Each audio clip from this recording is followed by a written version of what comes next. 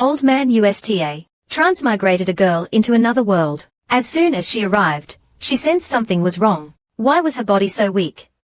What happened? Suddenly, she heard someone talking outside the door. I'll leave this wretched man to you. Do whatever you want with him. I only want him dead in the end. Understand? Two thugs listened, instantly putting on a show. It was obvious what they were thinking. They immediately promised to do a good job. The heroine remembered. This was the original owner's second older sister. Is she going to kill me? Before she could think further, the two lecherous thugs barged in. Hot damn, she was immediately pinned to the floor. The heroine desperately struggled and kicked. Unexpectedly, instead of being deterred, the two thugs got even more excited, their lust overflowing. The heroine heard the sound of ripping cloth. The second miss, watching from the side, secretly rejoiced. Then she left with the two thugs. Suddenly, the heroine's expression became serious. With a forceful clap of her hands, she sprung to her feet. The two thugs were surprised. This little bitch still wants to fight back. They immediately charged at her again. The heroine stabilized her posture, like a seasoned martial artist, and slapped one of them away with one hand. This powerful strike sent the thug flying. Then, with a series of swift moves, she dealt with the other thug. The thug instantly begged for mercy. She then kicked him away. The heroine looked determined, trying to run. Not so fast. She chased after the thug and grabbed him. A sudden pain shot through her head. It seemed she hadn't fully adapted to this body. This gave the other thug an opportunity to strike her, knocking her away. She took the chance to run. At this moment, the heroine's head was spinning.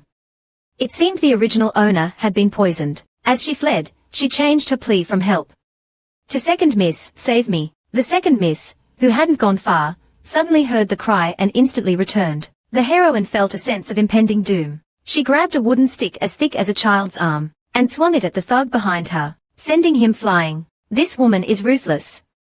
She took down two men in the blink of an eye. The second miss said coldly, you only have yourself to blame.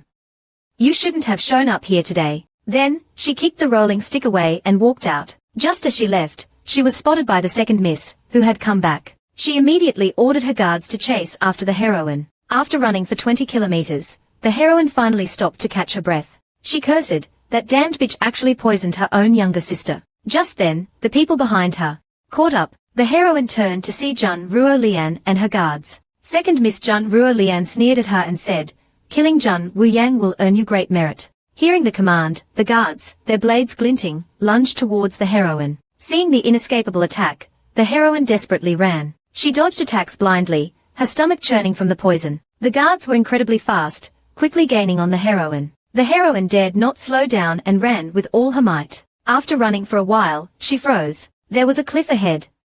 There was nowhere left to run. One more step forward and she would fall. Looking at the bottomless abyss, the heroine felt despair. At this moment, the second miss caught up and sneered, Jun Wu Yang, I underestimated you. But this is the end of the line for you today. The heroine was defiant. Jun Ruo Lian, a commoner like you thinks she can kill me. Mark my words, if I don't die today, your death will be my return gift. Jun Ruo Lian was furious. What are you waiting for? Kill her. As soon as she finished speaking, the guards swarmed forward. Fearing they would miss out on the reward, the heroine seemed to have made a momentous decision. She kicked off the ground, and jumped into the abyss. Jun Ruo Lian yelled angrily, that damned girl actually jumped. As she fell, the heroine sighed, I'm sorry, little girl. Whether I can avenge you depends on whether this gamble pays off. Surprisingly, the original owner didn't die. She even accidentally did a set of synchronized exercises with a man, which cured the poison in her body. The story began an hour earlier. An hour ago, the heroine was being chased by the second miss. With no other choice, she jumped off the cliff. As she fell, she was thinking, I've only just transmigrated and am going to die already. Suddenly, a pair of arms embraced her from behind. The heroine was startled and opened her eyes, asking, who are you? The man didn't answer, keeping his eyes closed. The heroine looked closer. He was actually shirtless. A wave of desire washed over her. The two embraced each other as they plummeted downwards. Beneath them was a surging river. As they continued to fall, the cold river water brought the two even closer. The heroine looked at the man and wondered, why does he keep his eyes closed? Is he injured too? Suddenly, the man spoke. I apologize for seeing your body today. I, the king, will fulfill your wishes in the future. This was quite domineering, even underwater. He then stabilized the heroine's position. The heroine had already been poisoned, so she didn't resist. The man whispered, "Tell me what poison is in your body." Overwhelmed by his aura, the heroine haltingly revealed, "Jun Woo Lian, 3 days. Then the two engaged in a passionate exchange in the water. The moon hung high in the sky, illuminating the land below. After a fierce battle, the man's poison was finally neutralized. The heroine sighed in relief. This ordeal is finally over. She then went to the riverbank and washed herself clean with the clear water. Looking at her reflection in the water, she said, "Original owner of this body, I didn't expect your family to treat you this way. Don't worry, as an elite soldier. Now that I've transmigrated into your body, I will avenge you. Jun Ruo Lian, I will have your life." After washing, she walked back and looked at the man, saying bitterly, "So this is a one-night stand. This is what you meant by in the future." She turned to leave, adding, "Your kindness in saving my life will never be forgotten." Morning, the heroine returned to the manor. 2 people were ransacking her courtyard. It turned out they were sent by the eldest and second misses. The eldest miss said that Little Bit's parents are dead, but they still care about her.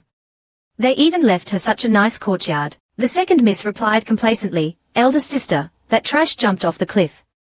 She's probably smashed to pieces. Her Qingfeng courtyard is yours now. What about my matter with the crown prince?" Suddenly, the main gate was pushed open. The eldest miss said, "Don't worry, second sister. The crown prince's engagement to that trash was a mistake. I will help you so the crown prince becomes yours." Then the two continued their scheming. At this moment, the heroine strode in and said loudly, "I didn't know when my things became yours." The two were shocked. They said simultaneously, "Impossible. Why aren't you dead?" The heroine shouted, "Jun Ruo Lian, I'm back." The second miss, startled, hid behind the eldest miss. The eldest miss said dismissively, "Little bitch, even if you're back, so what? One word from me and you'll be thrown out again." The heroine sneered, "Really? Try me." With that, she grabbed the eldest miss by the neck, her eyes wide with terror. The eldest miss cried out for help. The maids nearby screamed in terror. The heroine lifted the eldest miss by the neck. The second miss said, "Jun Wu Yang, are you crazy? Let her go." Inwardly, she hoped the heroine would kill the eldest miss so she could benefit. The heroine replied, "Yes, I'm crazy. I came back specifically to take revenge." She slapped the eldest miss repeatedly. The maids had run to get the guards. The second miss was calculating her next move.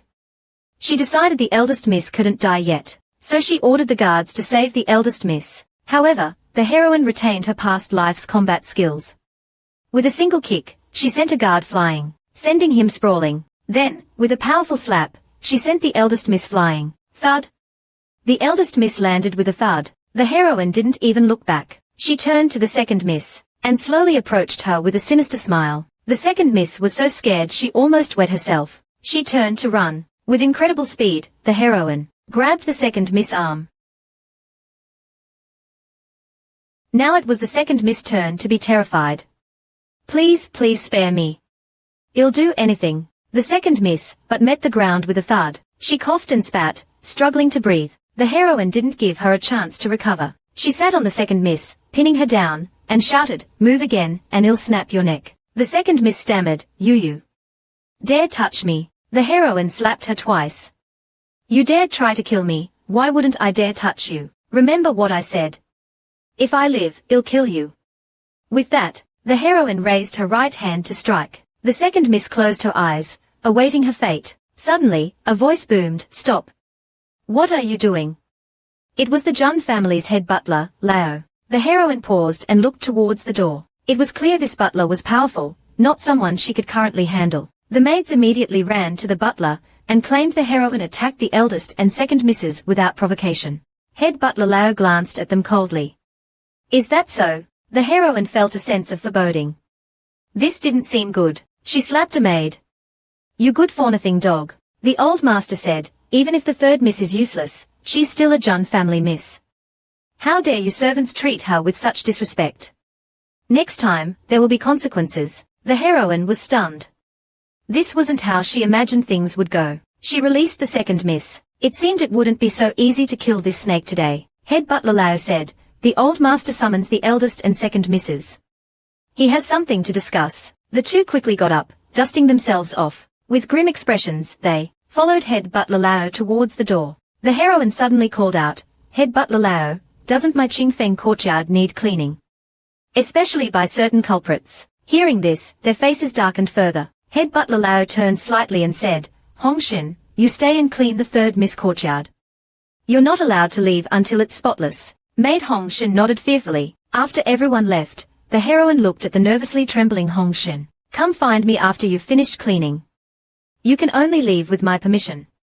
"Understand." Hongshin quickly nodded in agreement. The heroine closed the door and returned to her room. The room was spacious and elegant. Exhausted from the day, the heroine lay down on the bed, sighing. She closed her eyes, enjoying the moment of peace. Just as she was about to fall asleep, a voice said, "Congratulations, host.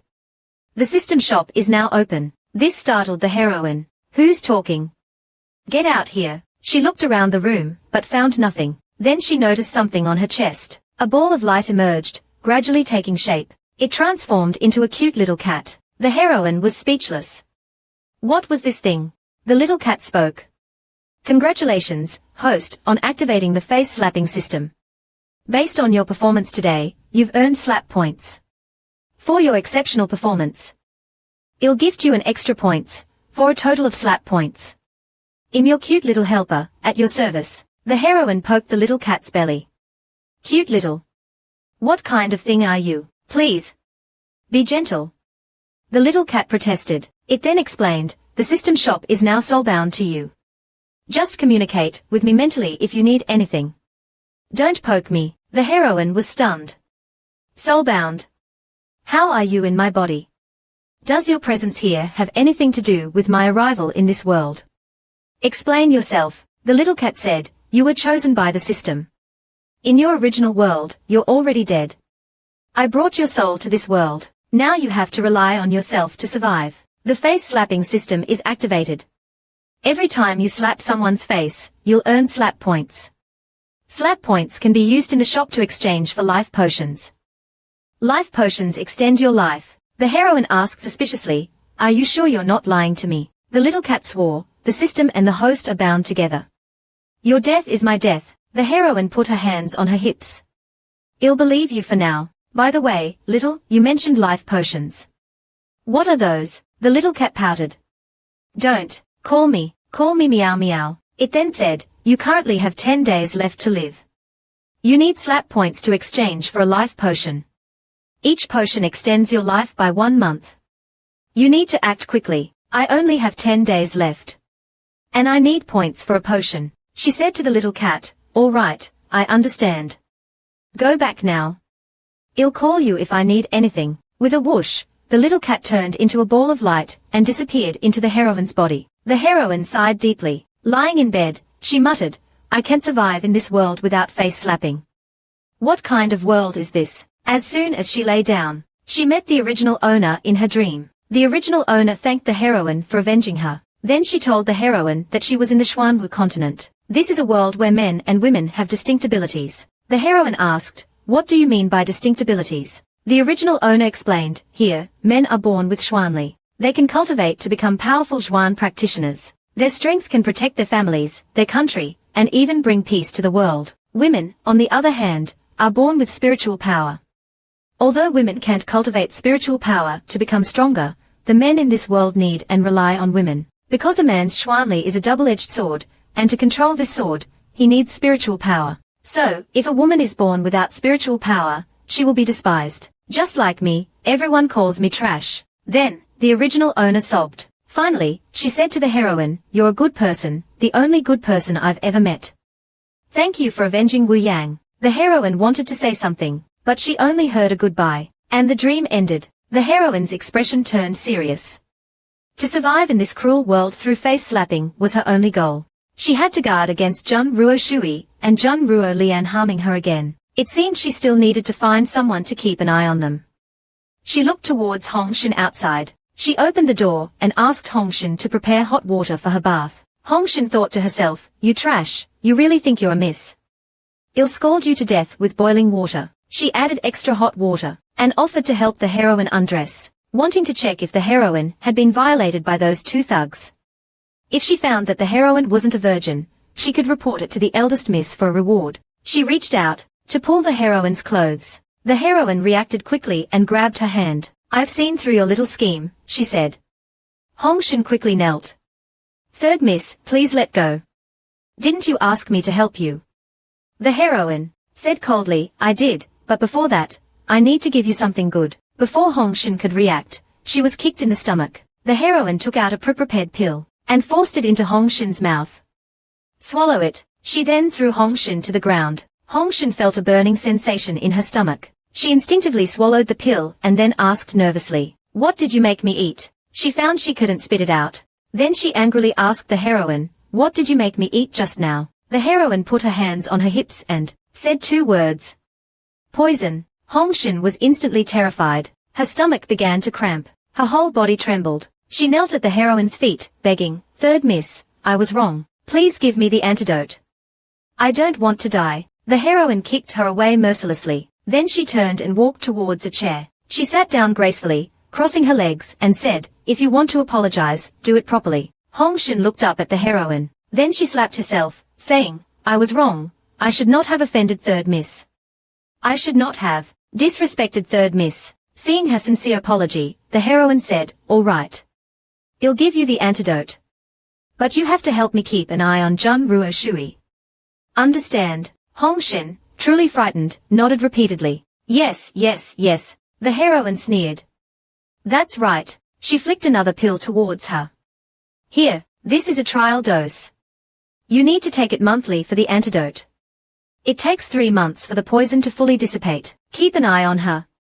Otherwise, I can't guarantee you'll get next month's antidote." Hong Shin quickly nodded and said yes. The heroine relaxed in the bathtub. She suddenly remembered the night 3 days ago with the mysterious man. They hadn't taken any precautions. She felt a bit panicked. Could I be pregnant? Thinking of this, the heroine jumped out of the tub. This won't do. I won't even know who the father is.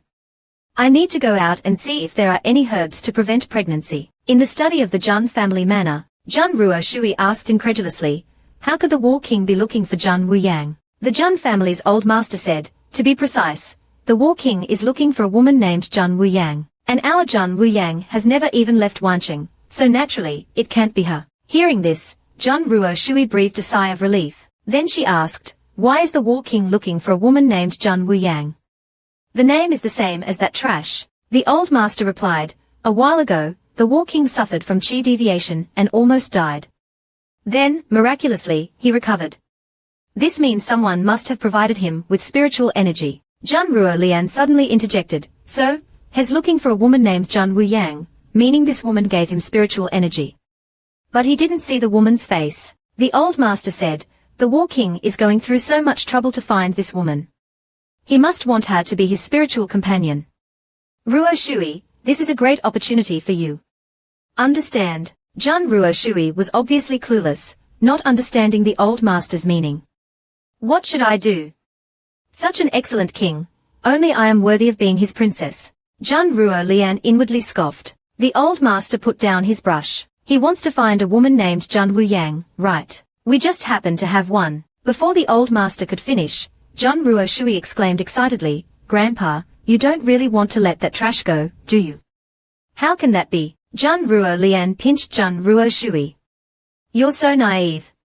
If my spiritual power wasn't slightly weaker than yours, how could I give up all the resources to you? Then, she explained to Jun Ruo Shui, eldest sister, you misunderstood Grandpa.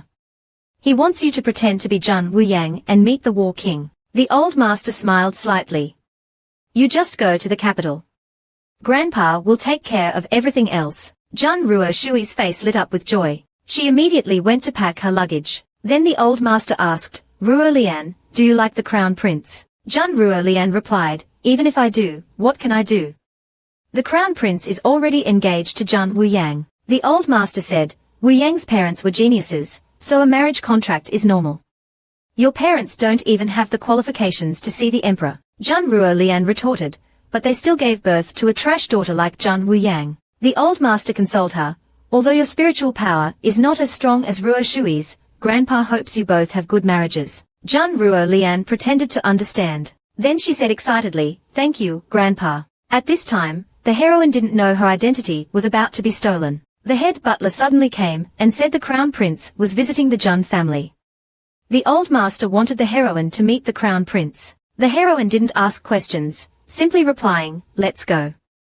But inwardly, she knew something was up. Soon, they arrived at the Jun family's main hall. The heroine stepped through the grand doors. She had a bad feeling. The main hall was already full of people. All the important members of the Jun family were gathered. Jun Ruo Lian said sarcastically, "Look who it is." The first uncle, with his usual sneering expression, added, "Jun Wu Yang, our Jun family's little trash." The second uncle thought to himself, "This trash again.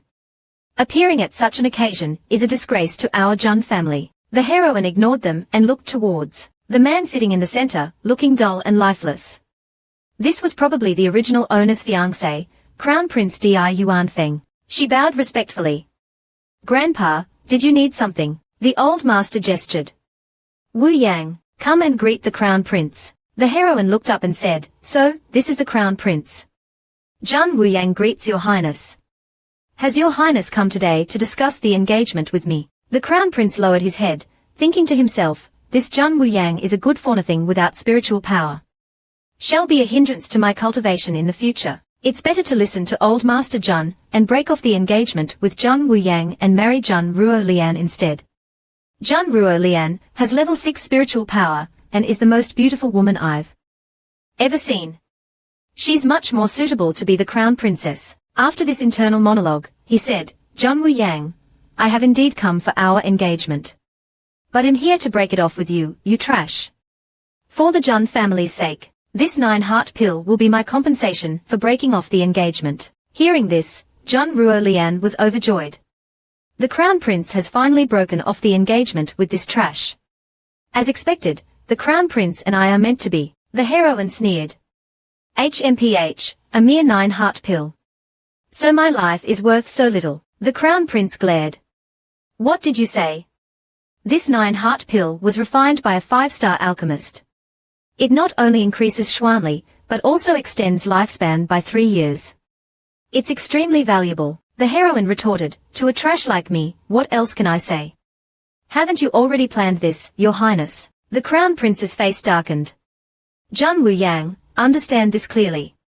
You have no choice in this matter." He then gestured to the eunuch beside him to present the pill. The eunuch walked to the heroine and said, "Miss Jun, please accept this." The old master also said, "Wu Yang, accept it. It's good for you, the crown prince, and everyone." The others echoed, "Just take it. Such a precious pill is a great blessing for you. We wish we could have it." The heroine was utterly disappointed in this family. Truly heartless. This was the original owner's grandfather, yet he favored his other granddaughters so blatantly. This kind of family wasn't worth staying in. Jun Ruo Lian quickly added fuel to the fire. "Third sister, just take it. If you think it's not enough, he'll compensate you privately." The heroine suddenly burst out laughing. Hilarious. Truly hilarious. Jun Ruo Lian was shocked by the heroine's behavior. "Jun Wu Yang, are you crazy? Does this Jun family bear the Jun surname, or the Di surname? You're forcing your own family member for an outsider. Even if I'm trash, I'm still your second sister. Ask yourself honestly, do you still have a conscience?" Jun Ruo Lian's face turned pale. "Wu Yang, how could you say that? Even if you're no longer engaged, I'm still your second sister." The heroine replied coldly, "Really? Then ask yourself, are you a sister, or a murderer?" Everyone was shocked. Murderer? What does this mean? Jun Ruo Lian's expression changed drastically. Could her actions be exposed? The heroine looked directly at the old master on his seat. "I call you grandpa because you loved my father the most. Now that my parents are missing, as the only person left in the Jun family, I'm treated like this by you. Aren't you afraid my parents will hate you if they knew? A mere 9-heart pill. I don't need it." She threw the pill away. The crown prince was shocked by her action. Then he saw the heroine rummaging through her sleeve. She pulled out a book and said, "Your Highness, you think you can break off this engagement just because you want to? Did you get the emperor's and empress consent? Did you get your parents' consent?" The heroine held a marriage contract. Then she continued, "If you didn't get any of their consent, then this engagement isn't up to you."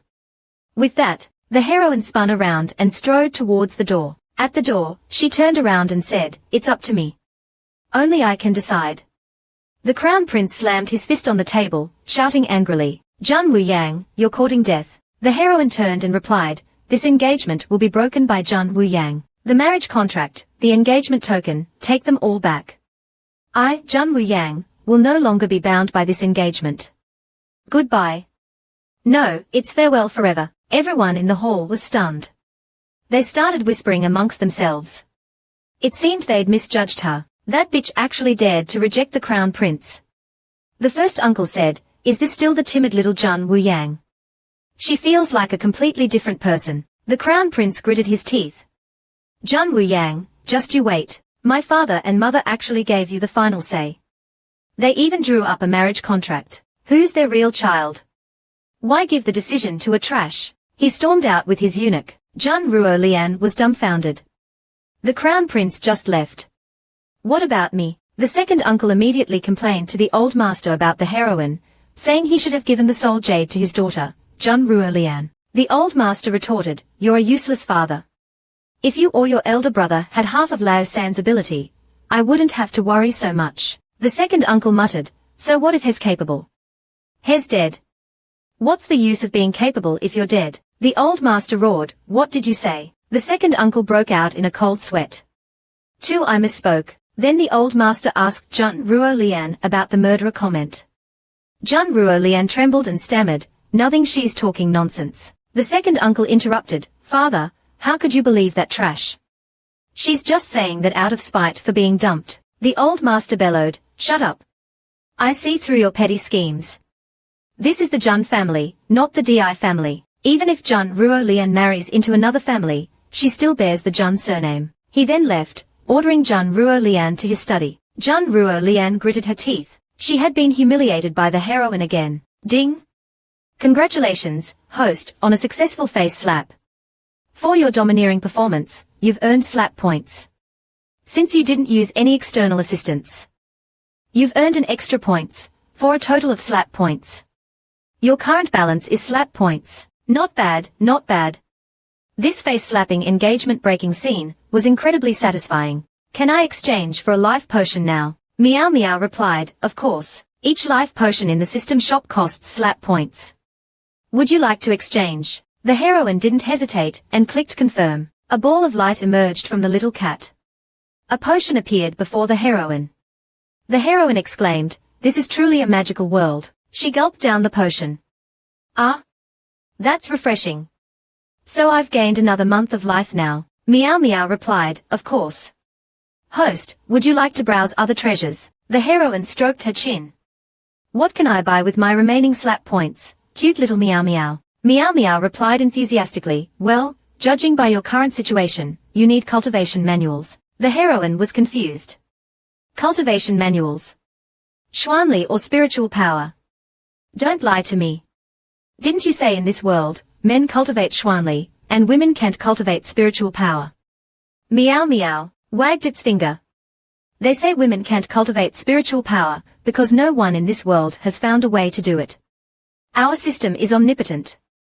If you can think of it, it can be done. The heroine said skeptically, "Are you sure I can cultivate with this spiritual power manual?" Meow Meow nodded vigorously. "Of course. Just spend a little bit of slap points and you can buy it." The heroine whispered, "How much?" Meow Meow's eyes lit up. Not, but only. An absolute steal. You won't find a better deal, Meow." The heroine was furious. You know I only have points, and you want to sell me something for. I just want to buy a meter-long blade. Meow Meow quickly apologized. "Host, calm down, please don't hurt me." Then came the bargaining. The heroine said. Meow Meow said, "No less." The heroine said. Meow Meow said, "This was already the lowest price." The heroine finally said. "If you say anything more, I won't buy it." Meow Meow gave in. "Fine, it is." "Host, you're not cute at all." After the exchange, the heroine was still a little stunned. There really was a spiritual power cultivation method. Then she started to read it carefully. At this time, an old man sat on a high platform in the capital. He stroked his beard and looked at the sky. Suddenly, a dazzling phenomenon appeared in the sky. The old man exclaimed, "A sign from heaven. The heavens are changing." "What? A sign from a different star? Is what the imperial astronomer said true?" The imperial preceptor said, "Your Majesty, it's a great omen. The heavens favor us." This different star can only be the star of Xingyu. The emperor exclaimed, the heart of Xingyu. The heavens are truly blessing us. We must find the heart of Xingyu. Bring it to me. The heart of Xingyu will appear in the east. Your Majesty can narrow the search area down. Good. Do as the imperial preceptor says. After the discussion, the head eunuch reported, Your Majesty, the War King arrived in the capital a few days ago. Should we ask the War King to search for the heart of Xingyu? Hearing this, the emperor thought it was a good idea, so he ordered someone to invite the War King to discuss the matter. Then he asked, Where's the Crown Prince? Why haven't I seen him lately? The head eunuch replied, Your Majesty, have you forgotten? 3 days ago, the Crown Prince asked for permission to go to Wanqing. Wanqing. Isn't that where the imperial preceptor said the heart of Xingyu will fall? The head eunuch replied, That's correct. The Jun family is also in Wanqing. Hearing this, the emperor suddenly remembered. That boy, it seems he went to see his fiancée. He then recalled Jun Wuyang's parents. It's been 15 years. Their child should have grown up. It's good for the Crown Prince to see her. If they like each other. It wouldn't be a waste of the marriage contract we made to secure the century-old peace. It's a pity. If it weren't for the peace, they wouldn't have had to sacrifice themselves. Back in Wanqing at the Jun Manor, the heroine was still studying the spiritual cultivation manual, but she wasn't making any progress. She was frustrated. She didn't know what she was doing wrong. She was an elite soldier in her past life. How could she fail at even the most basic meditation? Finally, she helplessly turned to System Meow Meow for help. Meow Meow turned its head away, puffed up its cheeks, and said, I haven't earned any slap points today. I don't want to talk to you. The heroine had to lower her stance and coax the little cat. My good Meow Meow, I still have slap points, right? How about using them to mend your wounded little heart? Meow Meow's eyes lit up. In that case, I won't hold back. Ding! The heroine's account balance became 0. Then Meow Meow explained, although you were an elite soldier in your past life with decent spiritual power, you're now in a body without spiritual power. Your spiritual power is blocked. So naturally, you can't cultivate. The heroine asked, then how can I break through this blockage and release my own spiritual power? Meow Meow replied, weren't you a pharmacist in your previous life? There are many herbs in this world that can release spiritual power. The system shop has alchemy manuals. I think you know what to do next. Suddenly, the door opened. Meow Meow quickly disappeared back into the heroine's body. A maid came in carrying a food box and approached the heroine, saying, "Third miss, this is your dinner." The heroine was stroking her chin, thinking, looks like you'll have to earn some slap points again. Get lost. How dare mere servant tell the Jun family miss what to do? How can she not eat here? Just a moment ago, a maid came in with a box of leftover food. The heroine said coldly, who said him like that? The maid replied in surprise, "Third miss, do you want to eat in the front hall?" The heroine retorted, "What? I not allowed to?" The maid sneered mockingly, "Third miss, don't take offense, but you're a good for nothing without spiritual power, even worse than ordinary people. You've even been dumped by the crown prince. How dare you eat in the front hall?" She opened the food box. The heroine saw only a few vegetables and plain rice. "This is my dinner." The maid sneered, "What, should it be dog food instead?" She turned to leave, not forgetting to add, "Third miss, take my advice. You're worse off than us servants. Just eat your food and don't go to the front hall. Otherwise, the eldest and second misses will make things difficult for you." How could the heroine tolerate a servant's arrogance? She grabbed the maid's hand and whispered in her ear, "Then keep your dog eyes open and watch. I, Jun Wuyang, will be eating in the front hall tonight. Let's go." She pushed the maid, who fell to the ground. The maid thought to herself, "You trash, just wait. Let's see how the eldest and second misses deal with you later." In the main hall, the Jun family was enjoying their dinner. The first madam served Jun Ruo Shui some food, telling her to eat more. Jun Ruo Shui blushed and said she had already eaten a lot. The first uncle was trying to please the old master, saying that his daughter replacing Jun Wuyang wouldn't be a problem. The old master told him not to worry, everything was prepared. At this moment, a voice shouted from outside, "Third miss, you can't go in. The old master and the others are dining." Everyone looked towards the door. The heroine pushed open the door. "Out of my way, you blind slaves." Then she greeted everyone with a smile. "Good evening, Grandpa, first uncle, first madam, and my sisters." Jun Ruo Shui shouted, "Jun Wuyang. What are you doing here?" The heroine replied calmly, eldest sister, isn't that obvious? I'm here for dinner, of course. Jun Ruo Shui was furious. Get out. A trash like you wants to eat with us. You think you're worthy, what are you standing there for?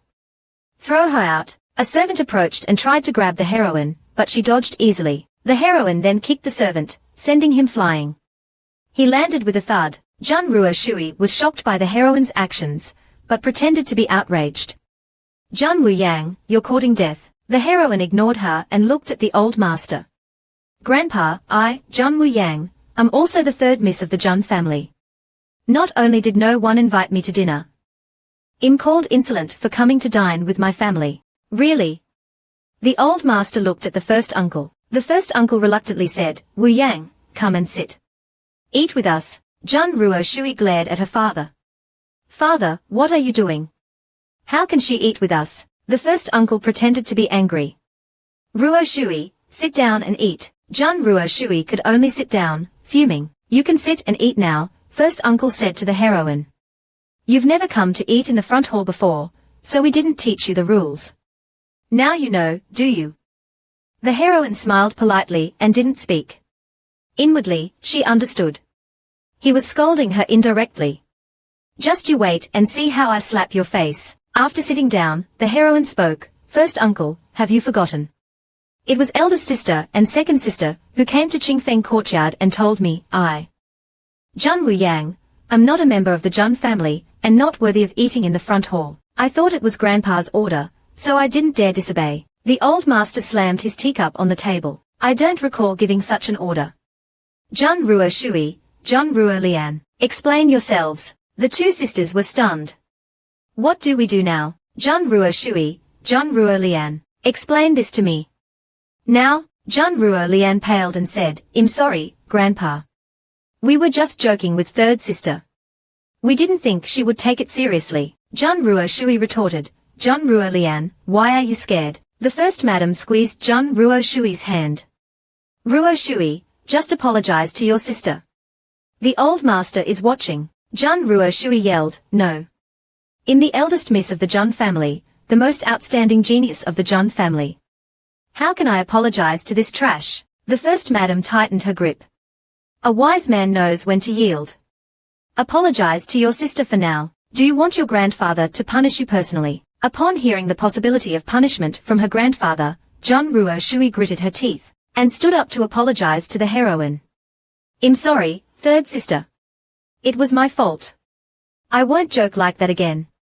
Please forgive me. The heroine replied casually, second sister, it's just a joke. Although it greatly affected me, I can forgive you. She then looked at Jun Ruo Shui, smiling smugly. As long as you apologize properly, I, Jun Wu Yang, am magnanimous enough to forgive you. Right, eldest sister. Jun Ruo Shui angrily spat out, I'm sorry. The heroine couldn't help but chuckle. All right, we're family. No need to be so serious. I didn't take it to heart. Otherwise, I wouldn't have come for dinner tonight. Let's be happy. Jun Ruo Shui still seethed with resentment. Just you wait, it'll make you regret this. Suddenly, the heroine's eyes lit up. She noticed the bracelet her mother wore was on second madam's wrist. Did Jun Ruo Lian's family steal things from my courtyard? Her gaze shifted. Looks like he'll earn some more slap points tonight. The heroine put on a pitiful expression and said to the old master, Grandpa, eldest sister, and second sister borrowed some of my parents' belongings from my courtyard a few days ago, and haven't returned them yet. The second madam and her daughter were shocked. We've been discovered. The heroine continued, I just saw second madam wearing my mother's bracelet. It made me miss my mother. I wonder when my sisters will return my parents' things. The second madam stood up abruptly. Who said this is you Qingchens? I can have a similar bracelet too. The second uncle chimed in, exactly. Who said it belongs to Lao San's family? Jun Ruo Lian didn't steal anything from your house. Jun Wu Yang, stop talking nonsense. Bang! The old master slammed his hand on the table. Silence. Sit down. The two sat down, their faces dark, not daring to speak. Jun Ruo Lian felt a headache coming on. How could her parents be so stupid? Such an obvious lie. Were they afraid Grandpa wouldn't know the truth? The old master was furious. You dare treat me like I don't exist. I'm not dead yet, and you're already dividing Lao San's belongings. This Jun family isn't up to you to control. The heroine clapped happily. Thank you, Grandpa. Then he'll go back and make a list of the items. He'll give it to first uncle. 3 days later, I expect to see all the stolen items returned. If anything is missing, you'll have to find a way to replace it. Then the old master called Jun Ruo Shui and Jun Ruo Lian to his study. Jun Ruo Shui wanted to say something, but the old master roared, "Get over here." Jun Ruo Shui could only glare resentfully at the heroine, who calmly sipped her tea. Before leaving, Jun Ruo Lian threatened the heroine, "Don't be so smug. Just you wait. I didn't manage to kill you last time, but I don't believe you have 9 lives." The heroine stood up and retorted, "Bring it on. Let's see if you kill me first or if I get rid of you first." Slap. Slap. Slap.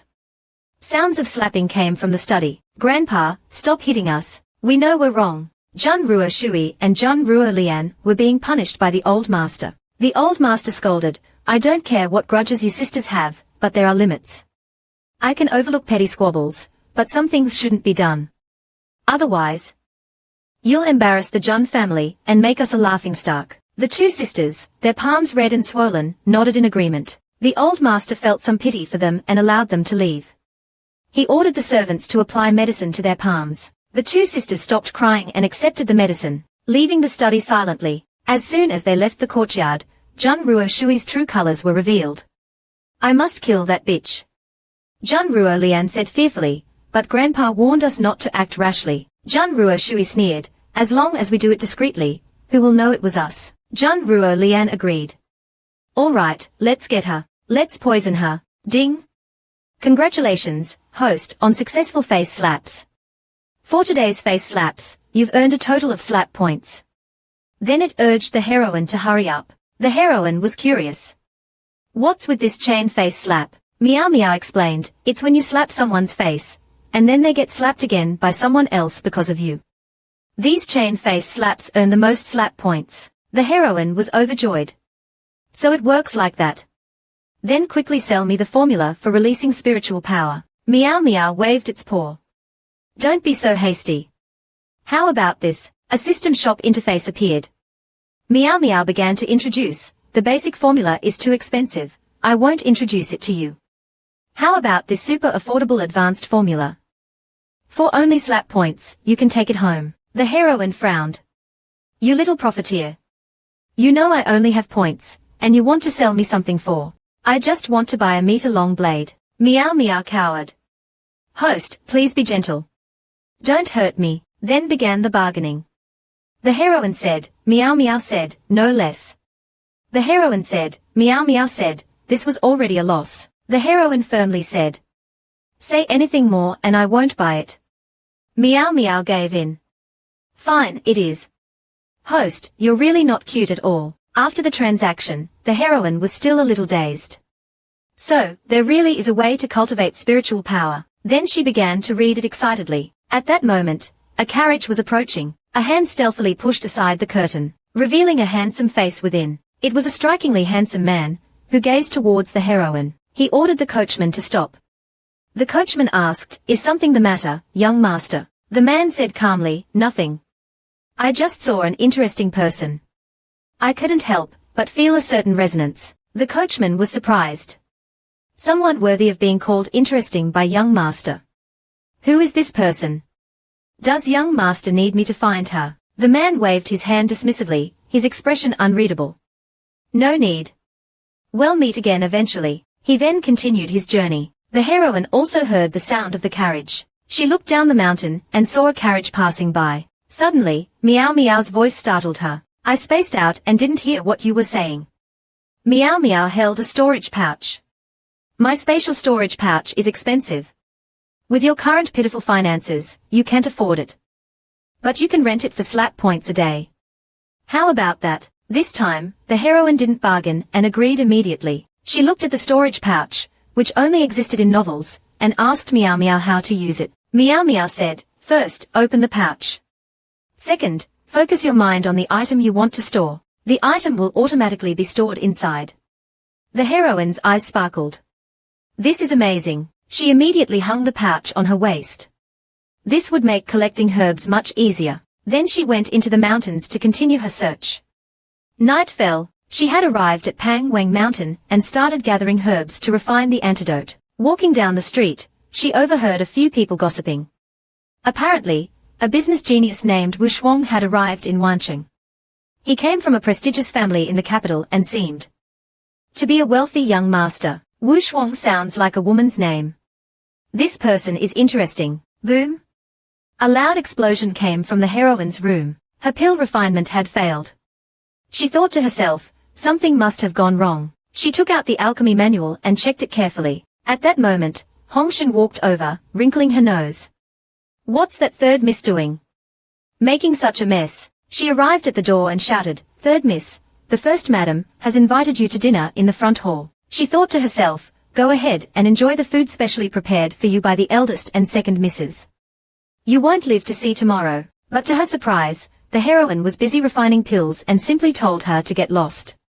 She wasn't in the mood to eat tonight. Hongshan could only leave, muttering to herself, if you're not going to eat, why did you make a scene in the front hall last night? Jun Ruo Shui, seeing that the heroine didn't come for dinner, was furious. That damned girl. I prepared all that for nothing. Jun Ruo Lian said, since you won't come to eat, let's send it over.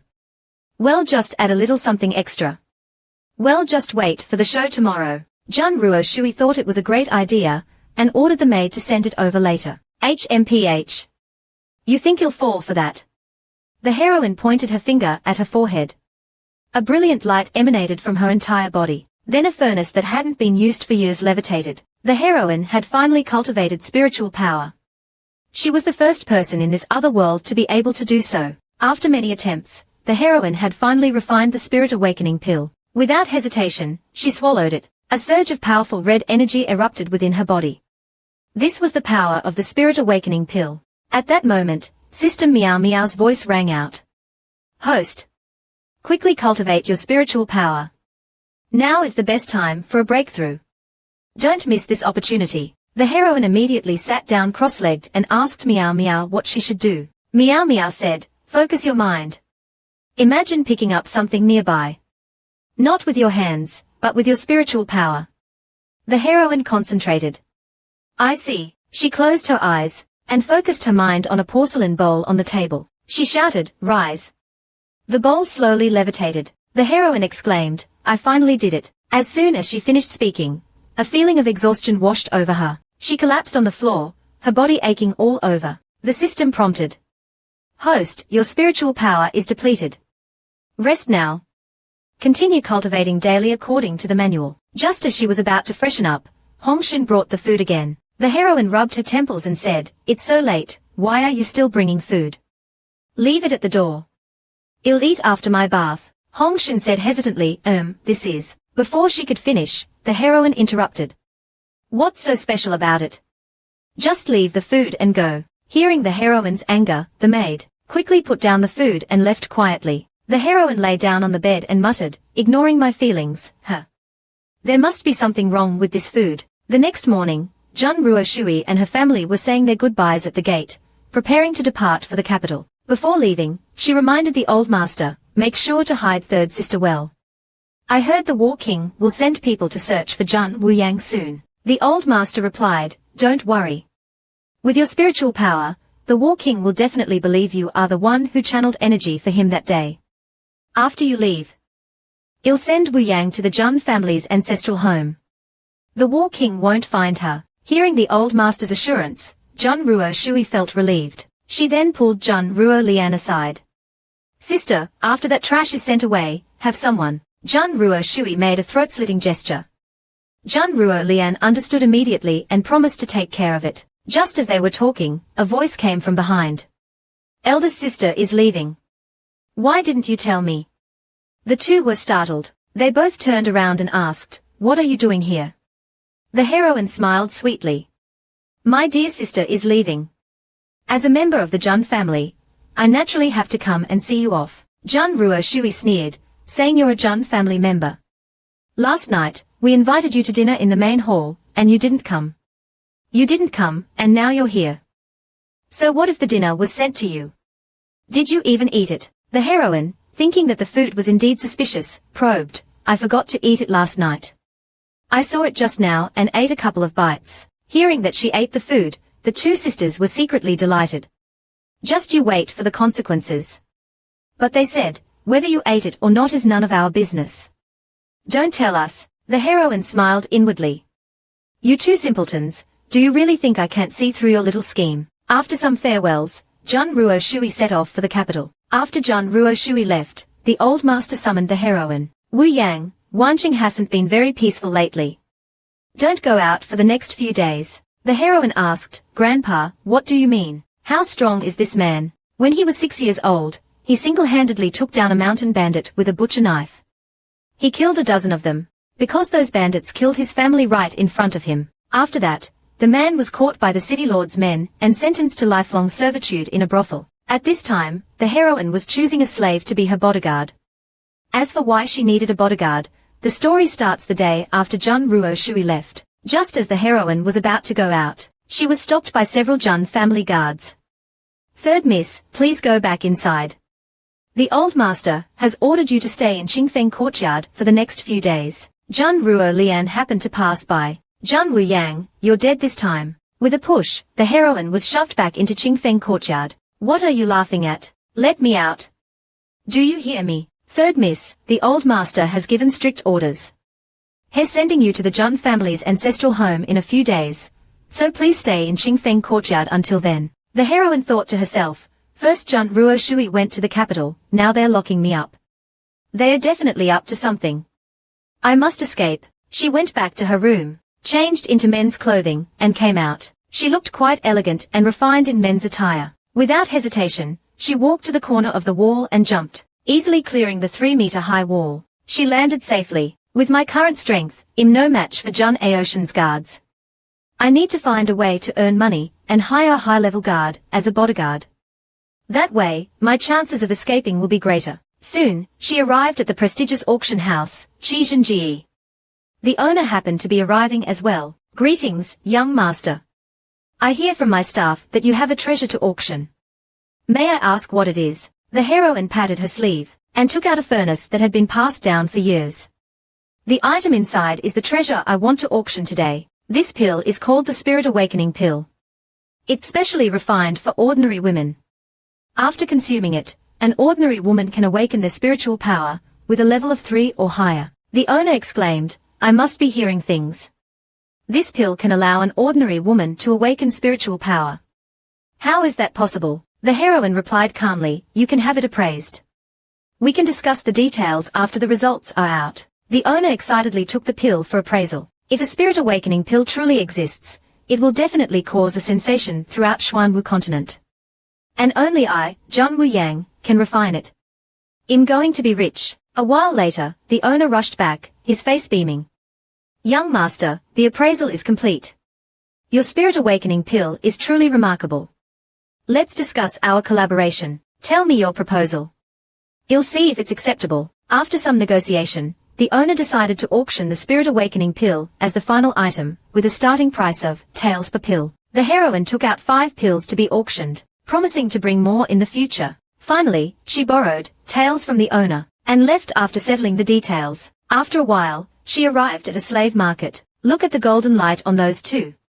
They must be Zhuan practitioners. Just as she reached the entrance, a madam greeted her with a warm smile. The heroine asked directly, do you have any powerful, intelligent, and absolutely loyal high-level Zhuan practitioners? The highest level we have here is a level 3 Zhuan practitioner. I wonder if that suits your needs. The heroine thought to herself, Zhang Aoqian is a level 7 Zhuan practitioner. A level 3 wouldn't even last a second against him. This won't do. Do you have any Zhuan practitioners above level 3? Let me check actually, there is one. But he's ugly and disobedient. I'll take you to see him. The heroine, curious, agreed. They arrived at a secluded courtyard where a cage made of black iron stood. The cage emanated a terrifying aura. The madam opened the lock cautiously. Inside was a man bound by iron chains. This is the man I mentioned. He reached level 4 at the age of 20. He's the strongest man in this slave market. Unfortunately, he's mentally unstable. His Xuanli fluctuates erratically, causing him to go berserk. That's why he's chained up. The man suddenly turned, revealing a red eye, and roared furiously, shaking the cage violently. The madam and the heroine were startled. Other people choose bodyguards who are obedient and easy to control. This one chooses a lunatic. Looking at the raging man, the heroine clapped her hands in approval. The madam was dumbfounded. Is this young master a pervert? The heroine ignored her and approached the cage, asking the man, do you want to come out? The man was stunned. Rarely did anyone dare to speak to him from such a close distance. To subdue him, the heroine offered to help suppress the pain caused by his unstable Schwanli, and also help him overturn his sentence of lifelong servitude. But on one condition. He had to swear absolute loyalty to her and never betray her. The man was moved. How can you help me? The heroine said, give me your right hand. It'll help you suppress your out-of-control Schwanli. The man looked at the gentle young man before him. He suddenly felt a calming energy. He didn't know that the heroine was dressed as a man. He lowered his guard, and extended his hand. The heroine grasped his hand and said, let you have a taste first. Think about my offer for a moment. With that, she entered a meditative state, using her newly learned spiritual power to suppress the man's unstable Schwanli. The man suddenly felt a strange sensation. To reassure him, the heroine told him to relax and that she wouldn't harm him. The man was incredulous. The spiritual power of the person before him could actually suppress the turmoil within him. A moment later, the man opened his eyes, and asked, we haven't had any intimate contact, how can you channel energy for me? And aren't you a man? How do you have spiritual power? The heroine made a hushed gesture and whispered, it's a secret. Have you made up your mind? The man didn't hesitate and grabbed the heroine's hand. I agree. The madam was shocked. This is incredible. This monster's face is different now, the heroine said unhappily, don't call him a monster. He has a name now. She looked at the man. From now on, your name is Fengxing. The man nodded respectfully. Thus, the heroine successfully recruited a level 4 Zhuan practitioner. She then asked the madam to clean him up and give him a change of clothes. Originally, a level 4 Zhuan practitioner would cost taels, but since the heroine had subdued him herself, the madam gave her a discount. The transaction was completed at taels, and the heroine also retrieved the man's slave contract. The man had just finished changing. Upon closer inspection, except for his face, he was quite handsome. A dignified level 4 Zhuan practitioner was being pointed at and whispered about on the street. They were pointing at the scar on his face. The man glanced at the heroine, then deliberately slowed down, keeping his distance behind her. He did this because he was afraid his appearance would embarrass the heroine. The heroine seemed to know what he was thinking and said, Fengxing, stay close. If someone tries to kill me, how will you protect me if you're so far away? Fengxing quickly caught up. Master, do you have many enemies? The heroine replied with a sigh, not exactly enemies, but I have a few family foes. The entire Jun family is against me. Fengxing was even more confused. The heroine continued, by the way, I haven't told you my identity yet. You know the Jun family in Wanqing, right? The so-called trash of the Jun family, Jun Wuyang, is me. Fengxing was bewildered. A trash in the Jun family. The Jun family only has 2 misses. Where did a young master come from? Don't hang your head so low. It's nothing to be ashamed of. You'll find a way to remove the scar on your face in a few days. Fengxing was surprised. Master, how did you know about the scar on my face? The heroine replied calmly, I could tell just by looking at you. But I don't know what kind of poison it is yet. I still need to study it. Let's hurry. I snuck out. It'll be troublesome if they find out. Soon, they arrived at Qingfeng courtyard. Since it wasn't convenient to bring Fengxing in, she asked him to find an inn to stay at for now.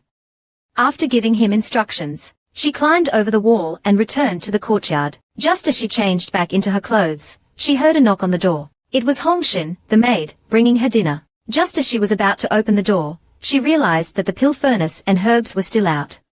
She couldn't let the maid see them. She took out the storage pouch and quickly put everything away. Hongxin knocked again, and when no one answered, she pushed the door open and entered.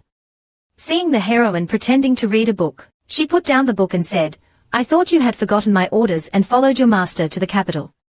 Aren't you afraid of dying? Hongxin quickly explained, Third miss, you misunderstand. I didn't come last night, because I was gathering information for you. I found out why the eldest miss went to the capital and the second miss planned to assassinate you. Oh? Tell me, you know the War King, right? He seems to be looking for someone. I couldn't find out the specific name. The eldest miss went to the capital to find the War King because of this. The heroine searched the original owner's memories. The War King seemed to be the strongest and most talented young king in the Darshan kingdom. She then asked Hong Shin. Your eldest miss likes this War King. Hong Shin replied smugly, of course. The eldest miss wants to marry the War King, and the second miss wants to marry the crown prince. They are the most outstanding geniuses of the Darshan kingdom. It is said that the year-old War King is already a level 6 Xuan practitioner, and the year-old crown prince has reached level 4. His future achievements won't be any less than the War King's. Hearing this, the heroine thought, so, my newly recruited Fengxing is also a year-old level 4 Xuan practitioner. It seems this guy is quite talented. I've found a treasure, she urged Hong Shin to continue. She waved her hand to stop her. Tell me about Zhun Ruo Lian's assassination plan. Hong Shin revealed, the second miss hired several level 3 Xuan practitioners.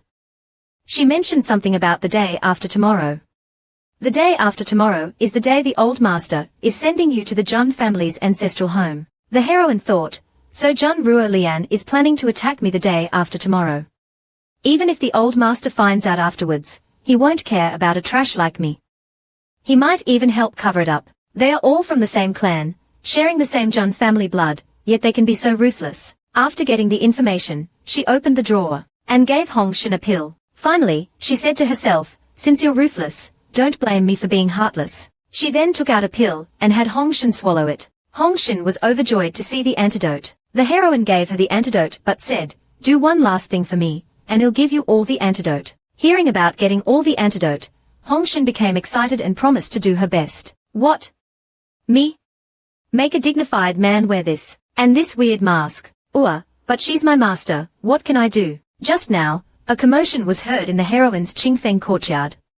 The first madam was directing servants to carry several large chests. The heroine appeared and asked, First madam, what are you doing? It turned out they were returning the items taken from Qingfeng courtyard.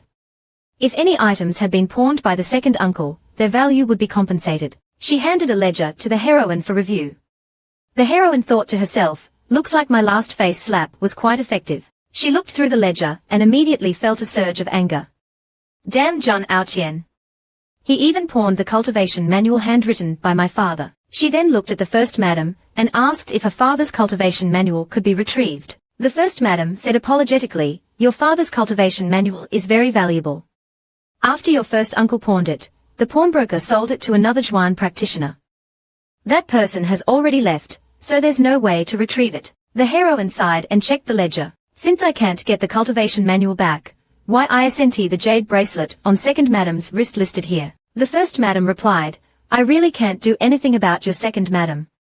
I've asked her several times, but she's obsessed with that bracelet and won't let me near it. The heroine thought to herself, second madam was so agitated that night, there must be something special about that bracelet. I'll get my hands on it sooner or later. But she said calmly, since second madam likes that bracelet so much, let her keep it. If there are no other problems, I thank first madam for returning the items. The first madam was relieved and left quickly. After she left, the heroine used the storage pouch to collect all the items in the chests. Ding! Due to the host's successful face slap and retrieval of the original owner's belongings, a special reward of slap points is awarded. Your current balance is slap points. Today is a good day. Not only did I get everything back, but I also earned over slap points. She changed into men's clothes again and prepared to go out, thinking to herself, Fengxing should be waiting for me at Qizhenji, right? She went to the second floor VIP room number 1 at Qizhenji and opened the door. Fengxing was already inside. This guy's plain clothes look pretty good. She asked him how the auction was going. Fengxing replied respectfully that the auction for the final item was about to begin. At that moment, the heroine suddenly took out a cat-faced mask and asked Fengxing to wear it. Fengxing was puzzled. Why did he have to wear this? The heroine was afraid he would misunderstand and explained, it's not that I dislike your face. It's just for disguise, so no one will recognize us. After putting it on him, she pinched his cheek. So cute. Fengxing could only smile helplessly. After all, she was his master. The auction hall was buzzing with excitement. The first item of the day was being presented. The heroine was looking forward to it. What is the final item today? Look, this is the first highlight of today, the cultivation manual left behind by the strongest genius, John Outchen, Cultivation for Zhuan practitioners. The heroine exclaimed, my father's manual. In VIP room number 2, old Master Jun was also shocked. Isn't that my son's manual? The second uncle, sitting beside him, paled. If his father found out that he had pawned his third brother's manual, he would be in trouble. In VIP room number 3, Cheng Zhu, the city lord, was excited. If I can get this manual, my second brother can finally break through to level 4. The auctioneer then began to introduce the manual, emphasizing its rarity and value. It was portrayed as a priceless treasure. The auction began with a starting price of taels. The bidding increments were set at taels. The bidding war started fiercely. The heroine didn't rush to bid. Cheng Zhu couldn't resist any longer and bid taels. The crowd gasped. Such a high price. The auctioneer shouted enthusiastically, taels. Is there a higher bid? The old master also joined the bidding war. The butler shouted, taels. The old master probably never thought he would have to spend a fortune to get back his own son's manual. Even more tragically, he didn't know that the reason for such a high price was his own granddaughter. The crowd was confused. Why was the Jun family bidding as well? Wasn't this cultivation manual from the Jun family? All sorts of speculations arose. The heroine was using her spiritual power to sense the surroundings. She discovered that old Master Jun was in the next room. Now that she knew, she couldn't let him get the manual easily. The old master, knowing the truth, berated first and second uncle. You useless things. All you know is gambling. Now look, our entire Jun family has become a laughingstock. The auctioneer continued, tales from the Jun family. Any higher bids? Cheng Zhu, wealthy and influential, bid taels. The old master asked, has City Lord Cheng's anyone cultivated to level 4? The butler replied, City Lord Cheng's second brother has been stuck at level 3 for a long time. He's probably bidding for his brother. This manual belongs to the Jun family. We can't let it fall into someone else's hands. Go and talk to City Lord Cheng.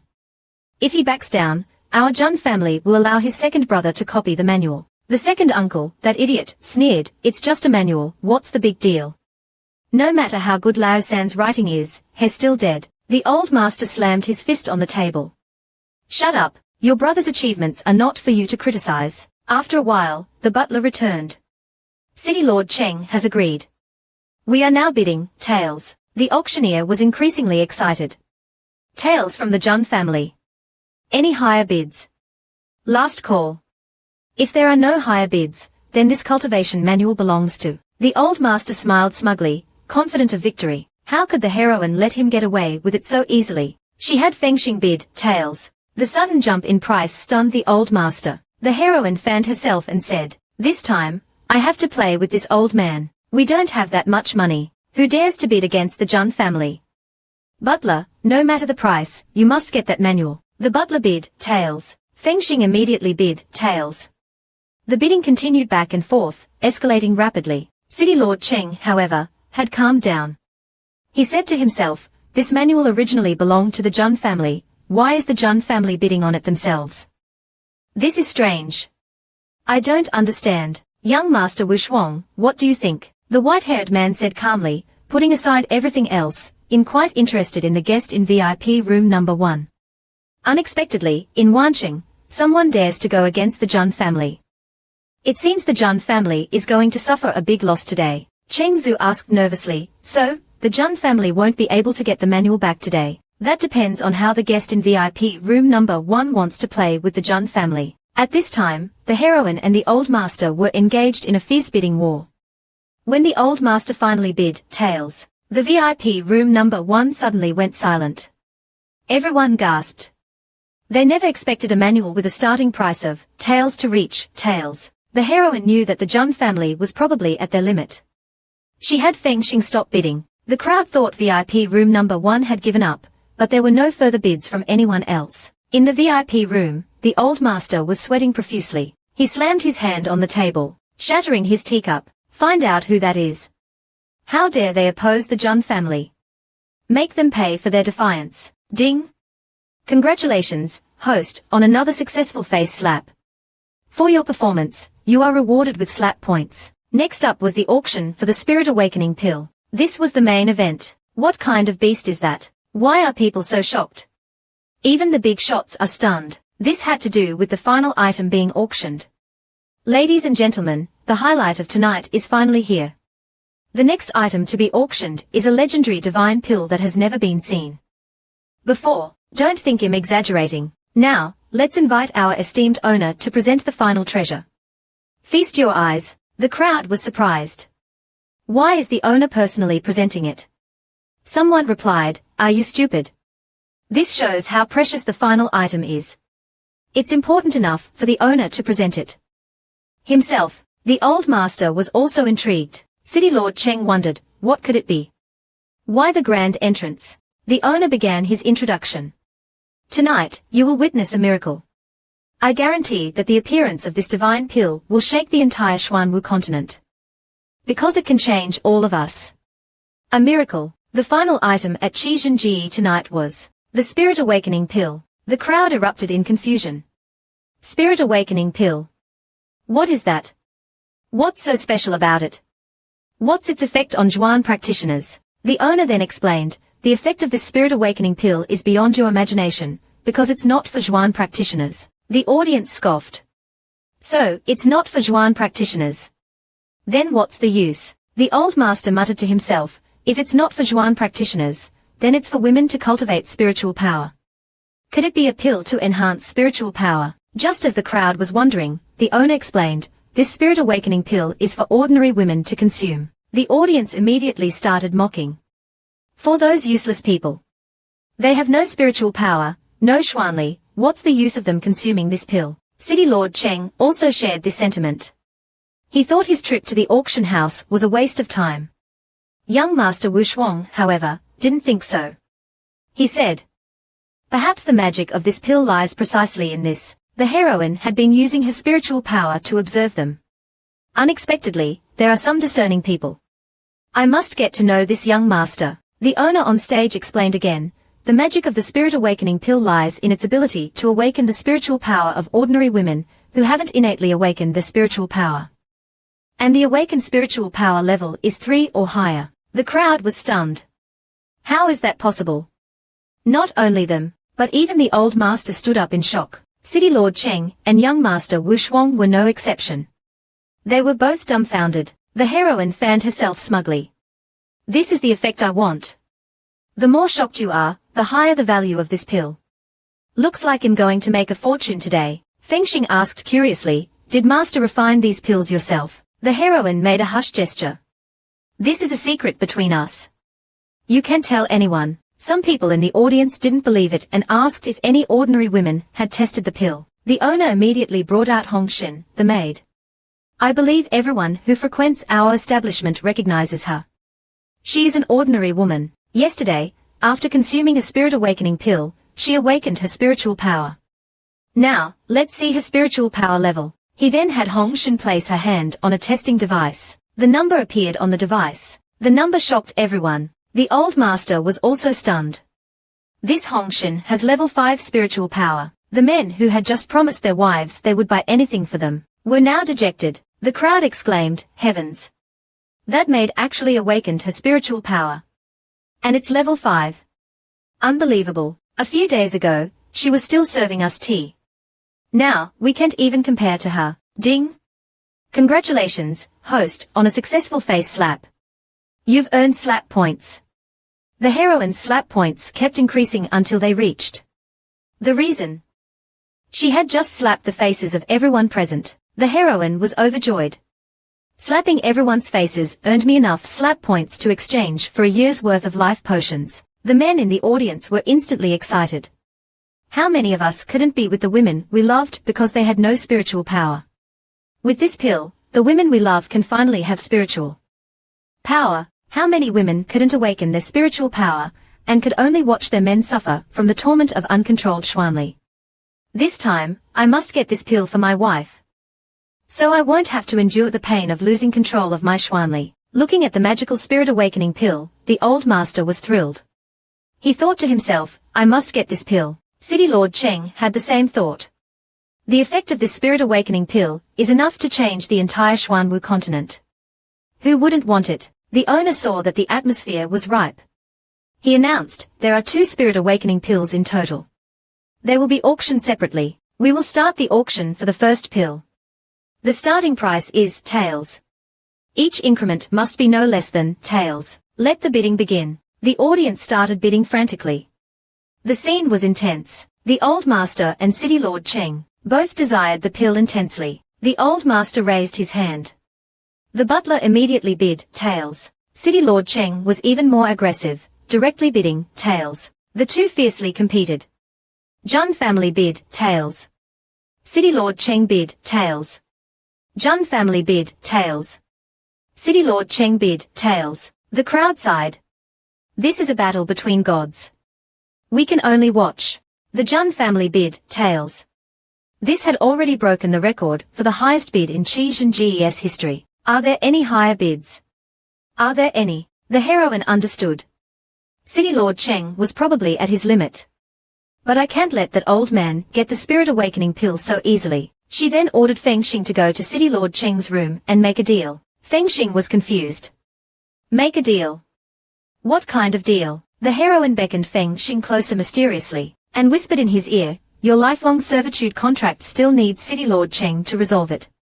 This is a perfect opportunity to settle it along with this spirit awakening pill matter. Go and tell him this. She then whispered the details of the deal. Feng Xing listened attentively, nodding occasionally. After listening, Feng Xing bowed to the heroine. Thank you, master, for considering my lifelong servitude contract. Feng Xing will devote himself to protecting you. This gesture increased Feng Xing's loyalty significantly. The heroine said calmly, your words are enough. Go. After you return, we'll watch the Jun family's good show together. What did the heroine do? The old master actually had a heart attack. Just now, Feng Xing returned from City Lord Cheng's room and reported that City Lord Cheng had agreed and would be waiting for the heroine at his residence after the auction. At this moment, the auctioneer was calling out the Jun family's bid. In the VIP room, the old master was smiling smugly, thinking he had won. The butler confidently said, no one will outbid the Jun family. Just as the auctioneer was about to announce the old master as the winner, City Lord Cheng shouted, I bid tails. This outburst left the complacent old master speechless. The butler reminded him, the Jun family's current liquid assets can only afford another tails at most. The old master roared, I don't care. We must get that pill. No matter the cost. The butler could only helplessly shout, the Jun family bids tails. City Lord Cheng, like a man possessed, bid tails. The butler desperately shouted, tails. Unexpectedly, City Lord Cheng waved his hand. The Jun family is truly generous. I'll concede this pill to the Jun family. Finally, the Jun family obtained the first spirit awakening pill for tails. Now, we will begin the auction for the second pill. When the Jun family won the bid, the heroine was observing them with her spiritual power. She noticed they were trying to analyze the pill's ingredients to replicate it and dominate the market. In your dreams, after the auction, the owner came to congratulate the heroine. Congratulations, young Master Wu. Your spirit awakening pill will surely cause a sensation throughout the Darshan kingdom. Young Master Wu was the heroine's male disguise. The owner then handed over a black card. The two pills were auctioned for a total of tails. It's all in this card. The heroine politely accepted the black card, and asked, owner, did you forget to deduct the auction fees? The owner, a shrewd businessman, waived the fees to build a good relationship with the heroine. Young Master Wu, if you have any other good projects in the future, we at Chechen GE will definitely offer our full support. The heroine immediately thanked the owner. After settling other matters, she headed towards City Lord Cheng's residence. Soon, she arrived at the main hall. City Lord Cheng exclaimed with admiration, I didn't expect the person I'm dealing with is such a young and capable individual. Impressive. The heroine looked at the white-haired man beside him and asked, who is this gentleman? City Lord Cheng introduced, this is young Master Wu Shuang, the one who bought the second spirit awakening pill. The heroine, having already used her spiritual power to learn about the situation, pretended to be surprised. So this is young Master Wu Shuang. I didn't expect a small transaction to bring young Master Wu Shuang here. I'm honored. Young Master Wu Shuang fanned himself and said, young Master Wu, you're too kind. I'm just curious what kind of deal you offered City Lord Cheng to make him risk offending the Jun family at Chechen GE to help you suppress their bids. The heroine could actually read other people's minds. This shocked City Lord Cheng. The thoughts he just had were seen through by the person before him. He was instantly embarrassed. Just now, the heroine had taken out a bottle and offered it to young Master Wu Shuang. This is what I offered City Lord Cheng.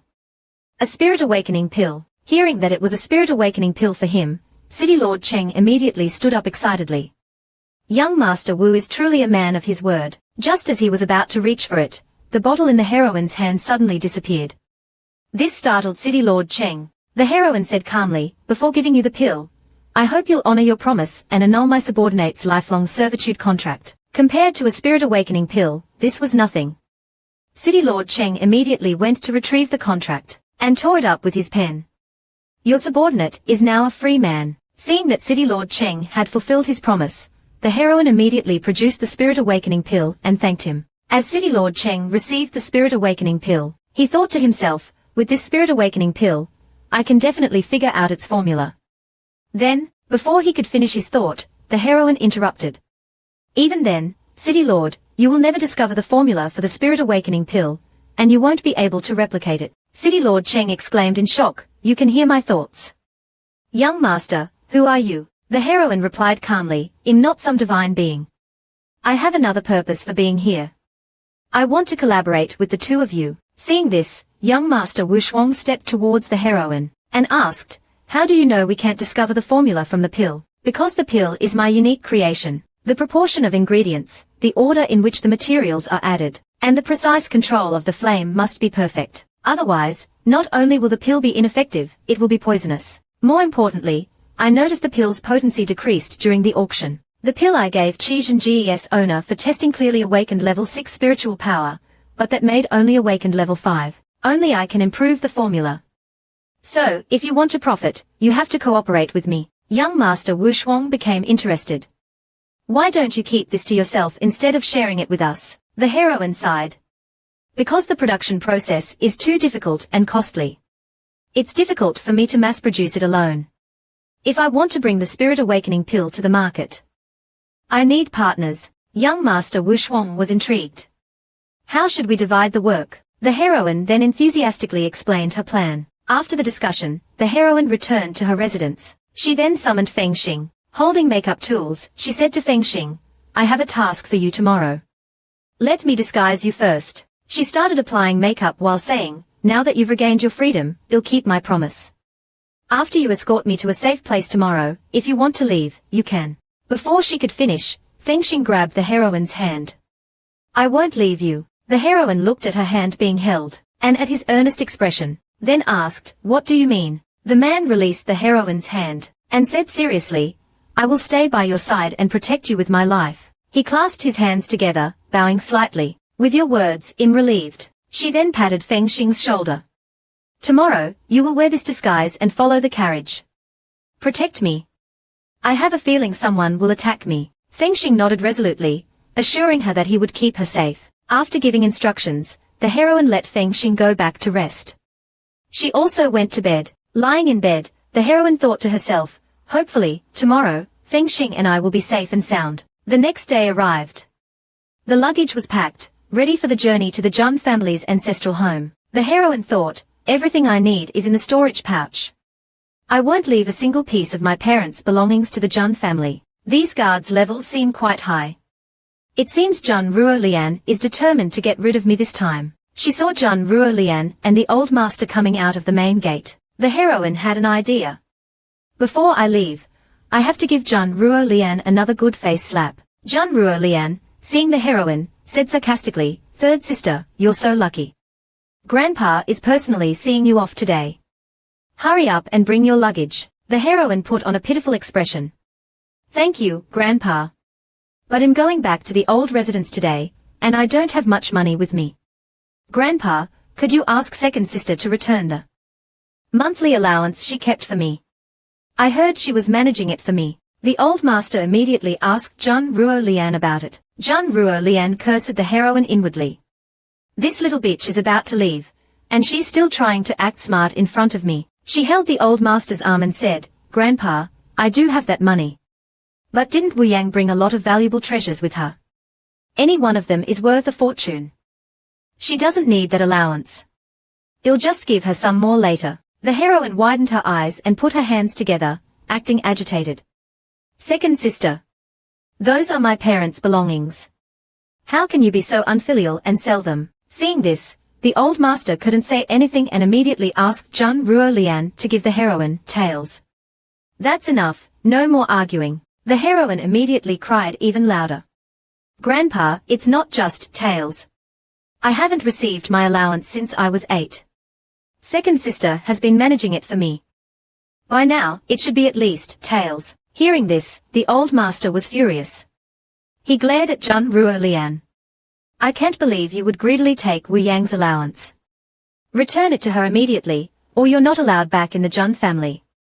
Manor, Jun Ruo Lian's face fell. I don't have that much money. What should I do? Who can't cry? I can too. The heroine immediately cried even louder than Jun Ruo Lian. Grandpa. I'm about to leave home. Would I lie to you? If second sister is so heartless. I have to tell you what she did to me last month at Chigan Miao. The old master was confused. What happened at Chigan Miao? Jun Ruo Lian panicked and quickly took out tails and stuffed it into the heroine's hands. I was wrong, sister. This is all the money I have. Take it. Only then did the heroine say softly, so second sister still cares about me. Wu Yang thanks second sister. Jun Ruo Lian forced a smile. You're welcome, sister. I just hope you have a safe journey and don't encounter any accidents. The heroine ignored her and turned to leave. As she walked, she said, just so you know, I hope you're all still alive when we meet again. Jun Ruo Lian glared daggers at her back. Finally, the heroine's carriage departed. Jun Ruo Lian cursed, this time, I'll see how you escape. I refuse to believe. Aren't these the Jun family guards? Why are they suddenly attacking the heroine? This started when they left Wancheng. After half a day's journey, the heroine suddenly ordered the carriage to stop. She then asked the guards if there was anything to eat nearby. I haven't eaten breakfast yet. I'm starving. The guard suddenly remembered Jun Ruo Lian's instructions. I can't let her leave the carriage before we reach Senshan. He said to the heroine, Third miss, I'm afraid that's not possible. The heroine immediately asked, What? Do you intend to starve me, the third miss? The guard couldn't refuse her request and said, There's a tea house ahead. We can have a meal there. Soon they arrived at the tea house. It had an interesting name. A tea house. The heroine entered. Feng Xing was inside drinking tea. He was surprised to see the heroine, as this was the first time he had seen her in women's clothing. He was so startled that he spilled his tea. He couldn't help but sigh inwardly. So master has been living like this in the Jun family. A dignified young lady dressed as a man. To what extent has the Jun family wronged her? He still didn't know the heroine's true gender. To avoid being discovered by the guards, she didn't greet Feng Xing. She asked the waiter for some food. Just as the waiter left, the guard seemed to notice something. He had spotted Hong Xin, the Jun family maid, also present. After sitting down, the heroine asked the waiter if a young lady had been there that morning. Hearing her question, the waiter understood and told her that the young lady was in the Qianzi number 1 room. After lunch, the heroine went to Qianzi number 1. Just as she was about to knock, she overheard a conversation inside. It was Hong Xin and the guard. Hong Xin said, that bitch gave me poisoned food and asked me to steal the second madam's red jade bracelet. I'm here today to deliver the bracelet and get the antidote. After I get the antidote, I'll leave quickly. Jun Wu Yang isn't easy to provoke. This morning, she even took tails from the second miss. The second miss only paid me tails for the assassination. How hateful. Hearing that the heroine had tails, Hong Xin had a wicked idea. Since I'm going to kill her anyway, I might as well take the money as well. So these two are in cahoots. The heroine, using her spiritual power, had perceived their every move. The heroine sneered inwardly. Since you have ill intentions, don't blame me for being ruthless. After they were ready, the heroine walked in casually. Hong Xin was handing the red jade bracelet to the guard, who was hiding behind the screen, ready to strike. After receiving the bracelet, the heroine immediately gave Hong Xin a pill. Hong Xin swallowed it without hesitation. Then she thanked the heroine and prepared to leave. At that moment, the guard suddenly appeared behind the heroine. He leaped up, aiming for a killing blow. Just as the blade was about to strike the heroine, a figure appeared from a blind spot. Clang! The guard's attack was blocked. The newcomer was Feng Xing. This sudden turn of events left Hongshan paralyzed with fear. Fengxing sheathed his sword gracefully. Master, it's taken care of. The heroine nodded in satisfaction. Hongshan asked, trembling with fear and anger, how could this be? Did you hear everything just now? So, what did you give me? Was it poison? Hongshan desperately tried to induce vomiting. The heroine chuckled.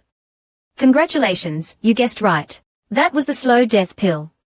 It's a slow-acting poison. You'll be slowly tortured to death. Hearing this, Hongshan's eyes rolled back, and she fainted. After dealing with them, Fengxing changed back into his usual attire. The heroine sat calmly in the carriage. Trying to harm me. Dream on. What do you do when you discover that your guards are not there to protect you, but to kill you? The heroine stealthily peeked through the curtains, observing the surroundings. She knew these were the people Zhang Ruo Lian sent to assassinate her.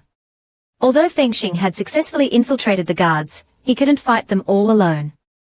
She had to find a way to escape. She used her spiritual power to sense the situation around her, and overheard them planning to attack ahead. Time is running out. They are about to attack.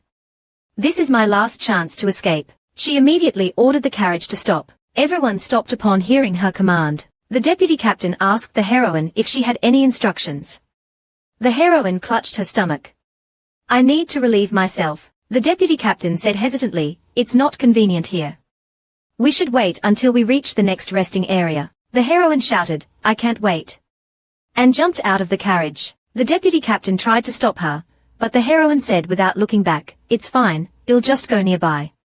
Don't worry about me. Fengxing immediately jumped out, and said to the surrounding guards, I'll go with her. Don't worry. The others were relieved when they saw the captain personally accompanying her. The heroine also added, hurry up and come protect me. My stomach really hurts. She then ran into the bushes. Fengxing followed closely behind. The other guards stayed behind and didn't follow. A guard asked worriedly, Deputy Captain, what if that trash takes the opportunity to escape? The deputy captain said calmly, don't worry. Our captain is an elite guard. With the captain there, she definitely can't escape. Besides, she doesn't know we're going to kill her. At that moment, the heroine took out a set of clothes from the storage pouch. This action stunned Fengxing. The heroine didn't explain further. She grabbed Fengxing's hand and said, there's no time to change here. Well, change while we run. Then she placed the cloak on a scarecrow and ran. The guards waited for a long time, but the two didn't return. They started to feel suspicious. They looked at the captain and noticed he was standing still. The deputy captain called out, Third Miss, are you done? There was no response. The deputy captain sensed something was wrong and hurried over. The other guards followed, asking the captain what was wrong, but he didn't respond. The deputy captain took a closer look, and was stunned. He roared angrily, damn it. We've been tricked. She escaped. She used the scarecrow to fool us. That bitch has an accomplice. He immediately ordered the guards to pursue. We must kill that bitch who dared to trick us. Damn it. The captain must have been killed by them. If I catch them, I'll tear them to pieces. They didn't notice the terrifying gaze behind them. After escaping, the heroine and Fengxing entered a dense forest. To their surprise, the guards were incredibly fast and quickly caught up to them. Fengxing explained, they are all level 3 Zhuan practitioners, and the deputy captain is a level 4. Their pursuit speed is naturally fast. There was no time to waste. The two could only run as fast as they could. Strange roars echoed from the depths of the forest. The guards continued their relentless pursuit. The heroine turned around and saw they were still chasing. She grew frustrated. This deputy captain is really persistent. She then said to Fengxing, let's lure that level 4 Zhuan practitioner to the deepest part of the forest and ambush him there. Well, take him out first. With that, the two accelerated towards the depths of the forest. There were thick trees here, a perfect spot for an ambush. But the place reeked of a foul stench. As the two were searching for a suitable ambush location, strange mechanical sounds came from all around. The heroine had a bad feeling. While they were observing their surroundings, a giant eye suddenly appeared behind them, staring at them. The two, not realizing they were being watched, decided to split up. Then they went to find ambush spots. The heroine's climbing skills weren't bad. She quickly reached a high vantage point in the trees. Fengxing nervously watched her, afraid she would fall. After finding a good spot, the heroine made an okay gesture, indicating that the location was suitable. Soon, a figure appeared. The deputy captain had indeed followed them. Fortunately, he hadn't noticed the heroine and Fengxing's trap. He thought to himself, I didn't sense anyone's presence here. It should be safe. Just then, a figure flashed by. Fengxing appeared behind the deputy captain. Just as Fengxing was about to strike, the deputy captain seemed to sense something behind him, and turned around to block the attack. Their fists collided with a loud bang. Both were forced back several steps. The deputy captain, having been ambushed, was at a slight disadvantage. He wiped the blood from the corner of his mouth. So, you're also a level 4 Zhuan practitioner. No wonder you were so fast, but you shouldn't have brought that trash along. Otherwise, we wouldn't have caught up so quickly. Hearing him insult his master, Fengxing's expression darkened. Is that all you've got? It's said that there are fierce beasts deep in the forest. These guys insisted on coming in. Now look what happened. Just as the deputy captain, who had just caught up, was provoking Fengxing, he continued, so that trash still has such a loyal dog. But it seems that little bitch has abandoned you and run away. I guess I'll kill you first, then go after her. Fengxing couldn't bear him insulting his master any longer, and lunged at him with his sword. The deputy captain was equally strong. You brat, just broke through to level 4, haven't you? You think you can protect your master with that little strength? You'll have to ask my sword first. Their weapons clashed, producing a loud clang. It was clear that neither of them was holding back. With another loud clang, they were forced apart. Their duel was now at a critical juncture. Neither dared to be careless, constantly searching for an opening in the other's defense. The deputy captain didn't want to prolong the fight. He channeled his Xuanli, his body radiating a powerful aura. He charged towards Fengxing. He shouted, Die, brat. Their weapons clashed again. Fengxing struggled to defend. The deputy captain attacked again. He shouted, Die. At the same time, a blade extended from the sole of his shoe. It seemed this sly dog was planning a sneak attack. He swiftly kicked Fengxing with his blade-clad foot. Fengxing noticed the attack, but was fully occupied blocking the deputy captain's sword. He was trapped and felt desperate. The deputy captain let out a sinister laugh. You can't dodge it. You're done for. I can already imagine your neck being pierced by my blade. Just then, a figure flashed from the trees. A hidden weapon spun through the air. It was the heroine. She had appeared silently behind the deputy captain. Thud. She kicked him in the back. What followed was a flurry of hidden weapons. After dealing with him, she looked towards Fengxing and asked if he was injured. Fengxing pulled out the hidden weapons. We have to leave quickly. The others will be here soon. They quickly left. The deputy captain was still alive, cursing weakly. Zhang Wuyang, just you wait. When my men arrive, you'll be dead. Little did he know, his men were all dead. Due to his reckless pursuit, the rest of the guards had encountered a pack of demonic beasts as soon as they entered the depths of the forest. Ironically, among the demonic beasts, there was a demonic beast king, massive and powerful.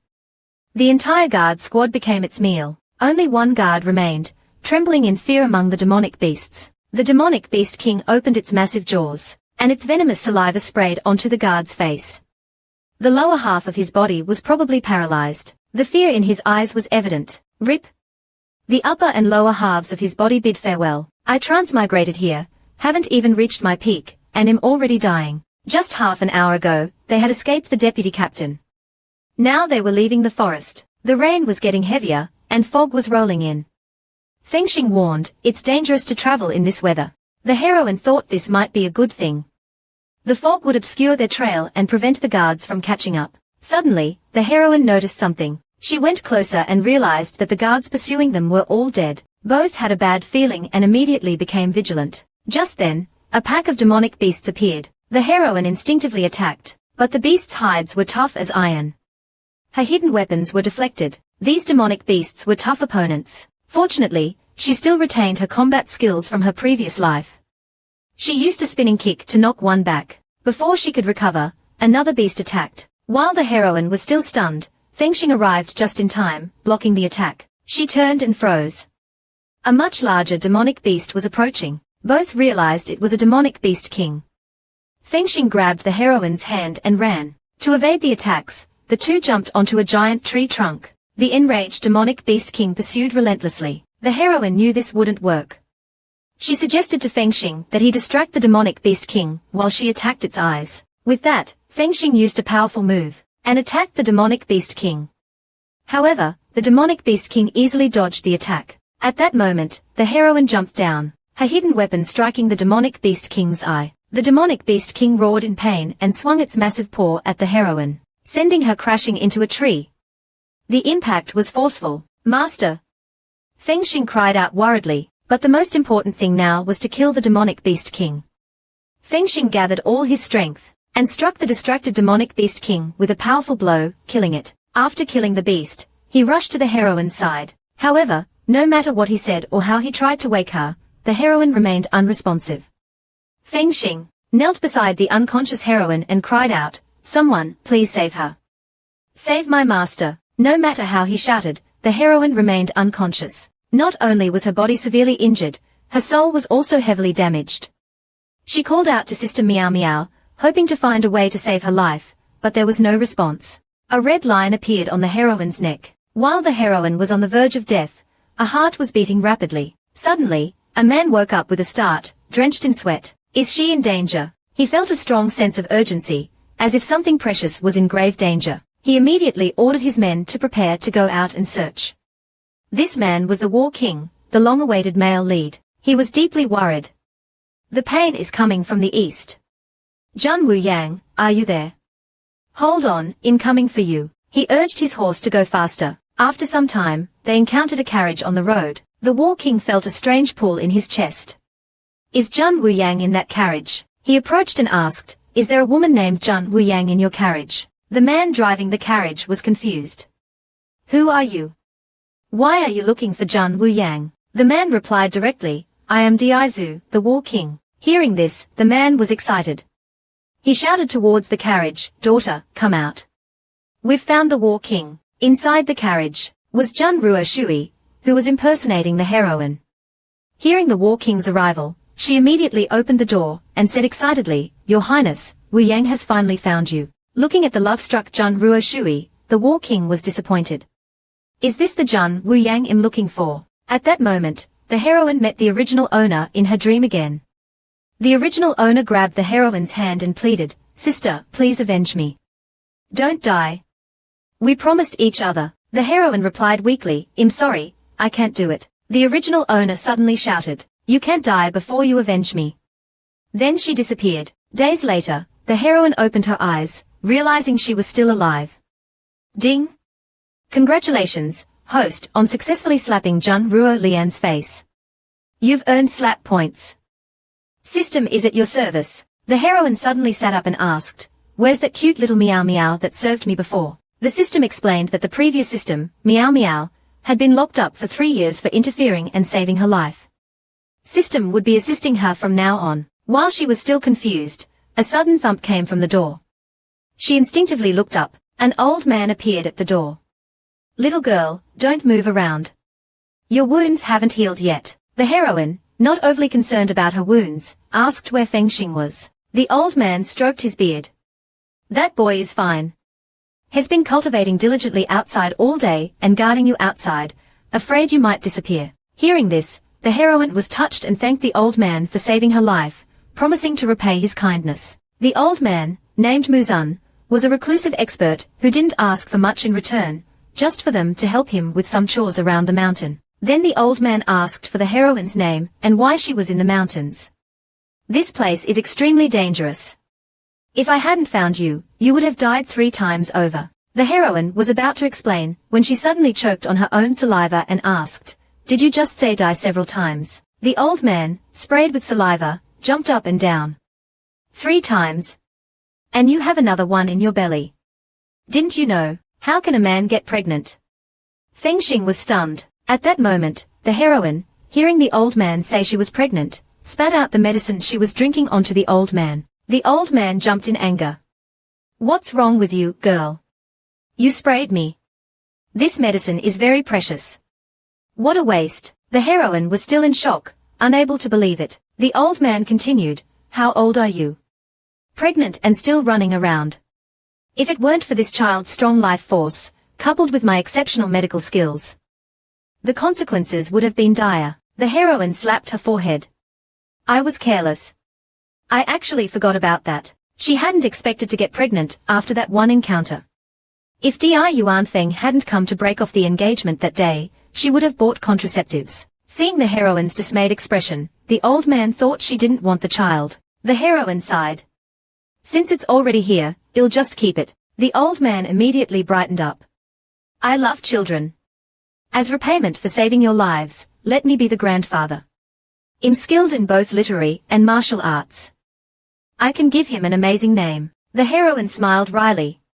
Grandpa, you're taking advantage of the situation. The old man immediately protested. To save the three of you, I used up all my precious herbs. What's wrong with being a grandfather? The heroine couldn't argue with him and agreed.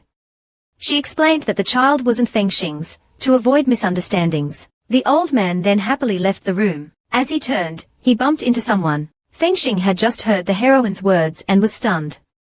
Master, a man, how can a man be pregnant? The heroine awkwardly greeted Fengxing. To her surprise, Fengxing turned and ran out. Both were confused.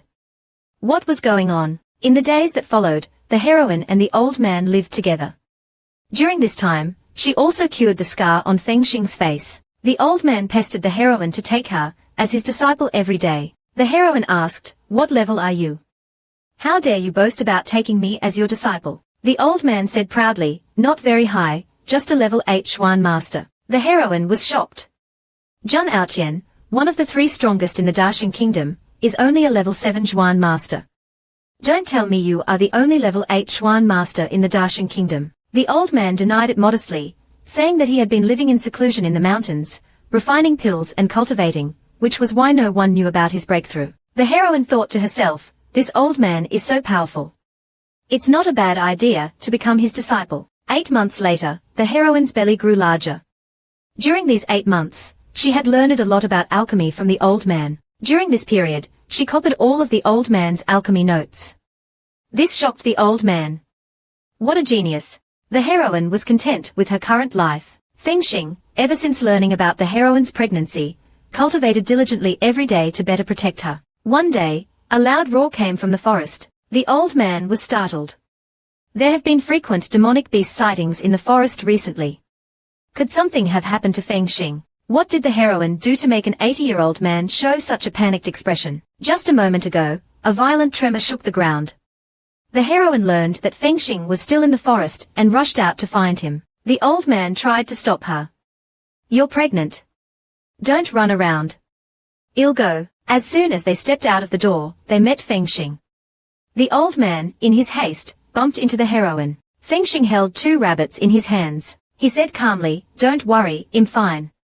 I just went to catch dinner and a demonic beast." He then turned to process the demonic beast. The old man muttered, "Dinner is demonic beast meat terrifying." The heroine laughed. What's so scary? Are you afraid of demonic beasts? The old man curled his lip. I don't eat those monsters. Night fell. The old man was devouring the delicious food with gusto. He noticed a new aroma he had never smelled before and asked the heroine what the dish in the middle was. The heroine smiled innocently. Try it first. I'll tell you later. The old man and Fengxing were savoring the dish. What kind of meat is this? It's so delicious. The heroine chuckled. Isn't this the meat Fengxing brought back this afternoon? Fengxing's face fell. It's demonic beast meat. I brought it back for fun. You actually cooked it. The heroine laughed at his expression. Yes. Isn't it delicious? Don't worry, I checked. This demonic beast meat is non-toxic and edible. Eat up. Just then, 2 pairs of chopsticks clattered to the ground. The old man looked devastated. You're saying this is demonic beast meat? Demonic beasts eat people. And you cooked it. I've lived for 80 years and I've never dared to do such a thing. I'm not eating anymore. The heroine asked teasingly, you really won't eat it? The old man turned his head resolutely. No. No. The heroine pointed at Fengxing and said playfully, then well, eat it. After a while, most of the food was gone. The heroine asked again, Master, if you don't eat it, there won't be any left. The old man finally succumbed to the delicious aroma. I've already eaten 1 piece, a few more won't hurt. He picked up another piece, and devoured it ravenously. Delicious. It's so good. The old man felt like he was reliving his youth. Just as they were enjoying their meal, the old man seemed to be experiencing something unusual. He suddenly clutched his head and ran outside. The heroine and Fengxing were confused. What was going on? Soon, strange roars came from the forest. The old man had punched a hole in the ground. His body was glowing. The heroine was puzzled. I checked the demonic beast meat. There shouldn't be any problem. The old man seemed to have lost his mind. He started throwing punches and kicks at the surrounding rocks and trees. The two didn't dare approach him. This was the power of a level 8 Xuan master. There was no way to get close. What should we do? This old man, who's less than 5 feet tall, is probably stronger than 10 of you combined. He suddenly charged towards the heroine. Have you ever seen a move called the Buddha's palm?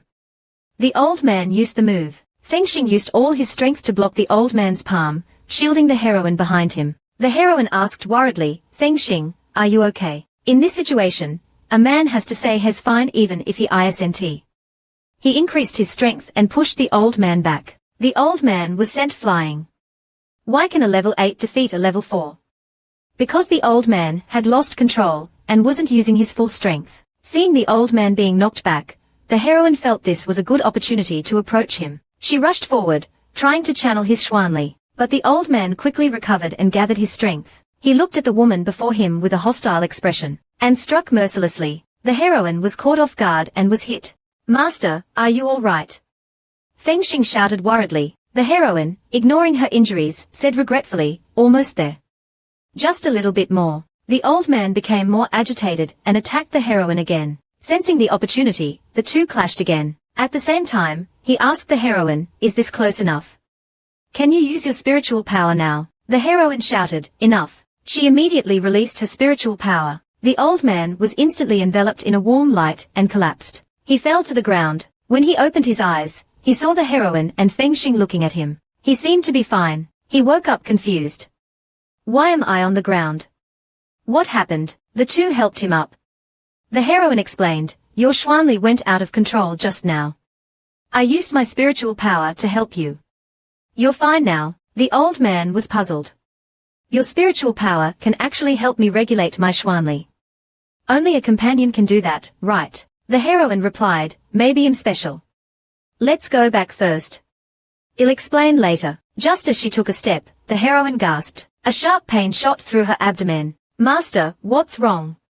Fengxing asked worriedly. The old man exclaimed, quickly take her home. Wu Yang is about to give birth. They say childbirth is like walking through the gates of hell. This wasn't an exaggeration. The heroine was enduring excruciating pain.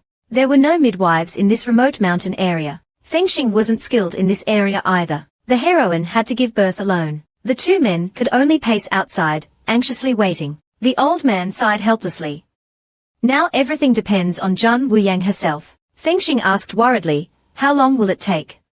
Is the baby out yet? The old man flicked him on the forehead. Do you think this is like a hen laying an egg? It won't be that fast. Don't worry, I've placed herbs to replenish her energy. At this moment, the heroine was in agony. Baby, if you don't come out soon, your mother won't be able to hold on. The little one seemed to be stirring inside. The heroine felt like she was being torn apart. The two men outside were extremely nervous. The old man shouted, Zhan Wuyang, how are you? Is the baby all right? The heroine sensed something was wrong. This is too difficult, and the pain isn't coming from the right place. What's going on? At that moment, the system suddenly announced, Host, your current situation is critical. The baby is too weak. If this continues, both of you might die. Even if the baby is born, it will be stillborn. The heroine panicked and pleaded with the system to save her child. Meanwhile, a man in the capital suddenly crushed the cup in his hand. It was the War King. That feeling had appeared again, the same feeling he had when he was searching for Zhan Wuyang. 8 months ago, that urgent call had awakened a sense of resonance within him. It was as if something important was in danger, but every time he followed the resonance, the feeling would disappear as soon as he reached Wancheng. He immediately got up and went out, determined to find her. Just then, a subordinate reported that an emissary from the palace had arrived and summoned the War King. The War King ordered his subordinate to investigate, and went to the main hall. The emissary announced the emperor's decree. The War King is summoned to the palace in 3 days to discuss the matter of the Holy Maiden, Zhan Wuyang. The War King asked in confusion, Holy Maiden? Are you saying the woman I met at the capital's gate has become the Holy Maiden of Dasheng? The emissary nodded. Yes. After confirming Zhan Wuyang's spiritual power level, and that she's from Wancheng, His Majesty believes that she is the Holy Maiden. The War King frowned. He had a premonition that the woman, who claimed to be Jun Wuyang, wasn't the one he was looking for. Just then, his subordinate returned with the investigation results. The War King immediately prepared to leave. He walked outside and mounted his horse. His subordinate shouted, "Your Highness. It takes at least 10 days to travel from the capital to Wancheng. By the time you return, the Emperor's summons will be long overdue." The War King replied calmly, "No matter what, I have to go there again. The safety of the kingdom is at stake. If I find her this time, I'm willing to do it for her, for the kingdom. If I don't find her." The War King didn't finish his sentence and rode off. This little brat, only 3 years old, yet speaks like an adult. 3 years had passed since the heroine gave birth. Their days were filled with cultivation and the occasional sparring. A little boy ran over and hugged the heroine. This was the heroine's son, named Jun Xiaobai. This child was a mischievous little devil, always stealing food or pills. A true troublemaker. He had just eaten the old man's treasured ginseng. Dramatic music. He always used his mother as a shield. He stood there, looking innocent. The heroine sighed at his antics. Who could blame him? He was her son. Seeing his guilty look, she guessed that the old man's medicine storage had been raided again. "Where's the ginseng I just bought? I can't find it anywhere." The heroine went to the medicine storage. The little devil had broken all the medicine jars inside. "Oops, I forgot. Every child has a special skill, acting cute and innocent." Sister Meow Meow had returned, excitedly spinning in circles. It reminded the heroine that she only had 3 months left to live, and that she needed to go down the mountain to earn slap points. Let's set a small goal. Earn. The heroine also felt it was time to go down the mountain. The auction at Qizhenji was in 10 days, so she decided to go down 2 days in advance. After some discussion, the old man agreed to go down the mountain with them. The little boy was excited to hear that they were going down the mountain. After preparing, they arrived at Wancheng. The old man, having lived in seclusion for many years, sighed as he entered the city. Wancheng him finally back. After some conversation, they learned that the old man had been a renowned expert in Wancheng, rivaling Zhang Aoqian. However, the old man was now a level 8 Xuan master, and could easily defeat Zhang Aoqian. Hearing how powerful her master was, the heroine immediately wanted to take him to the Zhang family to seek revenge. Before leaving, she gave the cultivation manual to Fengxing and his son and asked them to go to Qizhenji to make arrangements. She also reminded the little devil, remember to call him father, not uncle outside. Then they split up, agreeing to meet at Qizhenji later. Fengxing brought the little boy to Qizhenji, but was stopped by a waiter. "The items for tomorrow's auction have already been finalized. Please come back another time." The little boy smugly took out a cultivation manual. "I bet my treasure is more valuable than the spirit awakening pill. Take me to your owner." The waiter scoffed. "You little brat. How dare you speak such nonsense? Get out." Fengxing was protective of the child and couldn't stand him being insulted. He immediately kicked the waiter. Just then, the owner of Qizhenji arrived. He shouted excitedly, "Fengxing. Is that really you?" He then greeted Fengxing warmly. "Wu Yu, how have you been?" The little boy interrupted, "My father is doing great. He even brought you a gift." He then took out a cultivation manual. "This is the cultivation manual my father recently wrote. It allows women to enhance their spiritual power through cultivation." The owner opened the manual and was shocked. "Incredible. Your father's mind is a treasure trove." Fengxing then said, "My master has instructed us to maximize the impact of the auction for the spirit awakening pill." The little boy added, "My father wants to hold the auction in the capital, to spread the name of young Master Wu throughout the Daxing kingdom." Meanwhile, the heroine arrived at the Jun family manor. "Why is it so deserted? Did the Jun family go bankrupt after I left for 4 years?" Just then, she saw someone passing by. Without hesitation, she captured him and questioned him. This old man was a tough nut to crack. Just one look from him scared the prince and princess to the ground. Why did the heroine encounter the prince? This started when the heroine arrived at the Jun family manor that day. From the captured servant, she learned that the Jun family had moved to the capital. The heroine was puzzled. Wasn't the Jun family appointed by the emperor to govern Wancheng? Why did they suddenly move? After further questioning, she learned that Jun Ruo Shui had impersonated her and gone to the capital, where she was appointed as the Holy Maiden of the Daxing Kingdom. That was why the entire Jun family moved to the capital. After learning the situation, the heroine understood. She met up with Fengxing and informed him of the situation, saying that she needed to discuss it with the owner of Qizhenji, and that they should go to the capital immediately. The next day, they set off for the capital. However, they encountered the prince, who was out hunting. One of their carriage wheels accidentally splashed mud on the prince's clothes, infuriating him. He was about to punish them, when Jun Ruo Lian, who happened to be there, stepped forward to mediate. The owner of Qizhen quickly apologized to the prince. Just then, the princess beside the prince noticed something. There's another carriage behind. Why isn't anyone coming out to greet us? The prince glared. Who is so audacious? They dare not greet me even in my presence. The old man was about to step out and teach the prince a lesson, when the heroine stopped him. Master, I'll handle this. Call you if necessary. I can't miss this opportunity to earn slap points. She walked towards the carriage gracefully. The prince looked at the person before him, feeling a sense of familiarity. Have I met him somewhere before? He questioned. Why didn't you come out to greet me just now? How dare you stand before me without kneeling and begging for forgiveness? The heroine replied calmly, please forgive me, your highness. There's a sick child in the carriage, which is why we were delayed. As for why I didn't kneel, it's because Wu Yu's master is a level 7 Zhuan master. According to the law, descendants and disciples of level 7 Zhuan masters and above are exempt from kneeling and are equal in status to princes and princesses. Hearing that there was a level 7 Zhuan master in the carriage, the prince backed down. Jun Ruo Lian, however, stared at the heroine for a long time. The heroine stepped forward and asked, Miss, why are you staring at me so intently? Jun Ruo Lian replied, have I met you somewhere before? The heroine fanned herself. I'm sorry, miss, but this isn't the time or place for such a conversation. This left Jun Ruo Lian speechless. Just as the heroine was about to leave, the prince suddenly interjected, you said you're the disciple of a level 7 Zhuan master. As far as I know, the only level 7 Zhuan master in Wanqing is old master Jun. And he's currently in the capital. Are you lying to me? The heroine replied calmly, who said there's only one level 7 Zhuan master in Wanqing. The prince scoffed, you think level 7 Zhuan masters are cabbages?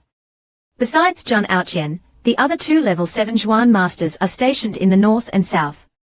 They can't be in Wanqing. Seeing that he didn't believe her, the heroine called out, Master, come out and let the prince see for himself. The old man glared at the prince, and instantly unleashed his aura, overwhelming the prince. He fell to his knees, struggling to breathe. The prince looked up at the old man with difficulty. The power of a level 7 Zhuan master, how can it be so strong? This must be beyond level 7. Sensing the old man's power, the prince didn't dare act rashly. He could only watch them leave. However, he held a grudge against this Jun Wu Yu. Jun Ruo Lian felt the same. They both resented Jun Wu Yu. The heroine's son suddenly fell ill. He woke up with red eyes.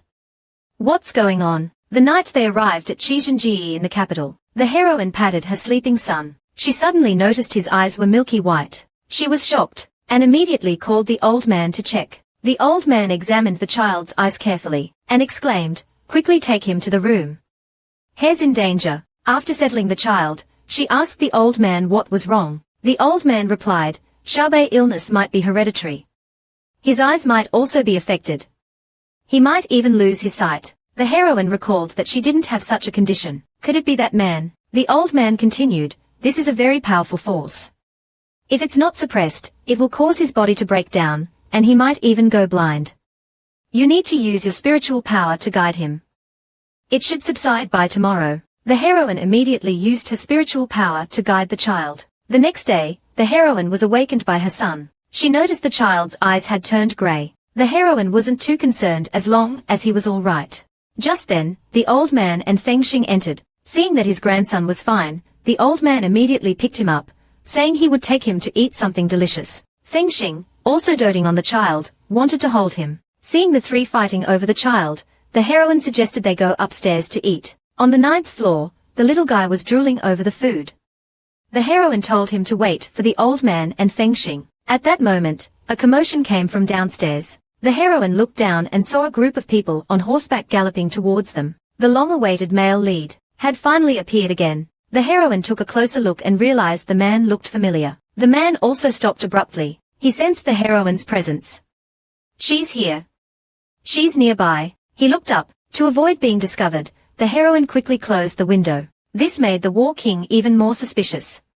Is she up there? He immediately dismounted and went upstairs. He reached the 9th floor and asked the waiter, which is the private room near the window. The waiter, seeing the War King, replied nervously, "It's VIP room number 1. The heroine still didn't know that the War King had come upstairs. The little devil was already stuffing his face with food. Suddenly, the door was pushed open. The heroine looked towards the door. Their eyes met. The heroine was surprised. "Why is it him?" The War King clutched his chest. "It's her. She's here." He was puzzled. "Why is there only a man and a child in the private room?" Fengxing urged the War King to leave. "We're dining. It's not appropriate for you to barge in like this." However, the War King said, "May I join you for dinner?" This surprised his subordinates. The heroine, curious about his intentions, agreed. This family of 3 finally sat together. Unfortunately, the War King still didn't know that the 2 before him were his future wife and child. The saddest thing for a man is to have his wife and child right in front of him without realizing it. The War King kept staring at the heroine, then asked for his name. "Im Jun Wu Yu. This is my son, Jun Xiaobai." The War King was stunned. Jun Wu Yu, Jun Wu Yang, the names are so similar. Could this young man be related to Jun Wu Yang? He asked, "Do you have an older or younger sister?" The heroine was slightly annoyed by his prying. "We just met, and has already investigating my family background." But she replied politely, "Yes, I do. But I don't think I need to tell your highness about my family matters, do I?" The War King realized he had been too abrupt. "Don't misunderstand. I feel a connection with you and want to get to know you better. You want to get to know me. Then come to Qizhenji tomorrow." She then got up to leave. The War King wanted to chase after her and ask for clarification, but Fengxing blocked his path with his saber. Sensing the killing intent, the War King was about to draw his sword. The heroine suddenly turned around. "If you can win the auction for the treasure at Qizhenji tomorrow, it'll let you get to know me better." Hearing this, the War King was relieved. He finally had a lead. He couldn't let it slip away. The next day, the area in front of Qizhenji was packed with people. It was bustling with activity. Everyone had heard that Qizhenji would be auctioning a manual that allowed women to cultivate spiritual power. This was a treasure for women. Inside the auction hall, the owner was promoting the manual called Spirit Refinement. The audience was skeptical. They didn't believe a manual could allow women to cultivate spiritual power. Jun Ruo Lian was pleading with the prince to help her buy it. If she had this manual, her status in the Jun family would rise significantly. Young Master Wu Shuang was also present, observing the bustling crowd below. The War King was determined to win the auction. Only by obtaining the manual could he have a chance to meet Jun Wu Yang. Just then, some people questioned the authenticity of the manual. "This is a scam. It's impossible." The owner was furious. "Who said that? Step forward and speak." A man stood up. "I heard that this was created by young Master Wu from Wanqing, the one who refined the Spirit Awakening pill. But I don't believe it. Where is young Master Wu? Let him come and explain." Just as he finished speaking, a chair flew down from the upper floor. Fengxing appeared on stage. Then the heroine, with a worried expression, entered from the doorway. Jun Ruo Shui and the prince were shocked to see the person on stage. They both exclaimed, "How could it be him?" The heroine sat down and smiled smugly. "Does anyone have any questions for me?" The crowd was in an uproar. "Who is this brat? So arrogant." The owner was speechless. "Wu Yu, can you be less arrogant? Why did I ever think you were a modest young master?" Young Master Wu Shuang, however, was even more intrigued by the heroine. "Wu Yu, oh Wu Yu, truly arrogant yet charming." The War King watched with folded arms. "Arrogant, but does he have the skills to back it up?" The crowd, seeing how young the newcomer was, started to jeer. The heroine retorted, "If age equals ability, then what's the point of having geniuses?" The man who questioned the manual earlier said, "You're too young. If the Spirit Awakening pill and this Spirit Refinement manual were truly created by you, I doubt their authenticity. A man shouldn't question this." At that moment, a sword flew towards them. It stopped right in front of the heroine. A woman stepped forward and said, "If men can't question it, then women can." This aggressive woman was none other than the princess. Even the War King had to be respectful in front of the princess. Even the Jun family didn't dare offend her. To prove the effectiveness of the Spirit Refinement Manual, the heroine had to find a woman who hadn't cultivated it and compare her with someone who had. The princess volunteered to go on stage. She jumped onto the stage. "How do you want to test it?" The heroine took out a testing device and asked the princess to test her spiritual power level first. The princess placed her hand on the device. The number appeared, indicating that the princess had level 6 spiritual power, but her spiritual power energy was only a small light ball. Even she was puzzled. I have level 6 spiritual power, why is it so small? The heroine explained, for women who haven't cultivated spiritual power, no matter how high their spiritual power level is, their initial spiritual power source is the same size. This is normal. The princess was relieved. Then, the maid, Hong Xin, who had consumed the spirit awakening pill at the previous auction, was brought on stage. On their way to the capital, the heroine had already taught her how to cultivate the spirit refinement manual. Many people recognized the maid. She was then tested in the same way. Although she still had level 5 spiritual power, her energy ball was much larger than the princess. This shocked the princess. A princess, can't even compare to a maid. She demanded a duel. She flicked 3 silver needles towards Hong Xin. Hong Xin focused her spiritual power and blocked the incoming needles. With a calm and composed expression, the 3 needles were stopped midair, unable to penetrate her spiritual power barrier. They fell to the ground. The crowd was stunned. A level 5 maid easily blocked a level 6 attack. The prince and Zhan Ruo Shui were also shocked. This was the difference between cultivating spiritual power and not cultivating it. The ladies in the audience were excited. They all wanted the manual. The atmosphere was electric. The heroine announced the start of the auction. Starting bid. Tails. Each increment must be no less than tails. Young Master Wu Shuang looked at the heroine on stage. Such a clever and adorable little kitten. The War King suddenly stood up because he sensed that Zhan Wuyang was here. He was determined to obtain the spirit refinement manual, no matter the cost. Only then would he have a chance to meet Zhan Wuyang. Tails, tails, tails, tails from the Zhan family. The crowd turned to look. It was Zhan Ruo Shui, impersonating the heroine. I am Sheng Enyu Zhan Wuyang. This spirit refinement manual is very important to me. I hope everyone will yield. Zhan Wuyang, don't use your status to pressure us. Even if you are the Sheng Enyu, you still have to bid. If you don't have the money, step aside. Zhan Ruo Shui was speechless. The heroine felt something was off. Why is there another me? She then realized Zhan Ruo Shui was impersonating her. Hearing someone insulting her name, she felt a surge of anger. Zhan Ruo Shui was furious. A lady then bid tails. The prince directly bid tails. The lady didn't back down. Tails. The prince shouted tails. The heroine chuckled. Keep bidding. This made everyone unhappy. It seemed the lady had reached her limit and didn't bid any further. The prince was relieved. With such a high price, no one will compete with me, right? He urged the heroine to announce the result. Just then, the War King joined the bidding war. Our king bids tails. This price shocked the prince. Tails.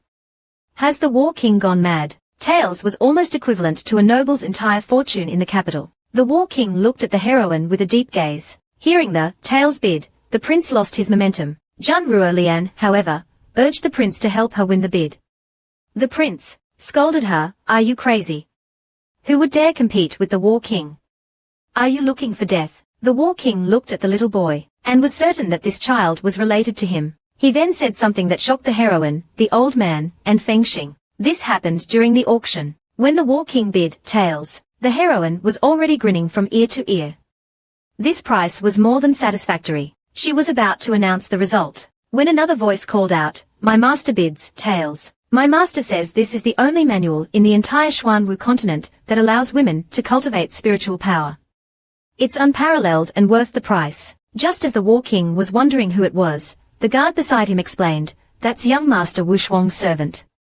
It seems young Master Wu Shuang also wants this manual. The War King didn't care. Do we lack money? Continue bidding. The servants of both sides engaged in a fierce bidding war. When the War King bid tails, young Master Wu Shuang's side finally stopped. My master says he's giving up. He yields to your highness. The crowd was in disbelief. Giving up? You must be joking. The number 1 wealthiest family in the Daxing Kingdom, lacking money. Don't lie to us. You must be doing this on purpose. The heroine didn't care what they said. Young Master Wu Shuang, you're a lifesaver. You doubled the price for me. The servant was puzzled. Young Master, why are you competing with the War King at this time? Young Master Wu Shuang replied, because Wu likes to watch. It seemed young Master Wu Shuang had an inexplicable feeling towards the heroine. Finally, the heroine announced that the War King had won the bid. After winning, the War King ordered his subordinates to handle the auction procedures while he went to find that Wu brat. Jun Wu Yang, you can't escape this time. He quickly arrived at the heroine's private room. Your Highness, what brings you here?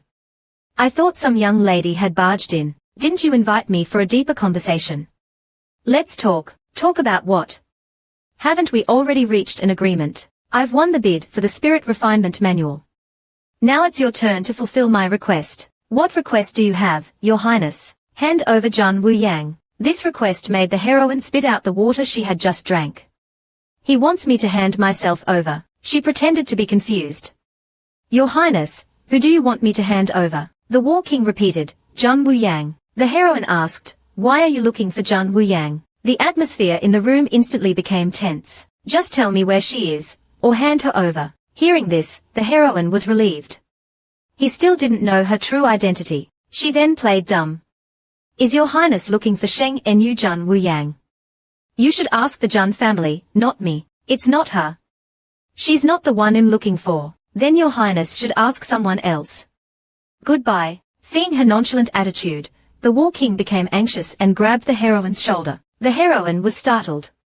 Does he suspect something? But I've never interacted with him. Why is he looking for me? She shrugged off his hand. Fengxing also stepped forward to block the War King. Your Highness, please leave. Just as they were about to leave, the old man noticed something odd. He suddenly realized that the little boy's eyes were the same red color as his own. He then asked the heroine, you said this is your son? Your biological son? The heroine replied impatiently, of course he's my biological son. Is there a problem? If that's the case, then I can't let you leave. The old man thought the War King was going to use force and glared at him. Even if you are a king, don't forget, you're only level 6. If you dare bully them, I won't be polite. Seeing this, the War King said something that shocked the two of them. I'm trying to help you. This child is about to evolve, isn't he? The heroine was confused. Evolve? What are you talking about? The War King continued, at the beginning of the evolution, it will last for a day and a night. He'll have a fever, feel dizzy, and lack energy. In severe cases, he might even lose his vision temporarily, with a white film covering his eyes. I right? The two were shocked. How did you know? This was a woman who relied on life potions to survive, who had to earn slap points every day. The heroine wondered how this man knew about her son's condition. The old man looked at the War King warily, and the little boy hid behind him fearfully. However, the War King didn't force them. He simply asked the heroine to consider his offer. When the child's condition flares up again, bring him to the War King's residence. I'll help him. With that, he left, as if he already knew everything. Fengxing was confused. What was the War King planning? The heroine was equally clueless. That night, Sister Meow Meow announced the results of the face slapping. You've slapped faces today and earned slap points. Since Meow Meow was locked up for 3 years, the heroine had become estranged from the system. She rarely interacted with it except when exchanging for life potions. Host, you spent all your slap points on 3 years' worth of life potions. Now you only have left.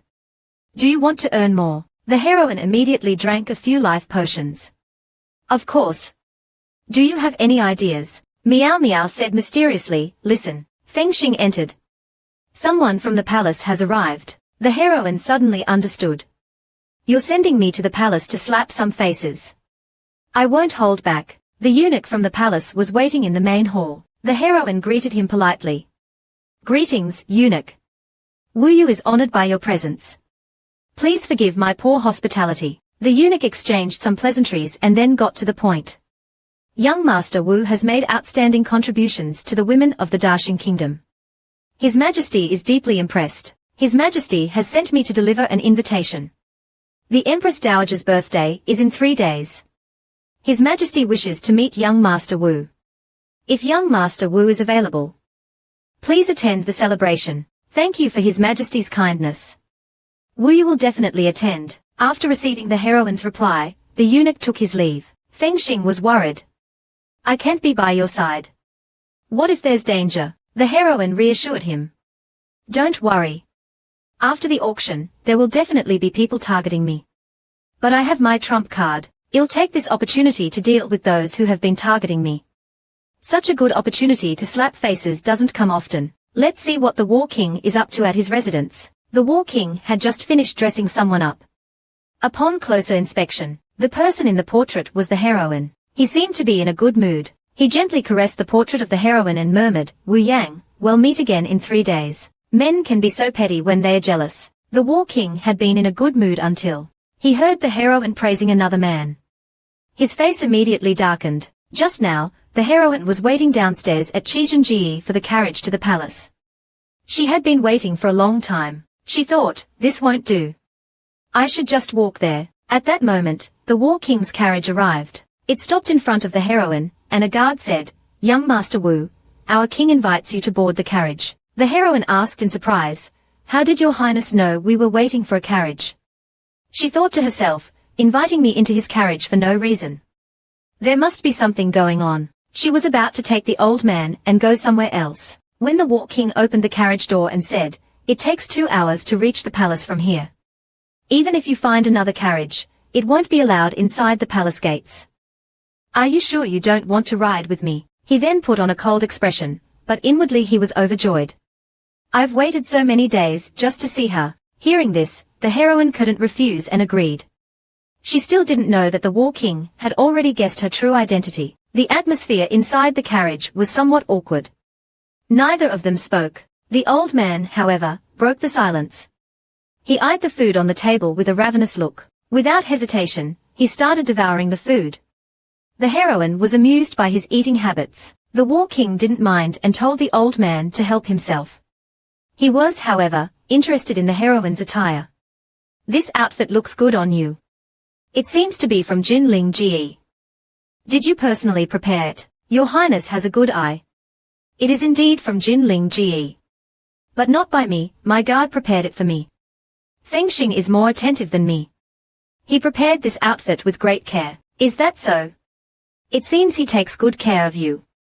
There was a hint of jealousy in his tone. The old man, while eating, chimed in, "Of course. Fengxing is a loyal and devoted subordinate. He's not only skilled, but also very considerate and caring towards Wu Yu." He winked at the heroine.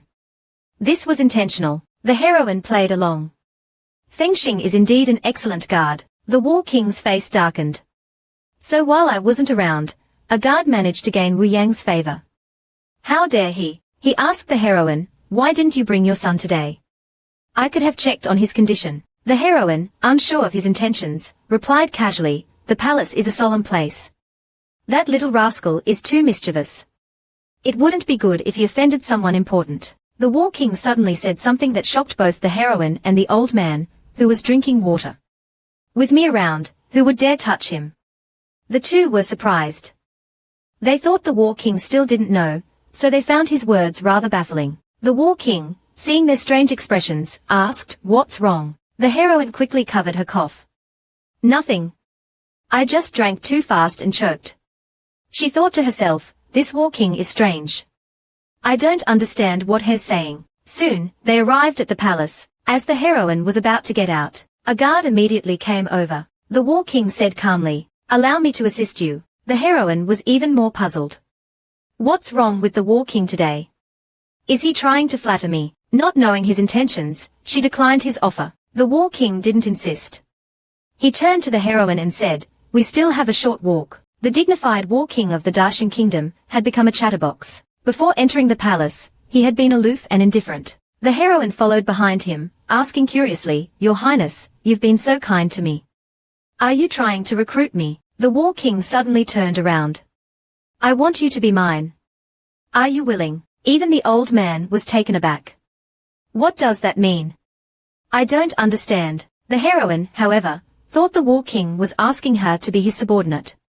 She immediately stated that she wouldn't serve anyone. Seeing that this silly woman still didn't understand, the War King could only sigh.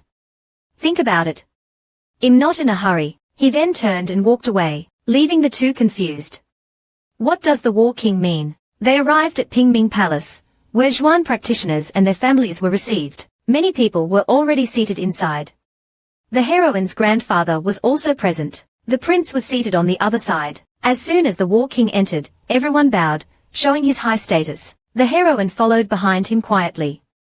This must be a man's moment of glory, admired by all. He then turned to the heroine and asked her to sit with the Zhuan practitioner families. Since the heroine was dressed as a man, she naturally couldn't sit with the Zhun family. The old man was chatting with other Zhuan masters, boasting about his talented disciple. Young Master Wu Shuang hurried over to greet them. He didn't expect the heroine to be in the palace as well. As they were chatting animatedly, the War King noticed them and his jealousy flared. That Wu Shuang brat. Getting so close to my Wu Yang. How dare he? Just then, the emperor arrived. After exchanging pleasantries, he announced, as is our tradition, we will hold our annual martial arts competition here at Pingming Palace. The winner will receive a prize I have personally prepared. Young Master Wu Shuang's eyes lit up at the mention of the prize. It was the legendary blood jade. Such a treasure was priceless, especially for cultivators. The War King, noticing his interest, made up his mind to win the blood jade for him. Such a good opportunity to impress her can't be missed. He then explained the rules of the competition. The royal family and the Zhuan practitioner families will draw lots. The side that draws the character attack will go first. The other side will send a comparable opponent. The matches will be non-lethal. The winner will continue to fight. Young Master Wu Shuang was the first to draw. He asked Zhun Wu to draw for him. The heroine didn't refuse, and drew for him. Their luck was good. They drew a bye and didn't have to fight in the first round. The War King, seeing them chatting and laughing, felt his jealousy intensify. His luck, however, wasn't so good. He drew the attack lot, but he refused to fight, and had the eunuch announce that he had a bye as well. Therefore, the level 5 prince, Di Yuanfeng, and the level 4 Liu Jian were the first to fight. The fight began. The prince attacked first. Liu Jian blocked his attacks. The two fought fiercely, exchanging blows. The crowd was captivated. Young Master Wu Shuang commented, Liu Jian is skilled, but is still slightly weaker than the prince. The prince reached level 5 at the age of. Only the year-old War King can match him. Hearing the mention of his name, the War King looked towards them, glaring at the heroine with a darkened expression, as if she owed him tails. The heroine was confused. This War King is so strange. After an intense exchange, the fight continued, facing an opponent one level lower than himself. The prince suddenly used a lethal move. Liu Jian was sent flying, landing heavily on the ground, bleeding profusely. He complained, we agreed on non-lethal matches. Why did you use such a heavy hand? Seeing the heroine's anger, young Master Wu Shuang was about to step forward and teach the prince a lesson. The War King, however, blocked his path. Young Master Wu Shuang, are you challenging me? Think carefully. This angered young Master Wu Shuang. Just now, young Master Wu Shuang, to defend the heroine, stepped onto the stage and challenged the prince. The prince scoffed. Young Master Wu Shuang, you look just as smitten as that woman. Are you challenging me for her? He then threw a punch at young Master Wu Shuang. Young Master Wu Shuang easily dodged the attack. Is that all you've got? Unexpectedly, a weakling like you has some skills. But that's it. Get lost. This angered young Master Wu Shuang. I was going easy on you. Since you're so arrogant, don't blame me. The heroine watched with interest. She had a feeling that young Master Wu Shuang was very powerful. The War King, however, was focused on her. Zhun Wu Yang, you still dare look at that damned Wu Shuang. The one who should be shedding blood for you is me. At that moment, young Master Wu Shuang unleashed his ultimate move. He swung his fan, and powerful waves of Xuanli erupted. The prince's face fell. He didn't expect young Master Wu Shuang to be so powerful. Two powerful forces collided. The prince was instantly defeated. He exclaimed in disbelief, "You are a level 5 Xuan master." The crowd gasped upon hearing that young Master Wu Shuang was a level 5 Xuan master. Who would dare challenge a level 5 Xuan master? That's suicide. Zhun Wu Yang was a little worried. Someone hasn't made a move yet. Just then, the War King stood up. Young Master Wu Shuang, it seems you're in danger. Allow me to play with you. I'm not joking. Soon, Zhun Wu will be mine. You should keep your distance from my person. The bewildered heroine was even more confused. When did I agree to be his? The War King, seeing that Wu still didn't understand, said helplessly, you haven't agreed yet. I won't give up. If you don't understand words, then let's use our fists. I'm looking forward to fighting you. With that, the two charged towards each other. A flash of lightning illuminated the stage, captivating everyone. This was a battle between high-level Zhuan practitioners. After several intense exchanges, young Master Wu Shuang was sent flying. Blood trickled from the corner of his mouth. It seemed there was a slight difference between level 5 and level 6, but he didn't give up. He unleashed his ultimate move, the Crescent Moon Slash. Unexpectedly, you can use high-level Xuanli techniques, but that's all you've got. You still haven't realized the gap between us. Two powerful forces collided again, creating a powerful shockwave that ruffled the heroine's hair. This is true power. I will have this power one day. Young Master Wu Shuang finally admitted defeat. The War King looked at him triumphantly. You lost. I told you, this is only a preview. Next time will be the real deal. He then walked towards the heroine smugly. Wu Yu, don't worry. You've already done well. Young Master Wu Shuang smiled faintly, and patted the heroine's head. This is for your troubles. He then turned and left, skipping dinner. I'm already full from anger. Zhan Wuyang was confused. This man is so strange. The heroine was still staring at the blood jade. Lost in thought, young Master Wu Shuang came over again. Wu Yu, do you like the blood jade? Don't you think it's beautiful? Young Master Wu Shuang looked at Zhan Wuyang affectionately. Indeed, it's alluring, like you. Flawless and pure, like jade. It makes me want to hold it in my hands and warm it. This seemed to imply something. It seemed young Master Wu Shuang had already realized that Zhan Wuyang was a woman disguised as a man. The heroine also noticed that Wu Shuang was staring at her and asked him what was wrong. Young Master Wu Shuang chuckled awkwardly. Nothing. I was just captivated by your beautiful eyes. Zhan Wuyang thought he was just being polite. At that moment, a young man jumped out. Zhan Wuyu, I heard you're skilled in alchemy. Do you dare compete with me? Let's see who's better. The heroine thought to herself, he's practically begging me to slap his face.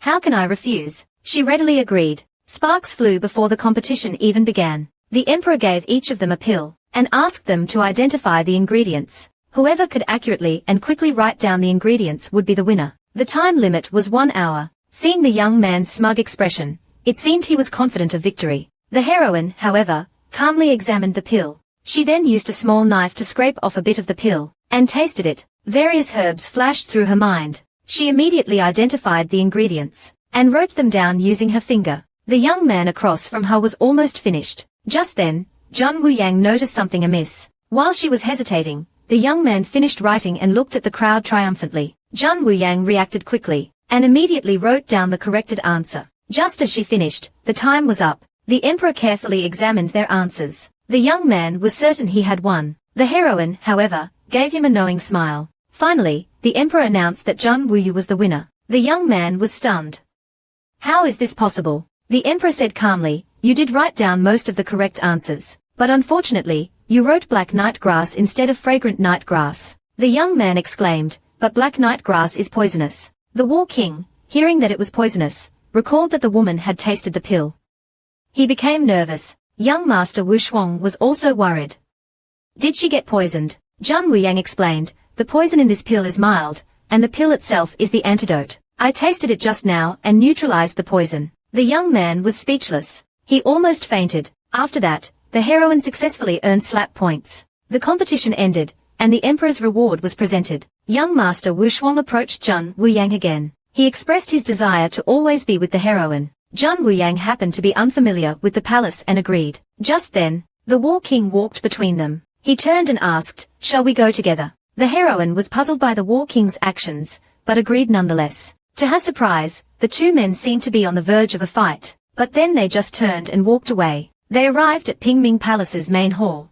The eunuch led the War King to the front seats. However, the War King pretended he didn't want to sit there, and walked towards Zhan Wuyang. Sitting down beside her, the heroine asked in confusion, isn't your seat elsewhere? Why are you here? You heard wrong. My seat is here. Young Master Wu Shuang was speechless. How shameless. What did the heroine do to her sister that made her set herself on fire in public? This incident happened during the banquet. The atmosphere was lively, with music and dancing. The heroine and the old man stepped forward. The heroine presented 2 pills. A life-prolonging pill that could extend one's life by a month, and an antidote pill that could cure any poison. The emperor and empress were astonished. These were life-saving pills. The empress was overjoyed. The War King stepped forward and presented the empress with a set of golden Nanmu furniture. Zhan Ruo Shui, seeing the War King's gift, said, Your Majesty is truly fortunate. The War King has gifted you a set of golden Nanmu furniture. Wu Yang has also prepared a set of golden Nanmu screens. Your Majesty, would you accept it? Even the old man couldn't stand it anymore. This woman is really getting into character. The heroine was also annoyed. She really thinks she's Jun Wu Yang. Let's see how I deal with you later. Seeing that both gifts were similar, the Empress wanted to matchmake the two. Jun Ruo Shui was secretly delighted, but the War King immediately replied to the Empress, the battles at the border are far from over. I cannot think about marriage until peace is restored. While saying this, he kept looking at Jun Wu Yang. Seeing this, the Empress didn't press the matter. The War King's gaze never left Jun Wu Yang, much to the heroine's annoyance. She asked, Your Highness, am I that pleasing to the eye? The War King replied insincerely, barely passable. Jun Wu Yang suddenly said, If I'm just barely passable, why are you staring at me for so long? Your Highness, do you have unconventional tastes? The War King turned away awkwardly. Unconventional tastes. This brat really thinks he's a man. Jun Ruo Shui, seeing them chatting animatedly, gritted her teeth. She then decided to provoke the heroine. I heard young Master Wu is highly skilled. What's your background? I've never heard of you before. She thought to herself, nobody dares to show off in front of the War King. Let's see how I deal with you. The heroine replied deliberately, I'm a recluse from the mountains. I was once engaged to 3rd Miss June. How is she doing now? You want to provoke me? Let's see if I don't drag your entire Jun family down with me. The Emperor was confused. The Jun family had a 3rd miss. Why haven't I heard of her? Old Master Jun shamelessly replied, Our Jun family did have a 3rd miss named Jun Wu Yang. But she was frail since childhood and passed away not long ago. The Empress was suspicious. Jun Aotian's child is called Jun Wu Yang. Why is the Holy Maiden also called Jun Wu Yang? The heroine was furious. This old man is lying through his teeth. The princess, however, has become smarter. To conceal my existence, they simply said I died. How ruthless. Jun Ruo Shui started crying. My poor sister. Every time I think about her death, my heart aches. This infuriated the heroine. If it weren't for you and Jun Ruo Lian, I wouldn't have almost died. Just you wait. I'll make you pay. She flicked her finger, sending a surge of spiritual energy into Jun Ruo Shui's body. Jun Ruo Shui suddenly collapsed and started convulsing. The Empress was shocked. Jun Ruo Shui explained to the War King, I didn't do it on purpose. My head suddenly started hurting, like it was being pierced by needles. She then glared at Jun Wu Yang. How dare she attack me again? Looks like the previous attack wasn't enough. She added more force. Jun Ruo Shui's head throbbed, and she screamed again. The old master looked at Jun Ruo Shui worriedly and pleaded with the heroine, Young Master Wu, please take a look at my granddaughter. What's wrong with her? The heroine continued her act. This is the first time I've encountered such a situation. I read about similar cases in ancient texts. She then started spouting nonsense. Based on these symptoms, the Sheng Nu is probably suffering from a divine ailment. Jun Ruo Shui was confused. Divine ailment. I've never heard of it. The heroine continued to lie without batting an eye. A divine ailment is hidden deep within the heart. It's a manifestation of guilt. If it's not treated in time, it's fatal. Jun Ruo Shui weakly said, I've never done anything wrong. How could I have this illness lying in front of me? This further enraged Jun Wu Yang. She sent another surge of spiritual energy, causing Jun Ruo Shui to cough up blood. My chest, it hurts, Jun Wu Yang said coldly, still not telling the truth.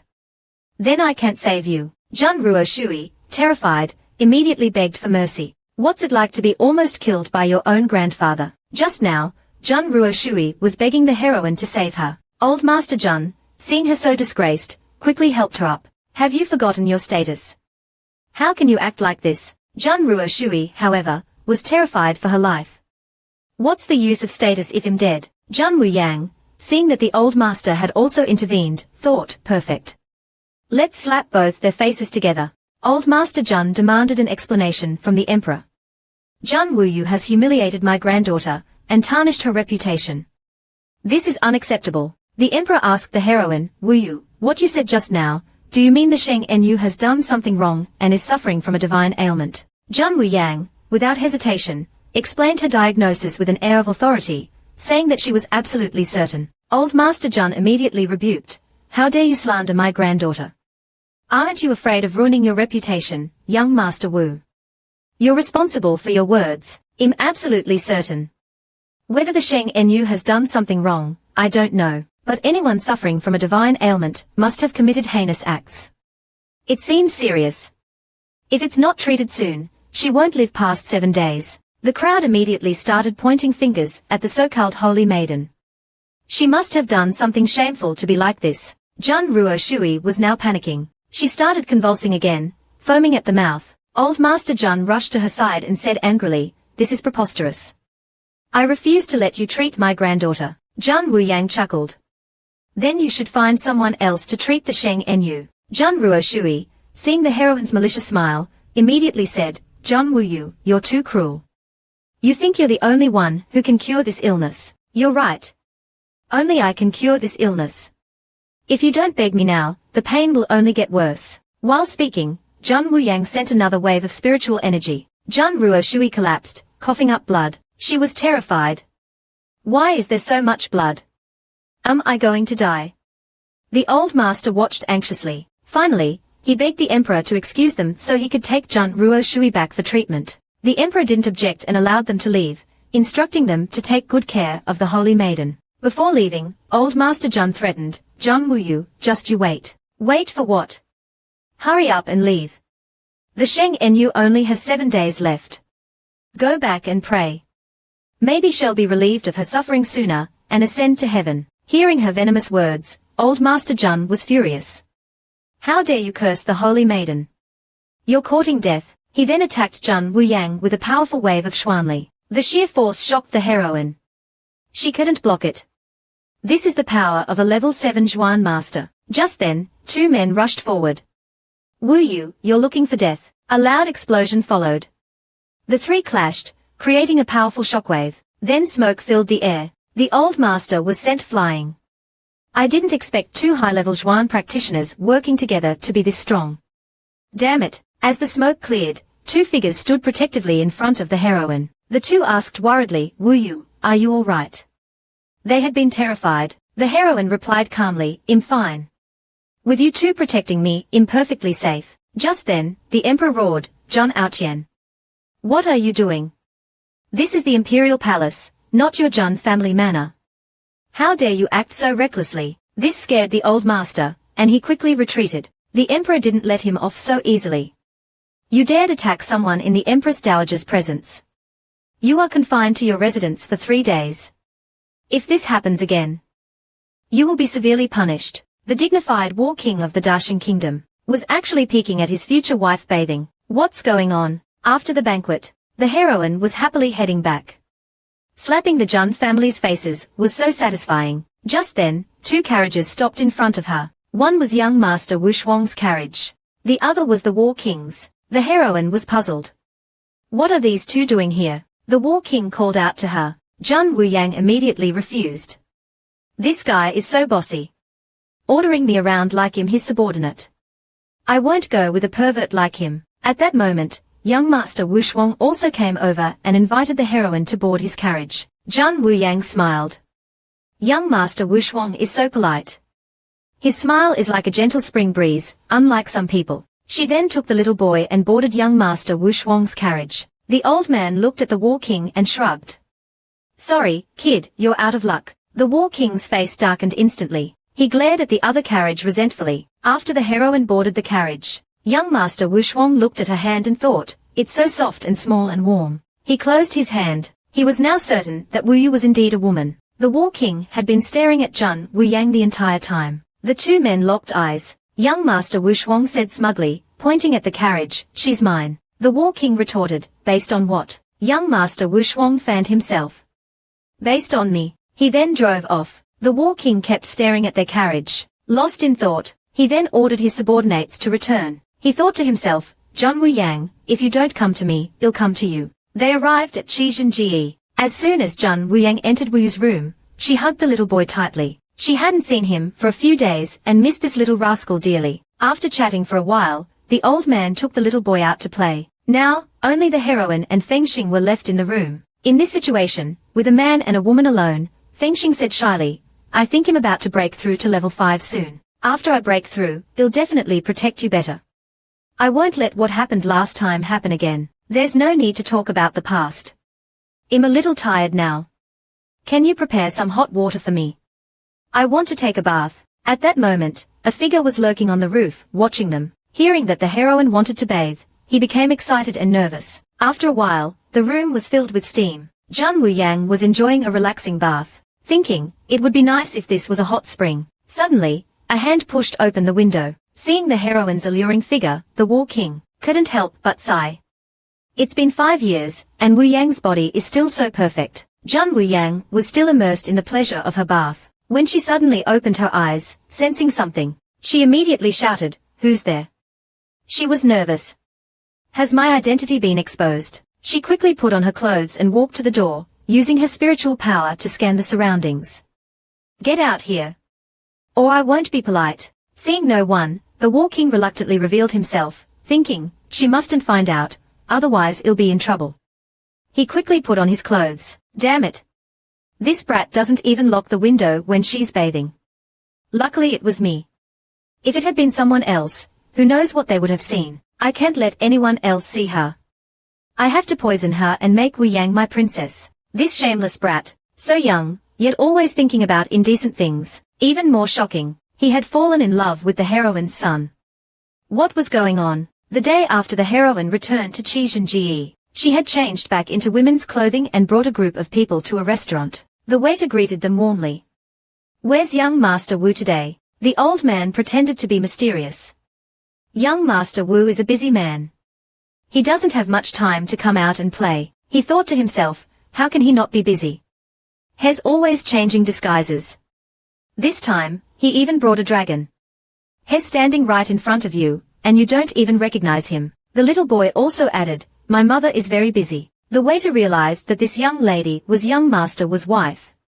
She's truly stunning. Just as he finished speaking, Fengxing glared at him. He quickly served the dishes. Just as they were about to leave, they bumped into the prince. The little boy immediately hid behind the heroine. The prince didn't mind and asked to be taken to a private room on the second floor. The waiter said hesitantly, Master Mu and his company have already booked all the private rooms on the second floor. The prince's eyes lit up. Master Mu is here. He then asked the waiter to lead him to the old man. After meeting the old man, he stated his intention. He wanted to become his disciple. The old man, however, looked down on his character, and said that his standards for accepting disciples were very high. The prince probably wouldn't meet them. The prince was displeased. That Jun Wu lost his Xuanli, and you still accepted him as your disciple. I'm a level 5 Xuan master. How could I not meet your standards? Jun Wuyang put down her chopsticks, and sneered. How arrogant. You think you can defeat Jun Wuyu? The little boy was. I haven't fought him yet. But I'm confident I won't lose. Hearing this, Jun Wuyang burst out laughing. You're so naive. My husband isn't here today. I'll fight you in his place. If you lose, you must bow and greet my husband respectfully whenever you see him. Do you dare accept? Why wouldn't I dare? If you lose, Master Mu must accept me as his disciple immediately and expel Jun Wuyu. Jun Wuyang sneered. I'm afraid you're not capable enough. With that, she sent a wave of spiritual energy towards the prince, directly penetrating his mind. The prince felt a sharp pain in his head. His vision blurred. Jun Ruolian was shocked. How is this possible? This woman can use spiritual power to attack. This is impossible in the Xuanwu continent. The heroine shouted, kneel. The prince involuntarily knelt on the ground, his face pale. What's happening? Remember our agreement. You must bow whenever you see my husband. The prince stood up angrily. I'll remember this humiliation. With that, he left. On the street, a little boy was looking out the window, lost in thought. Father, the coachman teased, thinking about your little wife again. The little boy shook his head and denied it vehemently, then blushed and looked away. Suddenly, he saw something. It was the heroine, buying candied hawthorns with the little boy. This scene reminded him of their first encounter in Wancheng. He excitedly waved at them. The heroine was confused. Who is this child? Jun Xiaobai explained that he had met him before in Wancheng. The little boy ran over excitedly. He said happily, I didn't expect to see you again. What a coincidence. The heroine saw through his little scheme and smiled wryly. So this little guy has a crush on Xiaobai. This is interesting. They started chatting and introduced themselves. The little boy's name was Hui Ying. He was accompanying his father, who was in the capital to treat the Jun family. Jun Wuyang thought, so he's here to treat Jun Ruo Shui. This child's surname is Hua. He must be related to King Hua. Just then, the little boy said he wanted to take Xiaobai to meet his father. Jun Wuyang was caught off guard. Are kids these days so precocious? This is going to be a problem. She then asked Xiaobai, tell your Yingij, are you a boy or a girl? The little boy thought she was joking and replied awkwardly, Xiaobai is a girl, of course. Isn't that right? To his surprise, Xiaobai suddenly said, I'm a boy, Gij. This shocked the little boy. The person I've been crushing on is actually a boy. Xiaobai, seeing his disbelief, added, if you don't believe me, I can show you my little birdie. This double blow devastated the little boy. So, do you still want to meet my parents? The little boy immediately ran away. This mother is so unreliable, sneaking out in the middle of the night to do something shady, and she was caught by the War King. It's a dark and windy night. Are you going to commit arson or murder? Jun Wuyang, dressed in men's clothing, thought he wouldn't be recognized. However, the War King had already recognized her. You think I won't recognize you just because you're in disguise? He then said, the child you're holding, Jun Xiaobai, is the son of an acquaintance of mine. Why is he with you? Don't tell me you're a kidnapper. You're the kidnapper. Xiaobai, tell this uncle, who am I? You're my beloved mother, of course. The War King chuckled. You're really something. Why should I believe you? The heroine was anxious to carry out her plan. I have important matters to attend to tonight. I don't have time to waste on you. Seeing this, the War King didn't stop her, but he insisted on following her, saying he wouldn't interfere. Jun Wuyang had no choice but to let him follow. They stealthily climbed onto the roof of the Jun family manor. They stopped there. The War King was puzzled. What is she doing? Jun Wuyang removed a tile and said, murder. Believe it or not, inside the room, someone was sitting beside Jun Ruo Shui's bed, applying medicine to her wounds. It was King Hua, the father of the little boy from earlier. After applying the medicine, he said that he hadn't encountered this type of illness before and couldn't offer a proper treatment plan. He could only do this much for now. Jun Ruo Shui, seeing that even King Hua couldn't cure her, suspected that the so-called divine ailment was real. It's all that damned Jun Wuyu's nonsense. How could you believe such ridiculous lies? Ever since I came back last night, I've been haunted by Jun Wuyang. I was the one who conspired with Jun Ruo Lian to kill her. I even dreamed that she came back to take my life. What should I do? The War King's heart ached. All this happened while I wasn't there to protect her. Jun Ruo Shui's mother comforted her and said that after she recovered, they would get rid of that Jun Wuyu who was causing them so much trouble. Jun Xiaobai was worried. Mother, are they plotting against you? Jun Wuyang sneered. They want to harm me. Let's see who harms who first. She then handed Xiaobai to the War King. She sat down cross-legged and focused her spiritual energy. The War King, seeing her state, was surprised. So this is cultivated spiritual power. Jun Wuyang took out a needle and flicked it. Go. The two people inside were still comforting each other when a needle suddenly flew towards Jun Ruo Shui. Thud. It pierced her head. Jun Ruo Shui immediately screamed in pain. My head. My head hurts. Help me. Her mother could only watch helplessly. Jun Ruo Shui screamed louder and louder, seemingly in excruciating pain. She then started banging her head against the wall. Her mother rushed over to help her onto the bed, but Jun Ruo Shui pushed her away. Coincidentally, she landed on the sharp corner of a table. Seeing this, Jun Wuyang sneered, serves you right. Who told you to scheme against me? The War King was a little surprised. Your spiritual attacks are quite impressive.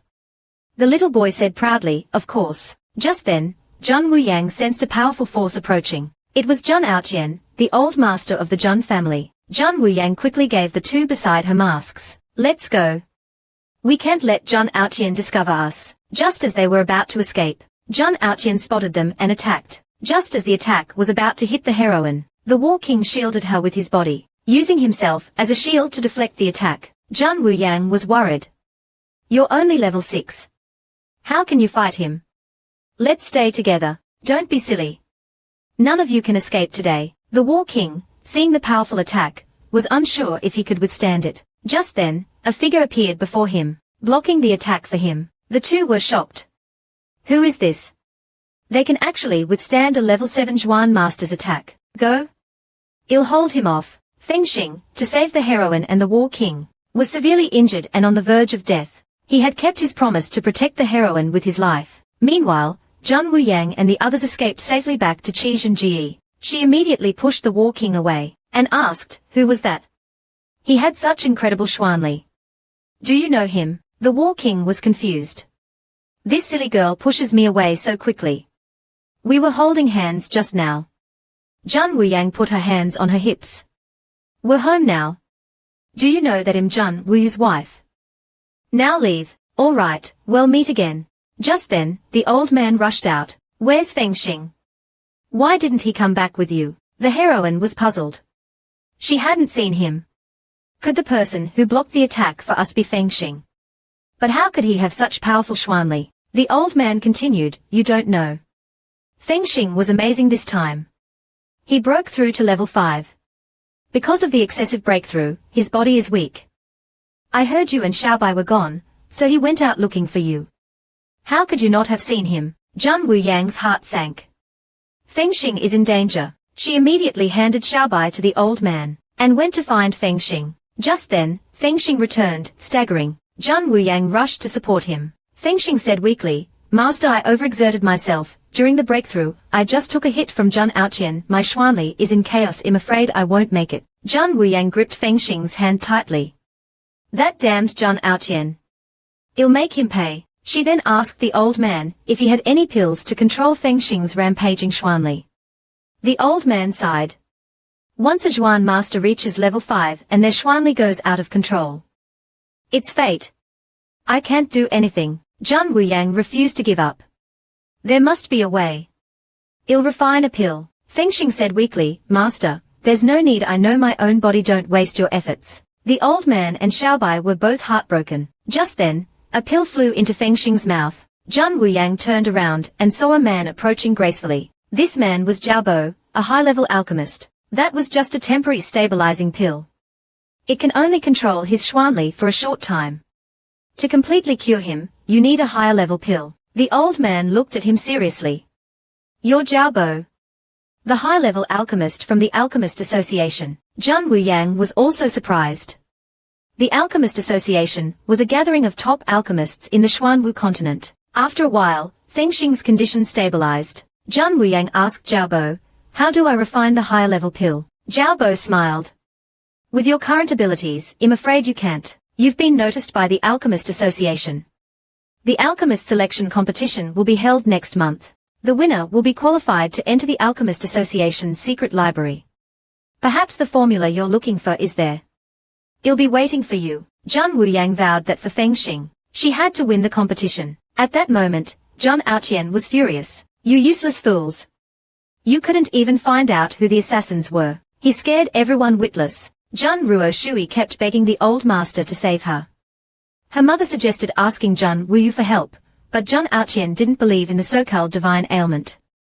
He suspected that Zhang Wuyu was behind it and planned to have Zhang Ruolian negotiate with her the next day. The prince came to the heroine to apologize, but bumped into the war king instead, and was scared witless. What happened? Zhang Ruolian, following Zhang Aoqian's instructions, went to Qizhenji the next day to negotiate. She knocked loudly and entered. Feng Xing poked his head out. My master says he won't see anyone from the Zhang family. Before Zhang Ruolian could speak, Feng Xing closed the door. Zhang Ruolian was furious, but pretended to be calm. It's fine. I'll knock again. Just then, Feng Xing suddenly opened the door, and hung a wooden sign outside. A crowd had gathered, watching the commotion. Enjoy. He hung the sign and closed the door. Everyone looked at the words on the sign. It read, Zhang family and dogs not allowed. This infuriated Zhang Ruolian. Zhang Wuyu, you've gone too far. The Zhang family servants also whispered, young Master Wu is clearly insulting us. Zhang Ruolian, however, pretended to be magnanimous. It's our fault for offending young Master Wu. He must be angry. I'm here today to sincerely apologize to young Master Wu. No matter what, the Sheng Nus health is important. I hope young Master Wu can help. Just then, the princess and Liu Shengnan arrived. Where's your sincerity? Is the Zhang family's sincerity just empty words? Liu Shengnan added, don't expose them. This is embarrassing. Zhang Ruolian looked at them pleadingly. Just then, the prince arrived. Xingnan. How dare you speak to Ruo Lian like that? Jun Ruo Lian, seeing the prince, immediately brightened up. The prince shielded Jun Ruo Lian. Jun Wu Yu. How dare you humiliate my beloved like this? Make him get out here. Jun Wu Yang slowly opened the door. Since Jun Ruo Lian has come as your highness beloved, I'll let you in. As for whether I'll treat her, that depends on your performance. The prince was furious. Jun Wu Yu. You're taking your anger out on a woman.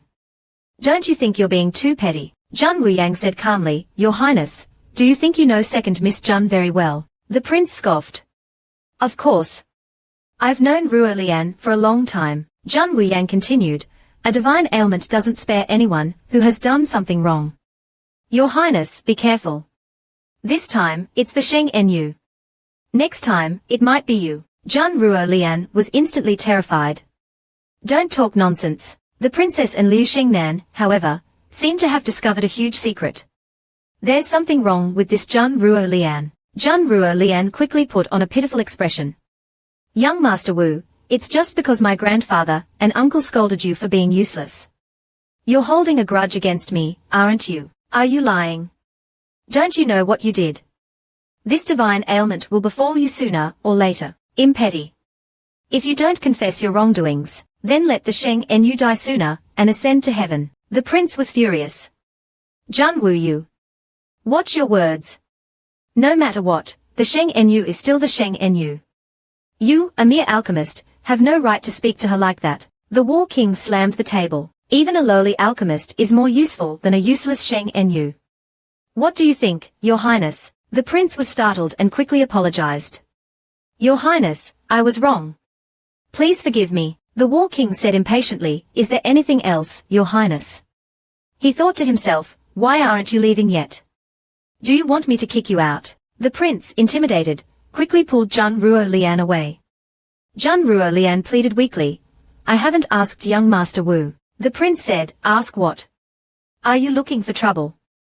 Let's go. This man broke into the heroine's room in the middle of the night. Was he there for indecent purposes or something else? Since Jun Ruo Lian couldn't persuade the heroine, old Master Jun was furious. Jun Ruo Shui's mother suspected that Jun Ruo Lian was being manipulative and deliberately sabotaging things. Jun Ruo Lian, with a tearful face, said, I've tried my best. I even brought the prince. That Wu still wouldn't listen. Jun Ruo Shui's mother ignored her explanation. Fortunately, the old master made other arrangements. He sent someone to the palace to invite the imperial physician. He should be here soon. Just then, Jun Ruo Shui's father rushed in. The emperor said he won't help with the Sheng Nu's matter. The old master was shocked. How could this be? It's all the War King's fault. He said Jun Wuyu is a divine healer, and that Ruo Shui is definitely suffering from a divine ailment, and can only be cured by Jun Wuyu. He said we have to ask Jun Wuyu for help, otherwise. Jun Ruo Shui's mother panicked. What should we do? The old master slammed the table. I'll go and confront Jun Wuyu tomorrow. He won't get away with this. Meanwhile, Jun Wuyang had good news. She had successfully advanced to level 2, as a spiritual practitioner. Her strength had increased significantly. Suddenly, the lights in her room went out. The heroine became alert. She clenched her fists, ready to attack the darkness. However, her hand was caught. She turned around and controlled her attack. It was the War King. The heroine, without hesitation, attacked the War King with her spiritual energy. The War King was startled and took a step back. The lights came back on. The War King said playfully, "Are you trying to murder your husband?" Jun Wuyang shouted, "You again. You bastard." She was about to attack him, when the War King lifted her up. "Withdraw your attack, or I'll throw you." Jun Wuyang threatened, "Put me down, and I'll withdraw my attack. Otherwise, I'll kill you." The War King, however, refused to let her go. Jun Wuyang had to give in and withdrew her spiritual energy. "How much do you know about me?" The War King replied calmly, "A lot. And I know that you are Jun Wuyang. Why did you investigate me?" The War King lifted her chin, and said, "I can investigate anyone I like." Jun Wuyang slapped his hand away. "So, all that unconventional tastes act was fake. You watched me pretending to be a man, and didn't expose me. Were you watching a good show? Or were you toying with me? I would never harm you. 3 days from now, Xiaobei condition will flare up. Bring him to my residence. I'll help him with his evolution and tell you everything. Why should I trust you? The War King caressed her head. Don't you remember? That shirtless man by the river 5 years ago. He's about to disappear. Jun Wuyang froze. So, the man from that night was Di Zhu. She can even kill her own sister. The original owner, unable to bear the pain, finally spoke. Just as the truth was revealed, a powerful force struck. This happened when Zhang Aotian came to visit. He saw the little boy at the door, and immediately hung a wooden sign. Fengxing, open the door for me. I'm afraid I'll smash it down. Just then, Fengxing opened the door. Zhang Xingfeng said, our Zhang family head has brought the Sheng Nu to apologize to young Master Wu. Fengxing looked at the nameplate, and said, my master isn't home. If you want to see him, wait. If you don't want to wait, then get lost. This angered Zhang Xingfeng, who immediately attacked Fengxing. Just then, someone shielded Fengxing. It was Zhang Wuyang. She then asked Fengxing to look after Xiaobai. She would handle this. What a lively gathering.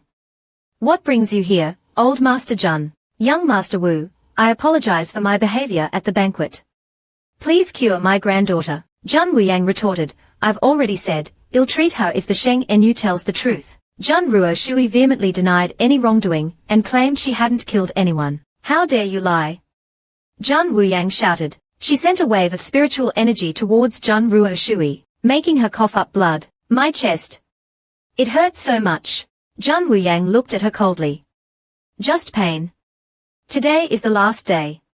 Look, your spiritual power is almost completely depleted. Zhang Ruo Shui didn't believe her. Spiritual power is my innate ability. How can it disappear? Zhang Wuyang took out a testing device. Do you dare put your hand on it?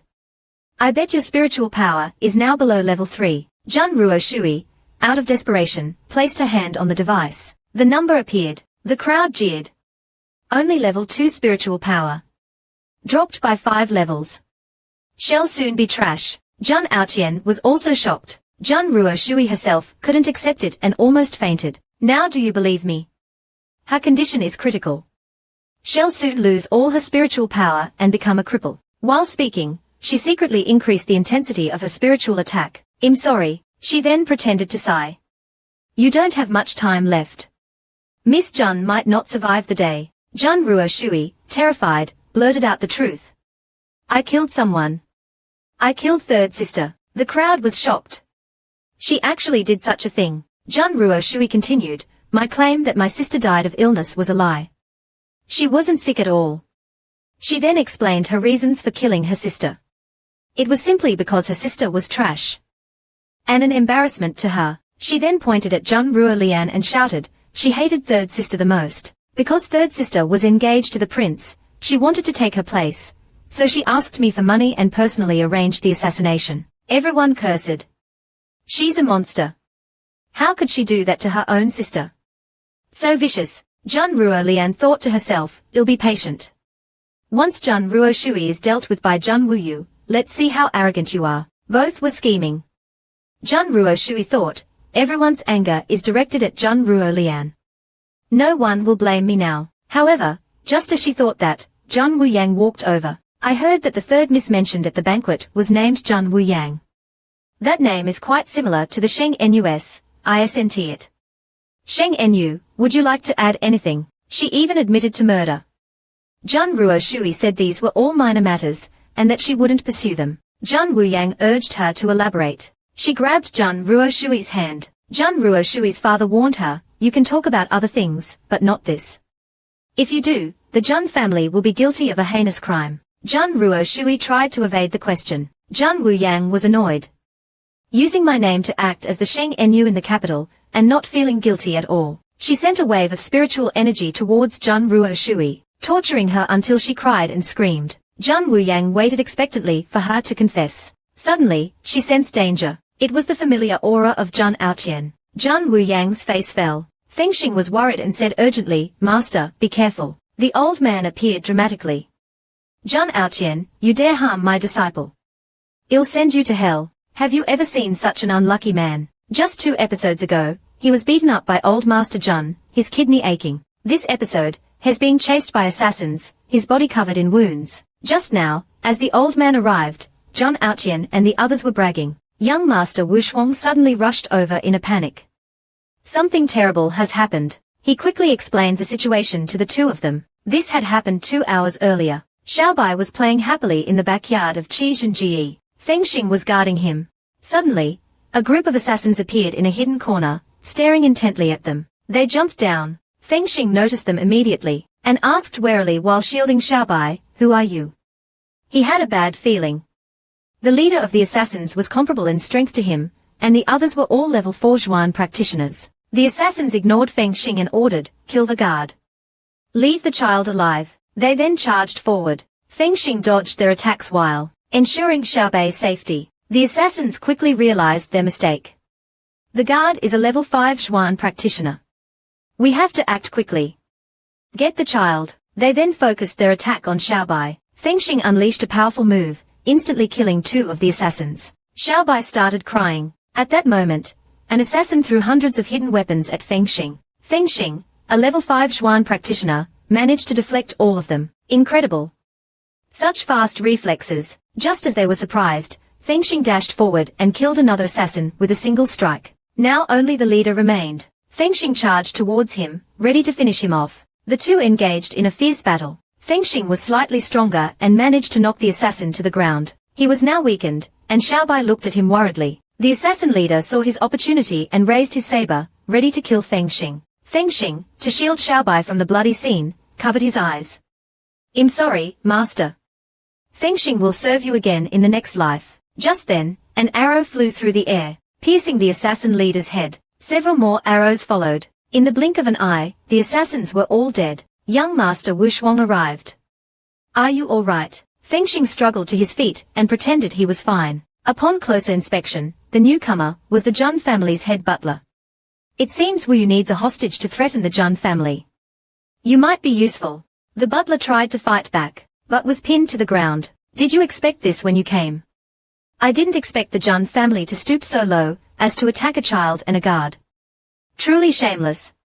Disgracing the entire Zhuan practitioner community." He then ordered his men to lock him up, and told Feng Xing to go to the physician, while he looked after Xiaobai. Just as he was saying goodbye to Xiaobai, he noticed something was wrong with his eyes. Xiaobai rubbed his eyes. When he opened them again, his eyes had turned white, and he had fainted. Young Master Wu Shuang immediately took Xiaobai to Zhun Wuyang. They were worried. The power within Xiaobai was even more unstable than before. The old man said anxiously, "At this rate, Xiaobai might not last a day." Zhun Wuyang suddenly remembered the War King's words, and decided to take Xiaobai to the War King's residence. Diaizu said to bring Xiaobai to him, when his condition flares up. He can help. I have no other choice but to try. Young Master Wu Shuang grabbed Zhun Wuyang's hand, and pleaded, "Don't go to Diaizu. Wait a little longer, okay? This man is so possessive. Whenever he sees a beautiful woman, he tells her to marry him. If she refuses, he'll just kiss her. Of course, I'm just kidding." What actually happened? This happened on the day Xiaobai fell ill. Zhun Wuyang held Xiaobai worriedly inside. "As long as I can save Xiaobai, I'll do anything, even if it means becoming the War King's consort." Young Master Wu Shuang, however, refused to give up. "I'll go with you." They arrived at the War King's residence. "I'm Zhun Wu Yu. I'm here to see Diaizu." The guard quickly invited them in. The War King had already given instructions. The War King was waiting for them in his room. He asked, "How long has Xiaobai been like this?" Zhun Wuyang replied, "About half an hour." The War King said they had to start the treatment immediately. Young Master Wu Shuang was asked to leave by the guards, as the War King's treatment method was confidential. Young Master Wu Shuang was annoyed. He said to the War King, "You better treat Wu properly. Don't try anything funny." The War King replied provocatively, "Even if I do, what can you do about it? Can you defeat me?" This left young Master Wu Shuang speechless. He could only leave angrily. Then Zhun Wuyang asked the War King what she needed to do. The War King said shamelessly, "Marry me. Be my princess." This startled Zhun Wuyang. "This is too sudden." The War King continued, "Don't worry, I won't force you. Take your time to consider. You will be my queen, and Xiaobai will be the future crown prince." Zhun Wuyang turned her head away. "I'm not in the mood for jokes right now." Understandably, this wasn't the time for such talk. The War King didn't force her, and asked her to remove Xiaobai's clothes. He then went to prepare the medicine. Xiaobai was burning up and felt dizzy. Zhang Wuyang tried to comfort him. Just then, Zhang Wuyang was stunned. The War King had also removed his clothes. What are you doing? Isn't Xiaobai the one who needs treatment? Why are you taking off your clothes? The War King looked at her and said, don't worry, I'm going to hold Xiaobai during the treatment. I'm not taking off your clothes, am I? Zhang Wuyang blushed and handed Xiaobai to him. The War King was holding a child for the first time. He was clumsy. Zhang Wuyang immediately corrected him. Can't you hold him more gently? You're hurting him. You're holding him so tightly, he must be uncomfortable. The War King replied shamelessly, kiss me, and I'll loosen my grip. Zhang Wuyang was speechless. This guy is getting weirder and weirder. Then the War King began the treatment with Xiaobai in his arms. After the treatment, Xiaobai's condition returned to normal. Xiaobai has a special power within him, a unique power in this world. It can grant him incredible talent, but if not controlled properly, it can also be fatal. Zhang Wuyang asked, is this unique to your royal family? The prince and princess also have this power. The War King's answer surprised the heroine. He wasn't related to the royal family by blood. The late emperor had only taken him in. He was not Di but Zhao. Zhang Wuyang looked at the War King's back, thinking, he has a nice physique. The War King suddenly turned around and asked playfully, do you like what you see? Zhang Wuyang replied insincerely, barely passable. The War King quickly put on his clothes and said, a man's body can't be described as merely barely passable. After a while, Xiaobai had fully recovered. From now on, each growth spurt would help him better control and utilize the power within him. The War King looked at Zhang Wuyang mischievously. Xiaobai problem is solved. Now, shouldn't we talk about us? Zhang Wuyang was pinned against the wall. She used and abandoned me. She ran away with my child and won't even let my son acknowledge me as his father. Zhang Wuyang retorted, what do you mean used and abandoned? Didn't you also use and abandon me? And you want me to acknowledge you as my husband? The War King's expression suddenly changed. He said affectionately, then I'll acknowledge you. This angered Zhang Wuyang. So all that scary act was fake. She replied, no need. As the man who fathered your child, I'll take responsibility. She then transformed back into Zhang Wuyang. He kissed her. Zhang Wuyang, you're mine forever. Best kissing technique. That has to be the War King's. Just as they were kissing, someone knocked on the door. Your Highness, young Master Wasguard is here to see him.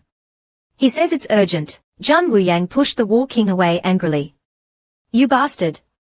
Don't ever touch me again. She then rushed out. The War King licked his lips. You'll be my princess sooner or later. Zhang Wuyang hadn't even reached the main hall when she heard the old man's angry shouts. Zhang Aotian, you old bastard, I'll exterminate your entire family today. That damned old man actually used such despicable methods. Entering the main hall, Zhang Wuyang understood. She looked at Feng Xing worriedly. Why are you so badly injured? Young Master Wu Shuang said calmly, Feng Xing is lucky.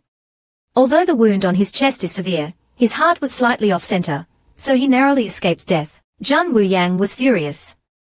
The Zhang family almost killed Feng Xing. How dare they? Feng Xing blamed himself. I'm useless. I failed to protect Master. He then said, many people from various factions came to visit this morning, including an emissary from the Emperor. Zhang Wuyang knew that they were here for the old man. After the old man displayed his level 8 Xuan master power yesterday, many people wanted to recruit him. The old man said he wasn't interested in seeing them. He only wanted to beat up Zhang Aotian. Just then, the War King's subordinates brought in the Zhang family's head butler. Zhang Wuyang immediately recognized him. You bastard! Without hesitation, she slapped him. I'll give you a chance. Tell me who's behind this.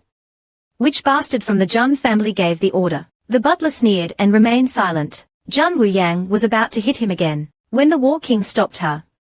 Zhang Wuyang, what are you doing? Are you trying to stop me? The War King immediately took out a whip and said, use this. Don't hurt your hand. Not talking, huh? Then I'll whip you until your own mother doesn't recognize you. The old man also joined in.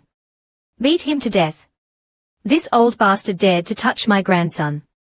I'll kill him. Zhang Wuyang grabbed the butler's neck. If you don't talk, I, Zhang Wuyang, will flatten the Zhang family. I'll paint the streets with your blood. The butler was shocked. Zhang Wuyang. You're still alive. Seeing that he wouldn't talk, Zhang Wuyang snapped his neck. She said coldly, those who harm me will be repaid tenfold.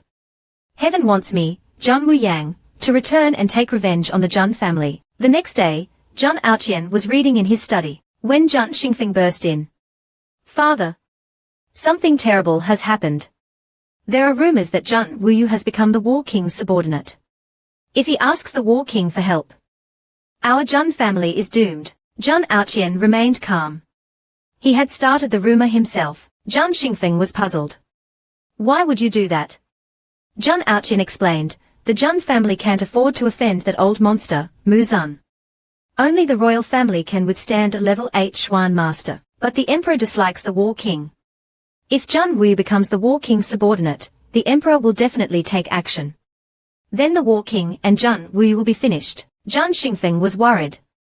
What if they join forces? Our Zhang family will be in even greater danger. Zhang Aoqian sighed. Can it be any more dangerous than it is now? Has Ruo Shui been sent to the Imperial Preceptor? She's already there. The Imperial Preceptor has promised to save Ruo Shui's life. Zhang Aoqian was relieved. As long as Ruo Shui, the Sheng Enyu, is safe, we have nothing to worry about. The Emperor won't ignore the Sheng Enyu. Just then, panicked shouts came from outside. Help! Murder! Zhang Xingfeng rushed out. What happened? He was shocked by what he saw. It was the head butler's corpse. Father! The head butler is dead. It must be Zhang Wuyu. They even threw his body here. They are trying to intimidate us. Zhang Aoqian was furious. Find Zhang Wuyu. I want him captured. Butler, don't worry. I'll avenge you. This old man is too biased. He was completely fooled by his granddaughter. Zhang Aoqian thought he could kill Zhang Wu first, but the heroine had already made her move. The Zhang family's secret base was now empty. Within half a day, all the businesses under the Zhang family's name encountered problems. Merchants demanded refunds, and investors withdrew their capital. News spread like wildfire throughout the capital. The Zhang family was fraudulent and unreliable. The Zhang family's reputation plummeted. Merchants and investors demanded compensation. Even the Zhang family's bank couldn't escape the crisis. Their accounts were frozen, and customers demanded withdrawals. News spread quickly, and soon everyone realized one thing.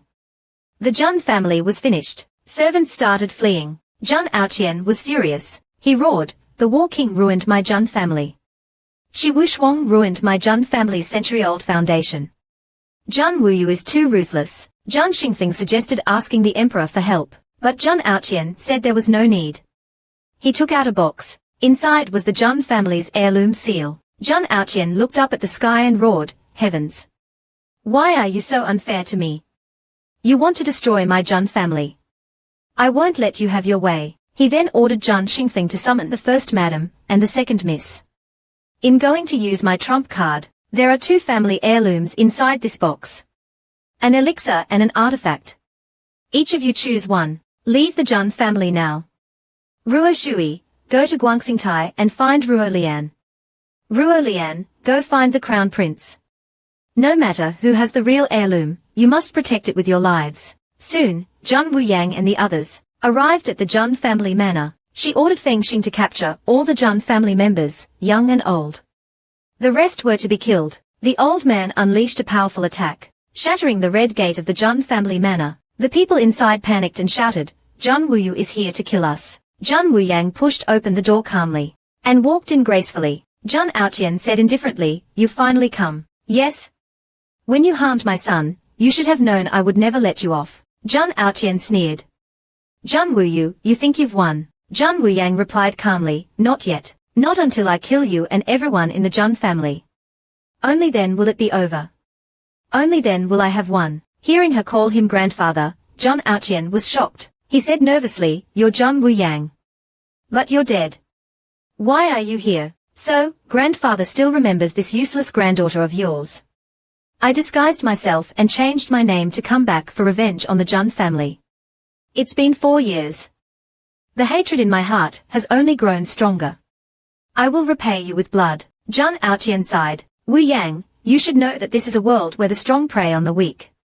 You have no spiritual power, so I couldn't help you. You would have been eliminated by this world eventually. Hearing this, the heroine laughed. When you bought the Spirit Awakening pill, you didn't give it to me. You sent me to my death instead. That pill could awaken spiritual power. Zhang Wuyang slowly drew her sword and said coldly, I initially wanted to keep you alive for a while longer, but you harmed the wrong person. My son is my life. You deserve to die. Zhang Aoqian, drenched in sweat, asked in a low voice, who is Zhang Shabei's father? Just then, the War King stepped forward, held Zhang Wuyang's waist, and said, me, of course. Zhang Aoqian's face turned pale. So, the person the War King is looking for is really I was wrong from the very beginning. Zhang Wuyang gripped her sword tightly and shouted, too late for regrets, grandfather.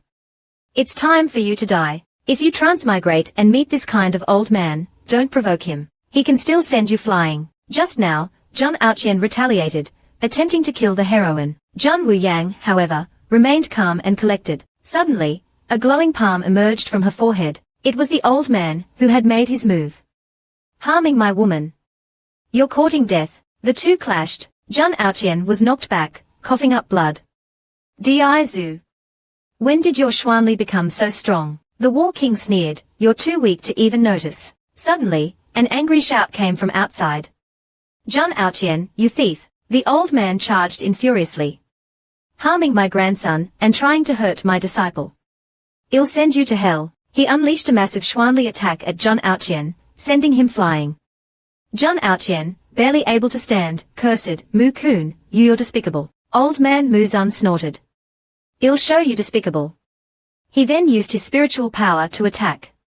Don't give him a chance to recover. Smoke and dust filled the air. The people below gasped.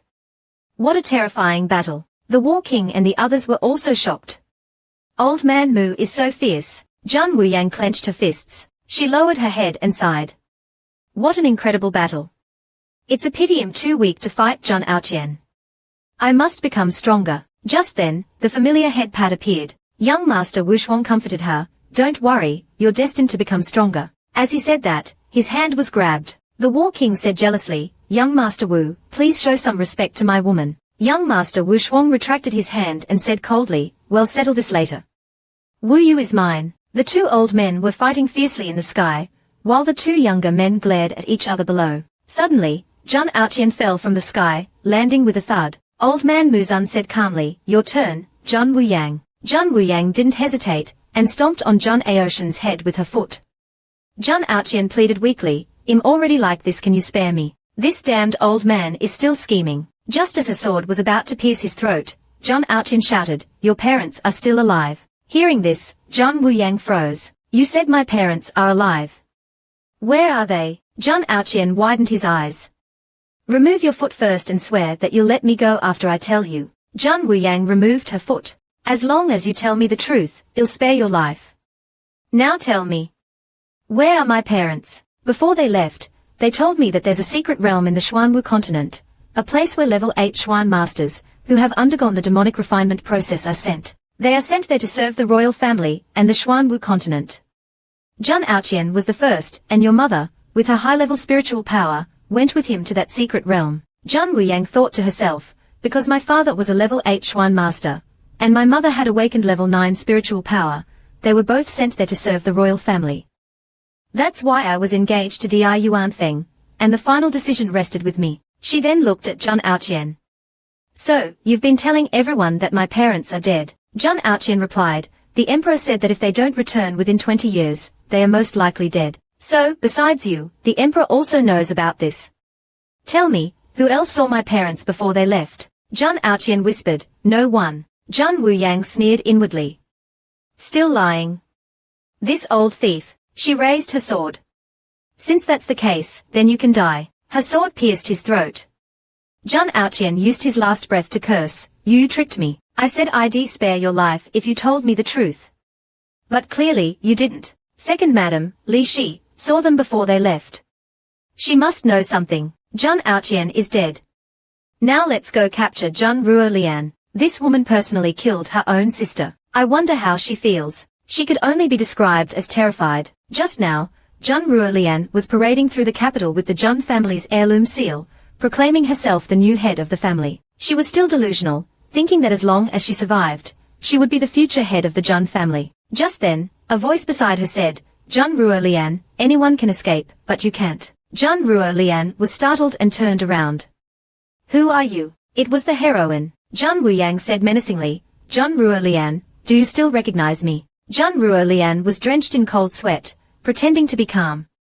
Who are you? The heroine focused her spiritual energy and said coldly, I am Zhang Wuyang, back from hell, to seek revenge. She sent a surge of spiritual energy into Zhang Ruolian's mind, causing her to collapse in pain. This little pain is unbearable for you.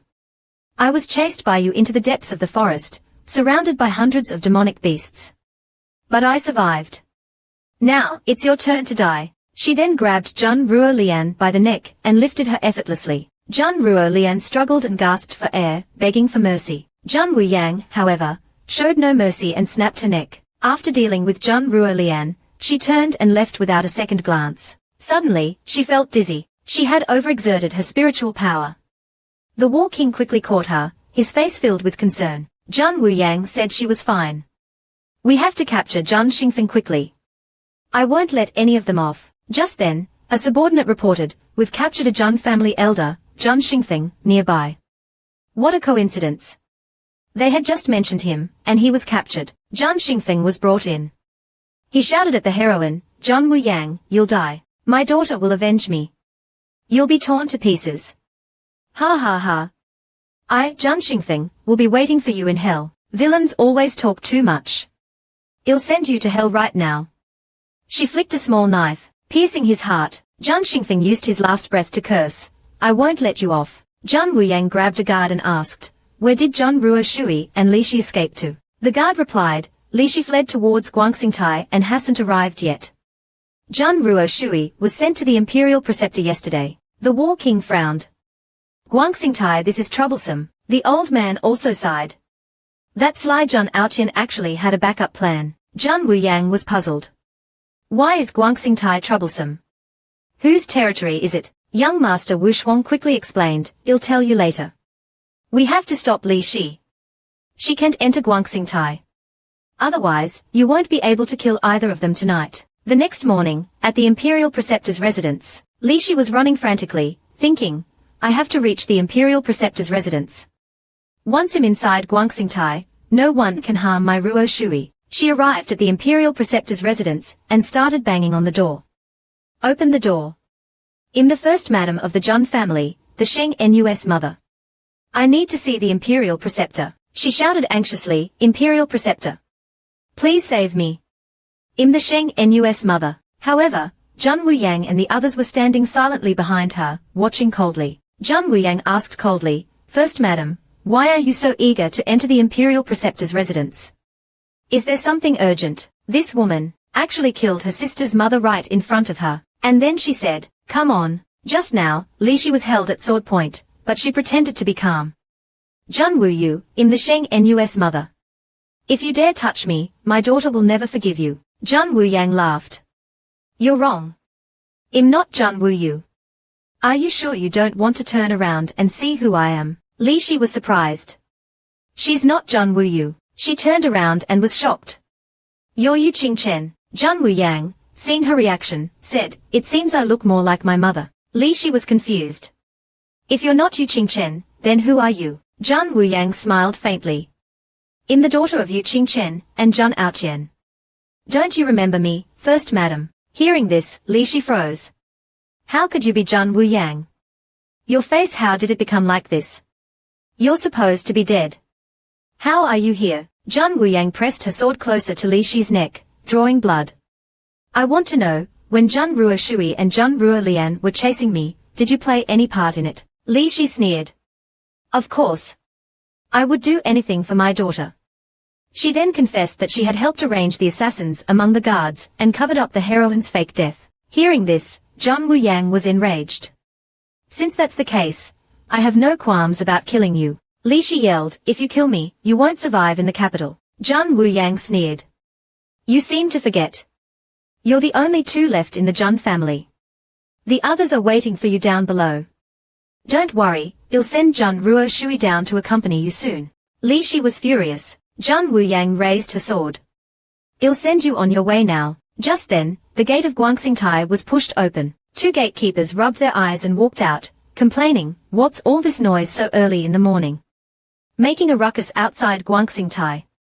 You're asking for punishment. Li Shi, seeing them, cried out, help. Someone's trying to kill me. Zhan Wuyang immediately grabbed her shoulder and pushed her to the ground. The two gatekeepers, seeing this, rushed inside. Imperial Preceptor. Someone's committing murder. Zhan Ruoshui, inside, seemed to have heard the commotion and called out, Mother. Is that you? Li Shi knew things were going south. Zhan Wuyang, however, was waiting expectantly for her to come out. Since I can't kill you inside Guangxingtai, I'll lure you out and kill you then. She then shouted menacingly, bring Zhan Ruoshui out here. Now?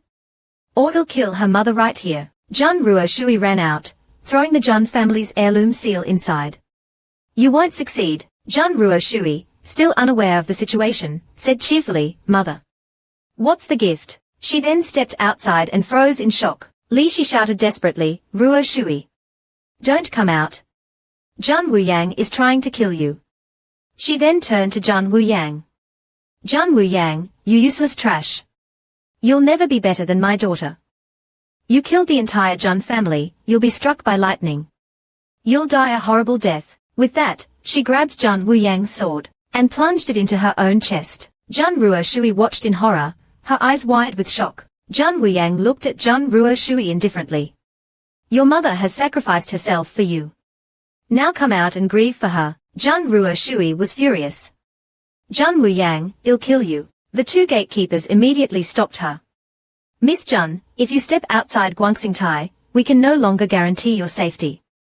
Think carefully before you act. Zhan Ruoshui asked with a frosty expression, are you going to stand there and watch me die without helping? The two gatekeepers explained, as long as you're inside Guangxingtai, you are under the Imperial Preceptor's protection. We can't interfere with matters outside. Zhan Wuyang, seeing that she wouldn't come out, taunted, not coming out. Then I'm leaving. Just then, the Imperial Preceptor appeared. Zhan Ruoshui immediately knelt and begged, Imperial Preceptor. Please help me. The Imperial Preceptor turned to Zhan Wuyang and said, Miss Wuyang, I owe the Zhan family a favor. I promised old Master Zhan that I would protect Miss June. Could you give me some face and spare her? Today, Zhan Wuyang recalled what the War King and young Master Wu Shuang had said. She couldn't afford to offend the Imperial Preceptor. It seemed she had to let Zhan Ruoshui go today. I'll owe him a favor and kill Zhan Ruoshui later. She then bowed. Since the Imperial Preceptor has spoken, I'll spare this dog's life today. But once she steps out of Guangxingtai, I'll kill her without hesitation. With that, she turned and left. The Imperial Preceptor's voice came from behind. Thank you, Miss Wuyang. As a token of my gratitude, I'll tell you this.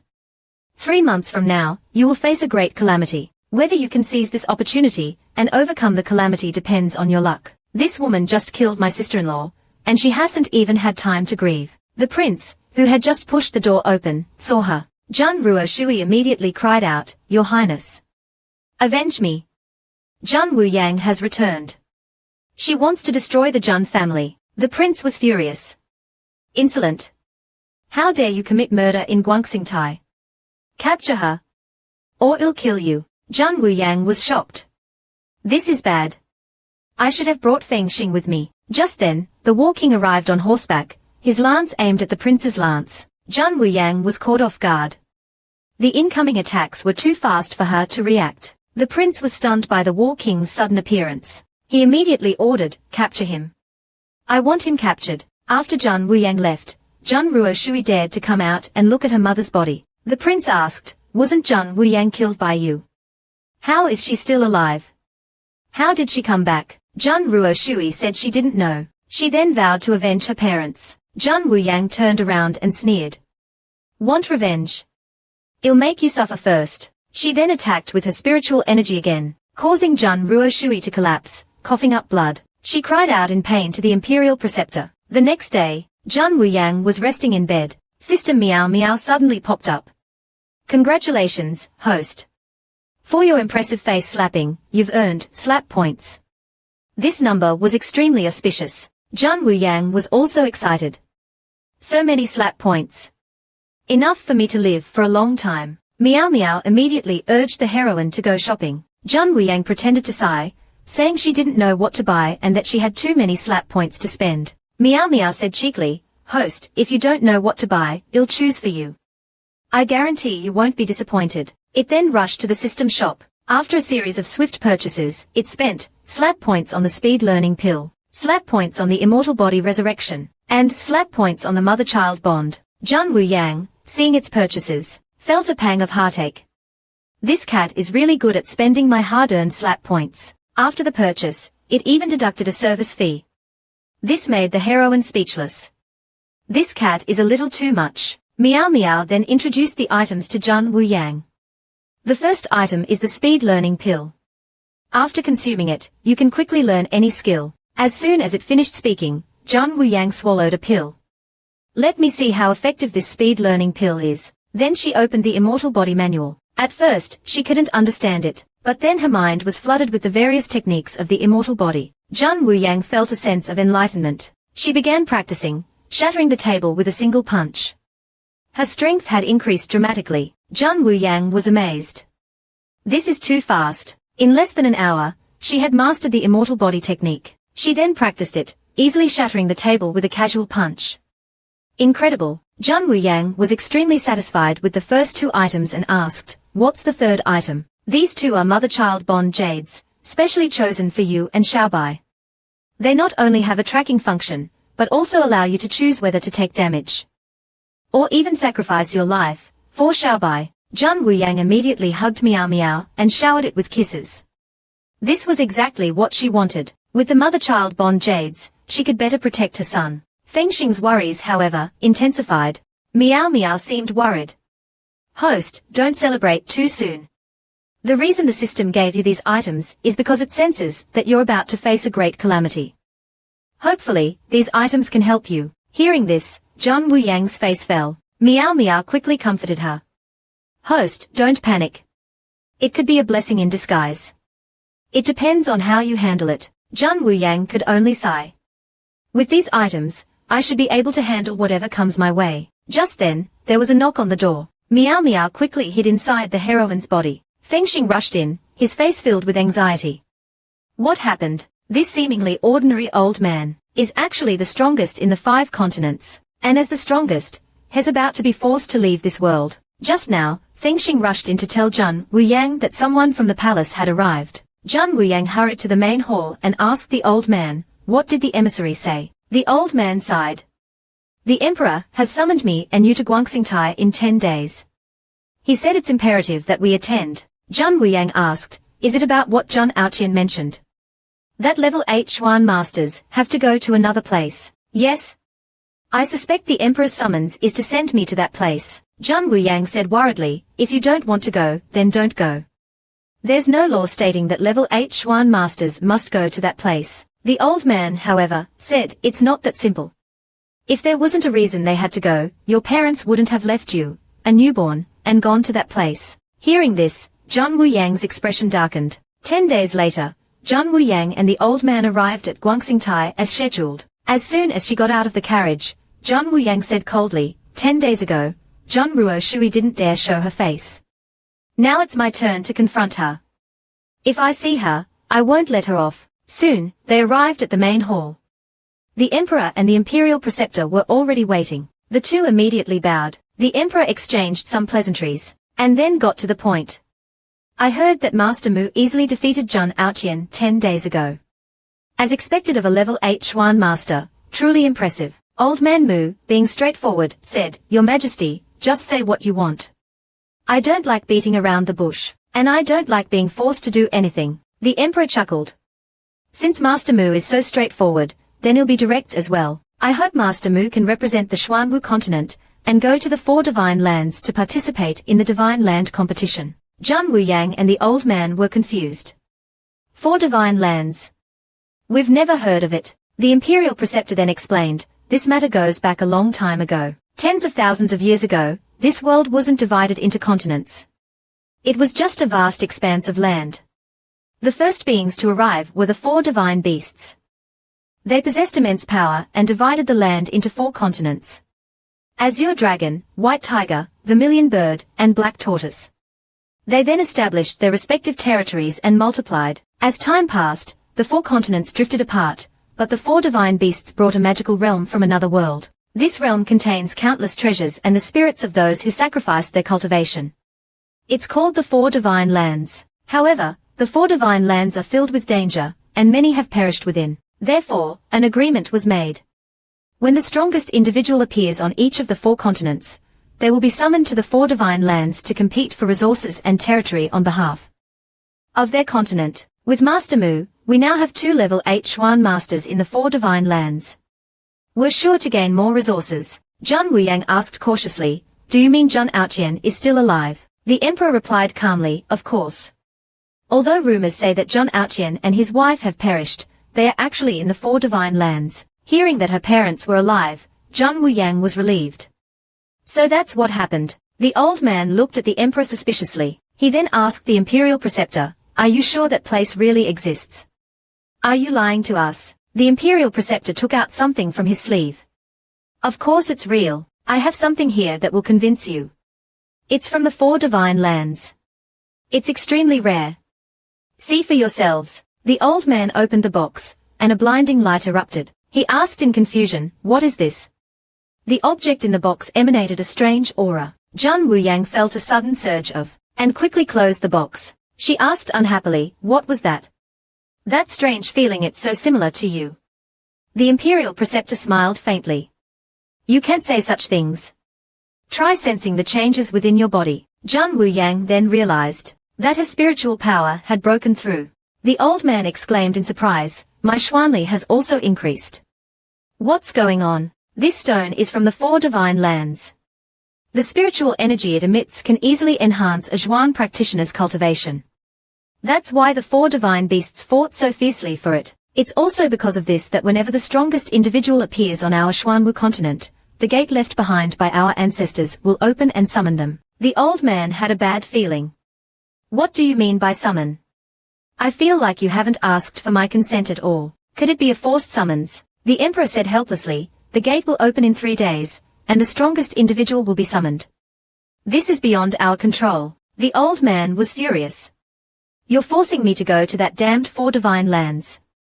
And you're only giving me 3 days. After venting his anger, he left with Zhang Wuyang. This usually aloof and indifferent war king has become a completely different person to win back his wife. Hair's like glue, sticking to her constantly. Just now, Zhang Wuyang and the old man had just left the imperial preceptor's residence. The old man was still fuming. He only had 3 days left. Zhang Wuyang tried to comfort him. Don't be angry, master. Maybe you can come back after you go there. The old man sighed. If only I could. Those who were summoned before, none of them have returned. Not even your parents. To cheer him up, Zhang Wuyang said she would bring Xiaobai and Fengxing to the Four Divine Lands to reunite with him. The old man was immediately excited, but then he realized it's not that easy to go there. It took this girl 4 years to break through to level 6 in spiritual power. By the time you become the strongest, it'll probably be 20 years later.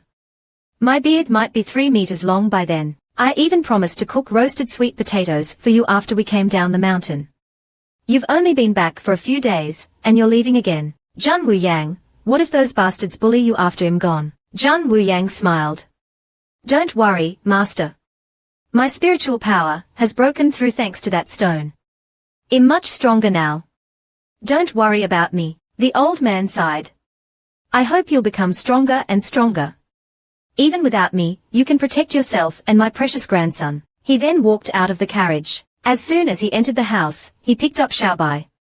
He might not have another chance to hold him. Zhang Wuyang knew the old man couldn't bear to part with Xiaobai, so she let Xiaobai accompany him. Xiaobai also enjoyed the old man's company, and was cuddling him affectionately. They then quickly left. Fengxing felt that the old man was acting strangely today. He seemed unusually agreeable. Zhang Wuyang turned around, her eyes filled with sadness. Master is leaving. Where is he going? Fengxing asked. That place is called the Four Divine Lands. He might never return.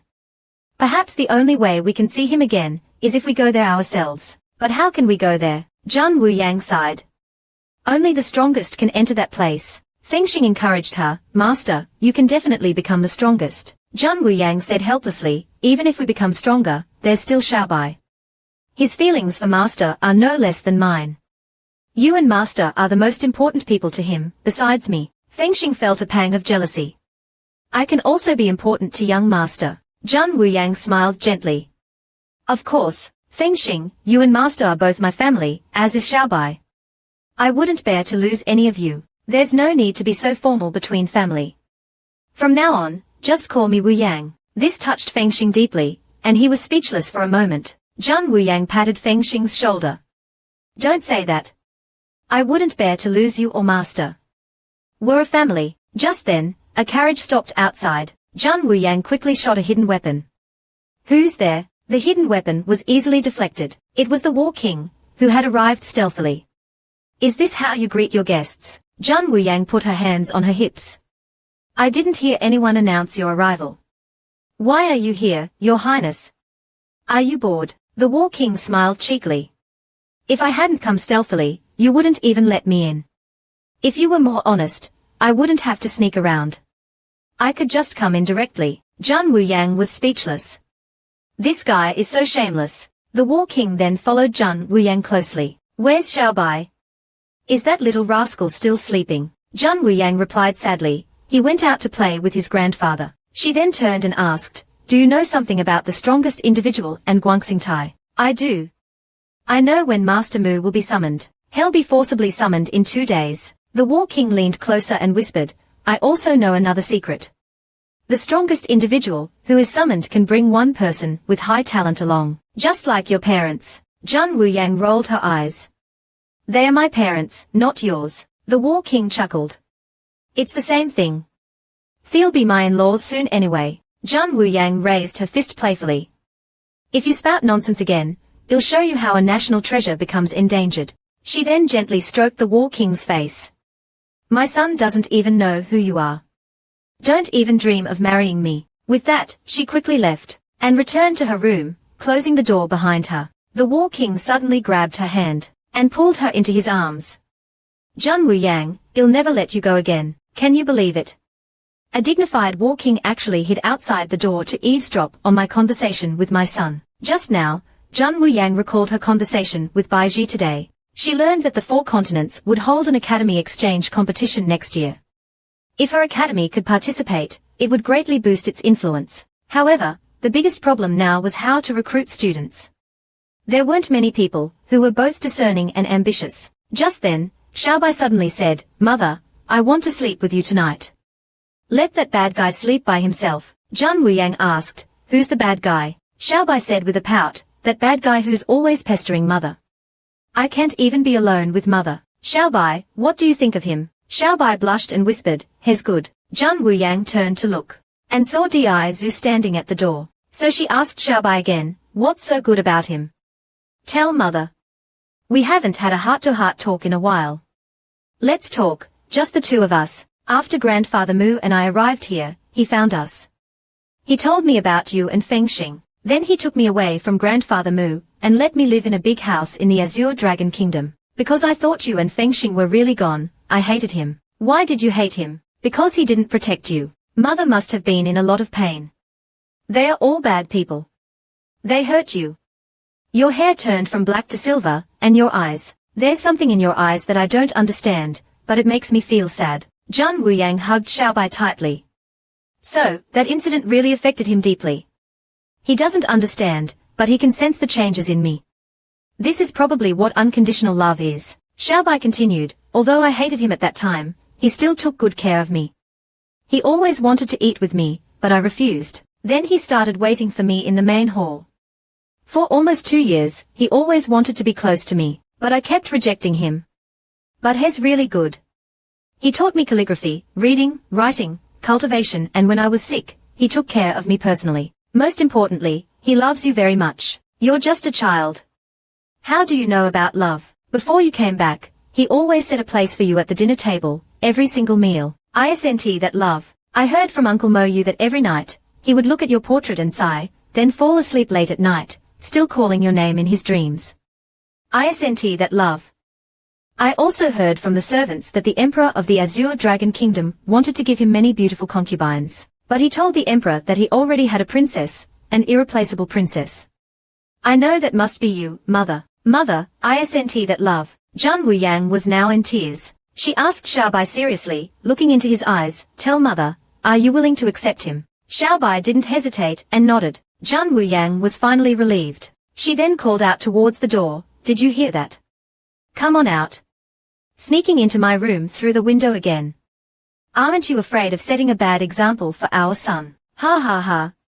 I didn't expect my son to like me so much. That little rascal snuck out to talk to me and his mother. After many trials and tribulations, this family of 3 was finally together. He thought he could enjoy family bliss after being recognized by his wife and son. Just because he said something narcissistic. He was kicked out of the room. Looks like he'll be spending another night alone. However, the next day, a thud came from the room. It turned out that Di Zhu had snuck in again through the window. Zhan Wuyang was speechless.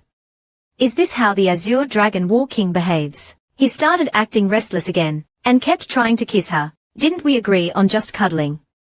Why are you being so restless? Di Zhu pleaded, just one kiss. Please. His acting skills were impressive. Zhan Wuyang sighed. Fine, just one. She then pecked him on the lips. Di Zhu said excitedly, okay. My turn. Just as they were about to kiss, Zhan Wuyang suddenly felt dizzy, and clutched her head, collapsing on the bed. Wuyang. Di Zhu rushed to her side. Both father and son asked worriedly what was wrong. Zhan Wuyang used her spiritual power to examine herself, but couldn't find any trace of poison. I'm fine. I'm just tired. Di Zhu was still worried. You didn't look well just now. Zhan Wuyang, however, didn't seem to care. I have to go to the auction. Di Zhu insisted on making sure she was all right before letting her go. Xiaobai, for once, sided with his father. They then took her to see Old Man Muzan. The two anxiously awaited the results. Old Man Muzan examined her carefully, but couldn't find anything wrong. It might have been an accident. I'll check again when we get back. Just be careful. They then went to the auction. It was time for the auction of the first item. The white bone fan. This fan was crafted by a mysterious refining master using the bones of 100 demonic beast kings. It's a special artifact that can be used for both offense and defense, and can be separated and combined. Zhan Wuyang was also surprised. How much effort did it take to collect so many demonic beast king bones? Such a difficult artifact to refine, and the owner is actually auctioning it. The auctioneer then explained, the refining master who crafted the white bone fan passed away a year ago. His wife couldn't protect the artifact, so she entrusted us to auction it. This white bone fan can transform into various forms. Due to the secrets it holds, we won't reveal them here. The winner can discover them on their own. To obtain this artifact, you must agree to one condition. Meet the owner after the auction. Before he could finish, the bids had already reached tails. Zhan Wuyang's eyes lit up. If I'm not mistaken, this white bone fan is perfect for my spiritual power. Di Zhu, seeing her interest, immediately said, if you like it, just bid. Your husband will pay. Zhan Wuyang teased, so generous. Aren't you afraid he'll spend a fortune? Di Zhu quickly said with a smile, don't be silly. A husband's earnings are for his wife to spend. While they were flirting, the bids had already reached tails. Zhan Wuyang also joined the bidding war, directly bidding tails. She then said smugly, anyone can continue bidding if they want. This angered an old man. You woman.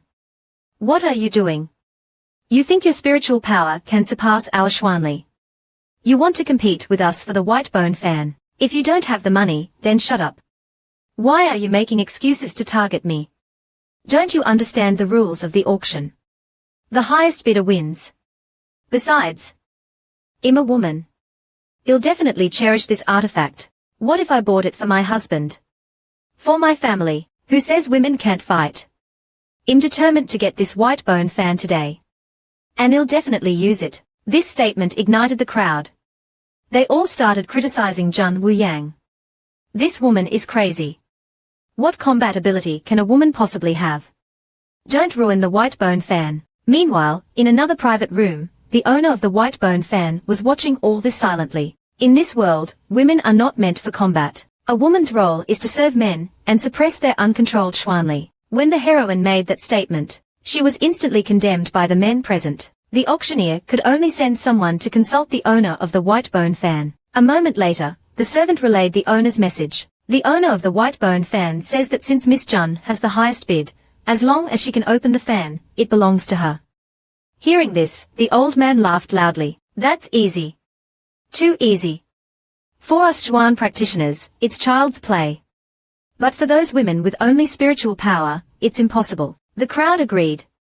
That owner must be a sensible person. He deliberately set this condition to put that woman in her place. The auctioneer then asked Zhang Wuyang if she accepted the condition.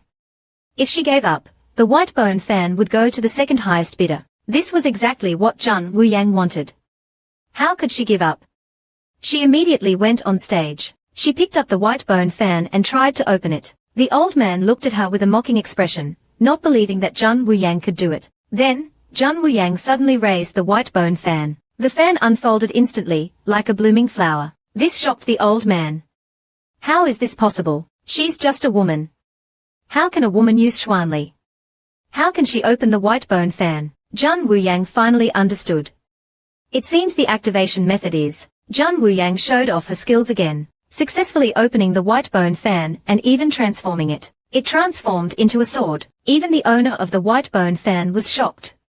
His daughter had wanted to become Zhang Wuyang's disciple before. Now, seeing this, as long as Zhang Wuyang was willing to accept his daughter as a disciple, he would give up on revenge. After demonstrating her control, Zhang Wuyang transformed the white bone fan back into a fan. She asked, anyone else wants to try? The old man was furious. How can a woman use Xuanli?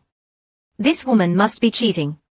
Or the white bone fan is fake. The auctioneer immediately said coldly, Patriarch Bai, are you questioning the authenticity of the items at Zhan Yulu? The old man quickly shut his mouth. The next item was the heroine's Xuan pill. As the seller, she had the right to make a request to Zhan Yulu. However, what surprised Zhang Wuyang was that she had earned slap points from this face slap. The reason was that the higher the status and strength of the person being slapped, the more slap points she earned. Fengxing reminded her to be wary of the owner of the white bone fan, who might hold a grudge and do something harmful to her. However, Diaizu had already instructed Mo Yu to keep an eye on the owner's every move, so Fengxing didn't need to worry. Zhang Wuyang told them not to be too nervous. If he wants to cause trouble, let's see if Zhan Yulu will allow it. Just then, Zhang Wuyang noticed a woman. This woman seems to be someone close to Wu Shuang. Could it be that Wu Shuang is also at Zhan Yulu? I haven't seen him these past few days. I thought he wasn't coming. Before she could think further, the auctioneer began to introduce the second item of the day, the Xuan pill. As soon as the Xuan pill was presented, the audience went wild. This Xuan pill could suppress uncontrolled Xuanli for up to 10 years. This was exactly what the men dreamed of. To further entice them, the heroine offered a tempting condition. The winner would have 3 months to study the pill's formula. If they succeeded, the Xuan pill would belong to them entirely. This announcement caused the representatives of various factions to become eager to bid. Even the vice president of the Alchemist Association arrived. 3 pills, 3 months. I don't believe our Alchemist Association can't crack the formula. Before he could finish, the auctioneer continued, if no one can decipher the formula within 3 months, then the owner of the Xuan pill, Miss Zhan Wuyu, will modify the formula and create a lower-grade Xuan pill for the public. However, the suppression effect will also be reduced, so there's only one chance. This Zhan Wuyu is clever. She's forcing us to fight over these 3 pills. Just as he finished, he seemed to recall something. I assent that the woman who bought the white bone fan earlier. The crowd was getting impatient. The auctioneer added, at the seller's request, the following individuals are disqualified from bidding.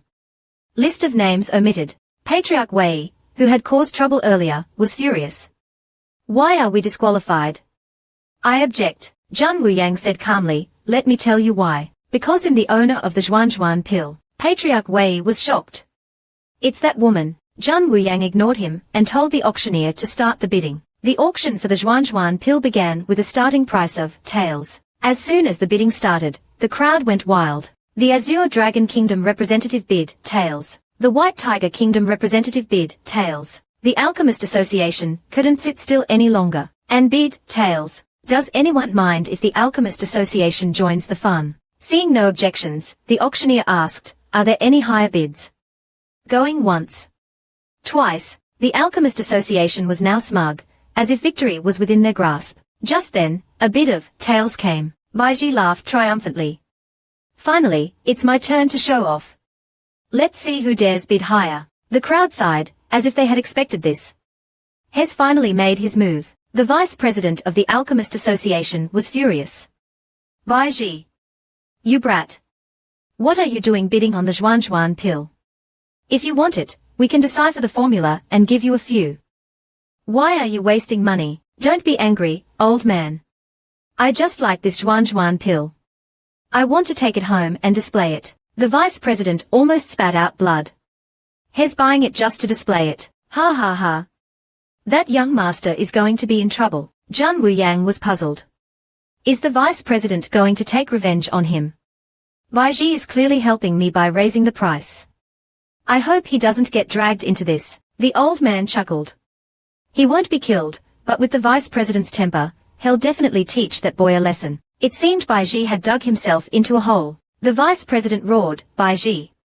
That's enough. If you continue being mischievous, he'll have a word with you. This scared Bai Ji, and he immediately said he wouldn't bid anymore. Wu Yu, I can only help you this much. The auctioneer said, since that's the case, the 3 Zhuan pills belong to the Alchemist Association. The Alchemist Association won the bid for tails. The final item of this auction, a highly anticipated treasure, is about to be auctioned. Before that, hold on, the crowd was surprised. The owner of Zhan Yulu is personally hosting the auction. This is the first time since Zhan Yulu was established. What could the final item be? Before we begin, please allow me to welcome our distinguished guests. This is the first time the 4 Divine Beast Lords have gathered at Zhan Yulu. The news that the 4 Divine Beast Lords were at Zhan Yulu was truly shocking. Zhan Yulu has been aware of the 4 Divine Beast Lords' presence. We've prepared gifts for you. Don't worry, we'll have representatives deliver the treasures to you discreetly. Without revealing your identities, and for the rest of you, don't be disappointed. The real highlight of this auction is a piece of information about a major event that will happen within 3 years. Only 4 people will have the opportunity to obtain this information. Let's see if you can seize this opportunity. This further piqued the crowd's curiosity. They were, however, more curious about what treasures the owner had given to the 4 Divine Beast Lords. The owner continued, the treasures will automatically choose their owners and go to the representatives of the 4 Divine Beast Lords. 4 treasures levitated and flew towards the 4 representatives. The owner thought to himself, these treasures are meant to help the Divine Beast Lords prepare for the upcoming events. The White Tiger Lord received 2 treasures. Seems like Hes not fully prepared. But the Azure Dragon Lord didn't receive any, which means Hes already well prepared. Good. After the treasures were delivered, he asked the 4 representatives to leave. Now, let's move on to the next stage. The auction for the secret information. This auction is special. We will send someone to each guest's room with a piece of paper. Write down your bid. The 4 highest bidders will be privy to this information. Whether you keep the information confidential or make it public is up to you. Zhan Yulu won't interfere. The old man felt that this information was crucial and must be obtained. He whispered to Zhan Wuyang about it. The emperor carefully examined both answers. The young man was smug, certain of his victory. The heroine, however, gave him a sly, knowing smile. Finally, the emperor declared Zhan Wu the victor. The young man was utterly dumbfounded. Impossible. How could I lose? The emperor explained calmly, you did identify many of the ingredients correctly. However, you mistakenly identified black nightgrass as fragrant nightgrass. The young man exclaimed in alarm, but black nightgrass is a deadly poison. The War King, upon hearing this, recalled the heroine tasting the pill and instantly grew concerned. Young Master Wu Shuang shared his worry. Could she have been poisoned? Zhan Wuyang calmly explained, the poison in this particular pill is quite mild, and the pill itself acts as an antidote, neutralizing the harmful effects of the black nightgrass. I tasted it earlier, subtly neutralizing the poison as I identified the ingredients. It was a simple matter, really. The young man was rendered speechless, his face paling as the realization of his near miss dawned upon him. He nearly fainted from the shock. With this impressive display of knowledge and quick thinking, Zhan Wuyang earned another slap points. Following the competition, the emperor presented the promised reward, the coveted blood jade, to Zhan Wuyu. Young Master Wu Shuang, however, approached Zhan Wuyang once more, drawn to her by an irresistible force. He confessed his desire to accompany her always, his words hinting at a deeper affection that transcended mere friendship. Zhan Wuyang, finding herself somewhat lost and unfamiliar with the complexities of the palace, readily agreed to his company, grateful for his offer of guidance and support. Little did she know that this seemingly innocent decision would have far-reaching consequences, setting in motion a chain of events that would test the boundaries of friendship, loyalty, and love. Just then, a figure strode purposefully between them, interrupting their conversation, and casting a long shadow over their budding camaraderie. Diaizu, however, felt it was unnecessary, as he seemed to have guessed the secret the owner was about to reveal. Zhang Wuyang looked at Diaizu inquisitively, wondering if he knew something. Diaizu immediately wrote it down. It was the prophecy that the owner had told them earlier. When chaos descends upon the 4 divine lands, a great calamity will befall the world. The old man was shocked. This prophecy is truly terrifying. Zhang Wuyang asked, this prophecy will come to pass within 3 years. Is there any way to prevent it? Diaizu reminded her, have you forgotten why the owner gave treasures to the 4 divine beast lords? Zhang Wuyang suddenly realized, this calamity requires the 4 divine beasts to resolve. That's why the owner prepared those treasures for them. If that's the case, then it's understandable. Feng Xing was confused. Why didn't Diaizu write down the second half of the prophecy? He had heard the owner's words along with Diaizu. The second half of the prophecy is, only the holy maiden, with the descent of the divine beast, can save the world. He then looked at Zhang Wuyang. Holy maiden could it be? He suddenly realized why Diaizu didn't write down the second half. He was trying to protect Zhang Wuyang. Don't worry, master.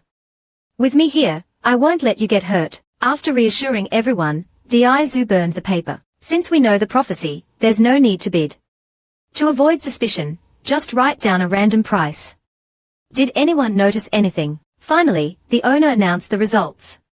The representatives of the 4 kingdoms had won the bid for the secret information. After a while, the items Zhang Wuyang had won at the auction were delivered. The Zhuan pill had fetched a total of taels. The white bone fan cost taels. Diaizu immediately took out the money and said generously, I'll pay for the white bone fan. Keep your money for building the academy. Zhang Wuyang was touched. Diaizu is quite handsome at this moment. After the transaction, the servant informed Zhang Wuyang that the previous owner of the white bone fan wanted to meet her. Zhang Wuyang wondered why the previous owner wanted to see her. With a mixture of curiosity and apprehension, Zhang Wuyang met the previous owner of the white bone fan. The elegant woman was Xiao Furen, the former owner of the white bone fan. The lively young girl beside her was her daughter, Xiao Xiao, who would later become the first student of the Heroines Academy. Xiao Furen was very welcoming, making Zhang Wuyang feel a little embarrassed. Xiao Furen then explained the origins of the white bone fan. Strictly speaking, the white bone fan isn't complete. Zhang Wuyang was taken aback. Xiao Furen is so direct. Isn't she afraid I'll return the fan? Xiao Furen continued, the white bone fan was actually crafted by my husband. He was a level 9 Zhuan practitioner, and a talented refiner. He destroyed all his previous works, wanting to surpass himself and create a weapon that transcended even divine artifacts. Because divine artifacts, he spent 30 years searching for demonic beast kings, and used their strongest bones to refine the divine fan. Day after day, he continued refining, and finally, one day, he rushed out of the refining room excitedly and told me he had created the shell of a divine artifact. That was the first time I saw the white bone fan, but he wasn't satisfied with just the shell. He continued to pour all his heart and soul into refining it. Due to the intense refining process, his health deteriorated. Soon, he fell seriously ill. Before he died, he sighed and said, the white bone fan only has the shell of a divine artifact. It's incomplete. If you want to complete it, you need a divine weapon. But where can you find a divine weapon? My husband said before he died that the white bone fan is only a shell, incomplete. He hoped that Miss Zhang wouldn't. Zhang Wuyang shook her head. This white bone fan is probably the closest thing to a divine artifact in this world. I'm grateful to have it.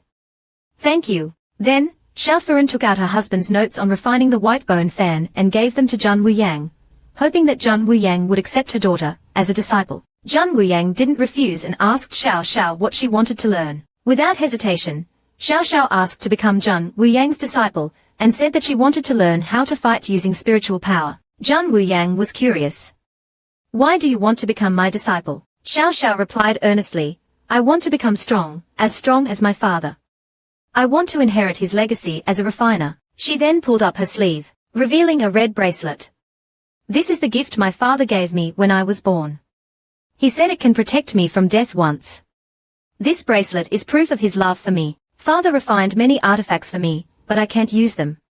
This regret has always been in my heart. I want to inherit his legacy and make him proud. Can you help me achieve this wish? Zhang Wuyang said calmly, 10 years is too short. 100 years is too long. With my current abilities, I'm not qualified to be anyone's master. I can't be your master. But I can teach you how to strengthen your spiritual power. I don't accept you as my disciple because I'm not qualified. But I can teach you how to make your spiritual power stronger. Xiao Xiao was confused. How? Zhang Wuyang then told her about her plan to establish an academy in Junyucheng, an academy specifically for teaching women how to fight with spiritual power. She then asked Xiao Xiao if she was willing to be a student of the academy. Xiao Xiao was excited by the idea, but she still asked her mother for permission. Xiao Furen didn't object and let her make her own decision. So Xiao Xiao agreed without hesitation. Finally, Zhang Wuyang left, satisfied. This man insists on kissing his wife every time he sees her. One would think he's a pervert. Who would have thought that the dignified Azure Dragon War King, Dizu, could also act so coquettishly? Just now, Zhang Wuyang had just returned from Xiao Furen's place when she encountered the owner, who came to remind her that tomorrow was the inauguration ceremony for the new city lord of Junyucheng. He had already informed the other guests. But they still didn't know the new city lord's identity. Zhang Wuyang smiled. They'll be surprised when they find out. Maybe they'll even faint from shock. The owner chuckled. I've never misjudged anyone, especially since Miss Zhang earned this position with her own abilities. Everything is ready. You just need to take your seat. Zhang Wuyang then asked about the matter she had entrusted to the owner. The owner reassured her that the demonic beasts within a 100-mile radius of the designated area had been cleared. And she could proceed without worry. Just then, Dizu, the jealous husband, appeared and declared his ownership. Thank you, owner, for helping my wife. If you need any help in the future, you can come to the Azure Dragon Kingdom. Seeing this, the owner quickly excused himself. Before leaving, he reminded them to attend tomorrow's ceremony. As soon as the owner left, Baiji rushed in, looking flustered. Zhang Wuyang, seeing his state, immediately asked what was wrong. Baiji said with a lingering fear, "You're really something. Do you know? To help you earn more money, I almost had my ears talked off by the vice president. I barely escaped. Thanks to you, I earned tails from the Zhuan pill. But won't the vice president's pockets be empty because of you? The vice president is a high-level alchemist. He won't be broke. If he runs out of money, he can just refine some pills and sell them. He's not short of money." Zhang Wuyang was relieved. After all, her master was also a member of the Alchemist Association. It would be awkward if she clashed with the vice president in the future. You helped me earn tails, and you still don't consider me a friend. You're hiding things from me. You're terrible. Zhang Wuyang was speechless. You brat, what are you talking about? I know your secret. This surprised Zhang Wuyang. Don't pretend anymore. You're the one who cracked the Junyucheng maze, and will become the city lord tomorrow. I knew it long ago. Zhang Wuyang was puzzled. Only a few people know this. The owner just told us this morning. How did you know? Baiji said smugly, it's nothing. Because of my family's connection with Junyulu, I just have to snap my fingers, and people will deliver the information to me. Zhang Wuyang was shocked. The Bai family is truly influential. They can even get their hands on this kind of information. I have to warn this Baiji brat, just in case he leaks the information. Seeing her serious expression, Baiji immediately stood up and said, why are you looking at me like that? Are you going to kill me to silence me? Bai Tong, I feel like the atmosphere isn't right. I'm in danger. Save me. Bai Tong, however, replied, young master, you're on your own. They outnumber us. He then closed the door and ran. After the commotion, night quietly fell. Sister Meow Meow asked, host, haven't you already bought the spiritual power cultivation manual? Why are you still earning slap points? Zhang Wuyang replied, those manuals are suitable for me, but not for beginners. I have to revise them. It was midnight, and she was about to go to bed, when she suddenly heard something at the window. Zhang Wuyang listened carefully. The sound seemed familiar. Then she saw Dizu at the window. Zhang Wuyang was speechless. What are you doing climbing through my window in the middle of the night? Exercising. Dizu chuckled. I was just passing by and wanted to remind you to go to bed early. You seem to be ready for bed as well. I'll go back to my room then. He said he was going back, but he was secretly hoping she would ask him to stay. Jun Wuyang, unaware of his thoughts, said helplessly, fine, fine, if you don't want to leave, then stay. But you have to behave tonight. Tomorrow is a big day. Before she could finish, Dizu jumped in. Don't worry, I'll listen to you. Let's go to bed. As soon as he got into bed, he started acting restless. You said you'd just cuddle. Why are your hands wandering? Dizu pleaded, just one kiss. Please. Just one. His coquettishness was unmatched. Jun Wuyang sighed. Fine, just one. Just as they were about to kiss, Jun Wuyang suddenly felt dizzy, and clutched her head, collapsing on the bed. Wuyang. Dizu rushed to her side. Jun Wuyang groaned. I think I've been poisoned. Jun Wuyang was severely poisoned and on the verge of death. Seeing the woman he loved in such pain, Dizu was heartbroken. He desperately tried to transfer his Xuanli to Jun Wuyang, but it was futile. He couldn't purge the poison. Dizu racked his brain, but couldn't figure out when she was poisoned. The most urgent task was to suppress the poison. He then used his Xuanli to suppress the poison. After a while, Jun Wuyang fell unconscious. The poison was temporarily suppressed. Dizu then opened the door. Fengxing, Xiaobai, and the old man were waiting outside. How is she? Fengxing asked anxiously. The old man had already diagnosed her. This is Yang Wangshao, the smile of forgetfulness. This news shocked everyone. Yang Wangshao was the deadliest poison in the world. It was colorless, odorless, and could instantly poison someone upon contact. There was no cure. She only has 3 days. Upon hearing this, Fengxing was enraged. Who is the damned culprit? Dizu couldn't accept this. There must be a way. The old man reassured them, and said he would find a solution. Everyone was heartbroken, and Xiaobai was already crying. Dizu seemed to have aged decades. He vowed, I will save you. When you wake up, everything will be all right. He then turned to leave. Fengxing immediately asked, where are you going? I'm going to find the owner. There must be a way to cure her. With that, he quickly left. Fengxing looked at Jun Wuyang silently, filled with self-blame. I'm sorry, master. I failed to protect you. If only I could become your shield, your sword, your comrade. I would shield you from all harm, take all the blows for you, but I can't. I'm not strong enough. Dizu kicked open the owner's door. The owner greeted him calmly. The War King has graced me with his presence. What an honor, Dizu asked, do you know why I'm here? The owner stroked his chin and chuckled, of course. If your highness wants answers, you'll have to agree to a request first. I need you to go to the depths of the divine lands and retrieve something for me. Dizu agreed without hesitation. The owner then gave him a prescription. This is the only way to cure any poison. But it's extremely risky, and, for Jun Wuyang, I won't give up as long as there's a sliver of hope. But after seeing the prescription, he frowned. After the treatment, either you hand over the culprit, or I'll turn Jun Yulu upside down. I won't rest until I find them. Don't worry, your highness. I'll handle it myself. Dizu returned to Jun Wuyang's room, and told them he had found a way to save her. The old man also rushed back excitedly. I've also found a way to save Wuyang. Dizu asked the old man to speak first. I found some records in ancient medical texts. It's a method called a life for a life. It involves exchanging blood.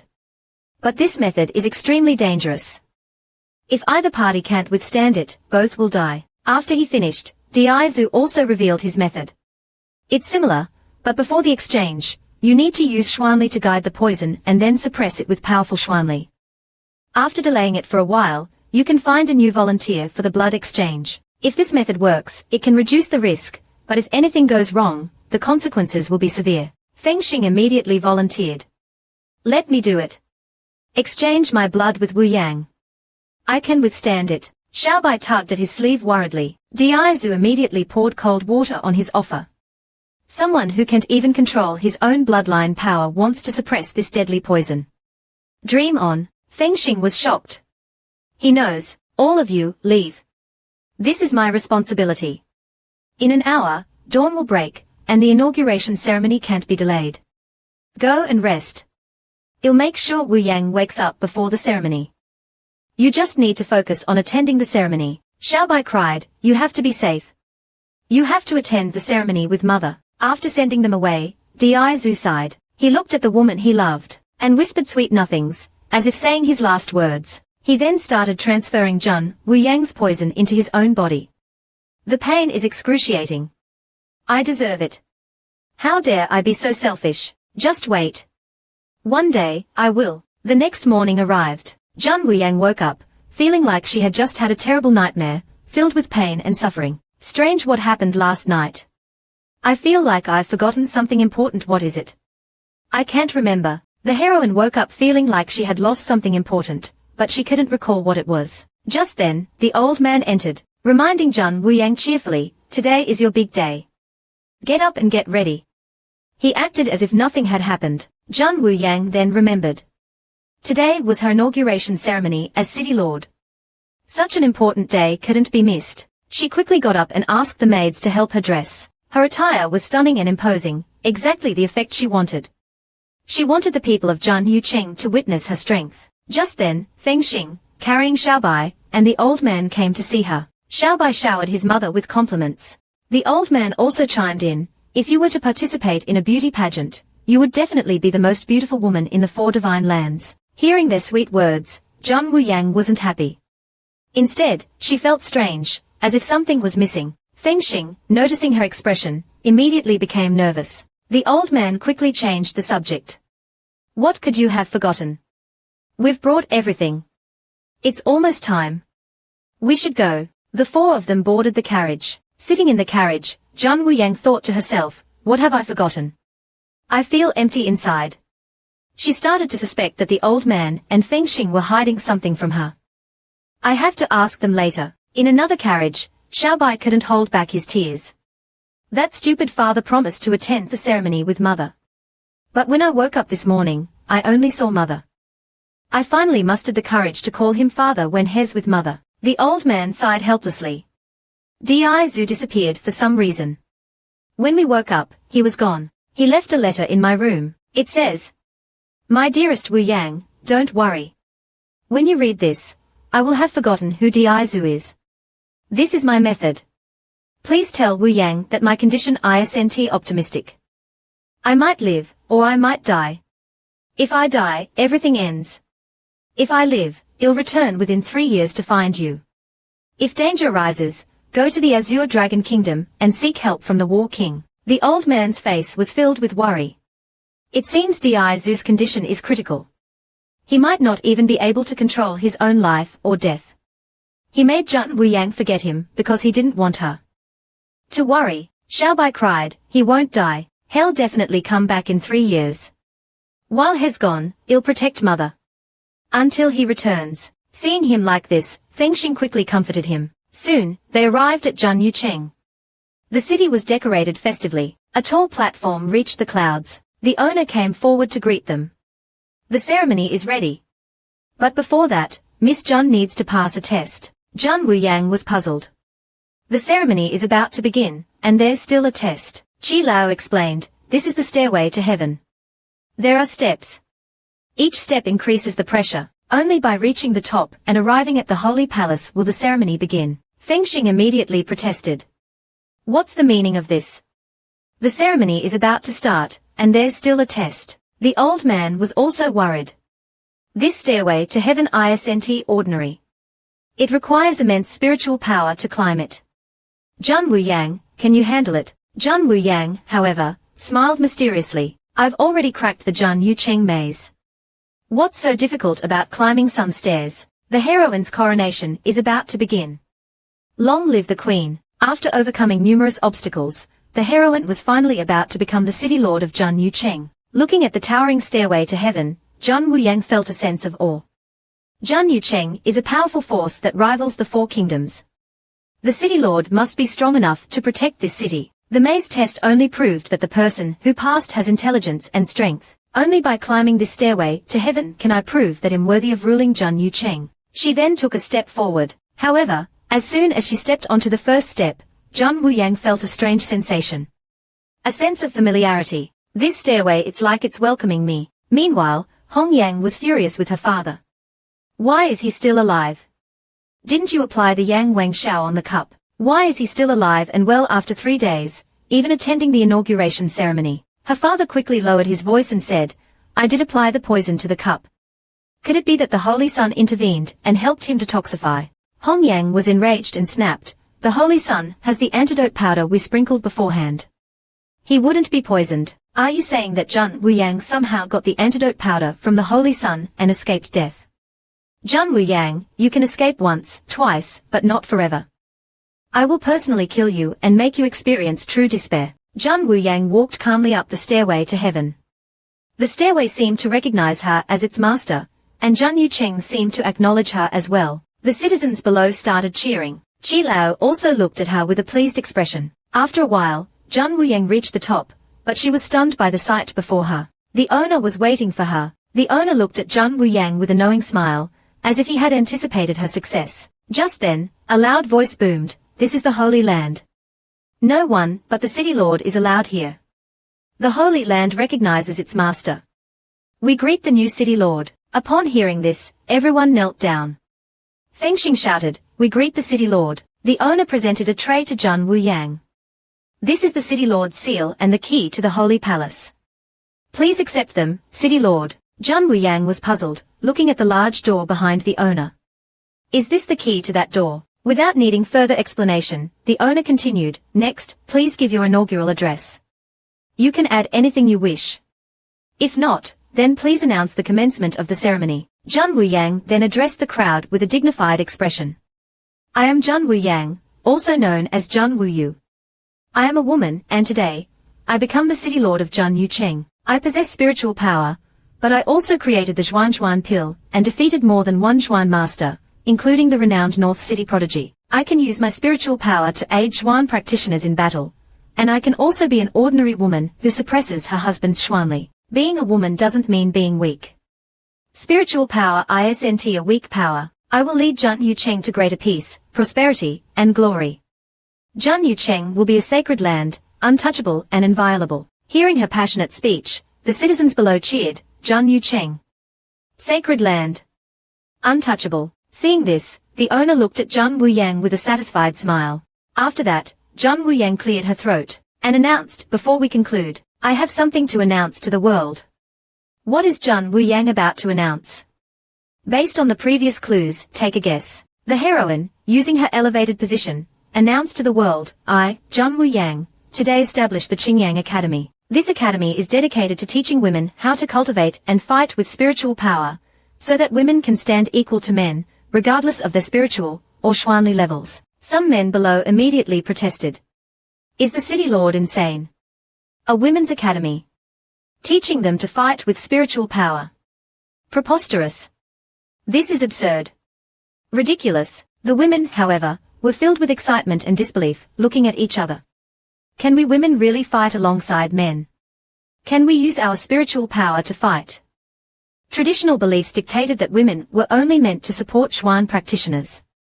Now, they were being told they could fight with spiritual power. It seemed like a dream. Jun Wuyang continued, "I know you're skeptical and doubtful. But just wait and see. In 10 days, I will prove that my words are true." Xiao Xiao excitedly tugged at her mother's sleeve. "Mother, Qingyang Academy is finally established. I can learn from Sister Jun." A man beside them immediately scoffed, "The City Lord is delusional. You're also following her nonsense. Women cultivating spiritual power. Impossible. I bet this academy is a scam." Xiao Xiao immediately wanted to argue with him, but Xiao Furen quickly stopped her. Just then, footsteps approached. Zhang Ming's soldiers arrived. "Everyone, calm down. Today is the City Lord's inauguration ceremony. Anyone who causes trouble will be arrested." He then looked at the man who had scoffed and said, "How dare you insult the City Lord? Guards, remove him. He's now blacklisted from Jun Yucheng." The man, hearing this, turned pale, and quickly left. The man apologized and left immediately. After the man left, Xiao Furen lectured Xiao Xiao. "Look at how eager you were to fight him just now. If you could fight with spiritual power, you would have already challenged him. You like Sister Jun that much, of course." He dared say Sister Jun is talking nonsense.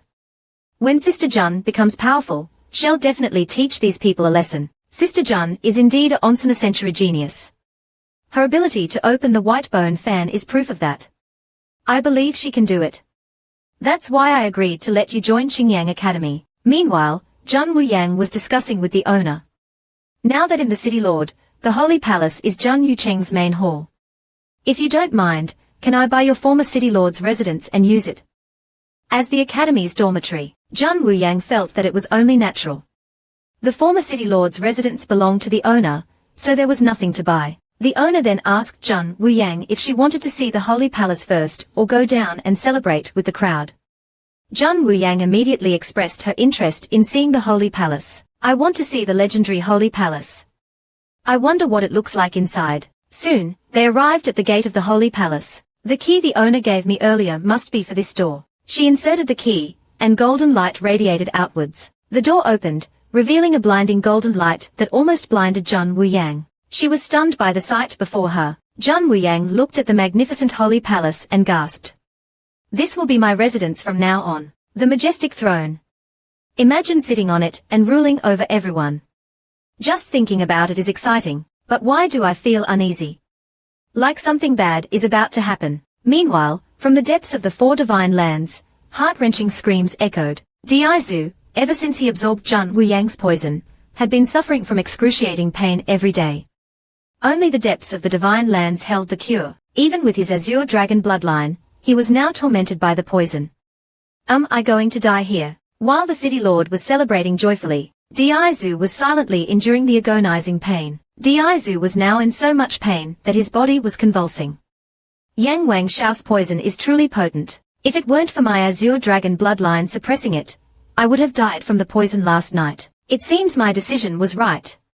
How could I let Wu Yang suffer like this? At this moment, Diaizu's greatest wish was for Zhang Wuyang to be by his side, because he didn't know if he could survive. He reached into his chest, and took out a few strands of hair. It was Zhang Wuyang's hair. Holding it, he felt as if she was by his side. He longed to be with her. Wu Yang, I've finally found you. You're still alive, that's great. To prevent Zhang Wuyang from grieving, he erased her memories of him, and also erased Xiaobei's memories of him, making him believe his father was dead. This way, Zhang Wuyang wouldn't be reminded of him because of Xiaobai, but Diaizu couldn't bring himself to die. He had to live. His wife and child were waiting for him. He hadn't even held a wedding ceremony for Wu Yang yet. How could he die before that? Just then, the secret realm started shaking violently. He was in so much pain that he tore his clothes. Mo Yu, who was waiting outside, was extremely worried. If only I had discovered the danger earlier, I could have prevented His Highness from taking that step. He wouldn't be suffering like this now. The owner had given us a method to use the divine beast's power to suppress Yang Wang Shao's poison. But even the divine beast's bloodline can't withstand it. His Highness has to endure this pain every day. We only have 3 months left. We have to find the cure within these 3 months. After a while, the roars subsided. Mo Yu quickly went in to check, and found that Diaizu had fainted. He then carried Diaizu and continued their journey. Time is running out. We have to take His Highness to the depths of the divine lands. Only there can we find the antidote to Yang Wang Shao's poison. Against all odds, Mo Yu carried Diaizu through the dangerous terrain of the divine lands. Their journey was fraught with peril. Meanwhile, the celebration at Zhang Yucheng had begun. Zhang Wuyang held a wine cup, feeling a strange unease. Is it my imagination? I hear someone screaming in pain. It makes my heart ache. Zhang Wuyang was lost in thought when Baiji called out to her, Wu Yu. Zhang Wu Yu. What are you thinking about? I've been calling you for ages, and you didn't even respond. Zhang Wuyang apologized and asked him what he was saying. Baiji asked curiously, why are you so distracted? If it was someone else, I would have. Why didn't you tell me your real name is Zhang Wuyang? Do you consider me an outsider? Are you hiding something from me? Zhang Wuyang replied awkwardly, you're thinking too much. Zhang Wuyu and Zhang Wuyang are both my names. You're my good friend, you can call me whatever you want. Baiji's eyes lit up. Since I'm your good friend, will you help me with a favor? Zhang Wuyang was skeptical. You, a young master, what kind of favor could you possibly need my help with? Baiji said shyly, I heard there's a girl named Hongyang at Hongyang Lu in Zhang Yucheng. Can you help me pursue her? Zhang Wuyang was stunned. Hongyang had left a bad impression on her. Are you sure? You're not joking, Baiji replied seriously, of course I'm serious. When have you ever seen me joke? Zhang Wuyang immediately reminded him of a certain incident. Who was the one who asked a random woman to suppress his Xuanli and then promised to take responsibility for her? Baiji said angrily, "Shut up. You still have the nerve to mention that." "You already have." Before he could finish, the old man and the other suddenly interrupted. "Oh no. We can't let him mention Di Zhu." Just as Baiji was about to reveal the War King's identity, a large hand covered his mouth. The old man grabbed his mouth. The last two words were muffled. Baiji, after drinking for 3 rounds, was already tipsy. He kept mumbling about Hong Yang. "I must win her over. I'll carry you in a bridal sedan chair." The passing girls, seeing him, gushed, "He's so handsome." Seeing this, Zhang Wuyang couldn't help but roll her eyes. She then asked Bai Tong to take him to rest. If he stays here any longer, he'll be drowned in flowers. Looking at their retreating figures, Zhang Wuyang sighed. So Baiji and Hong Yang have a history. It seems their relationship is quite complicated.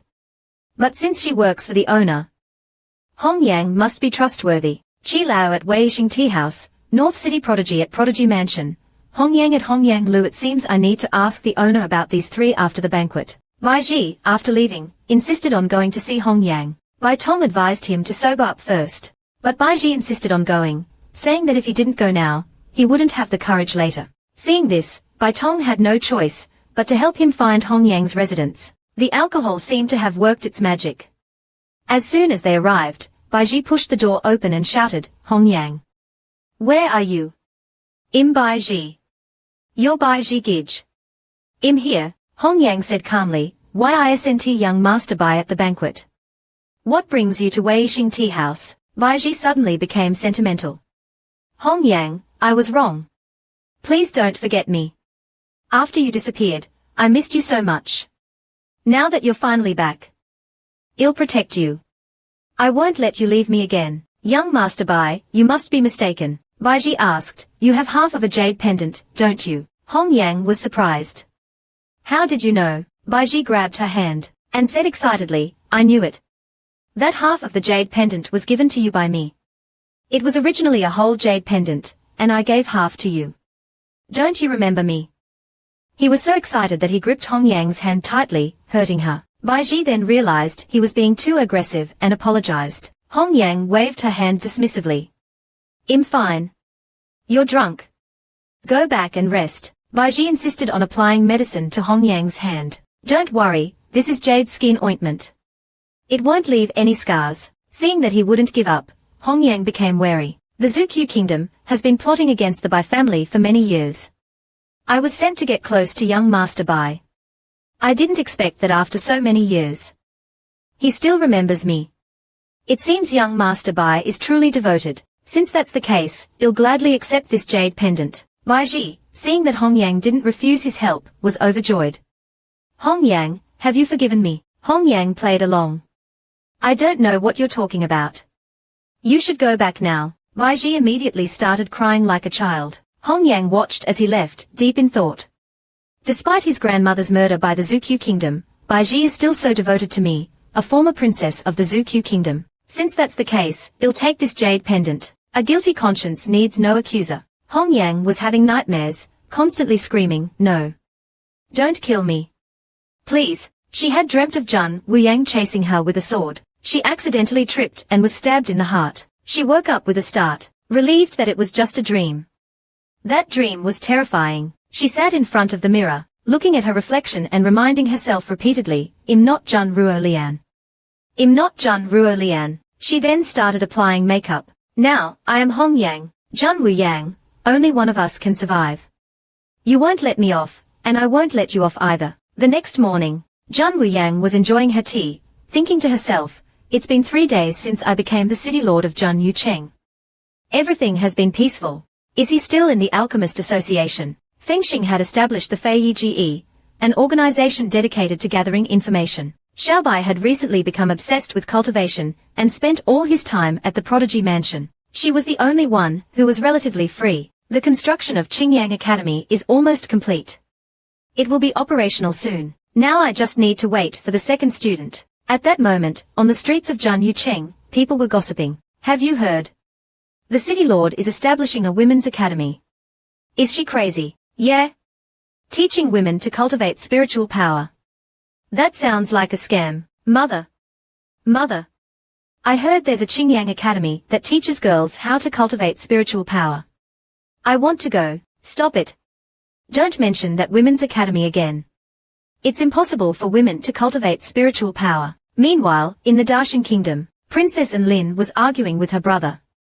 You're sending me away for a political marriage. Your sister, the former crown prince, Di Yuanfeng, was now the emperor of the Dacian kingdom. The Xuanwu kingdom wants a princess for a political marriage to strengthen our alliance. You're the only princess I have. I have no choice. Princess Enlin was devastated. Ever since their parents died, she only had her brother. But after he ascended the throne, he had become cold and distant. You're the emperor now. Can't you refuse Xuanwu kingdom's unreasonable demands? Di Yuanfeng was enraged. How can I refuse? Ever since father died, Xuanwu kingdom has been looking down on us. They are becoming more and more demanding. Our national strength is no match for theirs.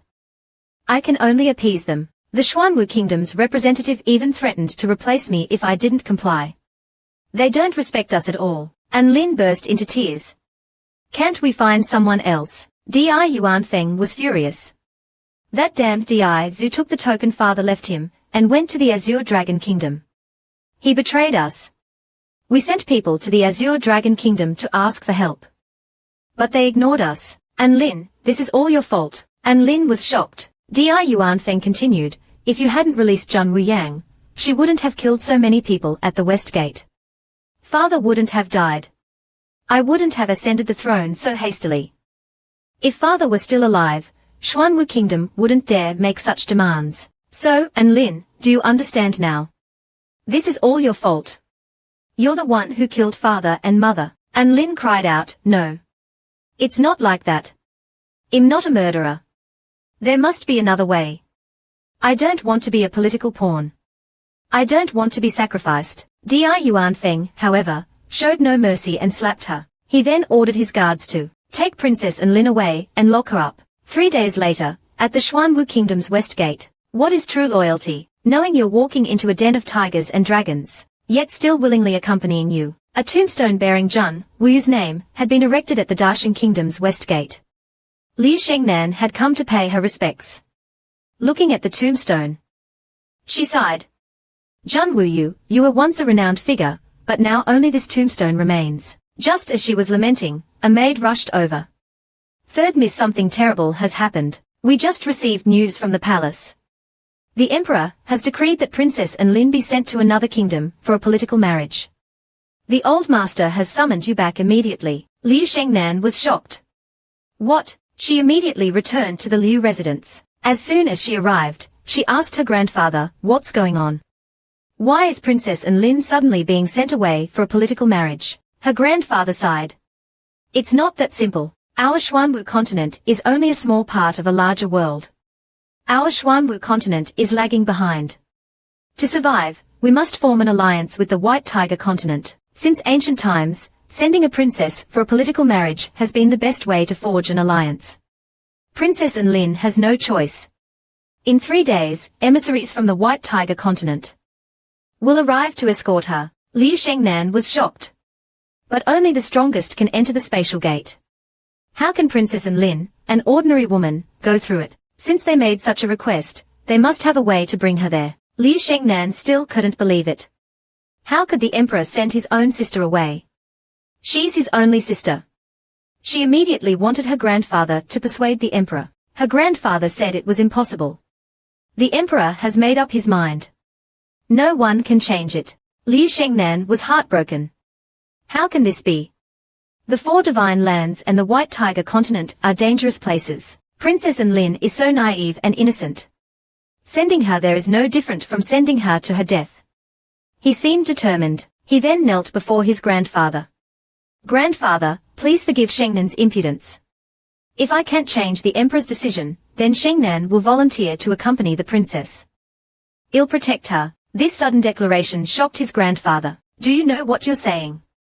If you go with her, you might die. Shengnan replied, I know, but I can't stand by and watch Princess Enlin face these dangers alone. That would be worse than death for me. Seeing his resolve, his grandfather fell silent. He then sat down weakly, and sighed. A grown-up girl is beyond my control.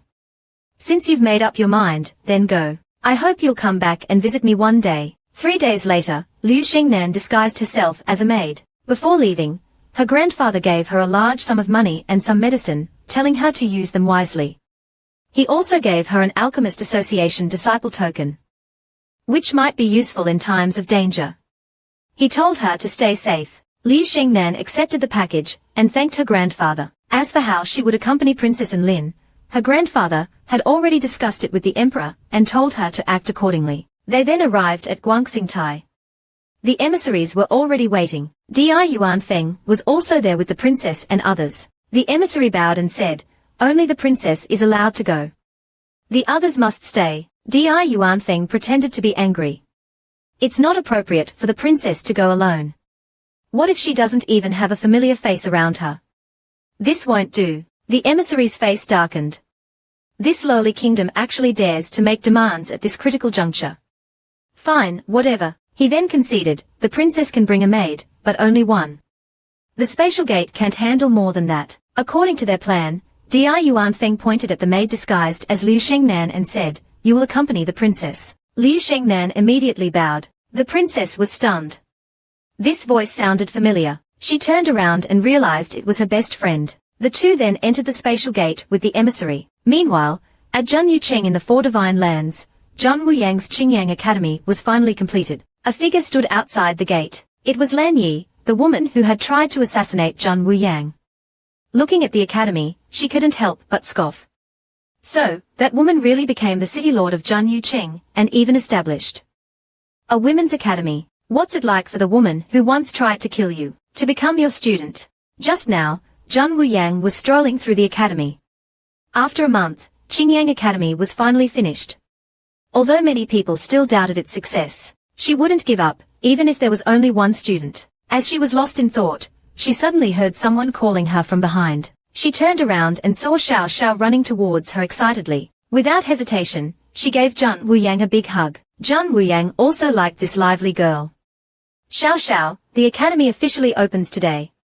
Remember to call me mentor while you're here. Xiao Xiao was confused. Why not master? Is that how it is in Zhuan practitioner academies? Zhang Wuyang, while attaching a name tag to her clothes, said, "I don't know about Zhuan practitioner academies. I told you I won't accept you as a disciple, I'll only be your mentor. Teaching you cultivation and other subjects. Are you ready?" Xiao Xiao was already eager to begin. "I'm ready." Zhang Wuyang opened her palm. "This is your name tag. It's engraved with your name. Once you wear it, you can't regret your decision.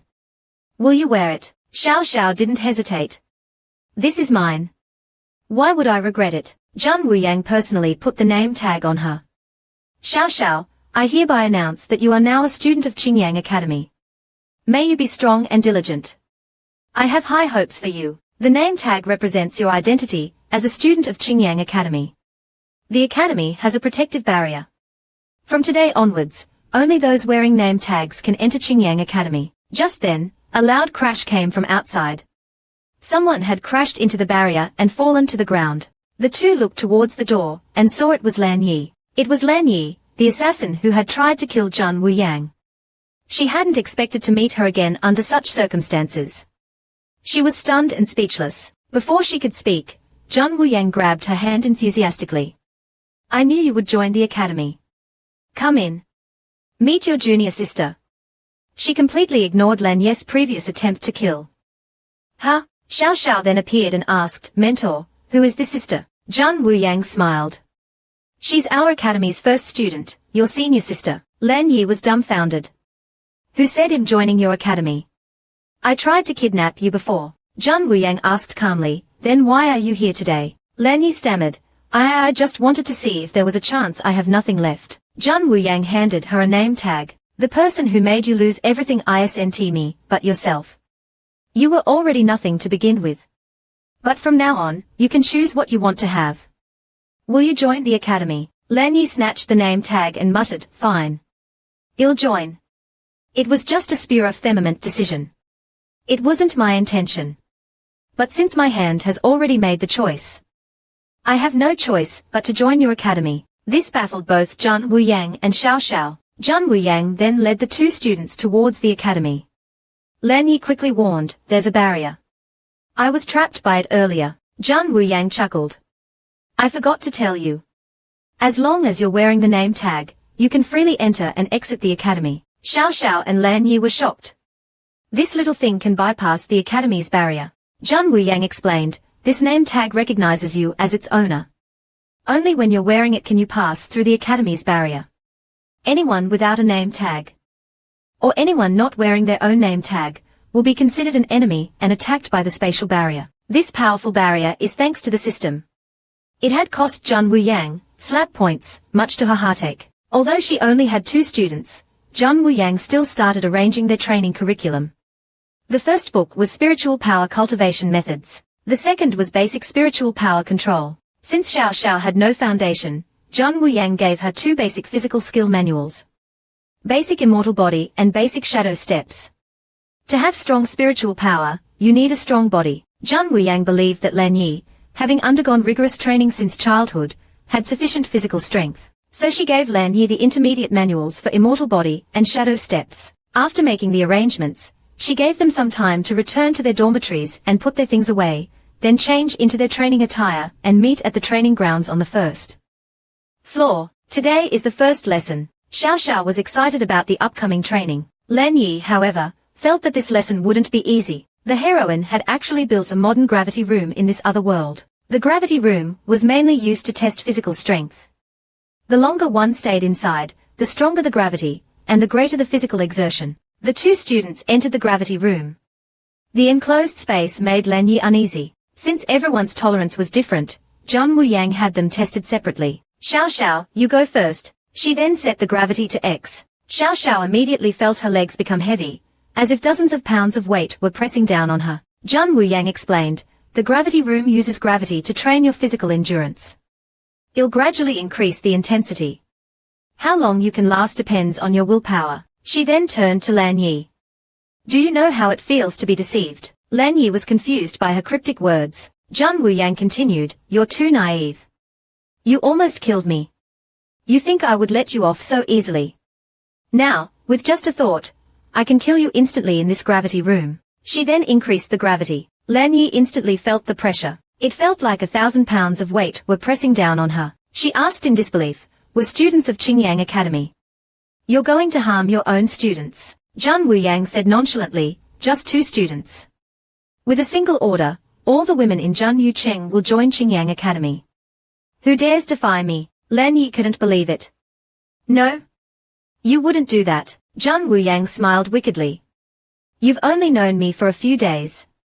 How can you be so sure? You tried to kill me. Where do you get the confidence to think I wouldn't retaliate? These words shook Lan Yi. Zhang Wuyang, have you been lying to me this whole time? Are you really going to kill me? Zhang Wuyang replied coldly, Lan Yi, don't be naive. She then increased the gravity to X. The immense pressure made Lan Yi collapse. She was unwilling to die here.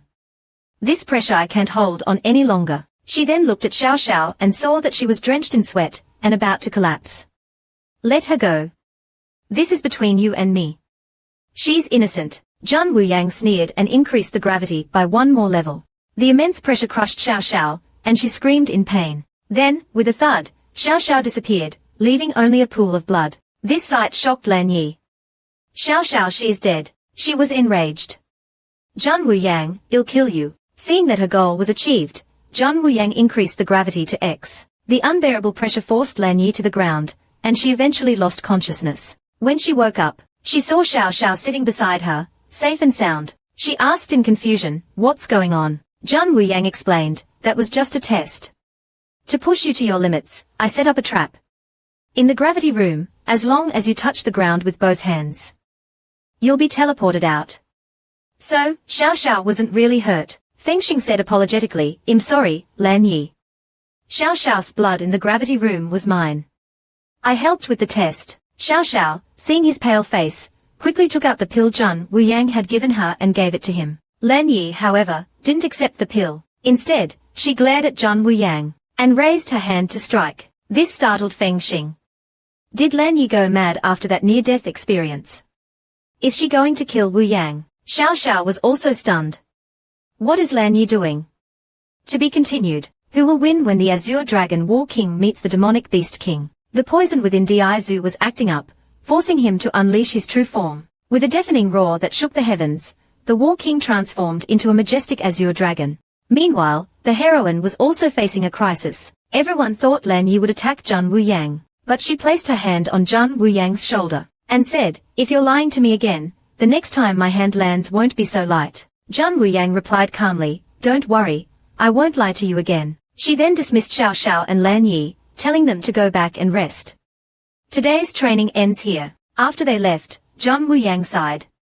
She asked Feng Xing, "Was I too harsh?" Feng Xing reassured her, "We only have 1 year and 3 months until the 4 academies exchange competition. Time is of the essence." Jun Wu Yang also sighed. "I hope Xiao Xiao and Lan Yi understand our methods." She then gave Feng Xing 2 name tags, one for Xiaobai and one for Master Mu. This way, Xiaobai could attend classes at the academy anytime, and Master Mu could be a guest lecturer. She sighed again. Currently, the academy only has Feng Xing and me as instructors. We have a long way to go. Meanwhile, in the depths of the Divine Lands, Mo Yu was being chased by a pack of demonic beasts. They had split into 2 groups to search for the Zuzi cow, but his group was attacked by demonic beasts. He was the only survivor. Why are there so many demonic beasts here? The other group must be in danger as well. I must deliver the Zuzi cow to His Highness.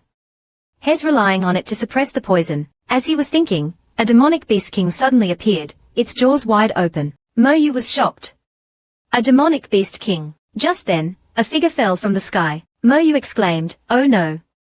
His Highness has lost control again." Diaizu, unable to control his transformation, had transformed into his Azure Dragon form, and engaged in battle with the demonic beast king. He used his massive body to restrain the demonic beast king, and then bit its neck. The Azure Dragon, being an ancient divine beast, easily defeated the demonic beast king, leaving it no chance to fight back. However, weakened by the poison and the battle, the Azure Dragon collapsed on the ground. Seeing this, Mo Yu immediately rushed forward with the Zuzi cow, and called out to Diaizu.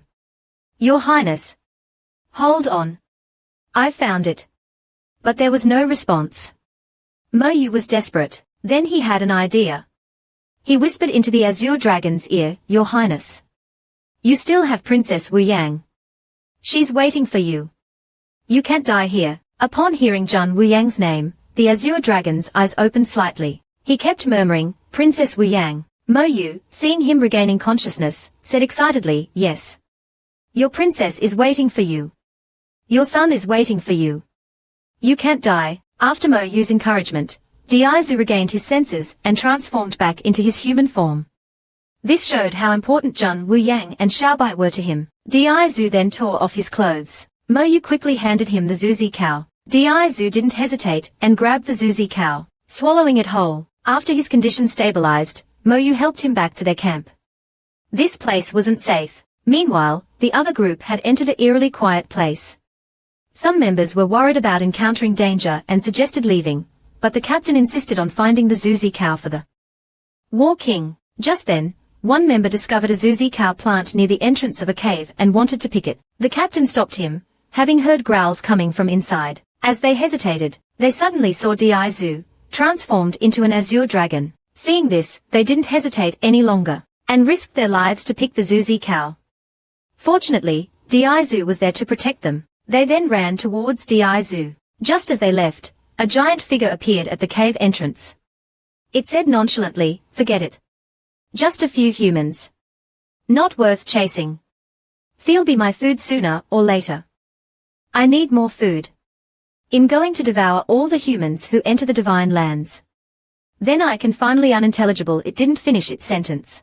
The War King was desperately searching for a cure. Meanwhile, Jun Wu Yang's Qingyang Academy was operating as usual. Lan Yi was utterly defeated during a sparring match with Jun Wu Yang. 2 months ago, she could still last a few rounds against her. Now, she could only defend passively. Jun Wu Yang flicked her hair. "There's no helping it. I'm a genius. My progress is naturally faster than others. Let's end here. Next, we'll cultivate our spiritual power." Lan Yi was dejected, while Xiao Xiao looked at Jun Wu Yang with admiration. Mentor is so powerful. Even under X-gravity, she's still so strong. Zhan Wuyang then lectured them on spiritual power cultivation. These materials were revised based on the 4 divine lands cultivation methods, and her own spiritual insights. Lan Yi felt that she had already mastered the spiritual power cultivation methods, and wanted to skip this lesson, and learn how to fight with spiritual power directly. Xiao Xiao, however, was shocked when she opened the textbook. The cultivation method was completely different from what she had learned before. Zhan Wuyang said sagely, if the cultivation method I'm teaching you is the same as the ordinary one, then what's the point of this lesson? Lan Yi immediately retorted, how is that possible? There's only one spiritual power cultivation method. How can there be another one? Are you sure this cultivation method won't cause any problems? Zhan Wuyang replied confidently, since you've already learned how to cultivate, you should be able to understand this new method. I can assure you, this is faster and more efficient than the ordinary method. Lan Yi carefully examined the textbook and asked incredulously, did you develop this new cultivation method? Zhan Wuyang replied calmly, do you like it? Is it better than the method you learned before? Lan Yi was shocked by this method. It's incredible. By channeling the spiritual energy in the air through one's own spiritual power, and converting it into one's own use, this method is groundbreaking. I awakened my spiritual power at the age of 10, and have reached level 5. If I had used this cultivation method earlier, I might have reached level 7 by now. Just who is this Zhan Wuyang? Seeing that they had no objections, Zhan Wuyang began explaining the use and combat applications of spiritual power. You don't need to learn that yet. Focus on observation and cooperation. This confused the 2 students. Just watch. Zhan Wuyang pointed at a book, and flipped the page with her mind. This shocked Lan Yi. She flipped the page with her spiritual power. Zhan Wuyang continued, it's too early for you to learn how to fight with spiritual power. Learn how to truly utilize it first. You think spiritual power can only be used to suppress Xuanli, or assist Xuan practitioners in battle. I'm not saying these 2 methods are wrong, because these are 2 advantages of our spiritual power. Xuan practitioners don't have such versatile abilities. She then demonstrated, guiding them on how to control spiritual power. She then asked them to release their spiritual power. Lan Yi's spiritual power was visibly stronger, due to her training since childhood. She then asked them to try lifting the book on the table with their spiritual power, just like she did. The 2 immediately tried, looking focused. However, their spiritual power passed through the book without any effect. They tried many times but failed. Their spiritual power simply went through the book. Zhan Wuyang had anticipated this. She had them try so they could experience what they were lacking. Think carefully about how you used your spiritual power just now. Does it feel unreal? You can sense the book, but you can't touch it. Zhan Wuyang pointed at the book, and materialized her spiritual power. Zhan Wuyang said calmly, since both Xuanli and spiritual power exist in this world, it's impossible for only Xuanli to be powerful. Spiritual power can also be strong. You just haven't discovered it yet. Spiritual power is versatile. How to harness its true power depends on what kind of power you desire.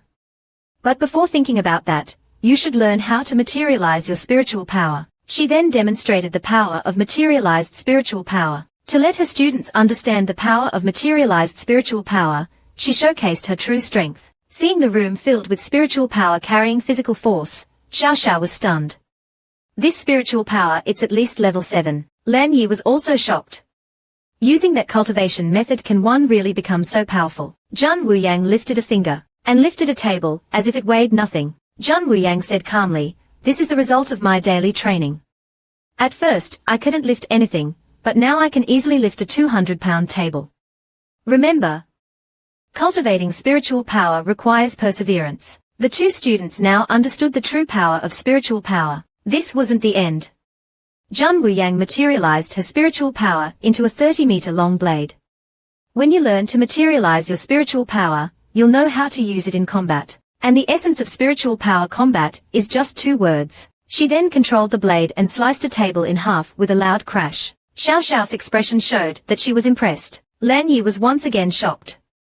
Zhan Wuyang's control over her spiritual power is impeccable. Zhan Wuyang continued, spiritual power can also be used in alchemy and artifact refining. As long as you know how to use spiritual power, you can become an alchemist or a refiner. Hearing this, Xiao Xiao quickly took out her notebook and started taking notes. Lan Yi also started pondering.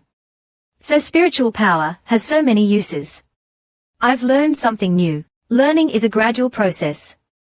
Zhan Wuyang didn't add anything further, and let them go back and digest today's lesson. Tomorrow morning, I'll test you on what you've learned. Before leaving, she reminded them, you have Fengxing's class this afternoon. It's in the gravity room. Xiao Xiao, having witnessed the power of spiritual power, was determined to learn from Zhan Wuyang. She wanted to become a powerful refiner like her father. Lan Yi was also thinking to herself, since Zhan Wuyang is willing to teach me, I should cherish this opportunity and become stronger, so strong that one day, I can shock everyone who underestimated me. After class, Zhan Wuyang went to the hot spring in her red bracelet space. This hot spring feature is quite nice. After her bath, Zhan Wuyang looked at the clothes on the stone. She suddenly felt a sense of familiarity. This outfit, who gave it to me? I can't remember, was it Fengxing? She thought for a moment. No, it wasn't him. She frowned. What have I forgotten? Master and Fengxing seem to be hiding something from me. But every time I ask, they change the subject. Forget it. You'll think about it later. Let's see what else is here. She then took out the white bone fan from the red bracelet space. I haven't had a chance to properly examine it since I bought it. This white bone fan, it's truly magnificent. As expected of an artifact crafted from the bones of demonic beast kings, she then sat down cross-legged and started studying the refining notes Xiao Furen had given her. To complete a divine artifact, you need a divine weapon. But where can you find a divine weapon? Zhan Wuyang was puzzled. What does divine weapon mean? Do divine weapons really exist? That afternoon, Zhan Wuyang went to the gravity room alone. She couldn't neglect her own cultivation, and needed to use the gravity room to enhance her spiritual power. Just as she reached the entrance, she saw Fengxing and her 2 students coming out. They seemed to have just finished training. Seeing Zhan Wuyang, Xiao Xiao ran over excitedly and exclaimed, Mentor. You look so handsome in this outfit. Who gave it to you? I've never seen you wear it before. Fengxing, seeing her in that outfit, was startled. Isn't that the outfit Di Zhu gave her? Did she regain her memories? The heroine is wearing the clothes given to her by the male lead. Fengxing asked nervously, did you remember? Zhan Wuyang asked, confused, remember what? Hearing her question, Fengxing quickly composed himself. It seems she doesn't remember Di Zhu. It's just a coincidence. He quickly changed the subject. Why are you here at the gravity room? Zhan Wuyang told them that she needed to use the gravity to train her spiritual power. Strength is the foundation of everything. She then told Fengxing to take them to the training grounds. Watching them enter the gravity room, Fengxing was still puzzled. Why did she suddenly wear the clothes Di Zhu gave her? Did she remember something? But if she did, she wouldn't be so calm. Lan Yi, seeing Fengxing lost in thought, was confused. What's going on? Meanwhile, in the White Tiger Kingdom, an emissary from the palace had summoned Shi Wushuang. Shi Wushuang was puzzled. I just returned from Zhan Yucheng, and there's already something. He quickly asked the emissary to explain. It turned out that the princess of the Dacian Kingdom had arrived in the White Tiger Kingdom. To celebrate the political marriage, the palace was holding a banquet, and had invited Shi Wushuang to attend. Shi Wushuang was surprised. The princess of the Dacian Kingdom is coming to the White Tiger Kingdom for a political marriage. The eunuch replied, yes. She's called Di Anning, Princess Anning. Shi Wushuang pondered. Princess Anning, I met her once in the Dacian Kingdom. She helped Wuyang back then. I didn't expect her to be sent here for a political marriage. What a twist of fate. Who is she marrying? The eunuch told him it was the third prince, Di Yuan. Shi Wushuang thought to himself, third prince Di Yuan is incompetent, lecherous, and cruel. He even harasses the palace maids. If Princess Anning marries him, she'll definitely suffer. He dismissed the eunuch and said he would attend. Just then, Liu Li walked out. She noticed that Shi Wushuang seemed concerned about the political marriage, and asked if he wanted her to intervene. Shi Wushuang replied calmly, it's not just any princess. I'm not that free. Princess Anning helped Wuyang back then. I'll help her for Wuyang's sake. He then arrived at the palace banquet hall. The third prince was indeed as rumored, surrounded by women, lecherous and arrogant. Shi Wushuang sat across from Princess Anning. He didn't expect Liu Shengnan to be there as well. She must be worried about Princess Anning. If I want to help them, I'll have to plan carefully. After the banquet, Princess Anning couldn't hold back her tears any longer. Recalling the third prince's lecherous behavior towards her during the banquet, she felt disgusted. "I'm actually going to marry that pervert." Liu Shengnan quickly comforted her. "Don't worry, with me here, you won't marry him. We'll find a solution. Shengnan, you didn't have to risk your life for me." "Why?" Liu Shengnan said firmly, "You're my best friend.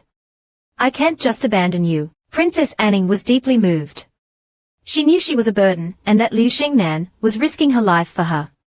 Liu Shengnan kept encouraging her. "If all else fails, I'll take you and escape from the palace." Seeing her resolve, Anning hugged her tightly. "Shengnan," Liu Shengnan hugged her back. "Don't worry, Anning. I won't let this marriage ruin your life." After Anning fell asleep, Liu Shengnan thought, Princess Anning didn't eat anything at the banquet. She must be hungry when she wakes up. She decided to go to the kitchen to get some food. Just then, she overheard a conversation. "Have you heard? They're building a women's academy in Junyucheng." "How absurd." "Of course. I heard it's the new city lord, Zhang Wu, who's building it." Liu Shengnan froze. That name was all too familiar. In any world, having superpowers makes everything easier. Just now, the two maids noticed Liu Shengnan eavesdropping. They immediately questioned her, "Who are you? How did you get into the royal kitchen?" Liu Shengnan didn't panic and approached them humbly. "I'm Princess Anning's personal maid. The princess isn't feeling well, so I came to prepare some light dishes for her. I didn't mean to eavesdrop on your conversation." Seeing her politeness, the two maids didn't give her a hard time. "This is the royal palace, after all. We don't mind such trivial matters. But if you offend any of the important figures, you'll be in trouble." Liu Shengnan, being tactful, took out some money and gave it to the two maids, hoping they would allow her to prepare some food for Princess Anning. The two maids, after receiving the bribe, readily agreed, saying it was a small matter. Liu Shengnan then inquired about the women's academy they had mentioned. The two maids told her that it was called Qingyang Academy, and was established by Zhang Wuyang, the city lord of Junyucheng. They said it was dedicated to teaching women how to cultivate spiritual power. Liu Shengnan couldn't believe her ears. Zhang Wuyang. But she's dead. How can she be alive? But what the maids said next confirmed that Zhang Wuyang was indeed alive. They said that there were 3 people with Zhang Wuyang.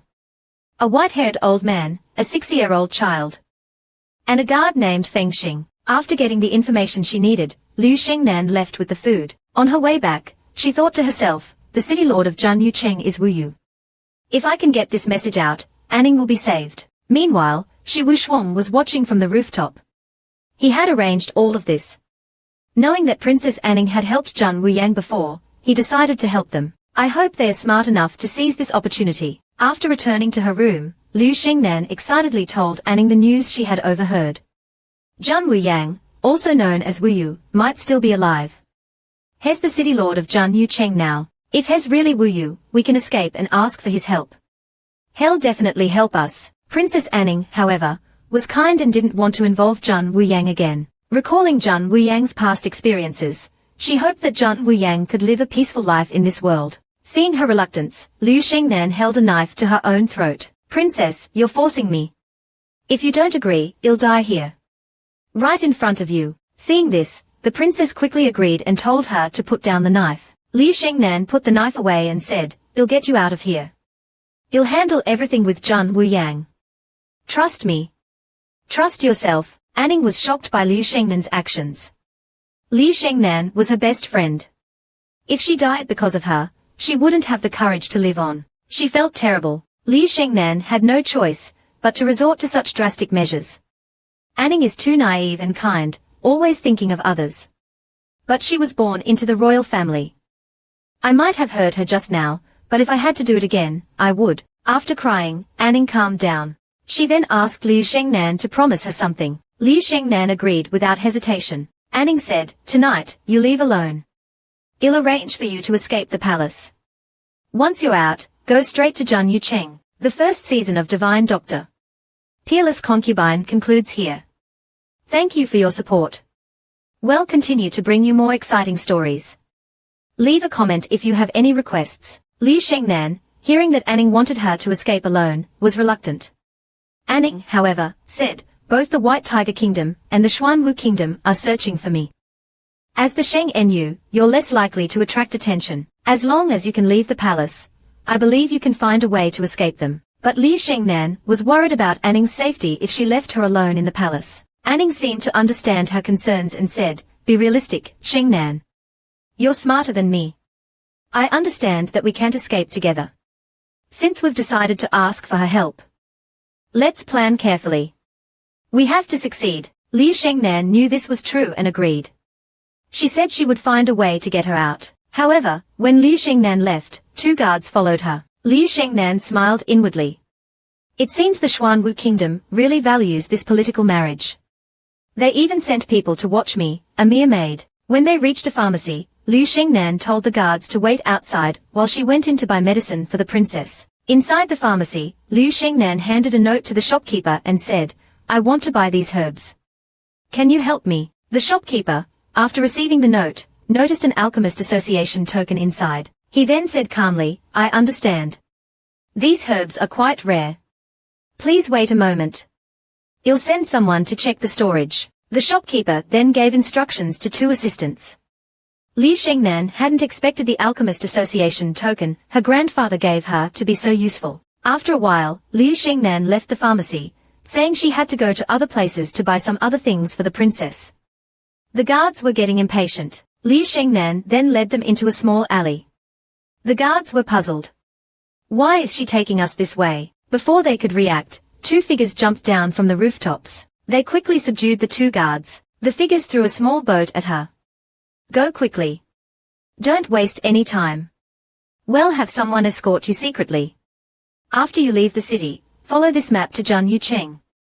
No matter what happens, don't reveal our Alchemist Association's involvement." After giving her instructions, Liu Shengnan quickly left. Shi Wushuang received the news. He hadn't expected Liu Shengnan to be so resourceful, and that the Alchemist Association would secretly help her. To be safe, he sent Elder He to help Liu Shengnan get rid of anyone pursuing her. Emperor Tai Shi of the Xuanwu Kingdom was furious, because he had received news of Liu Shengnan's escape. Fortunately, his subordinates told him that the princess was still in the palace and hadn't escaped, which calmed him down slightly. This puzzled Tai Shi.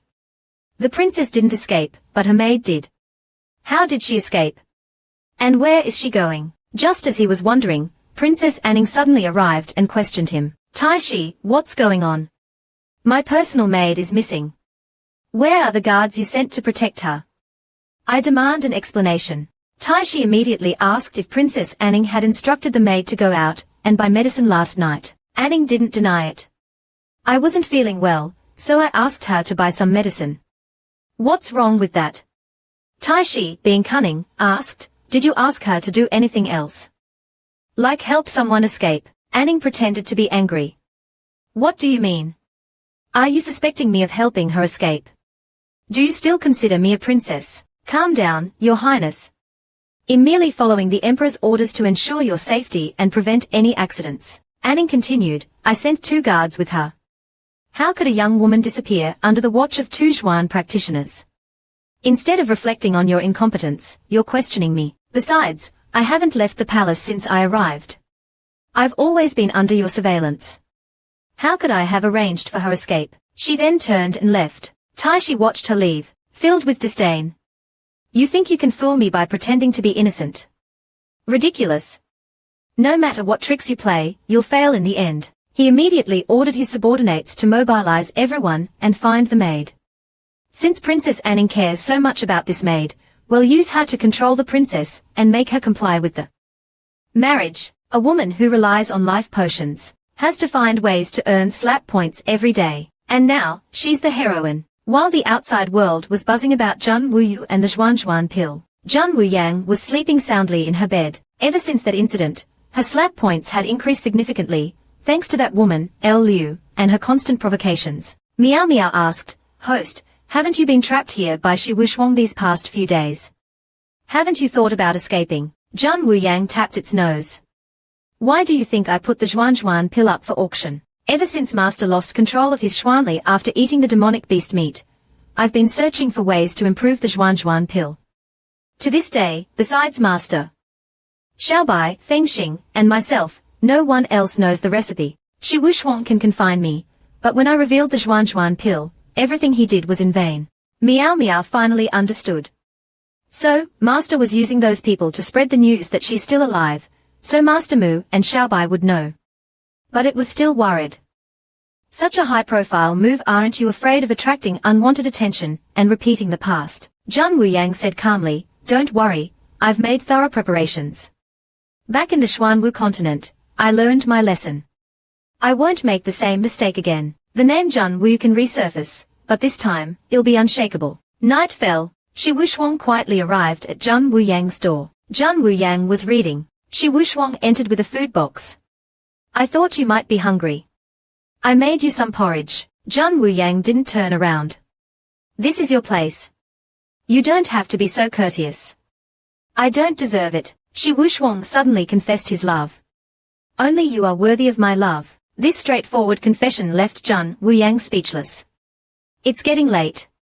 You should go back and rest. I'm going to sleep as well. Shi Wushuang wasn't discouraged and quietly left the room. His subordinates then reported that Dizu's spies had been identified and dealt with, but we've been ambushed several times now. At this rate, we'll lose all our men before we even reach Naipancheng. Shi Wushuang said calmly, since those people are after Wu Yang, quickly deliver this letter to her, and let her make arrangements. After making the arrangements, Shi Wushuang thought to himself, I'll give you time. No matter what you choose, you're mine. I won't let you suffer like you did before. After Shi Wushuang left, Zhang Wuyang leaned against the wall, her face grim. Meow Meow asked, Host, what's wrong? Zhang Wuyang sighed, back then, I wanted to kill everyone involved. Now it's just a joke. I no longer hate them, nor will I forgive them, because no one can compensate for Feng Xing's death. Just then, there was a knock on the door. Then El Liu barged in, yelling, Zhang Wuyang, you shameless hussy. Young master has dealt with so much trouble for you, and you're still here, enjoying yourself. Zhang Wuyang was startled. This woman again, she replied calmly, since you hate me so much, why don't you suggest to Wushuang that he hand me over? You've encountered quite a bit of trouble recently, haven't you? Handing me over will solve everything. El Liu was even more enraged, yelling and screaming. Zhang Wuyang, you're so arrogant. You're taking advantage of young master's affection for you. Zhang Wuyang chuckled. Does that mean whoever young master likes must reciprocate his feelings? I, Zhang Wuyang, am just naturally arrogant. If you don't believe me, ask your young master just how arrogant I am. I have no heart, no feelings, no desires, no one. I, Zhang Wuyang, am cold and heartless. You can scold me, you can try to kill me, but in the end, it's all futile. This verbal attack rendered El Liu speechless. Zhang Wuyang then added, I've seen many women's true faces, and yours is the ugliest. This made El Liu so angry that she almost fainted. She stormed off, leaving a parting threat. Just you wait. This face slap was truly satisfying. However, it wasn't time to celebrate yet. Zhang Wuyang sensed danger lurking outside. What's this creepy old man doing hiding in the heroine's room in the middle of the night? He's dressed so strangely that it's hard to associate him with any decent family. What is this perverted old man planning? Just now, as night fell, Zhang Wuyang's room was suddenly intruded upon. The leader of the assassins, seeing the seemingly defenseless figure sleeping on the bed, immediately ordered his men to capture her. When they opened the blanket, however, they found it empty. They realized they had been tricked. Zhang Wuyang quickly attacked, taking down one assassin. She sneered, did you really think him a defenseless young lady? The assassin leader was enraged. How dare you? A mere woman. Besides serving men, women have no combat abilities. Zhang Wuyang chuckled. I just broke through to level 6 in spiritual power today. Let me practice on you too. She then released her spiritual power and trapped 2 level 6 Zhuan practitioners instantly, immobilizing them. While the 2 were still stunned, she struck them with a special move. This is the ultimate sunflower palm, specially designed for arrogant men like you. With a single blow, she killed the 2 level 6 Zhuan practitioners. She then dragged the assassin leader's body out of the room like a dead pig. Shi Wushuang had just finished dealing with his opponents outside. He turned around and smiled. I knew it. Wu Yang is as formidable as ever. Zhang Wuyang didn't pay him much attention. I'll leave this to you. I'm going back to sleep. With that, she closed the door and returned to her room. Just as she was about to go to sleep, she sensed a murderous aura. She immediately materialized her spiritual power, ready to attack. Zhang Wuyang exclaimed, there's another assassin hiding in my room. A creepy old man walked out, chuckling. Little girl, you're quite skilled. Too bad someone wants your life and your pills. Don't worry, I've disabled the alarms in your room. You can scream all you want, no one will hear you. Zhang Wuyang was shocked. This old man's Schwanliet's red, could he be a Zhuan king? She then asked calmly, you're so confident you can defeat me. You wouldn't mind telling me who sent you, would you? The old man chuckled creepily. The one who paid me to kill you is a subordinate of the Azure Dragon War King, Di Zhu. It seems he's also interested in a beauty like you. He then lunged at Zhang Wuyang. Zhang Wuyang dodged with a flash. Then she activated the red bracelet, and disappeared instantly. The old man was dumbfounded. Where did she go? Did she vanish into thin air? I seeing ghosts. Just then, a powerful force slammed him against the wall. The old man exclaimed, you brat. Who are you? The newcomer didn't answer.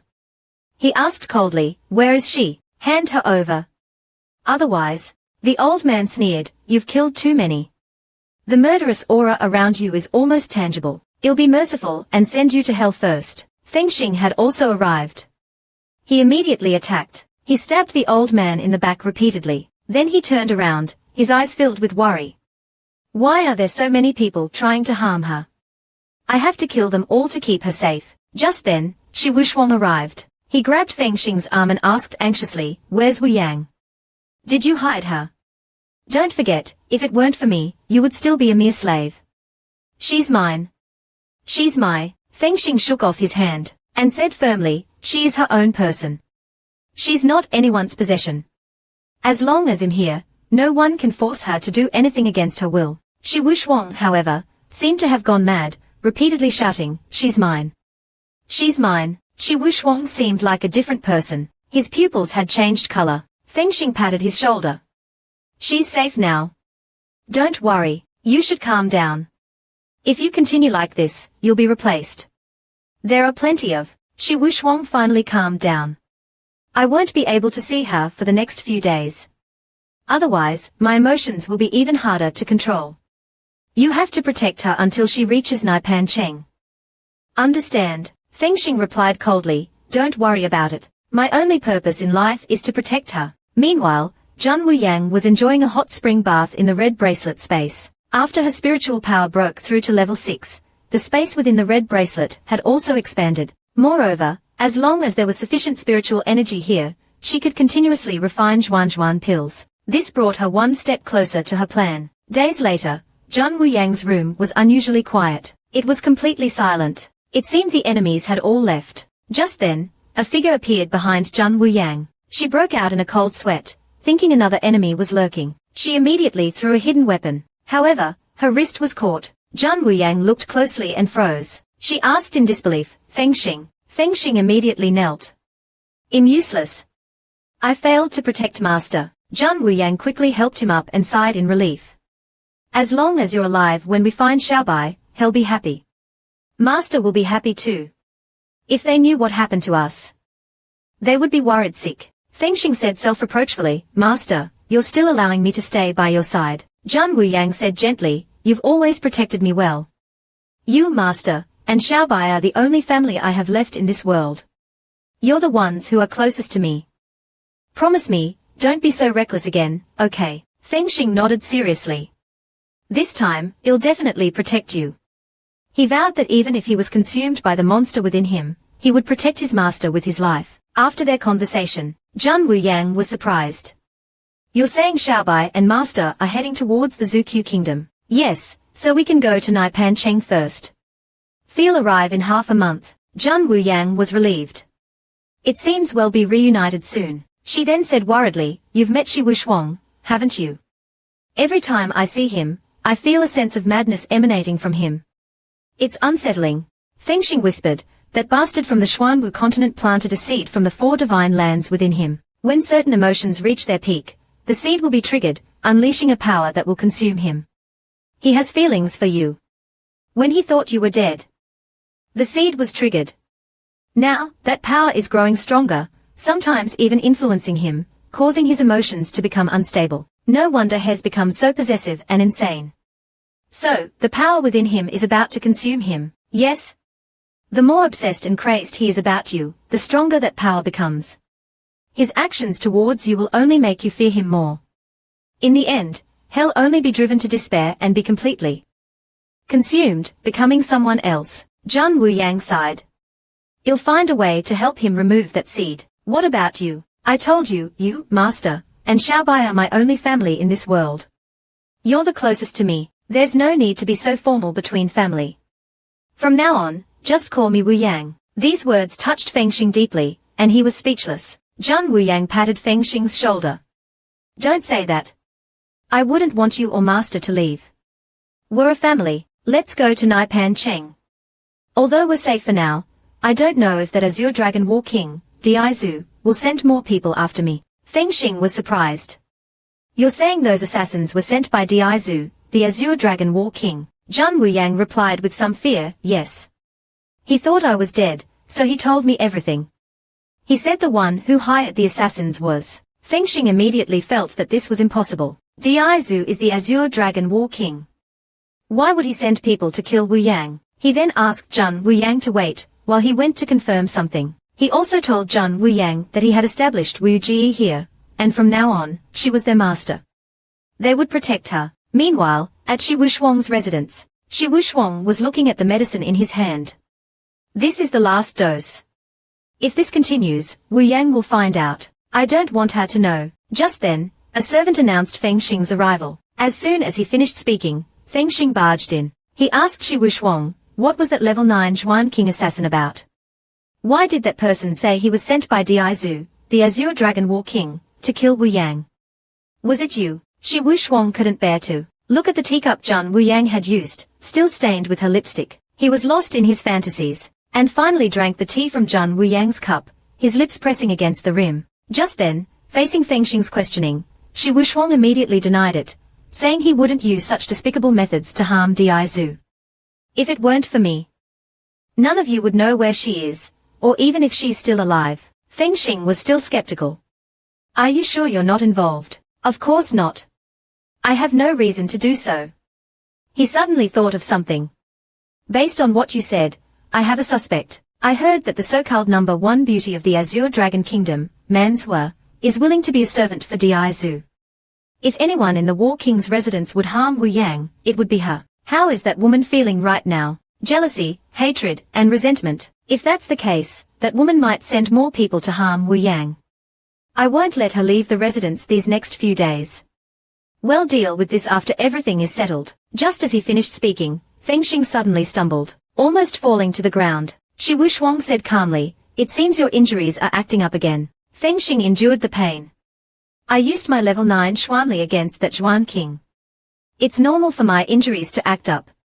But he'll be fine after taking some medicine. Shi Wuxuang put down his cup and whispered, it seems we have to go to the secret realm again. Only there can we find the ingredients for the pill to suppress your injuries, and only there can we find the antidote to the seed within me. Fengxing said coldly, you don't need to remind me.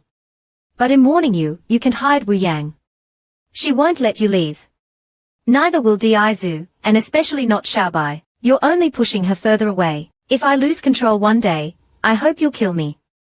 I can still maintain some sanity now, but if I'm completely consumed by that other personality, please don't let me hurt her. Meanwhile, Diaizu was rushing towards Zukyu Kingdom. Keep moving. I want to reach the Zukyu Kingdom's border within 2 days. The subordinate beside him nodded respectfully, and looked at the jade pendant in Xiaobei's hand. Is that the gift your mother gave you? Mother says it's called the mother-child bond jade. It's the same as Fengxing's. The 2 jade pendants can be combined. They can connect mother and me. Diaizu examined the jade pendant carefully. He must have sensed the resonance from your mother's jade pendant, which is why he has the urge to combine them. So, Wuyang is really in Zukyu Kingdom. Xiaobai said excitedly, really? Then I won't be afraid of being separated from mother again. Diaizu said childishly, when I see Wuyang, you'll make a couple's bond jade with her. Several days later, Jun Wuyang and the others arrived at Naipan Cheng in the Zukyu Kingdom. Big brother, is there an auction house in Naipan Cheng? What are you auctioning? Now that various factions are targeting me, it's time to settle this. First, let them fight over the Zhuan pill. The 2 then went to find Shi Wuxuang. Shi Wuxuang was overjoyed. Wuyang, you've finally come to see me. Seeing him about to hug her, Jun Wuyang quickly stopped him. I have some business to discuss. I hope you can help me. Just name it. I'll do anything for you. There are too many eyes outside. Let's go inside. You want to know where you can auction the Zhuan pill? Yes? Various factions are targeting me. It's time to resolve this. I'll auction the Zhuan pill, and let them fight over it. The highest bidder wins. Those who can't afford it can only blame themselves. Shi Wuxuang asked worriedly, aren't you afraid they'll decipher the formula? Zhan Wuyang replied confidently, since I dare to auction the Zhuan pill, I'm not afraid they'll crack the formula. My pills aren't that easy to replicate. Since you're so confident, it seems there won't be any problems. I can help you contact the auction house. The Zhuan pill is highly sought after. Without a proper auction house, it's impossible to hold the auction. In that case, I'll entrust the Zhuan pill to you, young Master Wuxuang. Thank you. She then left with Feng Xing. Shi Wuxuang was left alone in the room. He looked at Zhan Wuyang's teacup, still stained with her lipstick. He started fantasizing. He then drank the remaining tea from her cup, his lips pressing against where hers had been. Several days later, people on the street were discussing, have you heard? Zhan Yulu, the largest auction house in the Four Divine Lands, will be auctioning the Zhuan pill in a month. It's said the seller is a silver-haired woman. Many suspect it's the legendary Zhan Wuyu. Shi Wuxuang was indeed efficient. He had spread the news within days. But what kind of place is Zhan Yulu? Zhan Yulu was unique. Located on a cliff at the border between the Zhuqiu Kingdom and the Xuanwu Kingdom, it was a neutral territory by any of the four kingdoms. Zhan Yulu was more of a mysterious and unique organization than an auction house. Any item deemed worthy by either of the two owners could be auctioned at Zhan Yulu. To participate in the auction, one had to enter Zhan Yucheng, which was protected by a powerful barrier. Only those with the Zhan Yulu owner's permission could enter the city without being affected by the barrier. Just then, a red light beam shot out, shattering a nearby tree. Fortunately, the two dodged in time. A group of assassins in black appeared. Miss Wuyu, our master invites you for a visit. That bastard who was scolded for being worse than a dog is finally getting his chance to play the hero. He didn't just talk the talk, he also walked the walk. He actually saved the heroine at a critical moment. Just now, a group of assassins ambushed them. Feng Xing was caught off guard. Zhan Wuyang sneered, 12 level 8 Zhuan practitioners, 6 level 9 Zhuan practitioners, and 3 Zhuan kings. Your master thinks highly of me. The assassins, being professionals, didn't waste any time and attacked immediately. Zhan Wuyang immediately used her secret technique. Invisible energy waves attacked the assassins, causing them excruciating pain. However, one of them tried to sneak attack her from behind. I didn't want to hurt you, but since you insist on resisting, I'll have to immobilize you first. Zhan Wuyang was shocked. Another Zhuan king. She unleashed the immortal body technique. Damn it. They are really determined to get the Zhuan pill. She managed to repel the attack. Zhan Wuyang felt dizzy.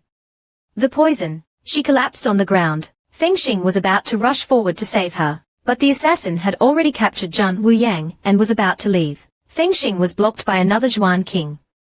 The assassin used a barrier formation to trap Feng Xing. I need backup. Feng Xing was trapped. He was enraged and unleashed his demonic power. All the bells in the city started ringing, and the barrier was shattered. Feng Xing was also sent flying. The assassin, seeing this, was shocked.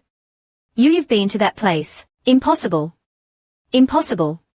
How can anyone survive that place? Meanwhile, the assassin carrying Zhan Wuyang was running for his life. He was terrified, because Feng Xing was catching up. Damn it. 3 Zhuan kings and a dozen Zhuan practitioners couldn't stop him. Before he could finish his thought, his head exploded. Diaizu had arrived and caught Zhan Wuyang. After all this time, he finally met his beloved again. Feng Xing, seeing this, didn't approach. Diaizu looked at Zhan Wuyang lovingly, and said, I finally found you. You're alive.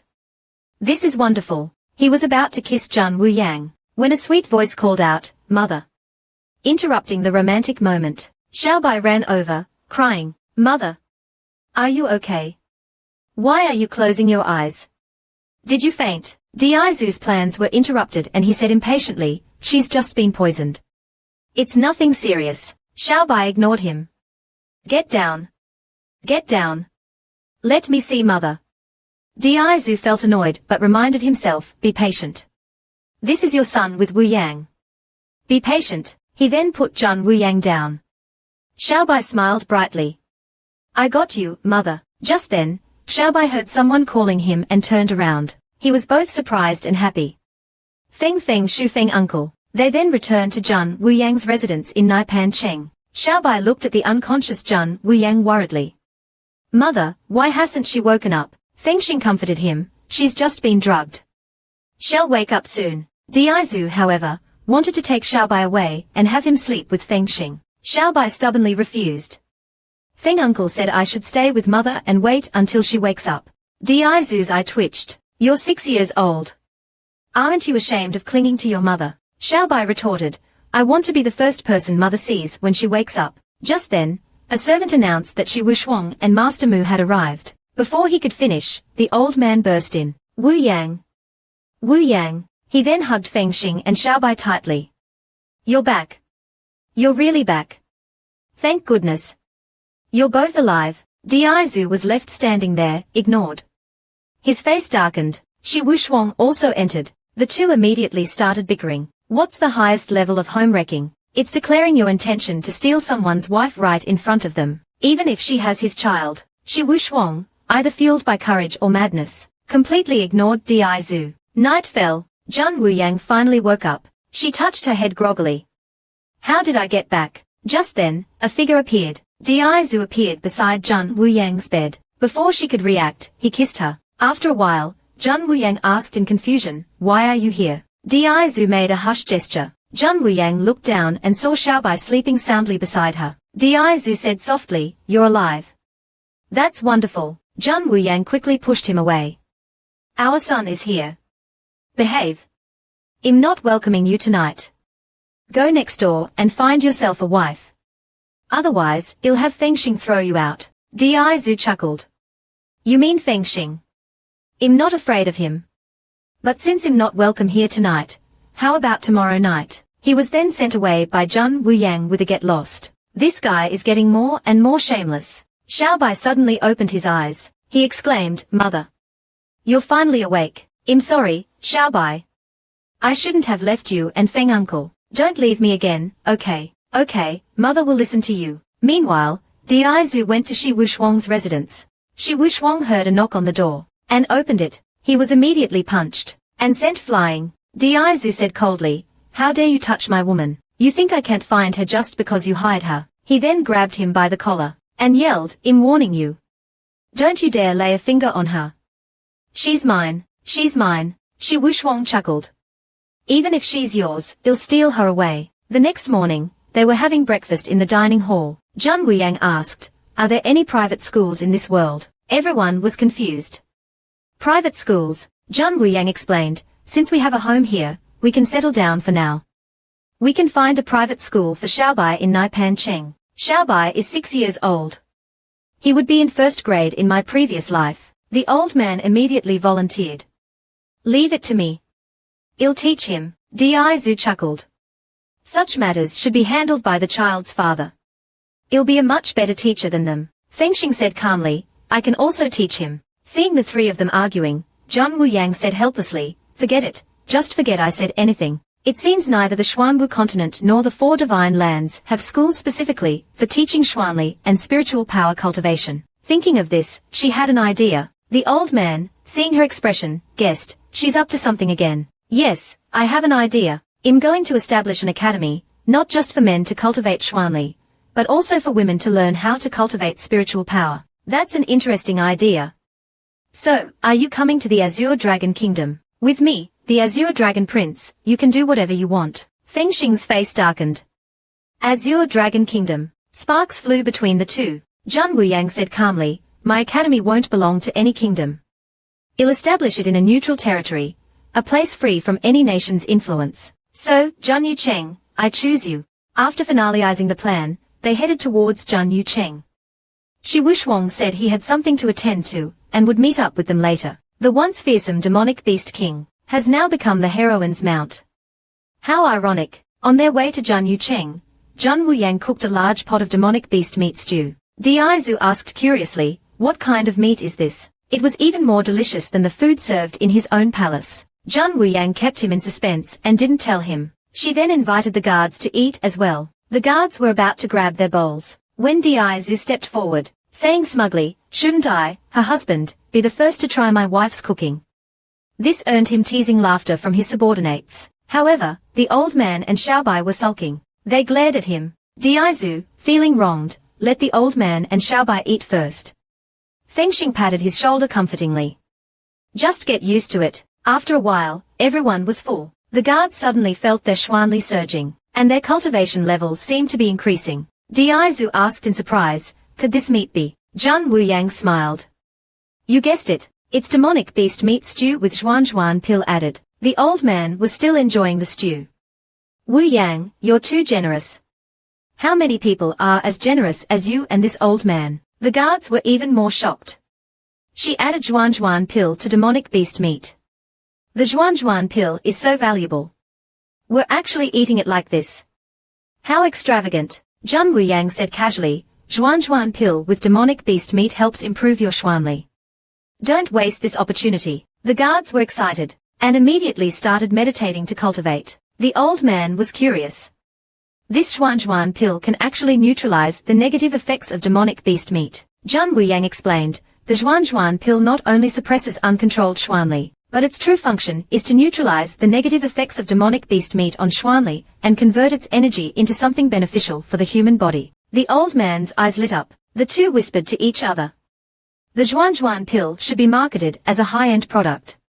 This auction will pave the way for its future development in the Four Divine Lands. The old man was worried that Zhang Wuyang would overwork herself and said earnestly, "Don't shoulder everything alone.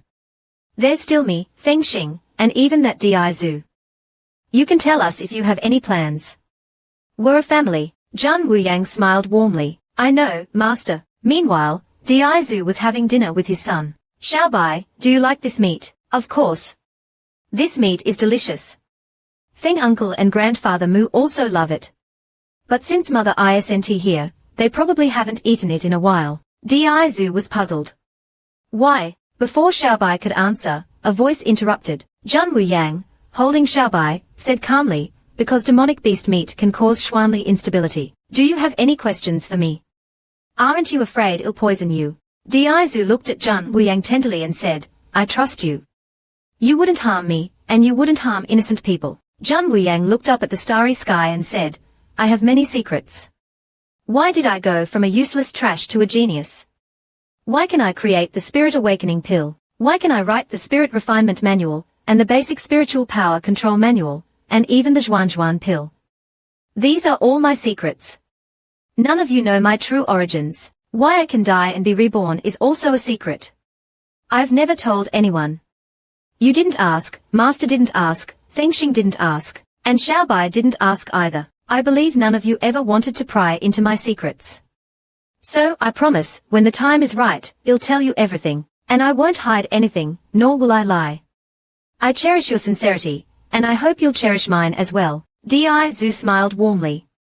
"No matter who you choose, I'll always be by your side. Even if I have to jump into a river of fire, I'll only choose you. When you captured my heart, and Xiaobai acknowledged me as his father, I'll dedicate my life to you." Diaizu looked at Zhang Wuyang, who was deeply moved by his words, and at the lipstick stain on her hand. He had already decided that she was the only woman for him. Meanwhile, the guards, after a night of cultivation, had 5 breakthroughs. Mo Yu even broke through from level 9 Zhuan practitioner to Zhuan king. Seeing such results, Zhang Wuyang was even more confident that the Zhuan pill would secure her a foothold in the Four Divine Lands. The next day, they arrived at Zhang Yucheng. Upon entering the city, they had to register at the gate. As Zhang Wuyang approached the gate, she was asked for her name and purpose. "I'm the seller of the Zhuan pill, Zhang Wuyu." The guard handed her a token. "This is your entry permit, and also your identification, as the seller of the Zhuan pill. It might be useful in times of need." Zhang Wuyang accepted the token, and thanked the guard. The old man followed closely behind. "I'm her master." Fengxing and Xiaobai also stepped forward. "I'm her guard." Xiaobai said innocently, "I'm her son." The guard was speechless. "Is this a family outing to Zhang Yucheng and Diaizu?" "I'm her husband." "What?" The guard remained expressionless. He simply wrote down, Azure Dragon Kingdom War King, Diaizu, guard, and family. Diaizu rolled his eyes. He walked up to Zhang Wuyang and complained, "It's all your fault for not letting me reveal my identity. Now I can't even register as your family member. Zhang Wuyang patted his shoulder comfortingly. There'll be other opportunities. Just then, they heard people discussing, have you heard? Old Master Qi at Weixing Tea House has encountered a century-old chess puzzle. Has been racking his brains for a month and still can't solve it. Old Master Qi is a renowned chess player. If he can't solve it, he won't tell us the story. Zhang Wuyang was curious. Who is this old Master Qi? Just then, she sensed two presences behind them. Dizu said casually, you've been noticed. Zhang Wuyang asked, how long have they been following us? Ever since we entered the city. They are after you. Be careful, Zhang Wuyang whispered, don't worry about them. They can't do anything here. Our priority now is to decipher the barrier formation hidden within Zhang Yucheng. The old man was concerned about Zhang Wuyang's safety. Zhang Wuyang explained, Zhang Yucheng is protected by a barrier formation. Our every move is being monitored by the city lord. If we want to establish an academy here, we have to decipher the barrier formation. Otherwise, we're putting our lives in the hands of the city lord. The old man finally understood. All right, just do what you need to do. Maybe you can succeed. As they were discussing, a scoffing sound interrupted them. Some people just love to brag. They don't even know what kind of place Zhang Yucheng is, and they want to decipher its barrier formation. Some people are just clueless. Besides a pretty face, they have nothing else to offer. How disappointing. I didn't expect the owner of the Zhuan pill to be such a fraud. Truly disappointing. Dizu's face darkened. Zhang Wuyang, however, retorted calmly, at least I have this face. You can't even compare to me in that regard, so why bother embarrassing yourself? The woman, unable to win verbally, was enraged. Insolent. How dare you speak to this princess like that? Someone. Teach her a lesson. One of her guards immediately stepped forward. However, before he could attack, he was knocked to the ground, and started feigning injury. Dizu said coldly, Seventh Princess of the White Tiger Kingdom, you dare allow your subordinate to attack me in Zhang Yucheng. It seems you don't value your life. The seventh princess immediately apologized. War King, it's my fault for not disciplining my subordinates properly. Please forgive me. Dizu was about to speak, when Zhang Wuyang interrupted. It seems Zhang Yucheng is your lucky place, your highness.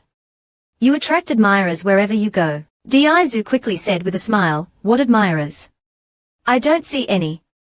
If they admire you, then I'm fine with it. While the two were flirting, the seventh princess suddenly interjected, War King, since we've met, why don't we work together to uncover the secrets of Zhang Yucheng? Dizu replied impatiently, not interested. He then left with Zhang Wuyang, leaving the furious princess fuming. Her maid immediately wanted to attack Zhang Wuyang with her hidden weapons. However, two flying daggers pierced her hands. It was Fengxing who had intervened. Fengxing said coldly, next time, I'll take your hands. The seventh princess, her plan foiled, was humiliated. She then ordered her maid to inform the third prince about Zhang Wuyu. He was known for his fondness for beautiful women. A lowly maid dares to compete with me for the War King's attention. Dream on. My charm is irresistible. I'll make him fall head over heels for me. This is a battle between women. Who will win? Just now, after a day of exploring Zhang Yucheng, they were sitting dejectedly in the inn. They had realized that after walking around for a while, they had returned to their starting point. Zhang Wuyang sighed. I finally understand why Zhang Yucheng is called a maze. Zhang Yucheng's layout is complex. Only the city lord can control it. It's said that he can single-handedly control the fate of the entire city. It seems the rumors are true. Zhang Wuyang felt frustrated. She couldn't control Zhang Yucheng if she couldn't solve the maze. This would affect her plans. Dizu, however, said that entering Zhang Yulu didn't necessarily require solving the city's maze. Zhang Wuyang's eyes lit up. Do you have a solution? Dizu's solution was simple. Money. Just pay tails. Zhang Wuyang almost spat out blood. So, poverty limits my imagination. She immediately took out the map, and said, I'll solve this maze myself. She then started analyzing the layout of Zhang Yucheng with everyone. Zhang Yucheng looks like a square, but we haven't explored the four corners. Dizu thought Zhang Yucheng was more like a circle. We've been going in circles. We've never reached the four corners. The old man suggested, maybe it's different at night. Let's split up and explore tonight. Maybe we'll find some clues. Dizu immediately wanted to be in the same group as Zhang Wuyang. The old man would be with Xiaobai. Fengxing would be with Mo Yu, Dizu's guard. Fengxing was a little disappointed but didn't object. The old man comforted him. Since you've chosen Fengxing, adjust your mindset. After nightfall, they split up and began their exploration. Zhang Wuyang overheard people talking about old Master Qi. Just as she was about to ask Di Zhu about the two people following them, Di Zhu stopped her. An arrow whizzed past them. Fortunately, Di Zhu shielded Zhang Wuyang in time. Someone dares to attack us in Zhang Yucheng. He then went to capture the attacker, telling Zhang Wuyang to be careful. Zhang Wuyang, however, had other plans. She called out, "The attacker has been lured away. You can come out now." Just as she finished speaking, a figure emerged from the shadows. The newcomer asked in surprise, "You knew we were targeting you?" Zhang Wuyang replied calmly, "I didn't at first, but I do now. You dared lure the War King away. You're just a weak woman. You think you can escape from me?" Zhang Wuyang chuckled. "You're also a woman. Why do you think I can't defeat you?" The woman immediately drew her hidden weapons. "The training I received isn't something you pampered young ladies can comprehend." Zhang Wuyang sneered. She manipulated the surrounding trees with her spiritual power, lifting them into the air. The woman was confused. What's going on? While she was still stunned, Zhang Wuyang launched her attack. The woman could only react defensively. What's going on? This Zhang Wuyu is no ordinary woman. She's using spiritual power to attack. How is this possible? Spiritual power is only meant for support. How can it be used in direct combat? I train day and night to prove that I can also be strong, no less than a man. I might lose to you today, but I want to prove myself. Being a woman doesn't mean being weak. Zhang Wuyang said calmly, "Then come. Let's see who can prove themselves first." She was surprised to find someone so determined to prove herself in this world. The two engaged in a fierce battle. Lan Yi drew her sword and attacked Zhang Wuyang. Zhang Wuyang calmly dodged and manipulated countless flying daggers to attack Lan Yi. Who will win this battle of wits? Let's wait and see. The crowd gathered, discussing excitedly. Isn't that spiritual practitioner Zhang Wuyu? Why is she fighting someone from Prodigy Mansion? And she's using spiritual power to fight a Zhuan king. This is incredible. Lan Yi, wielding her sword, charged towards Zhang Wuyang. Zhang Wuyang calmly manipulated the flying daggers, blocking her attacks. Lan Yi was furious. You think you can defeat me with just this? Just because you can manipulate more weapons doesn't mean you're stronger than me. She then unleashed her red Xuanli, forming a protective barrier. All the daggers were deflected upon contact. Lan Yi said smugly, "Your spiritual power, no matter how strong, can't surpass Xuanli, especially since I'm a Zhuan king. Are you so sure that spiritual power is weaker than Xuanli?" The crowd started discussing. Isn't that common sense? Spiritual power is only for support. How can it be stronger than Xuanli? Zhang Wuyu, you should just find a Zhuan practitioner partner to fight alongside you.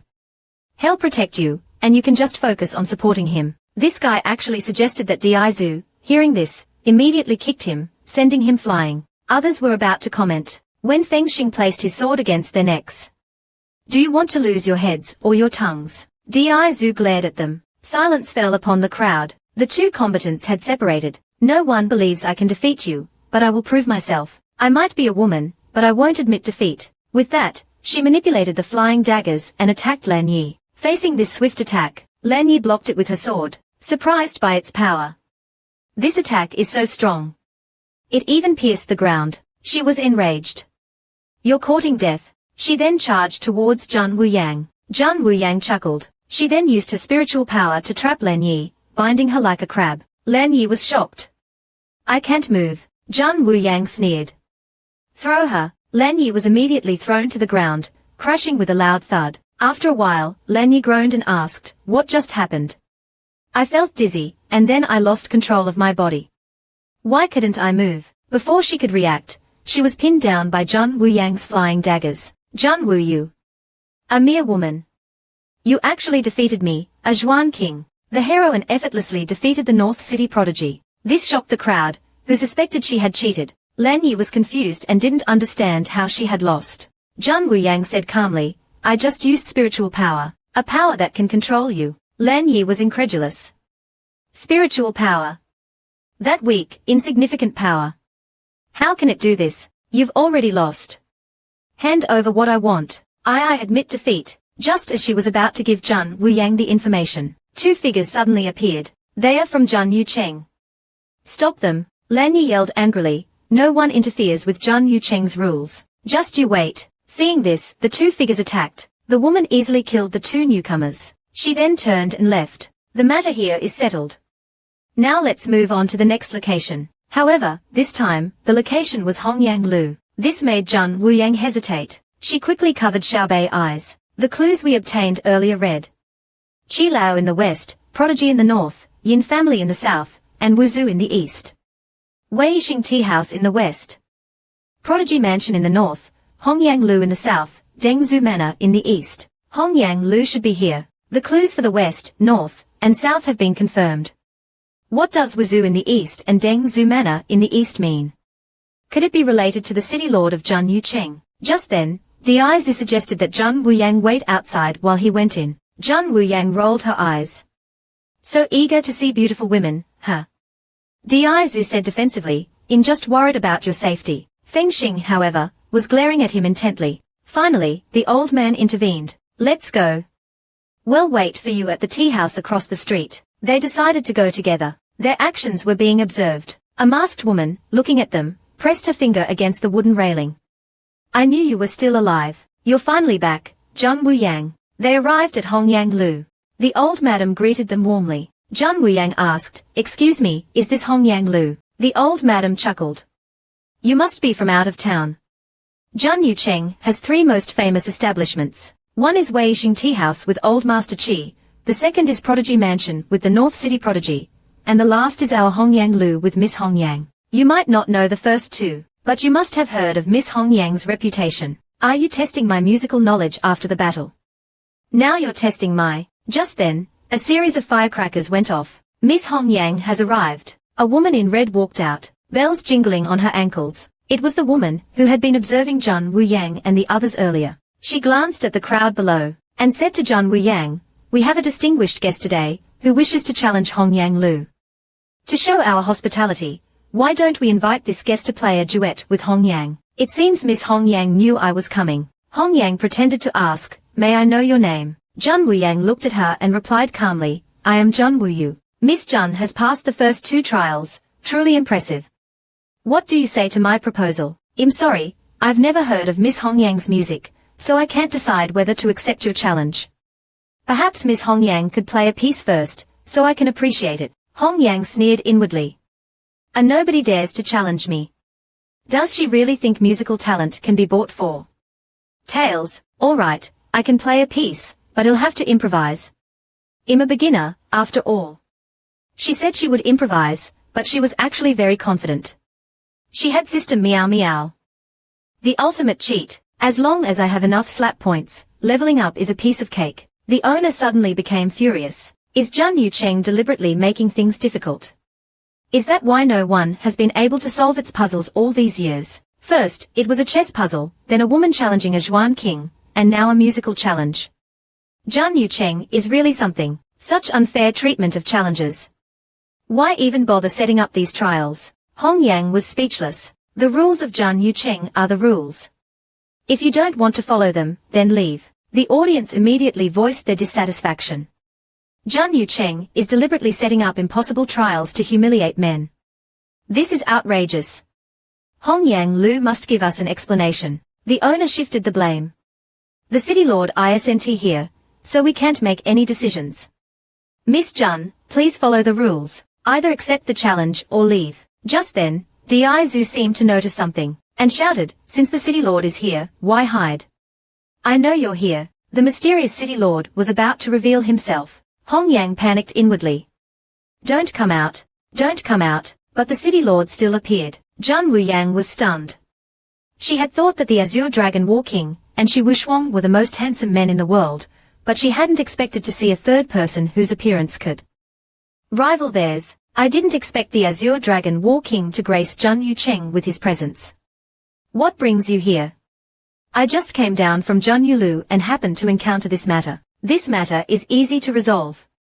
As long as Miss Jun can perfectly replicate Miss Hongyang's performance within the allotted time, she passes.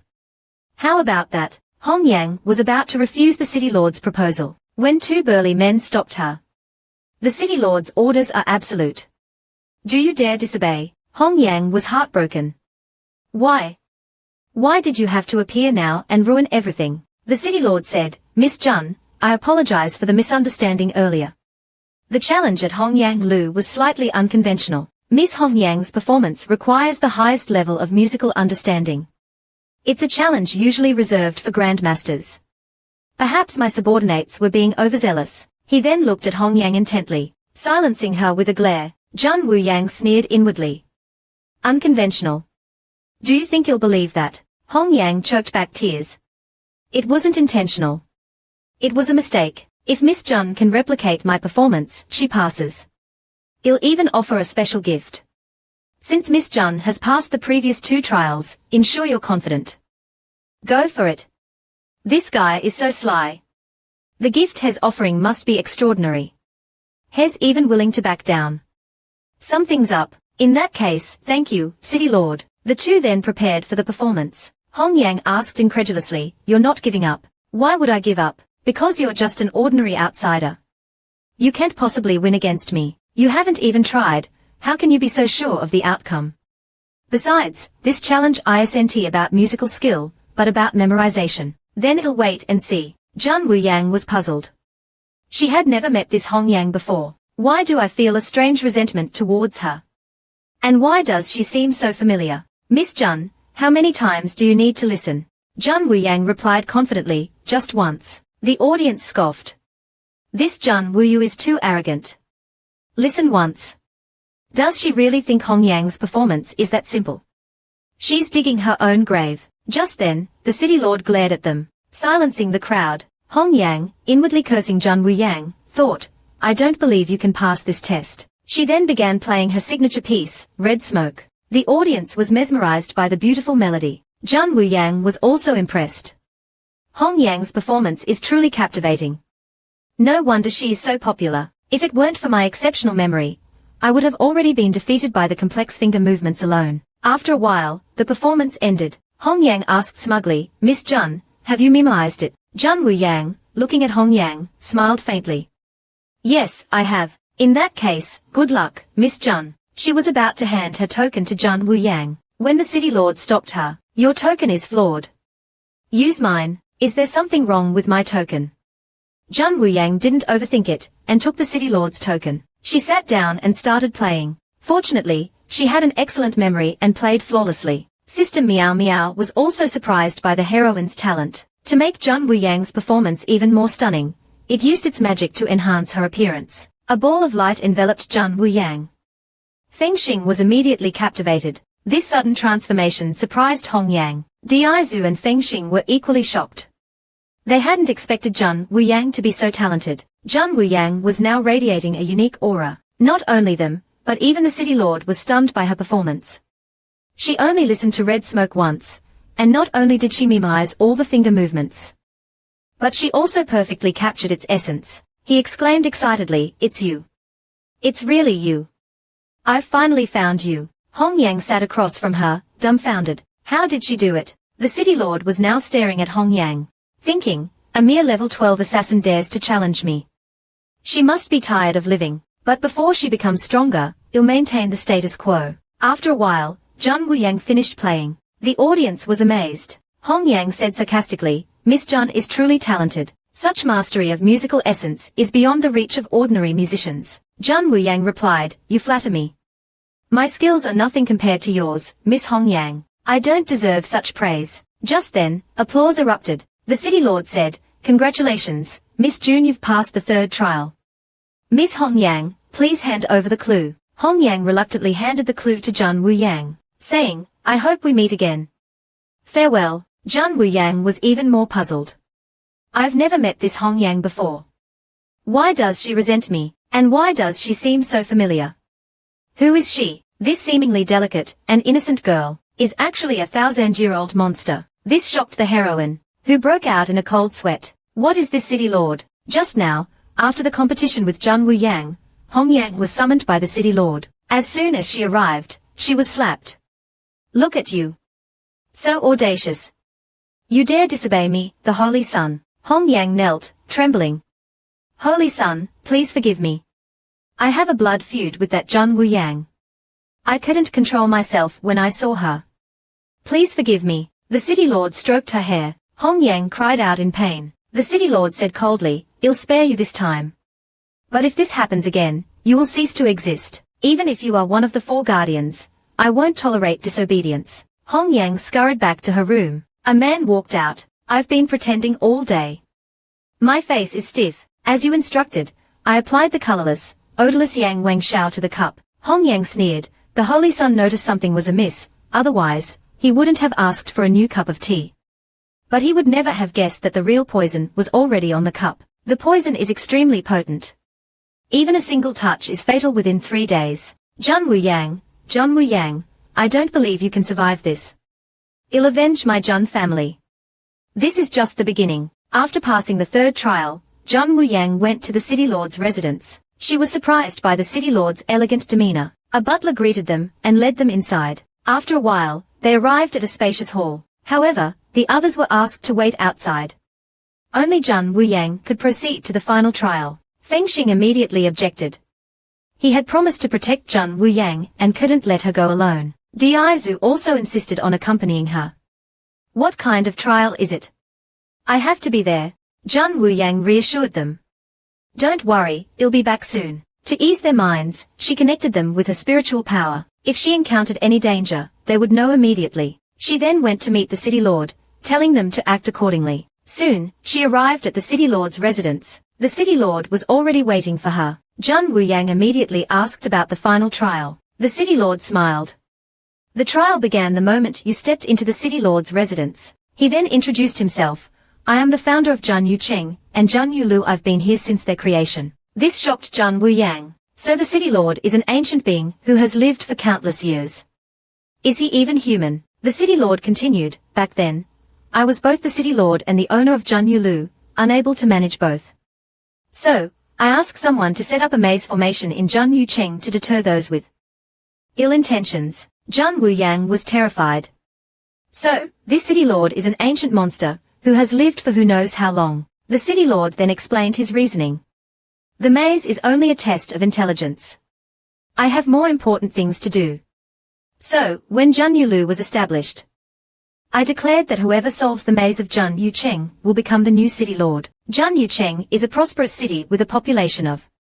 Without a strong city lord, it would be a target for the 4 kingdoms.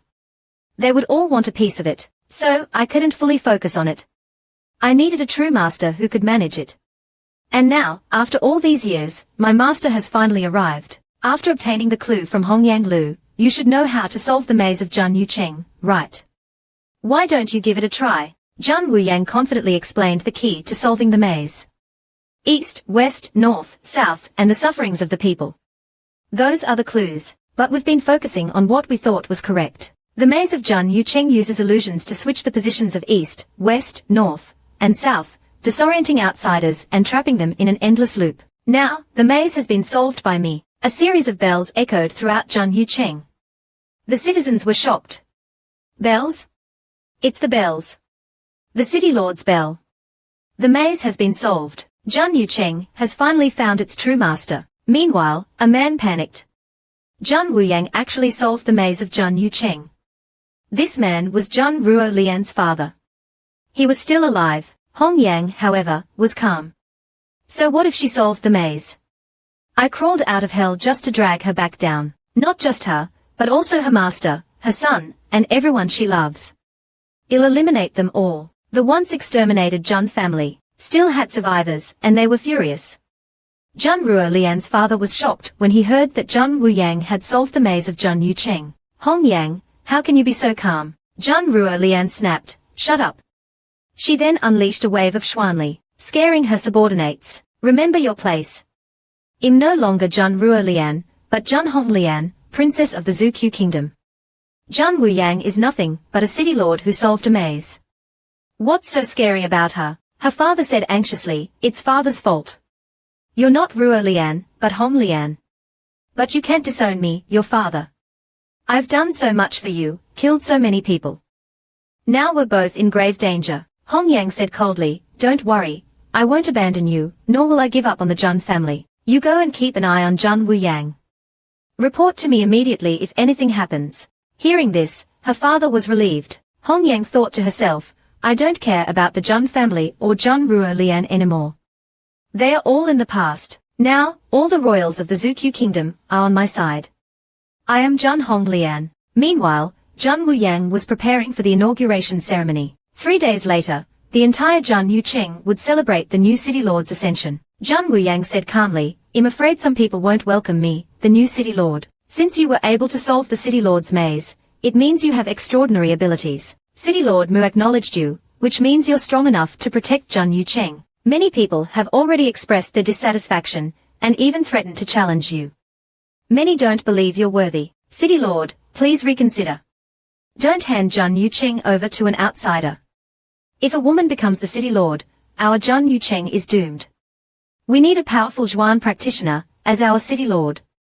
What good is a woman? The City Lord replied coldly, Jun Yucheng does not belong to you. Everyone immediately fell silent, not daring to speak. The City Lord continued, Jun Yucheng doesn't belong to me, nor does it belong to any of you.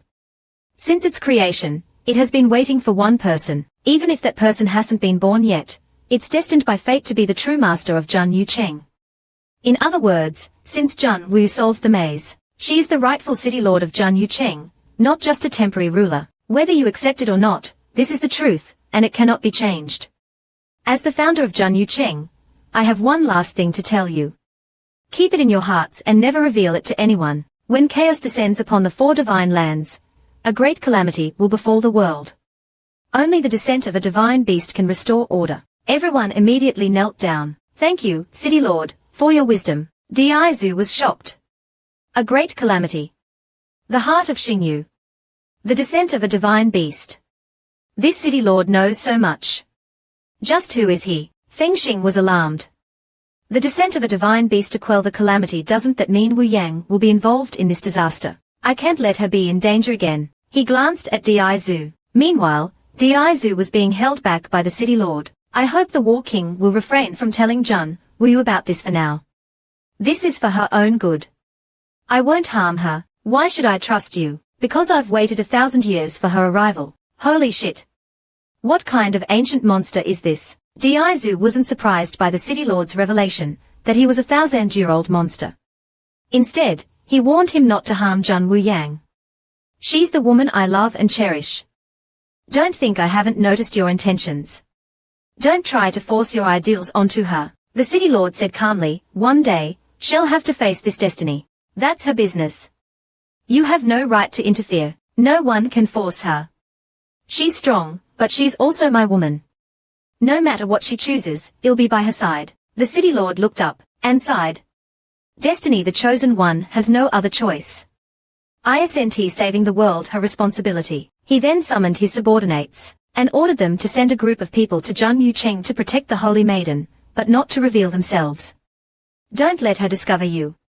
She hasn't fully matured yet.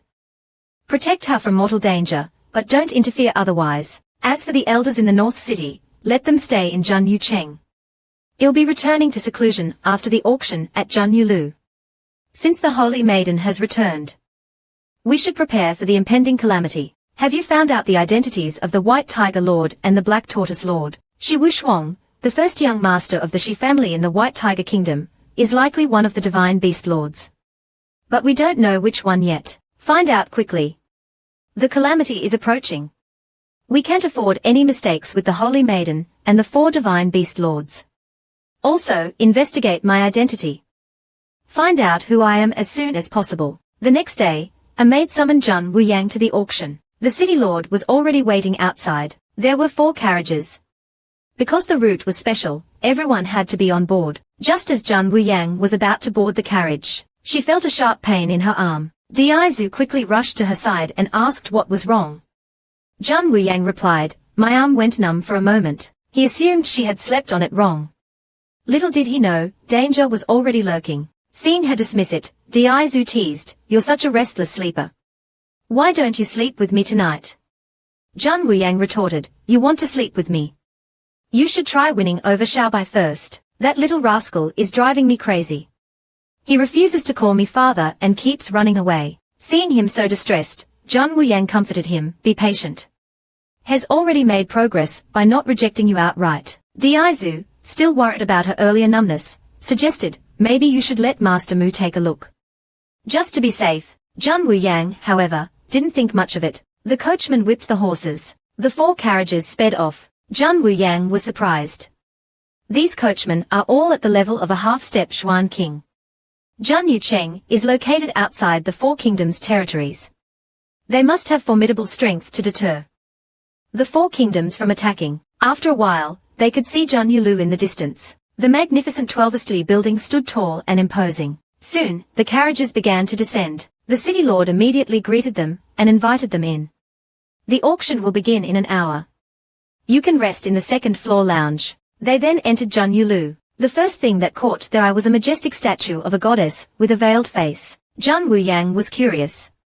Who is this statue of? The city lord replied, she's our founder. Jun Wuyang asked, founder? You'll know who she is soon, but not now.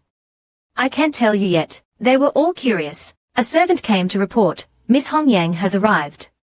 Should I take her to the second-floor lounge? The city lord instructed the servant to take her to the VIP room. Hongyang, learning of this, was furious. I merely used a flimsy excuse to attack Jun Wuyang, and the city lord not only defended her, but also gave me a VIP room. But for now, I can only obey. I'll discuss this with the Holy Sun after the auction. As she was fuming, a man bumped into her. Excuse me, miss. Are you all right? Young master, I've finally found you. Thank you, miss. I'll go up now.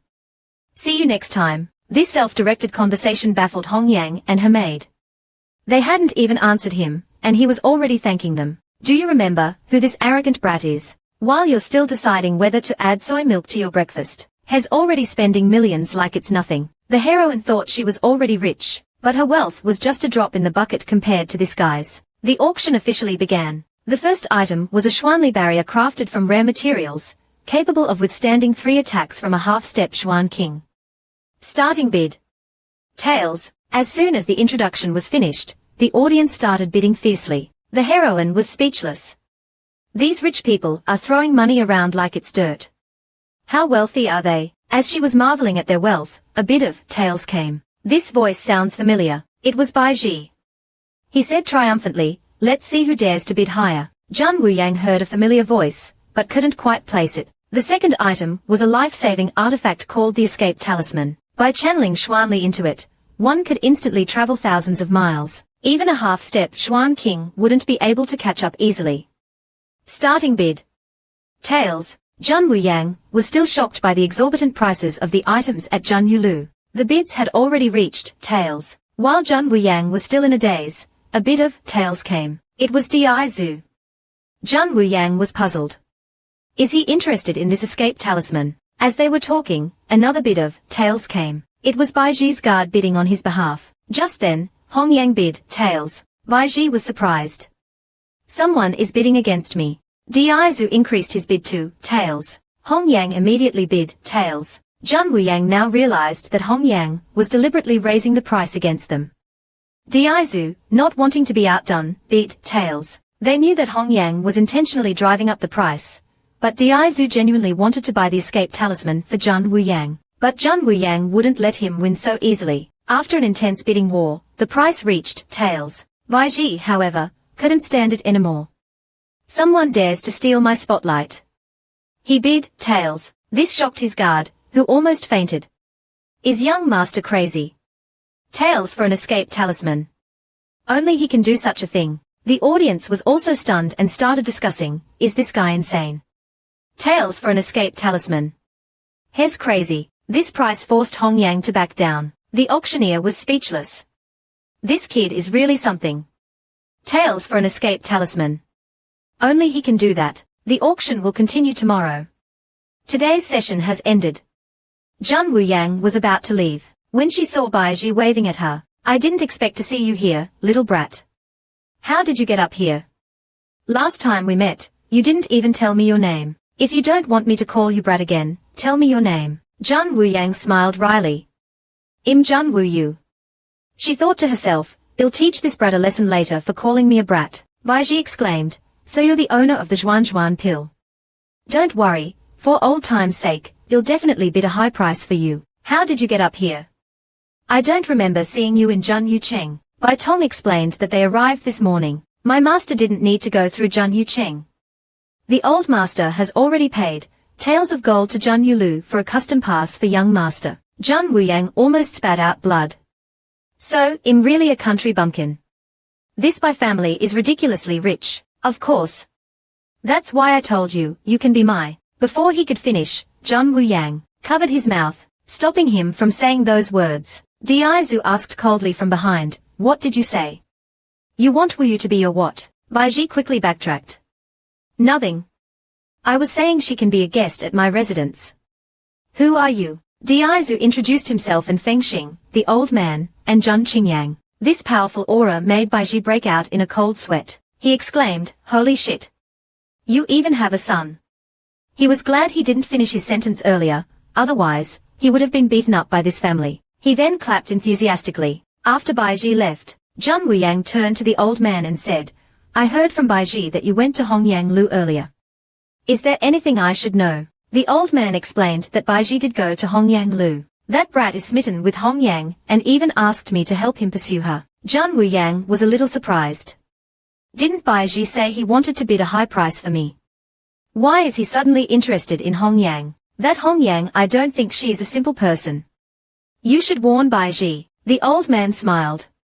Don't worry, she won't harm him. Hongyang is actually. He stopped abruptly. He looked around cautiously. He then whispered, she's actually Jun Ruo Lian. Jun Wuyang's eyes widened in shock. Just then, a powerful force erupted from the city lord's residence, shaking the entire city. Everyone looked towards the city lord's residence in fear. What was that? It felt like an earthquake. Diaizu and Fengxing exchanged glances. They both rushed towards the city lord's residence. Jun Wuyang also wanted to go, but the old man stopped her. You stay here with Xiaobai. That place is too dangerous, Jun Wuyang insisted. I have to go. What if something happened to them? The old man sighed. All right, but stay close to me. Don't run off. They then rushed towards the city lord's residence. As they approached, they saw a red glow emanating from the residence. What's going on? Jun Wuyang asked worriedly. Just then, they heard a familiar voice. Hongyang, you finally revealed your true colors. It was the city lord. He continued, I've tolerated you for long enough. If you still refuse to listen to me, I'll send you back to hell. Hongyang was trembling. Holy Son, please forgive me. I just. The city lord raised his hand, and Hongyang screamed in pain. Enough. Get out. If you disobey me again, you'll cease to exist in this world. Even if you are one of the four guardians, I won't hesitate to kill you if you betray me. Hongyang scurried back to her room, devastated. A man walked out. I've been pretending all day.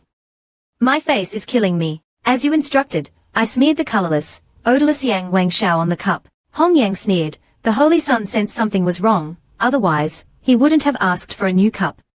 But he would never have guessed that the real poison was already on the rim of the cup. That poison is extremely potent. A single touch is fatal within 3 days. Jun Wuyang, I don't believe you can escape death this time. I'll avenge the Jun family. This is just the beginning. Jun Wuyang had successfully passed the third trial and arrived at the city lord's residence. She was greeted by the city lord's elegant and refined demeanor. A butler led them inside. They were led to a spacious hall. The others, however, were asked to remain outside. Only Jun Wuyang could proceed to the final trial. Fengxing immediately objected. He had vowed to protect Jun Wuyang and couldn't let her face the unknown danger alone. Diaizu also insisted on accompanying her. What's the trial about? I have to be there with her. Jun Wuyang reassured them. Don't worry, it'll be fine. I'll be back soon. To further ease their worries, she connected them with her spiritual power. If she encountered any danger, they would sense it immediately. She then instructed them to act accordingly while she met with the city lord. Soon, she arrived at the city lord's private chamber. The city lord was already waiting for her. Jun Wuyang asked about the nature of the final trial. The city lord smiled. The final trial began the moment you entered the city lord's residence. He then introduced himself. Let me introduce myself. I am the founder of Jun Yuqing and Jun Yulu. I have existed for as long as they have. Jun Wuyang was taken aback. This city lord has existed for who knows how long. The city lord continued, back then, I was both the city lord and the owner of Jun Yulu, unable to fully dedicate myself to either role. Thus, I commissioned the creation of the maze formation in Jun Yuqing to deter those with malicious intent. Zhang Wuyang was terrified. This city lord, is he even human? Has lived for countless years. The city lord explained, the maze is merely a test of intellect. I have more important matters to attend to. Therefore, when Zhang Yulu was established, I declared that whoever solves the maze of Zhang Yucheng would become the new city lord. Zhang Yucheng is a prosperous city with 7 million inhabitants. Without a powerful city lord, it would be a tempting target for the four kingdoms. They would all try to claim it for themselves. Therefore, I couldn't fully protect it. I needed a true master who could govern it. And now, after all these years, the rightful master has finally arrived. After obtaining the clue from Hongyang Lu, you should have figured out how to solve the maze of Zhang Yucheng. Would you like to try? Zhang Wuyang confidently revealed the key to solving the maze. East, west, south, north, and the suffering of the people. Those are the true clues. We were misled by what we perceived as the correct directions. The maze of Zhang Yucheng uses illusion formations to alter the positions of east, west, south, and north, disorienting outsiders and trapping them in an endless loop. And now, the maze has been solved by me. A series of bells echoed throughout Zhang Yucheng. The citizens were astonished. The bells. It's the city lord's bell. 7 rings. The maze has been solved. Zhang Yucheng has finally found its true master. Meanwhile, a man panicked. Zhang Wuyang actually solved the maze. It was Zhang Xingfeng, Zhang Ruolian's father. He was still alive. Hong Yang, however, remained calm. So what if she solved the maze? I crawled out of hell to drag her back down. Not just her, but also her master, her son, and everyone she loves. I will destroy them all. Zhang Ruolian's father, learning that Zhang Wuyang had solved the Zhang Yucheng maze, panicked. Ruolian. How can you still be so calm? Zhang Ruolian was enraged. Shut up. She released a powerful wave of Xuanli, scaring her subordinates. Watch your tongue. I'm no longer Zhang Ruolian, but Zhang Honglian, the princess of the Zhuqiu kingdom. Zhang Wuyang is just a city lord who solved a maze. What's so scary about her? Her father said anxiously, it's father's fault. You're not Ruolian, but Honglian. But you can't disown your father. I've done so much for you, killed so many people. We're both in danger now, Hong Yang said coldly, don't worry. I won't abandon you, and I won't forsake the Zhang family. Continue monitoring Zhang Wuyang. Report to me immediately if anything happens. Hearing this, her father was relieved. Hong Yang thought to herself, I don't care about the Zhang family or Zhang Ruolian anymore. They are all in the past. Now, the entire Zhuqiu royal family supports me. I am Zhang Honglian. Meanwhile, Zhang Wuyang was preparing for the inauguration ceremony. 3 days later, the entire Zhang Yucheng would celebrate the new city lord's ascension. Zhang Wuyang said calmly, I'm afraid some people won't be happy about me becoming the city lord. Since you were able to solve the city lord's maze, it shows you possess extraordinary abilities. City Lord Mu has acknowledged you, which proves you're capable of protecting Zhang Yucheng. Many have already expressed their dissatisfaction, even threatened to challenge you. Many doubt your worthiness. City Lord, please reconsider. Don't hand Zhang Yucheng over to an outsider. If a woman becomes the City Lord, won't Zhang Yucheng be doomed? We need a powerful Zhuan practitioner to lead us.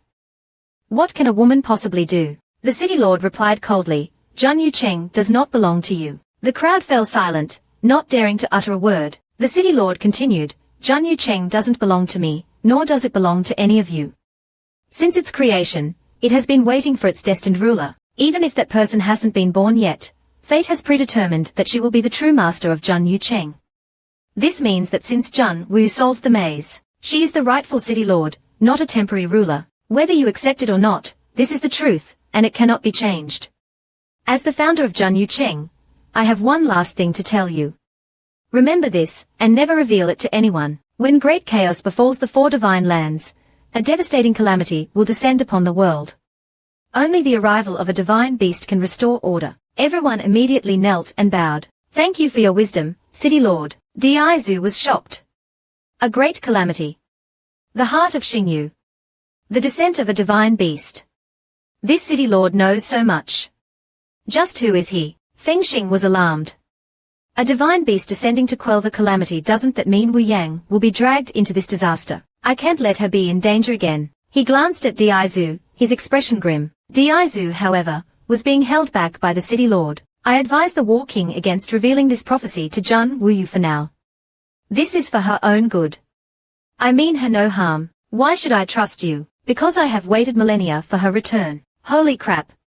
This guy is an ancient monster. Diaizu was unfazed by the city lord's revelation. He warned him against harming Jun Wuyang. She is the woman I love and cherish. Don't you dare try anything funny with her.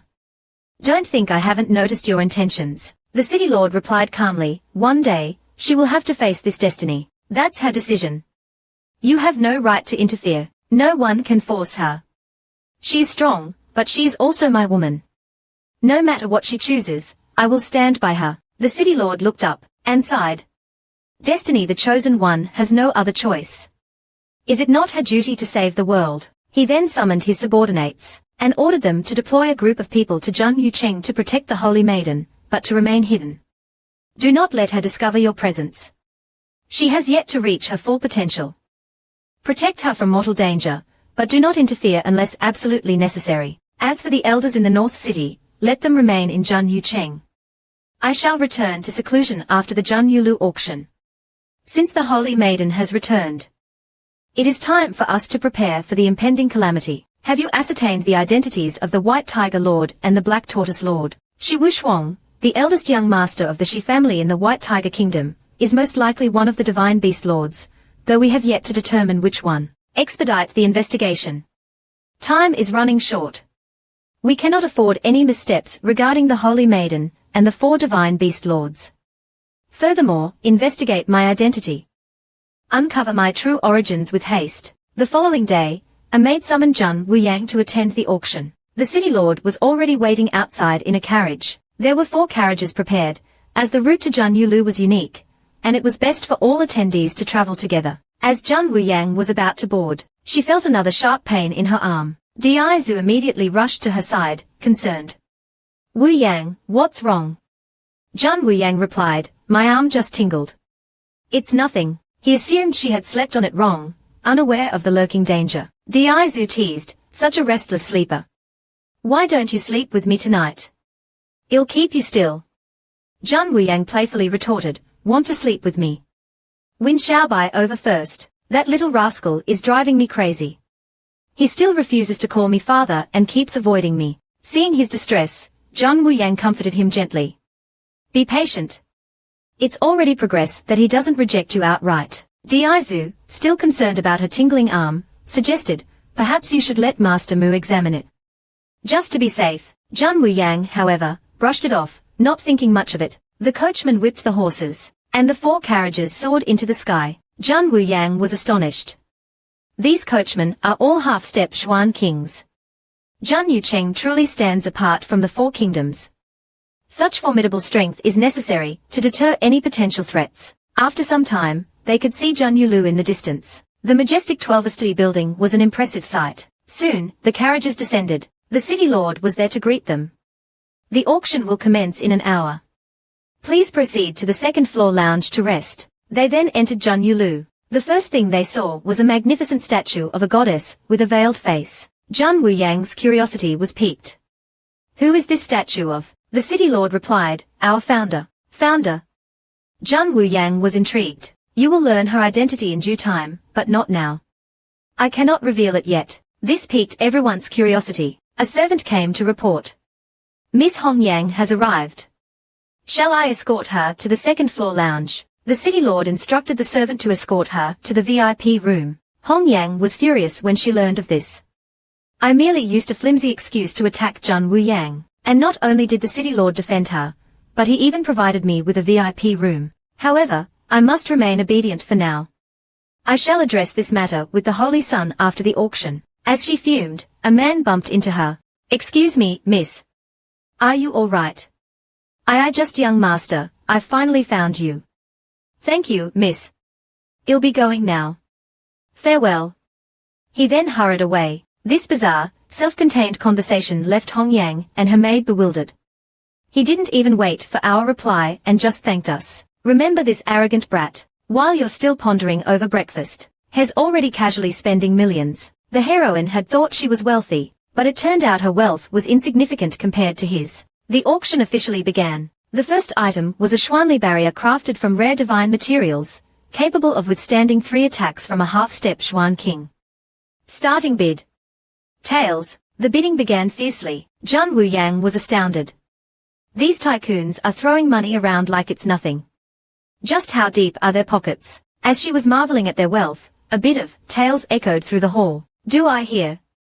Going once. It was Bai Ji. He declared triumphantly, ha ha ha. Let's see who dares to bid higher. Zhang Wuyang recognized the voice, but couldn't quite place it. The second item was a life-saving treasure called the soaring boots. By channeling Xuanli into them, one could travel thousands of miles in an instant. Even a half-step Xuan king would struggle to catch up. Starting bid.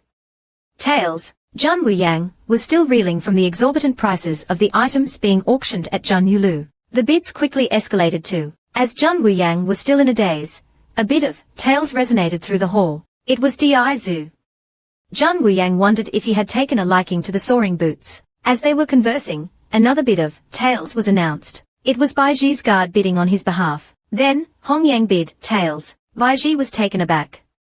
Someone's bidding against me. Di Zhu raised the bid too. Hong Yang immediately countered with. Zhang Wuyang realized that Hong Yang was deliberately raising the price. But Di Zhu genuinely wanted to buy the soaring boots for her. However, Hong Yang wouldn't let him win that easily. The intense bidding war continued, the price quickly escalating to tails. Bai Ji, unable to contain himself any longer, exclaimed. Who dares to outbid me? His guard nearly fainted. Is young master insane? Tails for a pair of boots. Only Hes capable of such madness. The audience was also stunned and began murmuring amongst themselves. Is he mad? He must be. Who would spend so much on boots? This guy is a fool.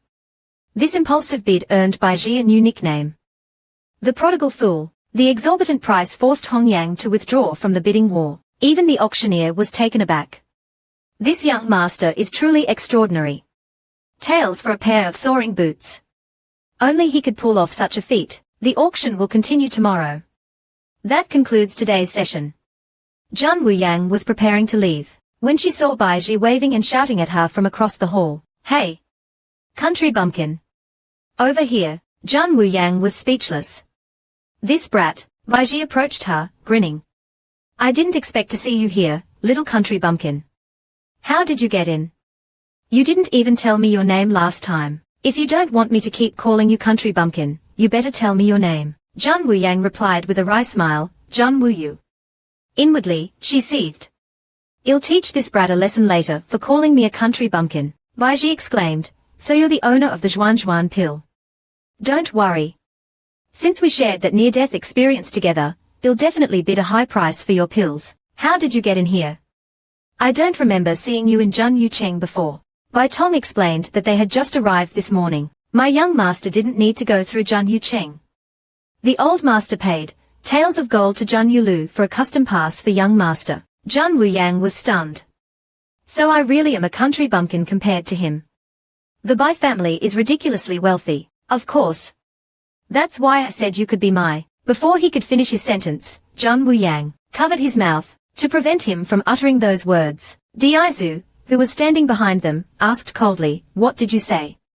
You want Wuyu to be your what? Bai Ji quickly stammered, nothing. I was saying she could be a guest at my residence. Who are you? Di Zhu introduced himself, Feng Xing, the old man, and Xiaobai, referring to him as Zhang Qingyang. The combined pressure of their auras made Bai Ji break out in a cold sweat. He exclaimed, holy shit. You even have a son. He was glad he hadn't finished his sentence, or he might have been pummeled by this entire family. He then started clapping enthusiastically. After Bai Ji left, Zhang Wuyang turned to the old man. I heard from Bai Ji that you went to Hong Yang Lu earlier. Is there anything I should know? The old man confirmed that Bai Ji did visit Hong Yang Lu. That brat has fallen head over heels for Hong Yang, and even asked for my help in pursuing her. Zhang Wuyang was puzzled. Didn't Bai Ji say he would bid a high price for my pills? Why is he suddenly interested in Hong Yang? That Hong Yang, I don't have a good feeling about her. You should warn Bai Ji. The old man chuckled. Don't worry, she won't harm him. Hong Yang is actually. He stopped abruptly, looking around cautiously. He then leaned in and whispered, she's actually Zhang Ruolian. Zhang Wuyang's eyes widened in shock. Just then, a powerful force erupted from the city lord's residence, shaking the entire city. Everyone looked towards the city lord's residence with fear. What was that? It felt like an earthquake. Diaizu and Fengxing exchanged glances, and immediately rushed towards the city lord's residence. Zhan Wuyang also wanted to go, but the old man stopped her. You stay here with Xiaobai. That place is too dangerous, Zhan Wuyang insisted. I have to go. What if something happened to them? The old man sighed. All right, but stay close to me. Don't wander off. They then rushed towards the city lord's residence. As they approached, they saw a red glow emanating from within. What's going on? Zhan Wuyang asked worriedly. Just then, they heard a familiar voice. Hong Yang, you finally revealed your true colors. It was the city lord. He continued, I've tolerated you long enough. If you still refuse to obey, I'll send you back to hell. Hong Yang trembled, pleading, Holy Son, please forgive me. I just. The city lord raised his hand, and Hong Yang screamed in pain. Enough. Get out. Disobey me again, and you will cease to exist. Even if you are one of the 4 guardians, I will not hesitate to eliminate you if you betray me. Hong Yang scurried back to her room, heartbroken. A man walked out. I can't keep up this charade any longer. My face is stiff from pretending. As you instructed, I applied the colorless, odorless Yang Wang Shao to the cup. Hong Yang sneered. The Holy Son suspected something and asked for a new cup.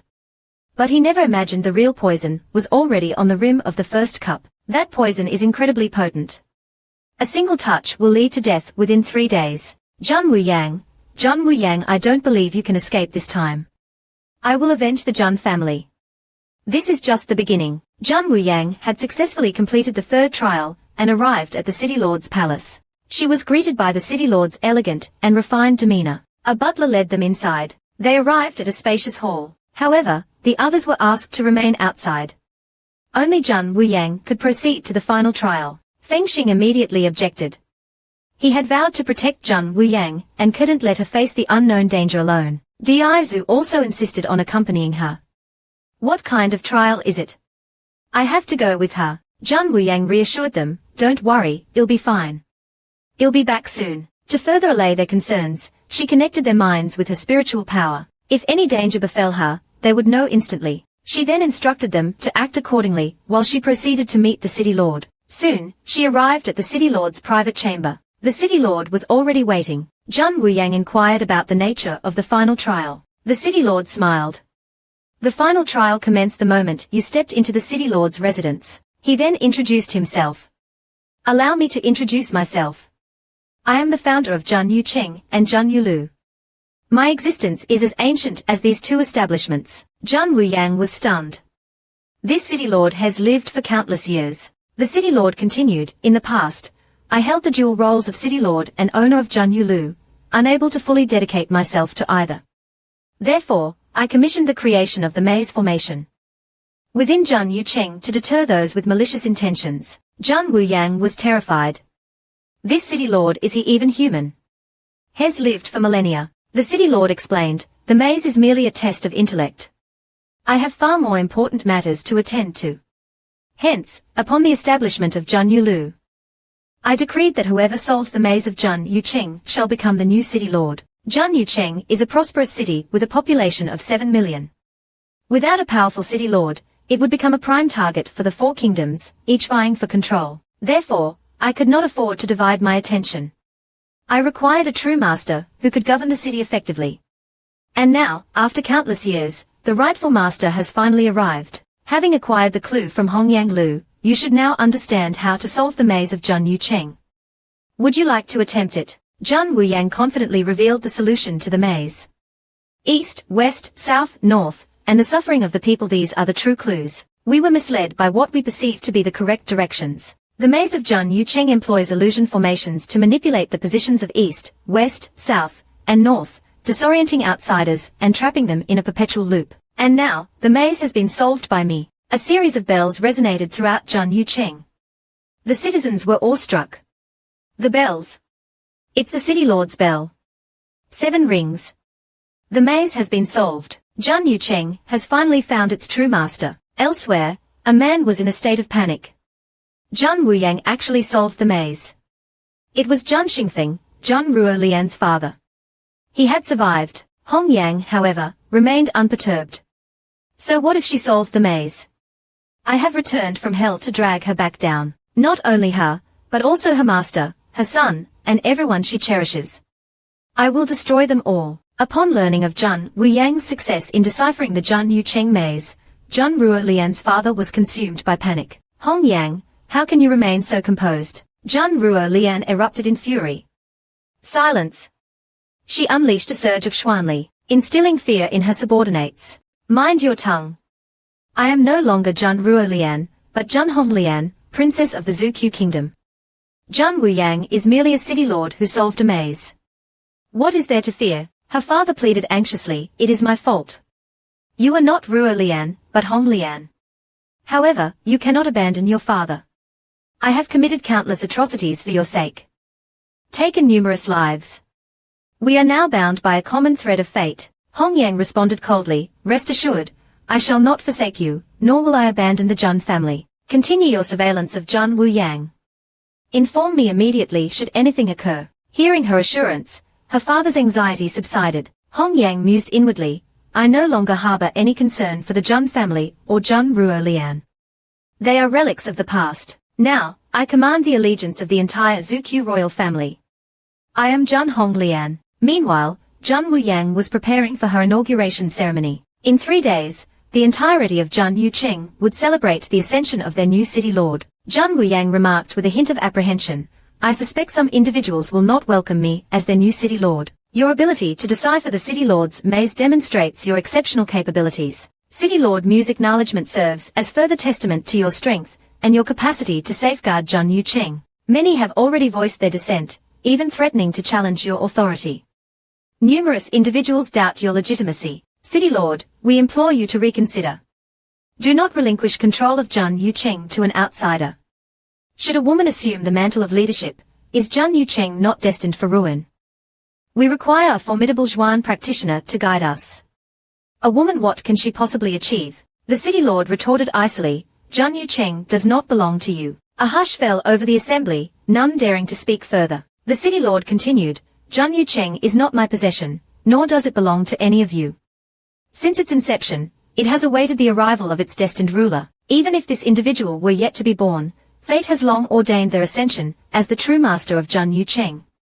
Therefore, given Zhang Wuyu's triumph over the maze, she is the rightful and legitimate city lord, not merely a temporary steward. Whether you acquiesce or resist, this remains an immutable truth. As the founder of Zhang Yucheng, I impart upon you a final decree. Etch these words into your hearts, and let them never escape your lips. When the winds of chaos sweep across the 4 divine lands, a cataclysmic disaster shall descend upon the realm. Only the advent of a divine beast can restore equilibrium. The assembly promptly prostrated themselves, their heads bowed low. We are eternally grateful for your wisdom, City Lord. Diaizu was taken aback. A great calamity. The heart of Xingyu. The descent of a divine beast. This City Lord possesses an extraordinary wealth of knowledge. Just who is he? Feng Xing was consumed by trepidation. A divine beast descending to quell the impending catastrophe, does this not imply Wu Yang's inevitable involvement in this perilous ordeal? I cannot permit her to be subjected to such danger again. He cast a worried glance at Diaizu. Meanwhile, Diaizu was detained by the City Lord. I implore the War King to refrain from divulging this prophecy to Zhang Wuyu for the time being. It is for her own well-being. I assure you, I harbor no ill intentions towards her. Upon what grounds should I place my trust in you? Because I have patiently awaited her return for millennia. Holy heavens! This being is an ancient entity. Diaizu remained unfazed by the City Lord's revelation. He issued a stern warning, she is the woman I cherish and protect. Do not attempt to manipulate or deceive her. Do not presume that I am oblivious to your machinations. The City Lord responded with an air of serenity. One day, she will inevitably confront this destiny. That is her prerogative. You possess no authority to intervene. No one can compel her actions. She may be formidable, but she is also my beloved. Regardless of her choices, I shall remain steadfastly by her side. The City Lord lifted his gaze, and sighed. Destiny, the weight of the world rests upon the chosen one. Is it not her sacred duty to avert this impending catastrophe? He then summoned his subordinates. and commanded them to dispatch a contingent to Jun Yucheng to safeguard the Holy Maiden, but to remain concealed. Ensure that she remains unaware of your presence. She has yet to fully realize her potential. Shield her from mortal peril, but do not intervene unless absolutely necessary. As for the elders of the North City, allow them to remain within Jun Yucheng. I shall retreat into seclusion following the auction at Jun Yulu. With the Holy Maiden's return, it is incumbent upon us to prepare for the imminent calamity. Have you ascertained the identities of the White Tiger Lord and the Black Tortoise Lord? Shi Wuxuang, the eldest young master of the esteemed Shi family in the White Tiger Kingdom, is highly likely to be one of the Divine Beast Lords, although his specific affiliation remains undetermined. Expedite your investigation. Time is of the essence. We cannot afford any missteps concerning the Holy Maiden and the 4 Divine Beast Lords. Moreover, I task you with uncovering my true identity. Spare no effort in this endeavor. The following day, a maid summoned Jun Wuyang to attend the auction. The city lord awaited her outside in a carriage. 4 carriages were prepared, as the path to Jun Yulu was unique, requiring all attendees to travel together. As Jun Wuyang was about to board, she experienced a sudden, sharp pain in her arm. Diaizu immediately rushed to her side, his voice laced with concern. Wuyang, what's wrong? Jun Wuyang dismissed it lightly, just a twinge in my arm. It's nothing. He assumed she had simply slept awkwardly, oblivious to the imminent danger. Diaizu teased playfully, such a restless sleeper. Why not share my bed tonight? I'll hold you still. Jun Wuyang retorted with a playful roll of her eyes. Want to sleep with me? Win over Xiaobai first. That little rascal is exasperating. He still refuses to acknowledge me as his father and insists on avoiding me. Witnessing his distress, Jun Wuyang offered gentle comfort. Patience, Diaizu. It's a significant improvement that he doesn't outright reject you. Diaizu, his brow furrowed with worry over the recurring twinge in her arm, suggested, perhaps you should allow Master Mu to examine it. It's always best to err on the side of caution. Jun Wuyang, however, remained unconcerned, dismissing his worries. The coachman cracked his whip, urging the horses onward, and the 4 carriages ascended gracefully into the sky. Jun Wuyang marveled at the sight. These coachmen are all half-step Xuan kings. Jun Yucheng truly exists in a realm beyond the 4 kingdoms. Maintaining such formidable strength is essential to deter any potential threats. After some time, the majestic silhouette of Jun Yulu appeared on the horizon. The 12th building was a sight to behold, its grandeur undeniable. As the carriages began their descent, the city lord emerged to greet them. The auction will commence in 1 hour. Please, proceed to the 2nd floor lounge for refreshments and respite. They then entered the hallowed halls of Jun Yulu. Their attention was immediately drawn to a magnificent statue of a goddess, her face veiled in an air of mystery. Jun Wuyang's curiosity was piqued. Who does this statue depict? The city lord responded simply, our founder. Founder. Jun Wuyang's intrigue deepened. You shall learn her identity in due course, but not at present. I am bound by oath not to reveal it prematurely. This enigmatic response only served to amplify their curiosity. A servant approached, bearing news. Miss Hong Yang has arrived. Shall I escort her to the 2nd floor lounge? The city lord instructed the servant to guide her to the VIP room instead. Upon learning of this preferential treatment, Hong Yang was consumed by a furious indignation. I merely fabricated a trivial pretext to engage Jun Wuyang in conflict. And not only did the city lord offer his protection, but he has also bestowed upon me the privilege of a VIP room. However, I must maintain a semblance of compliance for the time being. I shall address this matter with the Holy Sun once the auction concludes. As she simmered in her resentment, a man inadvertently stumbled into her. Oh, pardon me, miss. Are you all right? I just young master, I've finally located you. I express my sincerest gratitude, miss. I shall take my leave now. Farewell. With a hurried bow, he swiftly departed. This peculiar, self-contained exchange left Hong Yang and her maid utterly bewildered. He didn't even afford us the opportunity to respond before offering his thanks and departing. Do you recall this insufferably arrogant young master? While you remain preoccupied with mundane breakfast choices, he squanders millions without a second thought. The heroine, once convinced of her own considerable wealth, now realized her fortune paled in comparison to his extravagant spending. The auction commenced with a flourish. The first item presented was a Xuanli barrier, meticulously crafted from rare celestial materials, capable of withstanding 3 direct assaults from a half-step Xuan king. The starting bid was set at a staggering tails. The bidding erupted in a frenzy of escalating offers. Zhang Wuyang observed the spectacle with a mixture of awe and amusement. These affluent individuals are scattering their wealth as though it were mere dust. The depths of their coffers must be truly unfathomable. As she marveled at their extravagant display, a resounding bid of tails reverberated through the hall. Do I hear? Going once. The voice was undeniably familiar, yet she couldn't quite place it. It was Bai Ji, his tone brimming with self-satisfaction. Ha ha ha. Let's see who dares to challenge my bid. Zhang Wuyang, though the voice resonated with familiarity, struggled to pinpoint its origin. The subsequent item unveiled was a treasure of unparalleled value, a veritable lifeline in times of peril, the legendary escape talisman. Upon imbuing it with Xuanli, the wielder could traverse thousands of miles in the blink of an eye, leaving even a half-step Xuan King struggling in their wake. The starting bid was a mere tails. Zhang Wuyang remained awestruck by the sheer opulence of the treasures showcased at Zhanyulu. The bidding escalated rapidly, reaching a staggering tails in a matter of moments. While Zhang Wuyang was still reeling from the sheer extravagance on display, a resounding bid of tails pierced the air. It was Di Zhu. Zhang Wuyang pondered, intrigued. Has he taken a particular interest in these soaring boots? As they conversed, another bid, this time for tails, was announced. It was Bai Ji's loyal guard, bidding on his master's behalf. Then, a voice cut through the air, clear and confident. Hong Yang, bidding, tails. Bai Ji was taken aback.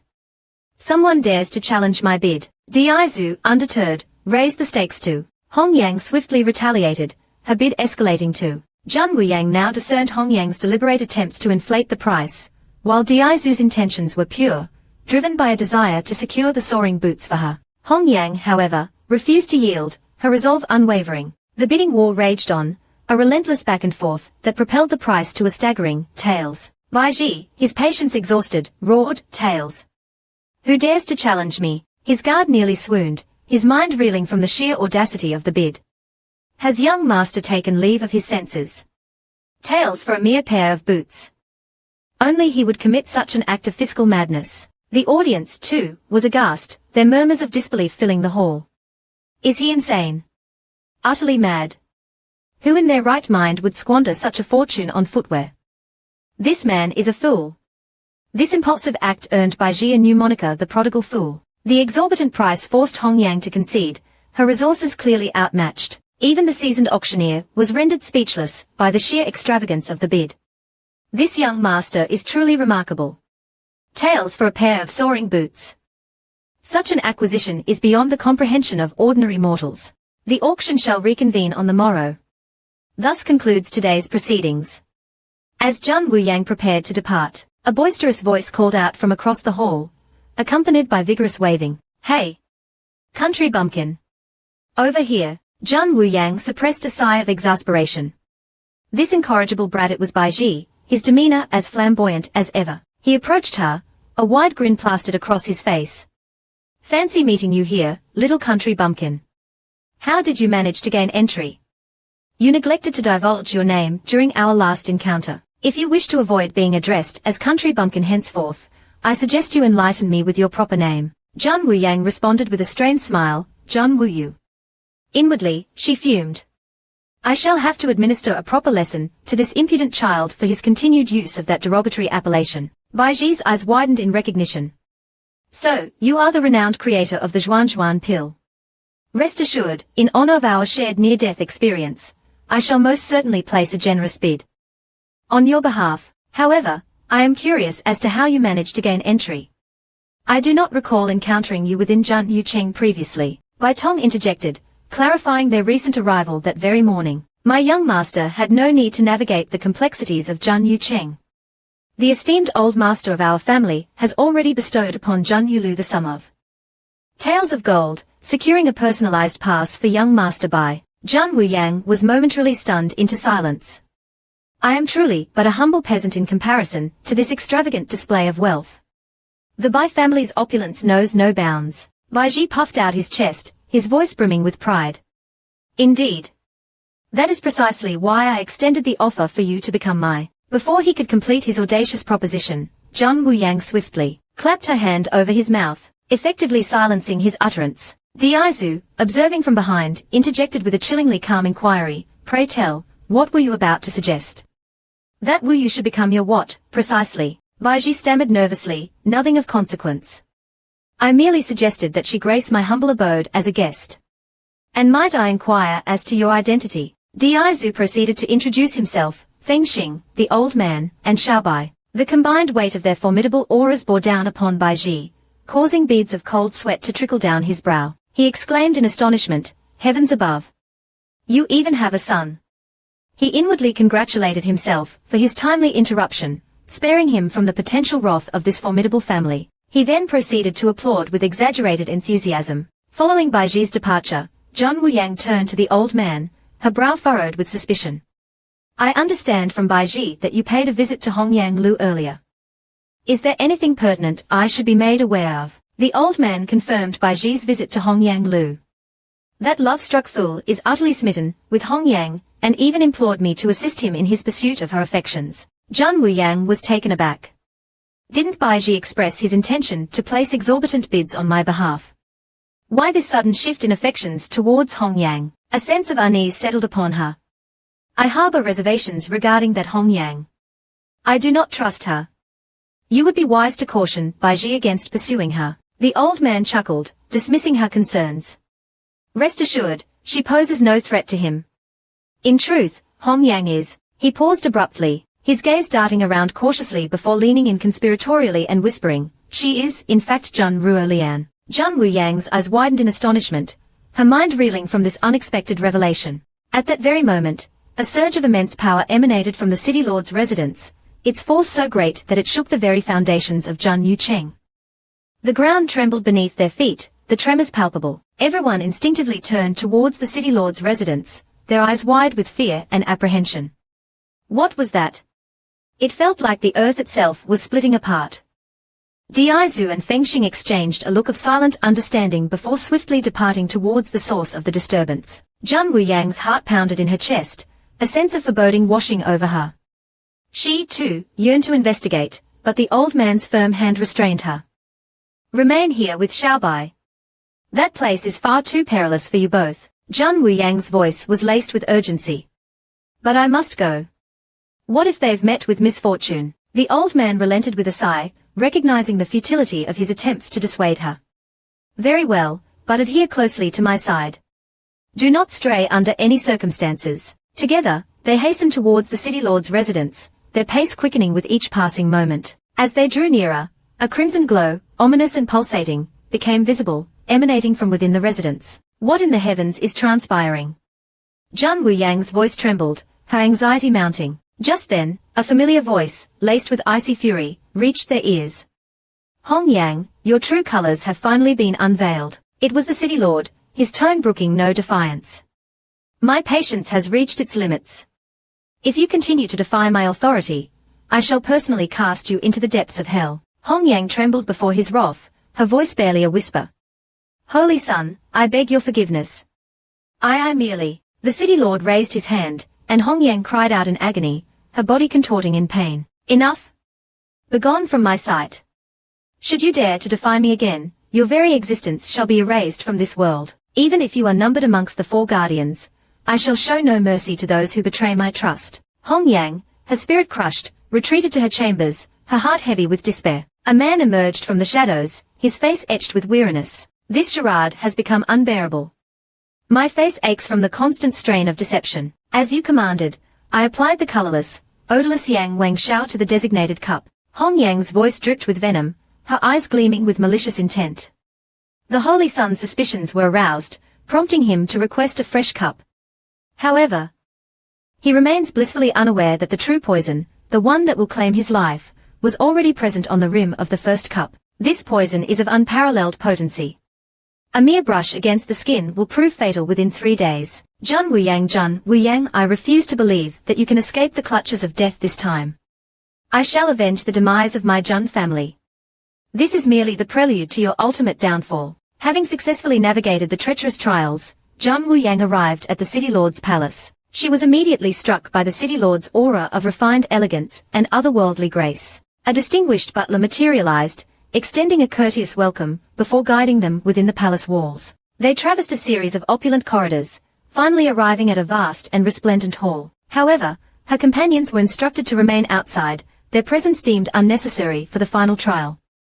Only Zhan Wuyang was permitted to proceed. Feng Xing's protective instinct surged forth, and he voiced his immediate objection.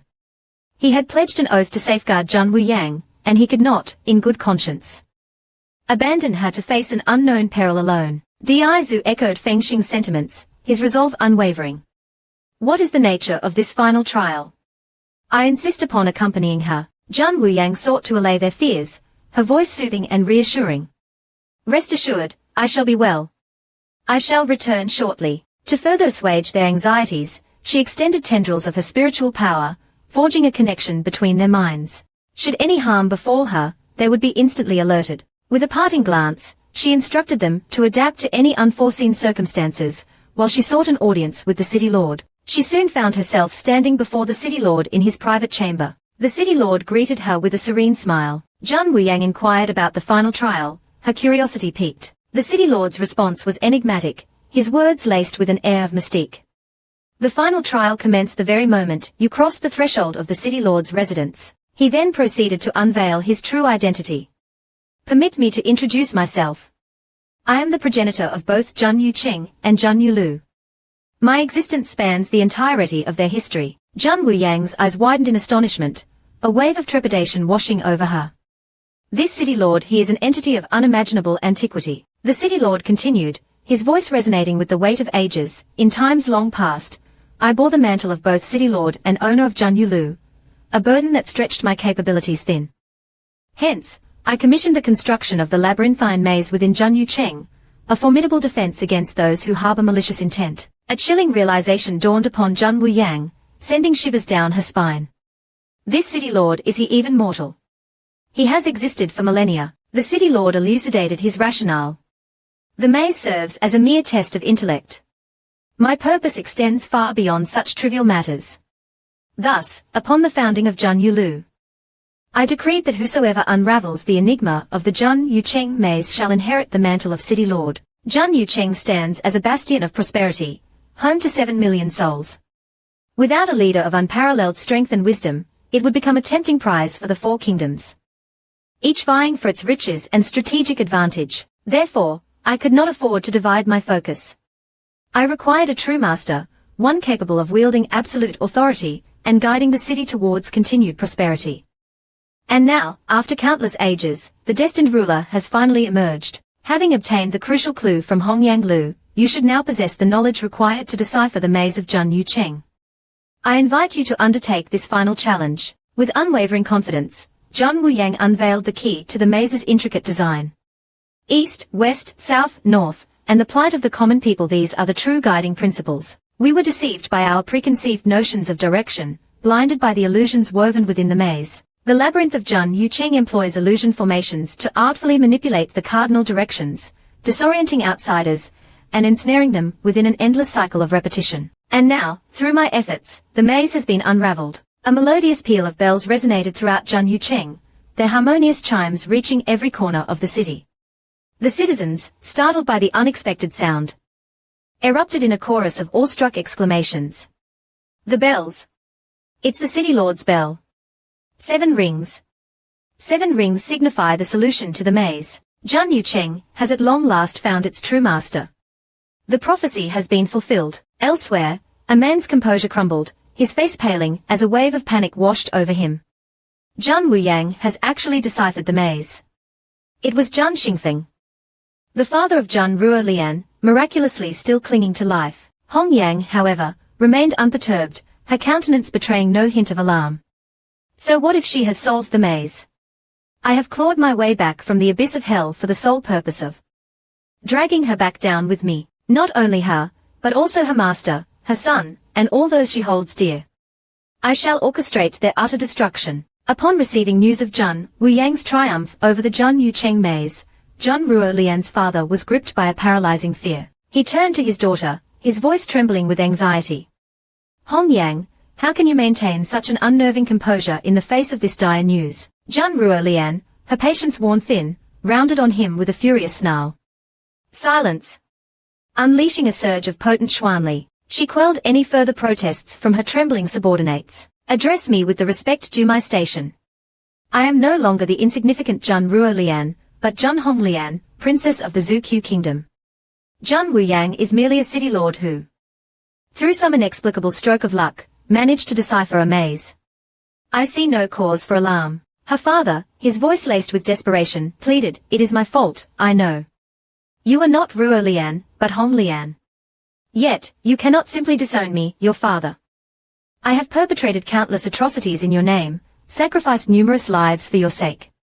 Our fates are now inextricably intertwined." Hong Yang's voice was frigid, her gaze unwavering. "Rest assured, I have no intention of abandoning you, nor shall I forsake the legacy of the Jun family. Continue your surveillance of Jun Wuyang. Inform me immediately should any noteworthy developments arise." Her father, reassured by her words, allowed himself a momentary reprieve from his crippling anxiety. Hong Yang's thoughts were a maelstrom of bitter resentment and unwavering determination. "I no longer harbor any concern for the remnants of the Jun family or the pathetic Jun Ruolian. They are mere phantoms of a bygone era. Now, I command the unwavering loyalty of the entire Zukyu royal family. I am Jun Honglian, and I shall claim what is rightfully mine." Meanwhile, Jun Wuyang was immersed in preparations for her imminent inauguration ceremony. 3 days hence, the entire populace of Jun Yucheng would erupt in joyous celebration, commemorating the ascension of their new city lord. Jun Wuyang mused, a hint of trepidation coloring her voice. "I suspect that certain factions within the city will not readily embrace me as their new leader. Your remarkable feat in deciphering the city lord's intricate maze serves as irrefutable proof of your exceptional intellect and resourcefulness. City Lord Mu's endorsement further solidifies your claim, affirming your capacity to safeguard and lead Jun Yucheng towards prosperity. However, numerous individuals harbor reservations, their doubts fueled by your gender. Many have openly expressed their disapproval, even issuing threats of challenge. They question your ability to govern effectively. O City Lord, we beseech you to reconsider this momentous decision. Do not entrust the fate of Jun Yucheng to an outsider, especially one of the fairer sex. Should a woman assume the mantle of leadership, are we not destined for inevitable ruin? We implore you, appoint a formidable Zhuan practitioner to guide us. A woman, what possible qualifications could she possess to lead a city such as ours?" The City Lord's response was swift and decisive, his voice resonating with an icy authority that brooked no dissent. "Jun Yucheng is not yours to command." A heavy silence descended upon the assembled crowd, none daring to challenge his decree. The City Lord continued, his voice echoing through the hall, "Jun Yucheng is not my personal fiefdom, nor is it the property of any among you. Since its very inception, this city has patiently awaited the arrival of its destined ruler, chosen by the threads of fate itself. Even if this individual were yet to grace the world with their presence, destiny has long woven their path, ordaining their ascension as the true master of Jun Yucheng. Thus, by virtue of Jun Wu's triumphant unraveling of the maze, she is the rightful and legitimate city lord, not merely a temporary steward appointed by circumstance. Whether you choose to accept or defy this decree, it remains an immutable truth, etched in the annals of destiny. As the founder of Jun Yucheng, I impart upon you a final edict. A truth that must be guarded with utmost secrecy. Inscribe these words upon your very souls, and let them never escape your lips. When the tempest of chaos engulfs the 4 divine lands, a cataclysm of unimaginable proportions shall descend upon the realm. Only the advent of a divine beast, a being of immense power and ancient wisdom, can restore harmony and avert utter devastation. Overcome with awe and trepidation, the assembly prostrated themselves before the City Lord, their foreheads pressed against the cold marble floor. "We express our profound gratitude for your invaluable wisdom, O City Lord." Diazu's mind reeled from the implications of the prophecy, his thoughts a whirlwind of confusion and unease. A great calamity. The heart of Xingyu. The descent of a divine beast. This City Lord possesses a wealth of knowledge that defies comprehension. Just who is this enigmatic being? Feng Xing's heart thrummed with anxiety, his premonition of disaster intensifying with each passing moment. A divine beast descending to quell the impending chaos, does this not portend Wu Yang's inescapable involvement in this perilous ordeal? I will not allow her to be placed in harm's way again. His gaze fell upon Diazu, his expression a mixture of concern and determination. Meanwhile, Diazu found himself detained by the City Lord, his path blocked by an invisible force. "I implore the War King to exercise discretion and refrain from divulging the contents of this prophecy to Jun Wu at this juncture. It is for her own well-being. I assure you, I harbor no malicious intent towards her." Dizu's voice was laced with suspicion, his eyes narrowed in distrust. Upon what basis should I place my faith in your words? Because I have patiently awaited her return for millennia, enduring the endless passage of time for this very moment. Holy heavens! This being is an ancient entity of unimaginable power. Dizu, however, remained unfazed by this revelation. His voice was firm, his tone brooking no argument. She is the woman I have pledged to protect and cherish. I forbid you from attempting any form of manipulation or deception. Do not underestimate my awareness of your machinations. The city lord responded with an air of preternatural calm, his voice as ancient and unwavering as the mountains themselves. One day, she will inevitably be compelled to confront this destiny. Whether she wills it or not. Dizu's retort was swift and decisive, his protectiveness flaring. That is her prerogative, a choice she alone is entitled to make. You possess no authority to dictate her path. No one, not even you, can coerce her into fulfilling a destiny she has not chosen. She is a force to be reckoned with, but she is also the woman I love. Regardless of her decision, I shall remain steadfastly by her side, offering my unwavering support. The city lord raised his gaze, his ancient eyes filled with a mixture of weariness and resignation.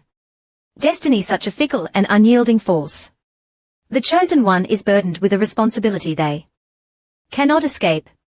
Is it not their sacred duty to protect the world, regardless of the personal cost? He then summoned his subordinates, issuing a series of concise commands. Dispatch a contingent of our most skilled warriors to Jun Yucheng. Their mission is to safeguard the Holy Maiden, but they must remain concealed. Their presence unknown to her. Ensure that she remains oblivious to their protective vigilance.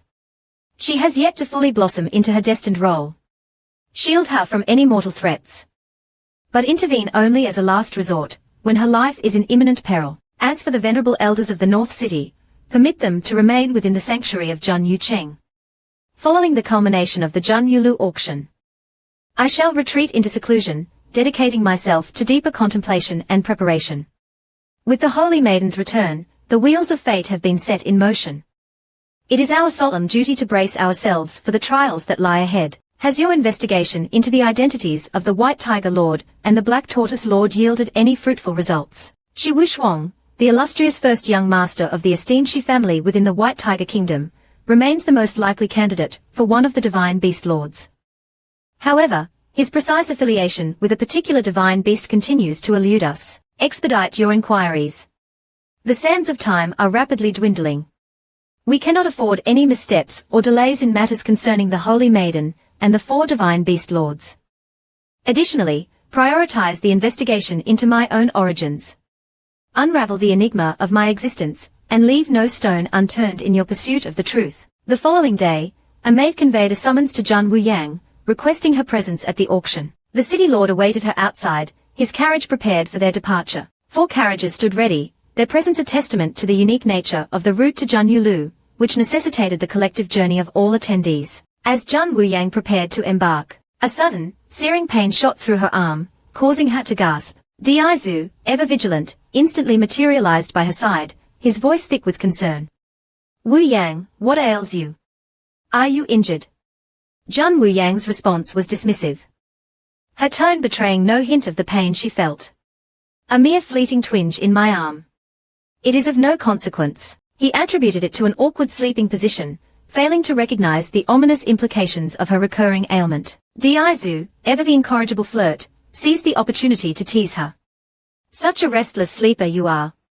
Perhaps you should consider gracing my bed with your presence tonight. I assure you, I possess the remarkable ability to keep you perfectly still. Jun Wuyang rolled her eyes playfully, her tone light and teasing. Oh, you wish to share your bed with me? Do you? I suggest you focus your efforts on winning over young Xiaobai first. His approval is far more crucial than mine. That mischievous little imp is driving me to distraction. He steadfastly refuses to acknowledge me as his father and persists in his evasive maneuvers, fleeing from my presence at every opportunity. Observing his escalating frustration, Jun Wuyang offered a gentle word of comfort. Patience, Dizu. It is a testament to your progress that he no longer recoils from you entirely. Dizu, his brow furrowed with concern over the nagging pain in her arm, persisted in his suggestion. Perhaps you should allow Master Mu to examine it. It is always prudent to err on the side of caution, especially in matters concerning your well-being. Zhan Wuyang, however, remained unconvinced, waving away his concerns with a dismissive gesture. She simply couldn't be bothered to dwell on such a trivial matter. With a resounding crack of the whip, the coachman spurred the horses onward, and the 4 carriages ascended gracefully, their wheels parting the clouds as they embarked on their journey. Zhan Wuyang gazed at the breathtaking scenery below, her voice filled with awe. Remarkable. These coachmen possess the cultivation of half-step Xuan kings. Zhan Yucheng truly occupies a realm beyond the reach of the 4 kingdoms. Maintaining such formidable strength is paramount in safeguarding its autonomy and deterring any potential incursions. After a passage of time, the magnificent edifice of Zhan Yulu emerged from the horizon, its imposing silhouette dominating the skyline. The 12-story structure was a breathtaking spectacle, its sheer grandeur inspiring both awe and reverence. As the carriages gracefully descended, their wheels touching down upon solid ground, the city lord emerged, his presence radiating an aura of authority and welcome. The auction is scheduled to commence in 1 hour. In the interim, I invite you to avail yourselves of the comforts and refreshments provided within the second-floor lounge. May your time there be one of respite and preparation. They then proceeded into the hallowed halls of Zhan Yulu, its interior as opulent and awe-inspiring as its exterior. Their gazes were immediately drawn to a breathtaking statue, its subject a goddess, whose face remained veiled, shrouded in an enigmatic aura of mystery. Zhan Wuyang's curiosity was piqued, her voice filled with wonder. Who is this statue meant to represent? The city lord's response was succinct and enigmatic, his tone revealing nothing. Our founder. Zhan Wuyang's intrigue deepened, her desire to uncover the secrets of Zhan Yulu intensifying. The unveiling of her identity shall occur in due course, but alas, not at this juncture. I am bound by a sacred oath, sworn upon the very foundations of this city, to maintain her anonymity until the appointed time. The cryptic nature of his response only served to amplify their curiosity, their minds buzzing with questions. A servant approached, interrupting their contemplation, his voice respectful yet urgent. Miss Hong Yang has graced us with her presence. Shall I escort her to the second-floor lounge? As per customary protocol, the city lord, however, issued a different directive. Guide her to the VIP room instead. Extend to her every courtesy and ensure her comfort. Upon learning of this preferential treatment, Hong Yang's indignation flared, her fury simmering beneath a veneer of forced composure. I merely concocted a trivial pretext to instigate conflict with Zhan Wuyang, and not only did the city lord intervene on her behalf, but he has now bestowed upon me the undeserved privilege of a VIP room. Nevertheless, I must maintain a semblance of obedience for the time being. I shall address this matter with the Holy Sun once the auction has concluded. He will understand my frustration and mete out the appropriate punishment to that impudent Zhan Wuyang. As she grappled with her simmering resentment, a man inadvertently collided with her, his movements clumsy and uncoordinated. Oh, 1,000 apologies, miss. I trust you are unharmed. I was merely young master, I have finally located you. My gratitude knows no bounds, miss. I shall take my leave now. Until we meet again. With a hasty bow, he swiftly retreated, disappearing into the bustling crowd. This peculiar and self-contained exchange left both Hong Yang and her maid in a state of utter bewilderment. He didn't even pause to await our response before offering his profuse thanks and taking his leave.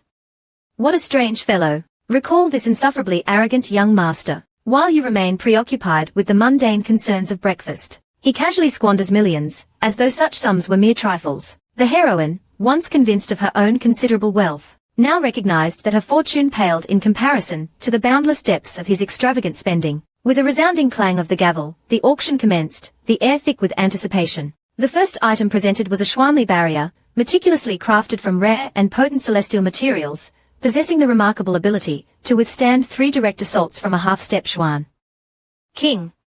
The initial bid was set at an astounding tails. The bidding erupted in a frenzy, the price escalating rapidly amidst a chorus of eager voices. Zhan Wuyang observed the spectacle with a mixture of awe and amusement, her mind boggling at the sheer scale of wealth on display. These affluent individuals are dispersing their fortunes with the same casual abandon as one scattering dust. The extent of their riches must be truly unfathomable. As she marveled at this ostentatious display, a resounding bid of tails reverberated through the hall, momentarily silencing the other bidders. Do I hear? Going once. The voice, though undeniably familiar, remained elusive, its origin just beyond the grasp of her memory. It was Baiji, his tone brimming with smug satisfaction. Ha ha ha. Let's see if any of you have the audacity to challenge my bid. Though the voice resonated with familiarity, Zhang Wuyang struggled to pinpoint its source. The next item to grace the auction block was a treasure of immense value, a veritable lifeline for those who tread the treacherous paths of the world, the legendary soaring boots. Upon imbuing these enchanted boots with Xuanli, the wearer was granted the ability to traverse thousands of miles in the blink of an eye, their speed unmatched, leaving even a half-step Xuan King struggling to keep pace.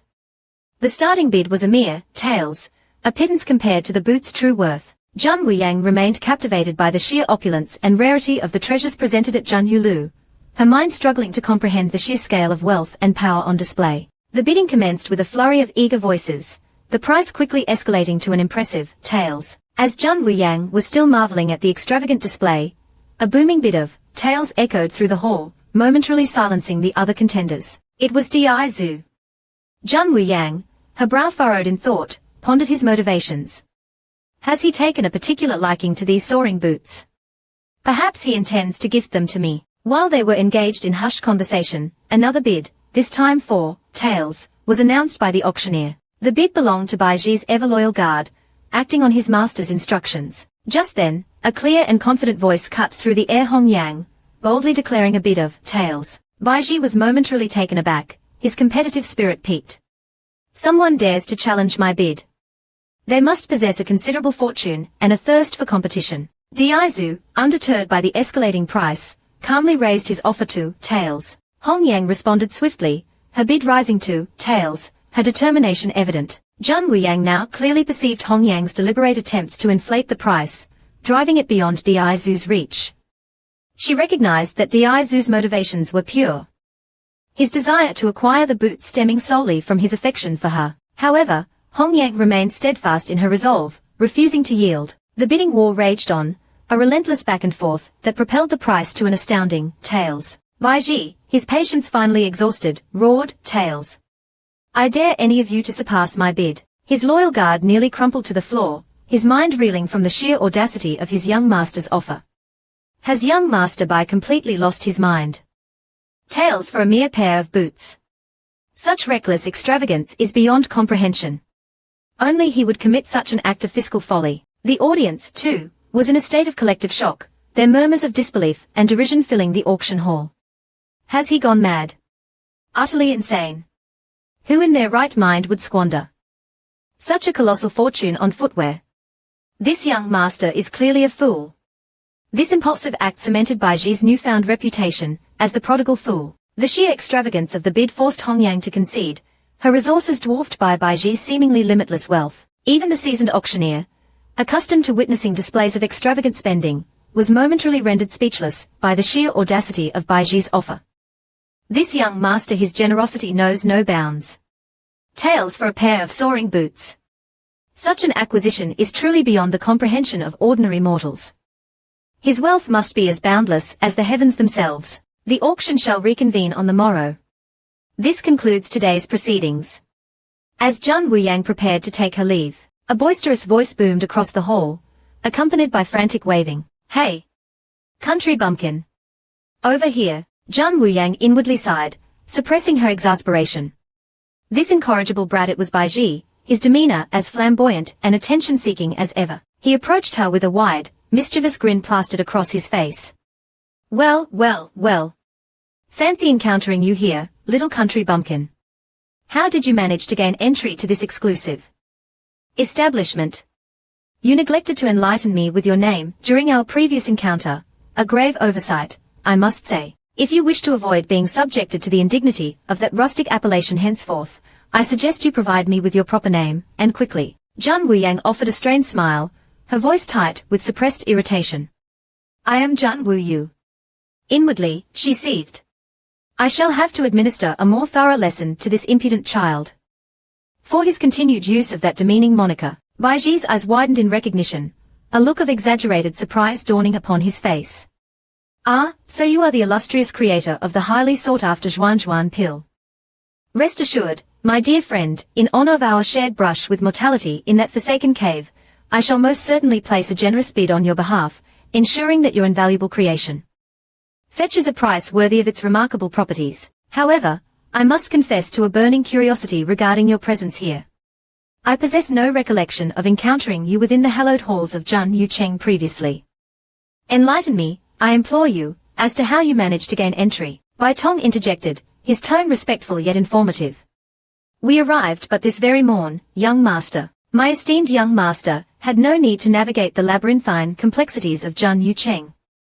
The benevolent old master of our family, in his infinite wisdom and generosity, bestowed upon Jun Yulu the princely sum of taels of gold, securing a personalized access pass for young Master Bai, granting him unrestricted passage and access to all that this illustrious establishment has to offer. Jun Wuyang was momentarily struck speechless by this ostentatious display of wealth, the sheer scale of the Bai family's fortune leaving her utterly dumbfounded. I am, it seems, but a humble peasant in comparison to this extravagant young master. The Bai family's opulence knows no bounds. Bai Ji puffed out his chest, his voice laced with pride and self-importance. Indeed. That is precisely why I extended to you the generous offer of becoming my. Before he could utter the words that would undoubtedly seal his fate, Jun Wuyang swiftly clamped her hand over his mouth, effectively stifling his audacious proposition. Diaizu, observing from behind, interjected with a chillingly calm inquiry, his eyes narrowed dangerously. Pray tell, what were you about to suggest? That Wu Yu should become your what? Precisely, Baiji stammered nervously, his face paling under Diaizu's intense gaze. Nothing of consequence. I merely suggested that she might consider gracing my humble abode as a guest. And if I may be so bold, might I inquire as to your identity, esteemed sir? Diaizu proceeded to introduce himself, Feng Xing, Master Mu, and Xiaobai, his tone leaving no room for doubt as to their relationship with Jun Wuyang. The combined weight of their formidable auras pressed down upon Baiji, the sheer power emanating from them causing beads of cold sweat to form on his brow. He exclaimed in astonishment, his voice tinged with a hint of fear, Holy heavens! You even have a son. A veritable family. My. He inwardly congratulated himself on his timely interruption, sparing him from the potential wrath of this formidable family. He then proceeded to applaud with exaggerated enthusiasm, his attempt to diffuse the tension bordering on comical. Following Baiji's hasty retreat, Jun Wuyang turned to the old man, her brow furrowed with suspicion. I understand from Baiji that you paid a visit to Hongyang Lu earlier this day. Is there anything pertinent regarding this encounter that I should be made aware of? The old man confirmed Baiji's earlier visit to Hongyang Lu. That love-struck fool is completely and utterly infatuated with Hongyang. He even implored my assistance in winning her affections. The poor, deluded boy. Jun Wuyang's confusion deepened, her brow furrowing further. Baiji explicitly stated his intention to place extravagant bids on my behalf during the auction. Why this sudden and inexplicable shift in his affections towards Hongyang? Something doesn't feel right. A premonition of trouble settled over her. I harbor significant reservations about that Hongyang. There's a deceptive aura about her that I find deeply unsettling. You would be wise to caution Baiji against pursuing her. He could be walking into a trap. The old man chuckled, seemingly unconcerned by her apprehension. Rest assured, my dear. She poses no threat to him. In truth, Hongyang is. He paused abruptly, his gaze darting around cautiously before leaning in conspiratorially and lowering his voice to a barely audible whisper. She is, in reality, Jun Ruo Lian. Jun Wuyang's eyes widened in disbelief, her mind reeling from the shock of this revelation. Jun Ruo Lian. But how is that possible? At that very moment, a surge of immense power, raw and untamed, erupted from the city lord's residence, its force so great that it shook the very foundations of Jun Yucheng. The ground trembled violently beneath their feet, the tremors sending shockwaves through the city. Everyone within the vicinity instinctively turned towards the city lord's residence, their eyes wide with a mixture of fear and awe. What in the heavens was that? It felt as though the very earth itself was tearing asunder. Diaizu and Feng Xing exchanged a look of silent understanding, their faces grim, as they swiftly departed. Their figures disappearing into the bustling crowds, as they raced towards the source of the disturbance. Jun Wuyang's heart pounded in her chest, a sense of foreboding washing over her. She, too, felt a powerful urge to investigate the source of the commotion, but the old man's firm hand on her arm restrained. Remain here with Xiaobai. That place is far too dangerous for you both. Your safety is my utmost priority. Zhan Wuyang's voice was laced with urgency and concern. But I cannot simply stand idly by. What if they have met with some unforeseen peril? I must go. The old man relented with a heavy sigh, recognizing the futility of attempting to dissuade her. Very well, but I implore you, remain close to my side. Do not stray from my protection under any circumstances. The dangers within Zhan Yuqing are far greater than you can imagine. Together, they hastened towards the city lord's residence, their pace quickening with each passing moment, their hearts pounding in unison with the ominous tremors that continued to shake the city. As they drew nearer, a pulsating crimson glow, ominous and foreboding, became increasingly visible, emanating from within the residence. What in the heavens is happening there? Zhan Wuyang's voice trembled, her anxiety escalating with each step they took. Just then, a chillingly familiar voice, laced with icy fury, reached their ears. Hong Yang, your duplicity has finally been exposed. Your charade is over. It was the city lord, his voice resonating with an almost palpable aura of power and suppressed rage. He continued, his tone brooking no argument. I have indulged your treachery for far too long.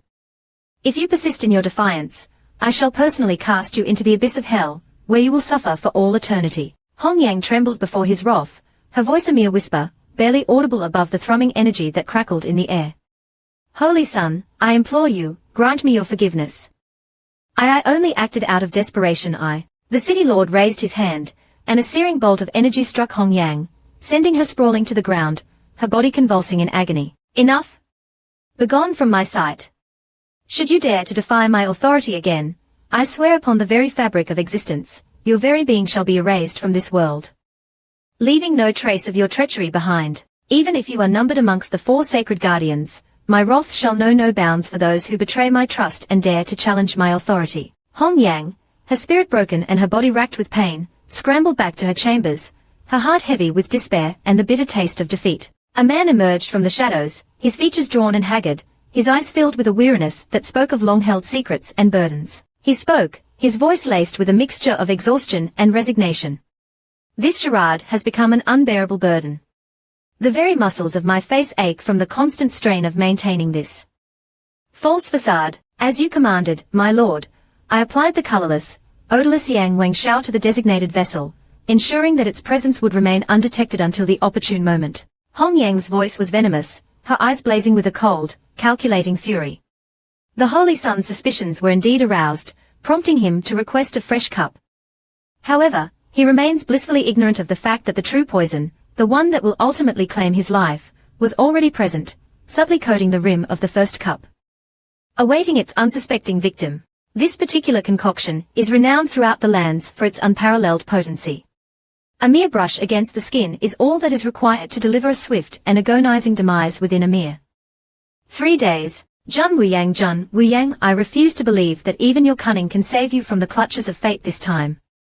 I shall avenge the tragic downfall of my Zhan family, repaying your treachery with a vengeance that will echo through the ages. This, I swear. This is merely the first act in the unfolding drama of your demise. Having successfully navigated the treacherous trials, Zhan Wuyang arrived at the imposing gates of the city lord's palace. She was immediately struck by the city lord's air of cultivated elegance and otherworldly grace, a stark contrast to the chaotic events unfolding within the city. A distinguished-looking butler materialized as if from thin air, extending a courteous greeting before gracefully ushering them into the palace's opulent interior. They traversed a seemingly endless series of lavishly adorned corridors, finally arriving at a grand and spacious hall, its sheer size and magnificence taking Zhan Wuyang's breath away. However, her companions were instructed to remain outside, their presence deemed superfluous for the final trial. Only Zhan Wuyang, the chosen one, was permitted to proceed. Feng Xing, his protective instincts overriding all other considerations, voiced his immediate objection. He had sworn a sacred oath to safeguard Zhan Wuyang with his very life, and he could not, in good conscience, abandon her to face an unknown and potentially lethal trial alone. Di Zhu echoed Feng Xing's concerns, his voice firm and resolute. What is the nature of this final trial? I demand to know. I will not allow her to face this alone. I insist upon accompanying her. Zhan Wuyang sought to allay their fears, her voice calm and reassuring despite the turmoil within her own heart. Fear not, my friends. I assure you, I shall be well. This trial, whatever its nature, cannot deter me. I shall return shortly, unharmed and triumphant. To further assuage their anxieties, she extended tendrils of her potent spiritual power, forging an unbreakable connection between their minds. Through this link, should any harm befall her, they would be instantly aware, their minds united in a shared awareness of her plight. With a reassuring smile and a final nod of encouragement, she instructed them to adapt and respond to any unforeseen circumstances that might arise during her absence. She then turned and resolutely entered the city lord's private chamber, leaving her worried companions behind. Within the opulent chamber, the city lord awaited her arrival, his demeanor serene and composed. Jun Wuyang wasted no time in addressing the matter at hand, her voice direct and purposeful. Pray tell, city lord, what is the nature of this final trial? I am eager to face it and prove my worthiness. The city lord's response was enigmatic, his words laced with an air of ancient wisdom and veiled meaning. The final trial, Miss Jun, commenced the very instant your foot crossed the threshold of this residence. It is not a singular event, but an ongoing assessment of your character, your abilities, and your destiny. He then proceeded to unveil his true identity, a secret held close for millennia. Permit me to introduce myself. I am the founder of both Jun Yucheng and Jun Yulu. My existence is intertwined with the very fabric of these two illustrious establishments, spanning countless ages. Jun Wuyang's eyes widened in disbelief, her mind struggling to comprehend the sheer scale of his revelation. This city lord, he is not merely a man, but an entity of unimaginable antiquity. The city lord continued, his voice resonating with the weight of ages. In the distant past, I bore the dual responsibilities of city lord and owner of Jun Yulu. A burden that proved too great for even my considerable abilities. My attention was divided, my focus fragmented. Thus, I commissioned the creation of the intricate maze that safeguards Jun Yucheng. A formidable defense against those who harbor ill intentions and seek to exploit its prosperity. A chilling realization washed over Jun Wuyang, sending a shiver down her spine. This city lord, is he even mortal? He has existed for millennia, witnessing the rise and fall of countless civilizations. The city lord continued, his voice echoing through the chamber. The maze serves as a mere test of intellect, a preliminary assessment of one's cunning and resourcefulness. My true purpose, however, transcends such trivial pursuits. Thus, upon the establishment of Jun Yulu, I decreed that whosoever possesses the wisdom and strength to unravel the enigma of the Jun Yucheng maze shall inherit the mantle of city lord, becoming the rightful guardian and steward of this great city. Jun Yucheng stands as a beacon of prosperity and hope, a thriving metropolis teeming with 7 million souls. Without a leader of unparalleled strength, wisdom, and unwavering resolve, it would become a tempting prize for the four kingdoms, each vying for its riches and strategic advantage. Its very existence would be perpetually threatened by the insatiable greed and ambition of those who seek to exploit its vulnerabilities. Therefore, I could not afford to divide my attention, to weaken my focus. I required a true master, one capable of wielding absolute authority and guiding the city towards a future of continued prosperity and unwavering security. And now, after countless ages of patient waiting, the destined ruler, the one foretold in ancient prophecies, has finally emerged from the mists of time. Having acquired the crucial clue from Hongyang Lu, you now possess the key to unlocking the secrets of the Jun Yucheng maze. The knowledge is within your grasp. I invite you to embark on this final challenge, to prove your worthiness and claim your rightful place as the city lord of Jun Yucheng. With unwavering confidence, Jun Wuyang articulated the solution to the maze's intricate design, her voice clear and resonant. East, west, south, north, and the plight of the common people, these are the true guiding stars, the elements that hold the key to unlocking the maze's secrets. We were misled by our own preconceived notions, our minds clouded by the illusions woven within the maze's intricate web.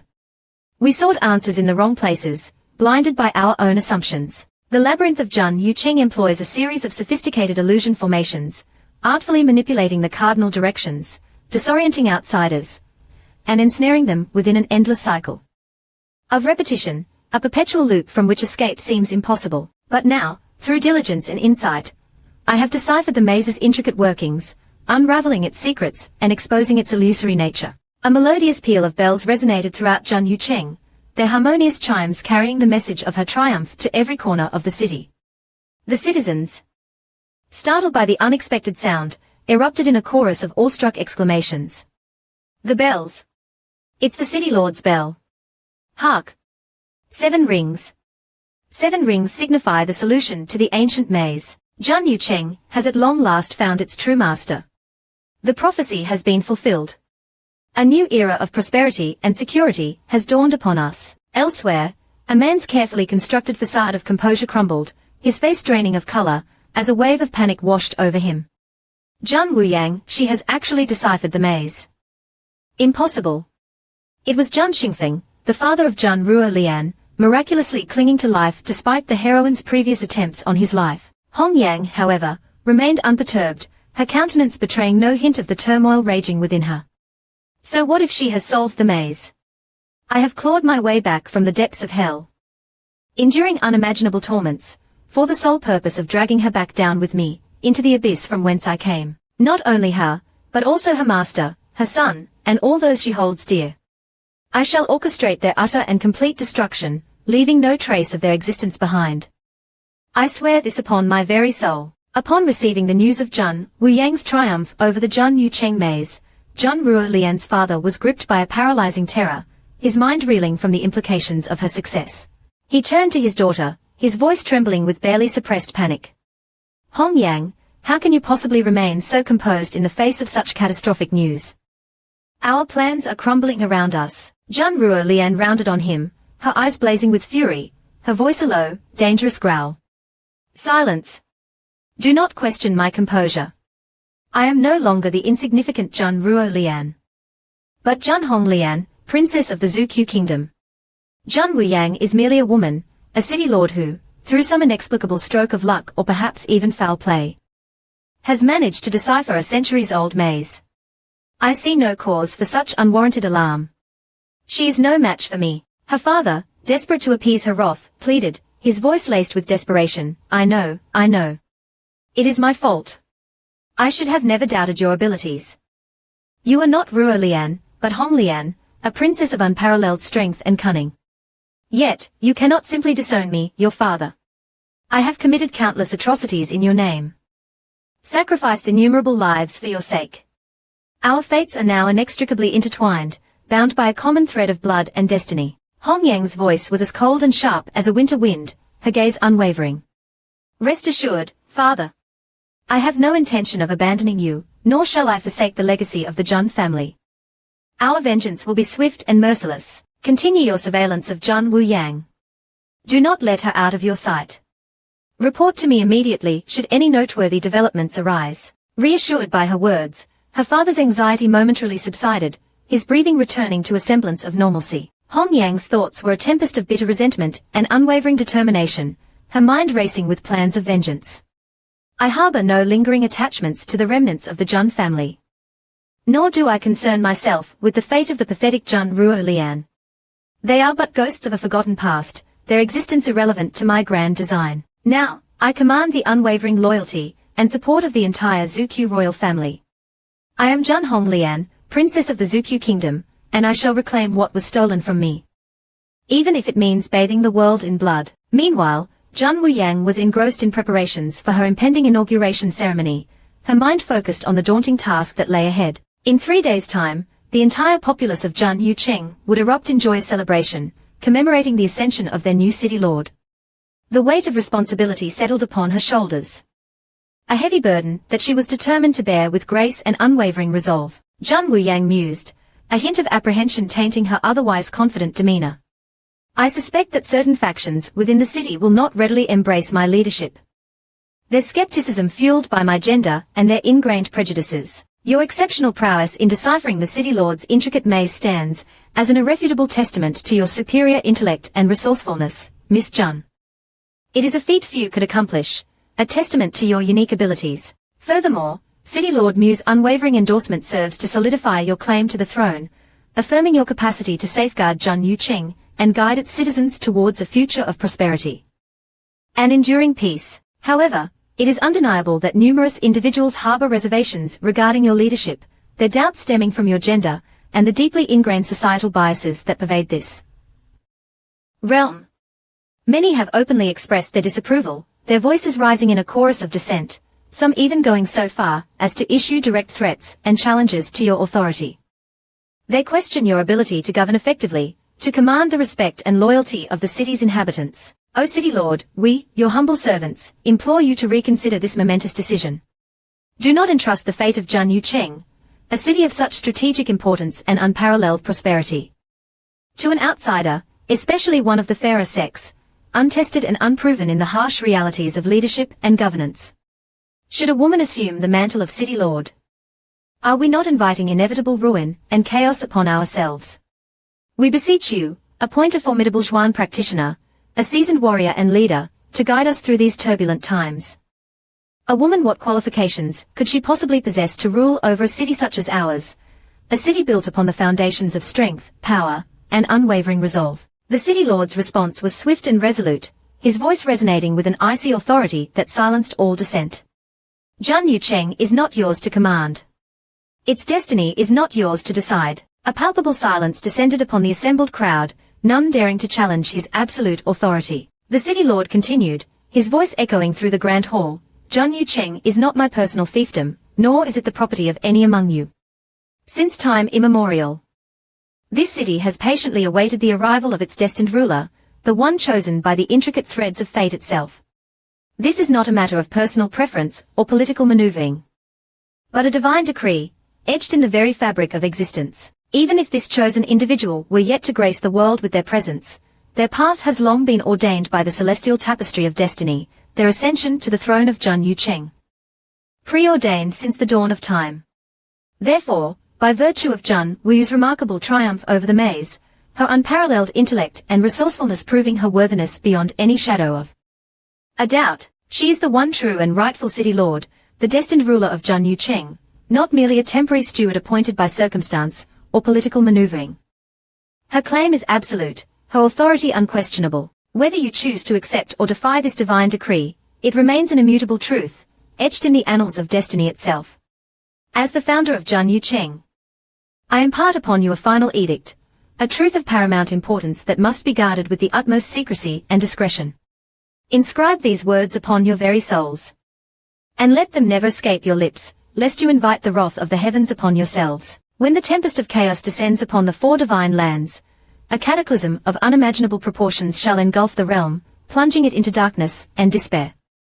Only the advent of a divine beast, a being of immense power and ancient wisdom, can restore harmony and avert the utter annihilation of all that we hold dear. Overcome with a mixture of awe, fear, and reverence, the assembly prostrated themselves before the City Lord, their foreheads pressed firmly against the cold, unyielding marble floor. We offer our sincerest gratitude for your invaluable wisdom and guidance, O City Lord. Your words shall be etched into our hearts, and we shall honor your decree without question. Diaizu's mind reeled from the implications of the prophecy, his thoughts a whirlwind of confusion and unease. A great calamity. The heart of Xingyu. The descent of a divine beast. This City Lord possesses an extraordinary wealth of knowledge, a depth of understanding that transcends the boundaries of mortal comprehension. Just who is this enigmatic being? Could he be? Feng Xing's heart pounded with anxiety, his premonition of impending doom intensifying with each passing moment. A divine beast descending to quell the encroaching chaos, does this not foretell Wu Yang's inevitable involvement in this perilous ordeal? She is the holy maiden, the one spoken of in ancient prophecies. Her destiny is intertwined with the fate of the four divine lands. This cannot be mere coincidence. I will not permit her to be placed in harm's way again. I have sworn an oath to protect her with my very life, and I shall not falter, even in the face of unimaginable danger. He cast a worried glance at Diaizu, his expression a mixture of concern and steely determination. Meanwhile, Diaizu found himself detained by the City Lord, an invisible force preventing him from approaching Jun Wuyang. War King, the City Lord's voice was calm yet firm, his ancient eyes holding Diaizu's gaze. I implore you to exercise discretion and refrain from divulging the contents of this prophecy to Jun Wuyu. At this time, to do so would be to burden her with a weight she is not yet prepared to bear. It is for her own good, I assure you. I harbor no malicious intent towards her, nor do I wish to see her suffer. Diaizu's response was immediate and sharp, his voice laced with suspicion and protectiveness. Upon what grounds should I place my trust in your words, City Lord? You speak of destiny and prophesize, yet your motives remain shrouded in mystery. How can I be certain that you do not intend to manipulate her, to use her for your own ends? Because I have patiently awaited her return for millennia, the city lord's voice echoed through the chamber, resonating with the weight of ages, enduring the endless passage of time. The rise and fall of countless civilizations, for this very moment. My purpose is intertwined with hers, and I would never do anything to jeopardize her safety or well-being. Holy heavens! This being is an ancient entity of unimaginable power and wisdom. Diaizu, however, remained unmoved by this revelation, his resolve unwavering. He issued a stern warning, his voice laced with barely contained power. She is the woman I have pledged to protect with my very life, the woman I cherish above all else. I forbid you from attempting any form of manipulation or deception. Do not presume that I am blind to your machinations. Should you dare to harm a single hair on her head, you shall face the full force of my wrath, a wrath that will shake the very foundations of this world. The city lord responded with an air of preternatural calm, his ancient eyes filled with a mixture of weariness and resignation. One day, she will inevitably be compelled to confront this destiny. Whether she wills it or not. It is the burden of the chosen one, a responsibility they cannot escape. Diaizu's retort was swift and decisive, his voice ringing with unwavering determination. That is her choice to make, and hers alone. You have no right to interfere with her destiny. She is strong and capable, but she is also the woman I love. I will not stand idly by while you manipulate her for your own purposes.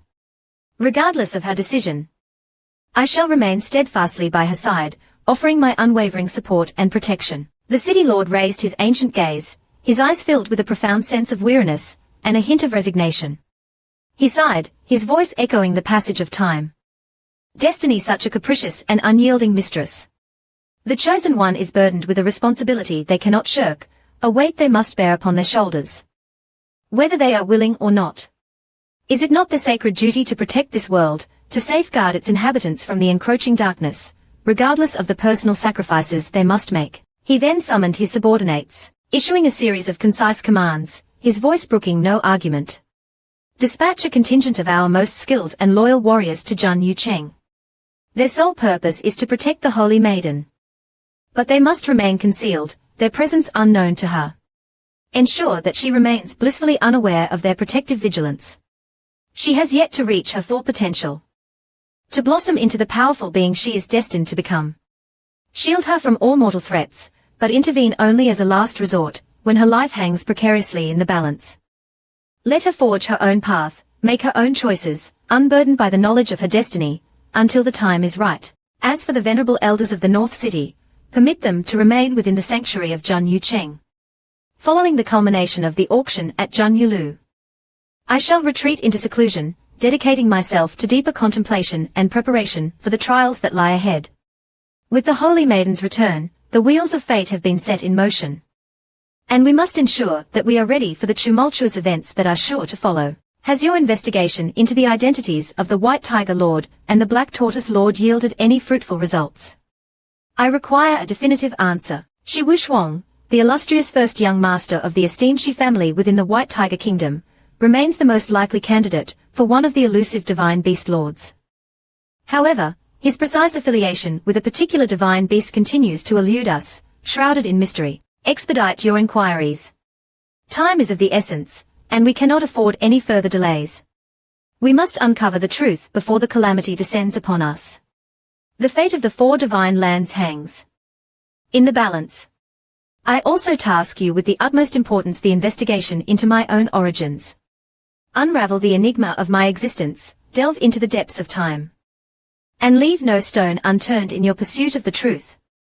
This knowledge may prove crucial in the coming days. The following day, a maid arrived at Jun Wuyang's residence, bearing a summons to attend the highly anticipated auction at Jun Yulu. The city lord awaited her outside, his ornate carriage prepared for their departure. 4 carriages stood ready, their presence a testament to the unique and treacherous nature of the route to Jun Yulu, which necessitated the collective journey of all attendees, ensuring their safety and protection along the way. As Jun Wuyang prepared to embark, a sudden, searing pain shot through her arm, causing her to gasp and stumble. Diaizu, ever vigilant and protective, materialized instantly by her side, his voice filled with concern.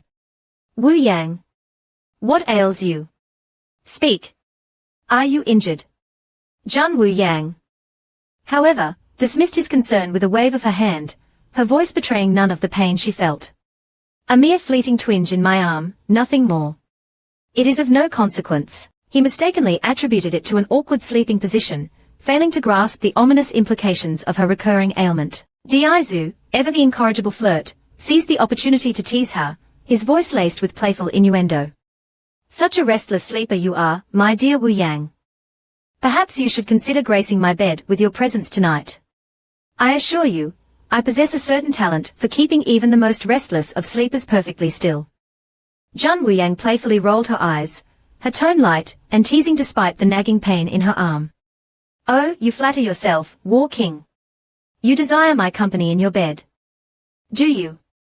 I suggest you first focus your efforts on winning the affections of young Xiaobai.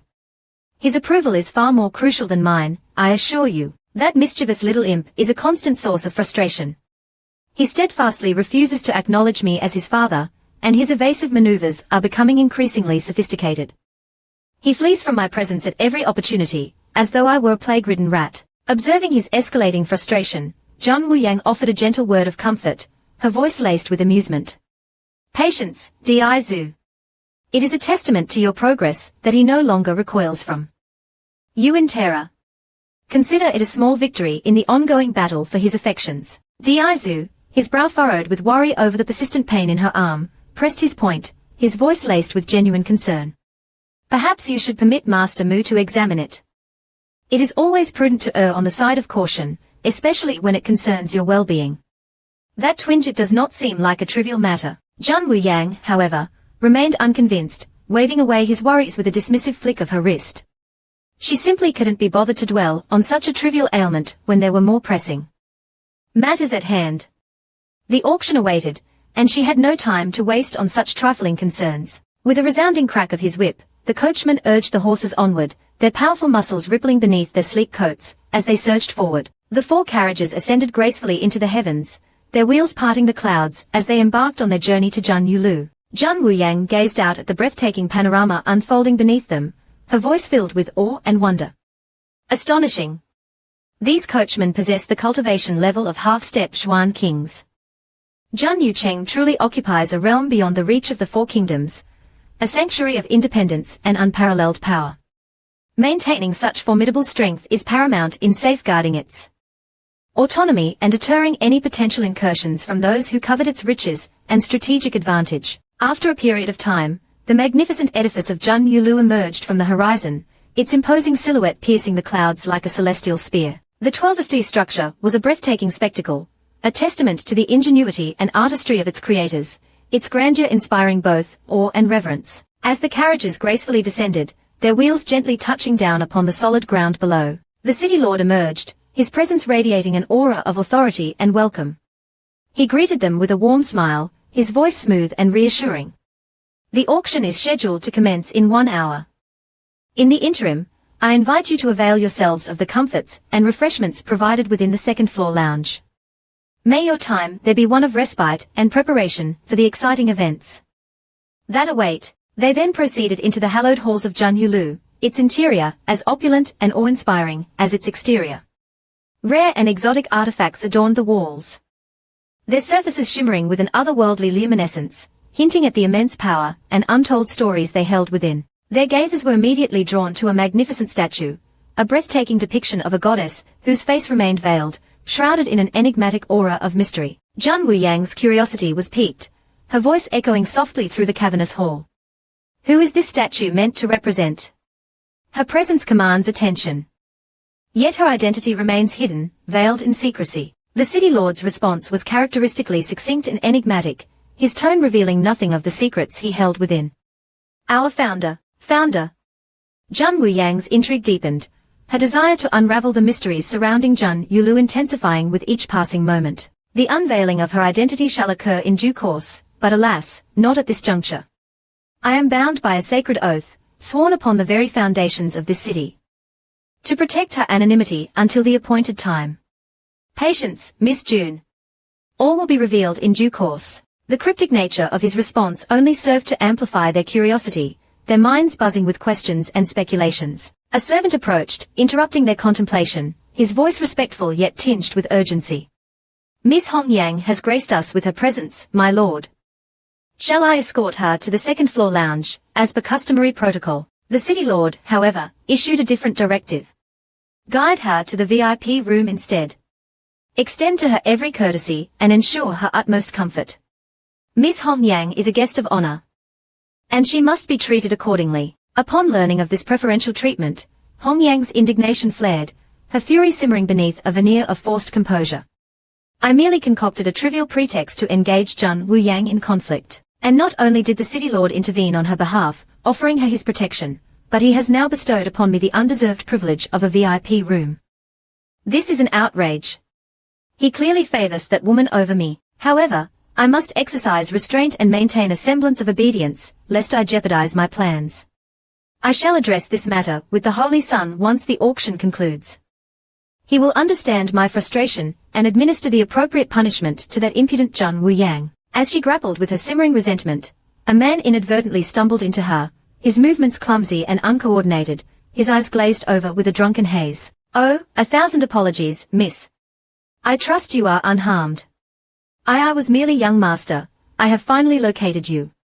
My gratitude knows no bounds, miss. I shall take my leave now. Farewell. With a hasty bow, he stumbled away, disappearing into the bustling crowd. This peculiar and self-contained exchange left both Hong Yang and her maid utterly bewildered.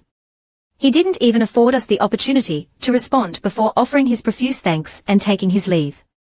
What a strange and unsettling encounter. Recall this insufferably arrogant young master. While you remain preoccupied with the mundane concerns of breakfast, he squanders millions without a second thought, as though such vast sums were mere trifles. The heroine, once convinced of her own substantial wealth, now recognized that her fortune paled in comparison to the seemingly bottomless depths of his extravagant spending. With a resounding clang of the gavel, the auctioneer commenced the proceedings, the air thick with anticipation and the thrill of potential acquisitions. The first item presented was a Schwanli barrier, meticulously crafted from rare and exceptionally potent celestial materials, imbued with the remarkable ability to withstand 3 direct assaults from a formidable half-step Xuan King. The starting bid was set at an impressive taels, a sum that would make even the wealthiest merchant pause for consideration. The bidding began with a flurry of eager voices, each vying to outdo the other, the price escalating rapidly amidst a cacophony of shouts and excited gestures. Jun Wu Yang observed the spectacle with a mixture of awe and amusement, her mind struggling to comprehend the sheer scale of wealth and extravagance on display. These affluent individuals are scattering their fortunes with the same casual abandon as one scattering dust motes in the wind. The depths of their coffers must be truly unfathomable. Their wealth beyond the comprehension of ordinary mortals. As she marveled at their ostentatious display, a booming bid of tails reverberated through the hall, silencing the other contenders for a brief moment. Tails.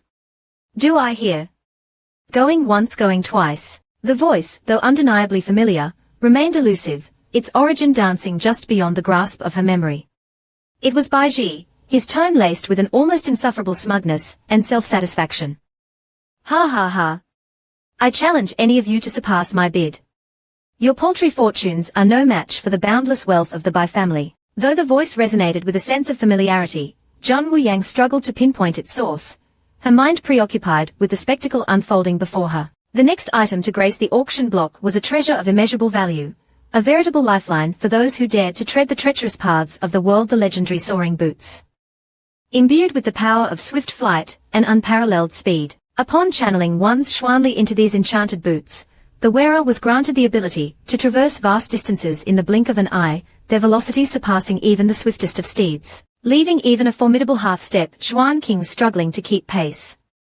The starting bid was a mere taels, a paltry sum compared to the invaluable advantage these boots conferred upon their owner. Jun Wu Yang remained utterly captivated by the sheer opulence and rarity of the treasures presented at Jun Yulu, her mind struggling to grasp the immense wealth and power concentrated within these hallowed halls. The bidding commenced with a flurry of eager voices, each vying to outdo the other, the price quickly escalating to an impressive taels. While Jun Wu Yang was still reeling from the sheer extravagance of the previous bid, a resounding offer of taels echoed through the hall, momentarily silencing the other contenders. It was Di Zhu.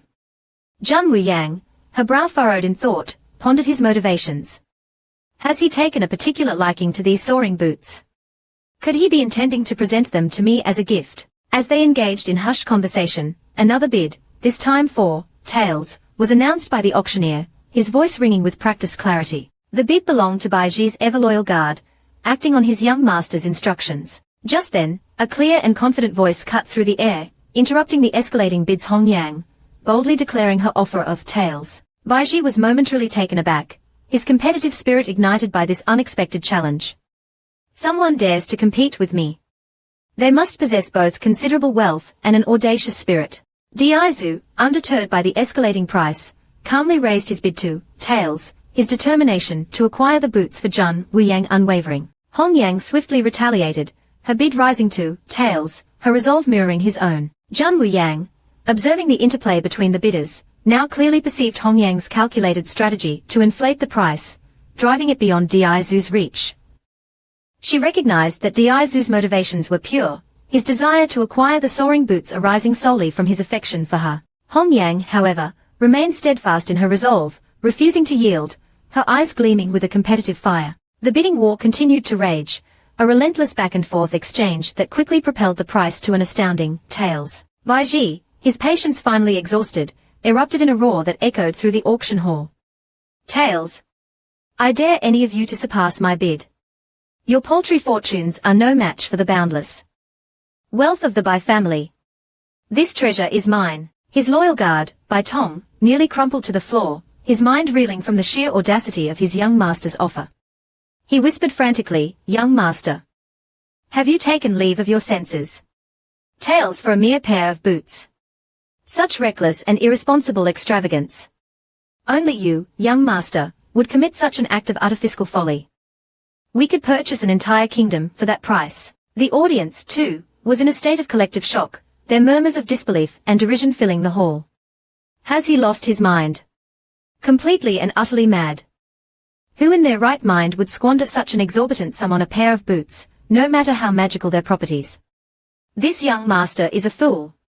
A prodigal fool. This latest act of impulsive spending cemented Bai Ji's newly acquired reputation as the prodigal fool, a title that would undoubtedly follow him for years to come. The sheer extravagance of the bid forced Hong Yang to concede defeat, her resources, though considerable, simply no match for Bai Ji's seemingly limitless wealth. Even the seasoned auctioneer, a man who had witnessed countless displays of extravagant spending throughout his long and illustrious career, was momentarily rendered speechless by the sheer audacity of Bai Ji's offer. He stammered, his voice filled with a mixture of awe and disbelief. This young master, his generosity knows no bounds. Tails for a pair of soaring boots. Such an acquisition, it is simply unprecedented. His wealth must be as boundless as the very heavens themselves. Truly, a remarkable display of opulence. The auction shall reconvene on the morrow, esteemed guests. This concludes today's proceedings. We thank you for your participation, and eagerly anticipate your return for the continuation of this grand event. As Jun Wuyang prepared to take her leave, a boisterous voice boomed across the hall, accompanied by vigorous waving that could not be ignored. Hey! Country bumpkin! Over here! Don't ignore me. Jun Wuyang suppressed a sigh, her patience wearing thin. This incorrigible brat, his attention-seeking antics know no bounds. It was Bai Ji, his demeanor as flamboyant and ostentatious as ever. He approached her with a wide, mischievous grin plastered across his face, his eyes gleaming with a mixture of amusement and self-satisfaction. Well, well, well. Fancy encountering you here, little country bumpkin. Tell me, how did you manage to gain entry to this most exclusive of establishments? I seem to recall that you neglected to enlighten me with your name during our previous, rather memorable encounter. A grave oversight on your part, I must say. If you desire to avoid being subjected to the continued indignity of that rather rustic appellation, I suggest you provide me with your proper name, and post-haste. Jun Wuyang forced a smile, her voice tight with suppressed irritation. I am Jun Wuyu, at your service. Inwardly, she seethed, her patience rapidly dwindling. This impudent child and his incessant taunts. I shall have to administer a more thorough and memorable lesson for his continued use of that demeaning moniker. Bai Ji's eyes widened in theatrical recognition, a look of exaggerated surprise spreading across his face. Ah? So it is you. The illustrious and enigmatic creator of the highly coveted Zhuan pill. Well met, my dear friend. Rest assured, in honor of our shared brush with mortality in that forsaken cave, a bond forged in the crucible of danger, I shall most certainly place an exceedingly generous bid on your behalf during the auction, ensuring that your invaluable creation fetches a price that reflects its true worth and remarkable properties. However, I must confess to a burning curiosity regarding your presence within these hallowed halls. I possess no recollection of encountering you amidst the esteemed clientele of Jun Yucheng previously. Enlighten me, I implore you, as to how you managed to gain entry to this most exclusive of establishments. Your presence here intrigues me greatly. Bai Tong interjected, his tone respectful yet laced with a hint of amusement. We arrived but this very morn, young master. Our journey was swift and uneventful. Thanks to your foresight and generosity. Indeed, Baiji continued, his voice brimming with pride and a touch of arrogance. My esteemed and most benevolent grandfather, in his infinite wisdom and unparalleled generosity, saw fit to bestow upon Jun Yulu the princely sum of taels of gold, thus securing a personalized access pass for my humble self, granting me unrestricted passage and unfettered access to all that this illustrious establishment has to offer. It is but a small token of our family's appreciation for the fine services provided by Jun Yulu. Jun Wuyang was momentarily struck speechless by this ostentatious display of wealth and influence, the sheer scale of the Bai family's fortune leaving her utterly dumbfounded. I am, it seems, but a humble peasant in comparison to this extravagant young master. The Bai family's opulence knows no bounds. Their wealth must truly be as vast as the heavens themselves. Baiji puffed out his chest, his voice dripping with self-importance, as he prepared to utter the words that would undoubtedly seal his fate. Indeed. And that, my dear friend, is precisely why I extended to you the most generous and undoubtedly irresistible offer of becoming my. Before he could complete his audacious proposition, Jun Wuyang's hand shot out, swiftly, clamping over his mouth, effectively stifling his ill-conceived declaration. Diaizu, observing the scene unfold from behind, interjected with a chillingly calm inquiry, his eyes narrowing dangerously as he fixed Baiji with a glacial stare. Pray tell, what were you about to suggest, young Master Bai? That Wu Yu should become your what, precisely? I believe I misheard you. Perhaps you would be so kind as to repeat yourself slowly and clearly, so that I may fully comprehend the depths of your audacity. Baiji stammered nervously, his face paling visibly under the intensity of Diaizu's gaze. Nothing of consequence, your highness. I assure you, it was merely a jest. A harmless pleasantry. I merely suggested that she might consider gracing my humble abode as a guest. That is all. Nothing more. And if I may be so bold, might I inquire as to your identity, esteemed sir? Your presence here intrigues me greatly. Diaizu proceeded to introduce himself, Feng Xing, Master Mu, and Xiaobai, his tone leaving no room for doubt as to their close relationship with Jun Wuyang. The combined weight of their formidable auras pressed down upon Baiji, the sheer power emanating from them causing beads of cold sweat to form on his brow. His earlier arrogance dissolving into a puddle of nervous apprehension, he exclaimed in astonishment, his voice barely above a whisper, Holy heavens! You even have a son. A veritable family. My. This is unexpected.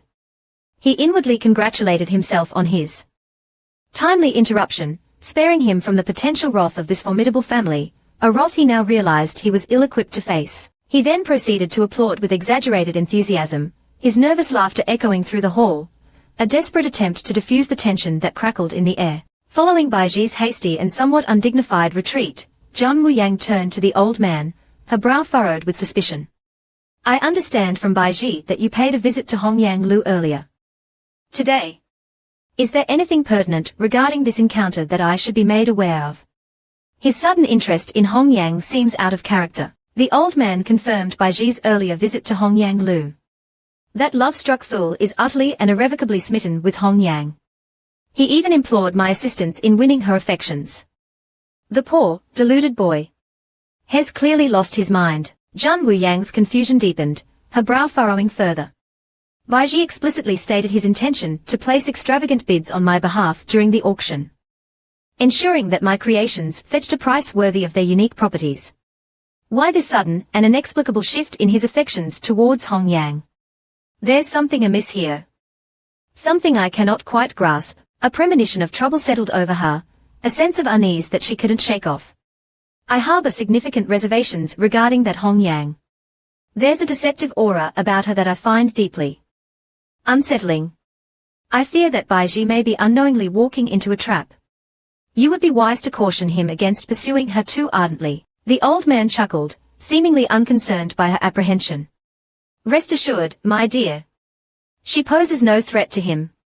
In truth, Hong Yang is. He paused abruptly, his gaze darting around cautiously before leaning in conspiratorially and lowering his voice to a barely audible whisper. She is, in reality, Jun Ruo Lian. Jun Wu Yang's eyes widened in disbelief, her mind reeling from the shock of this revelation. Jun Ruo Lian. But how is that possible? I saw her die with my own eyes. Could it be? At that very moment, a surge of immense power, raw and untamed, erupted from the city lord's residence, its force so great that it shook the very foundations of Jun Yucheng. The ground trembled violently beneath their feet, the tremor sending shockwaves through the city, causing the very air to crackle with an almost palpable energy. Everyone within the vicinity instinctively turned towards the city lord's residence, their eyes wide with a mixture of fear and awe. What in the heavens was that? It felt as though the very earth itself was tearing asunder. Could it be an attack? Or perhaps a sign of the impending calamity? Dai Zhu and Feng Xing exchanged a look of silent understanding. Their faces grim as they swiftly departed, their figures disappearing into the bustling crowds as they raced towards the source of the disturbance, their hearts pounding with a mixture of dread and determination. Jun Wu Yang's heart thrummed with anxiety, a sense of foreboding washing over her. She, too, felt a powerful urge to investigate the source of the commotion, to understand the nature of the power that had just shaken the city to its core. However, the old man's firm hand on her arm restrained her, his voice a calm and steady anchor in the midst of the growing chaos. Remain here with Xiaobai. That place is far too dangerous for you both. Your safety is my paramount concern, and I will not allow you to put yourselves at risk. Jun Wu Yang's voice was laced with urgency and concern, her determination unwavering.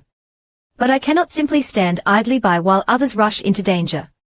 What if they have met with some unforeseen peril? I must go. My friends need me. The old man relented with a heavy sigh, recognizing the futility of attempting to dissuade her. Very well, but I implore you, remain close to my side. Do not stray from my protection under any circumstances. The dangers that lurk within Jun Yucheng are far greater, and more insidious than you can possibly imagine. Together, they hastened towards the city lord's residence, their pace quickening with each passing moment, their hearts pounding in unison with the ominous tremors that continued to shake the city. As they drew nearer, a pulsating crimson glow, ominous and foreboding, became increasingly visible, emanating from within the residence, painting the surrounding buildings in an eerie, otherworldly light. What in the heavens is happening there? Jun Wu Yang's voice trembled, her anxiety escalating with each step they took. Just then, a chillingly familiar voice, laced with icy fury, reached their ears, cutting through the air like a shard of frozen glass. Hong Yang, your web of deceit has finally been unraveled. Your charade is at an end. Prepare to face the consequences of your treachery. It was the city lord, his voice resonating with an almost palpable aura of power and barely suppressed rage. He continued, his tone brooking no argument or dissent. I have indulged your duplicity for far too long, allowing your insidious machinations to fester and spread like a venomous plague. If you persist in your defiance, if you continue to test the limits of my patience, I shall personally cast you into the abyss of hell, where you will suffer unimaginable torments for all eternity. This I swear upon the very fabric of existence. Hong Yang trembled before his wrath, her voice a mere whisper, barely audible above the crackling energy that filled the air. Holy Son, I implore you, grant me your forgiveness. I only acted out of desperation, a desperate attempt to avenge the injustices suffered by my family. The city lord raised his hand, and a searing bolt of pure energy erupted from his fingertips, striking Hong Yang with the force of a thunderbolt, sending her sprawling to the ground. Her body convulsing in agony as the energy coursed through her veins. Enough! Begone from my sight, you treacherous viper. Should you ever again dare to defy my authority, to challenge my will, I swear upon the very fabric of existence. Your very being shall be erased from this world, leaving not a single trace of your insidious treachery behind. This is not a threat, but a promise. Even if you are numbered amongst the four sacred guardians, my wrath shall know no bounds for those who betray my trust and dare to undermine my authority. Your position offers you no protection from the consequences of your actions.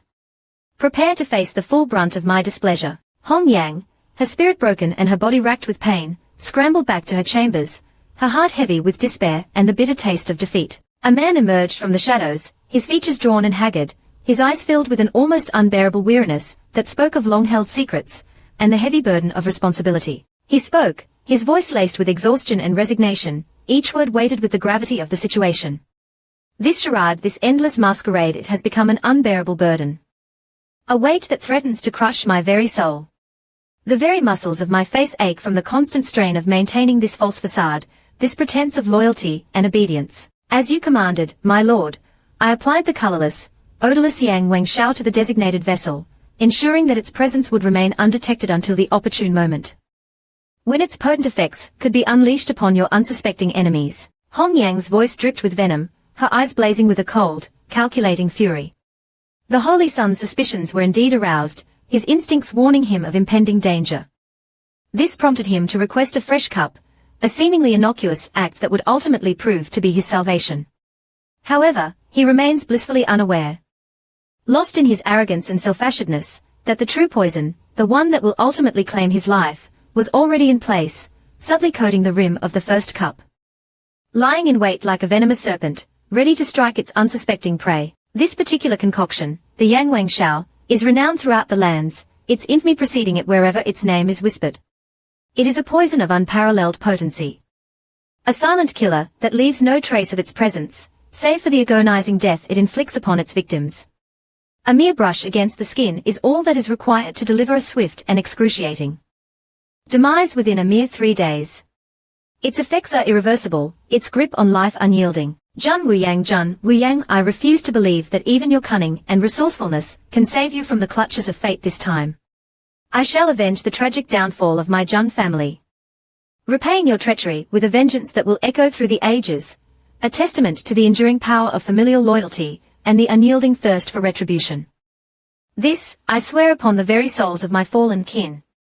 This is merely the first act in the unfolding drama of your demise, the opening salvo in a war that will end only with your utter and complete annihilation. Having successfully navigated the treacherous trials, Jun Wuyang arrived at the imposing gates of the city lord's palace, her heart pounding with a mixture of anticipation and trepidation. She was immediately struck by the city lord's air of cultivated elegance and otherworldly grace, his presence radiating a sense of calm and serenity that belied the turbulent events unfolding within.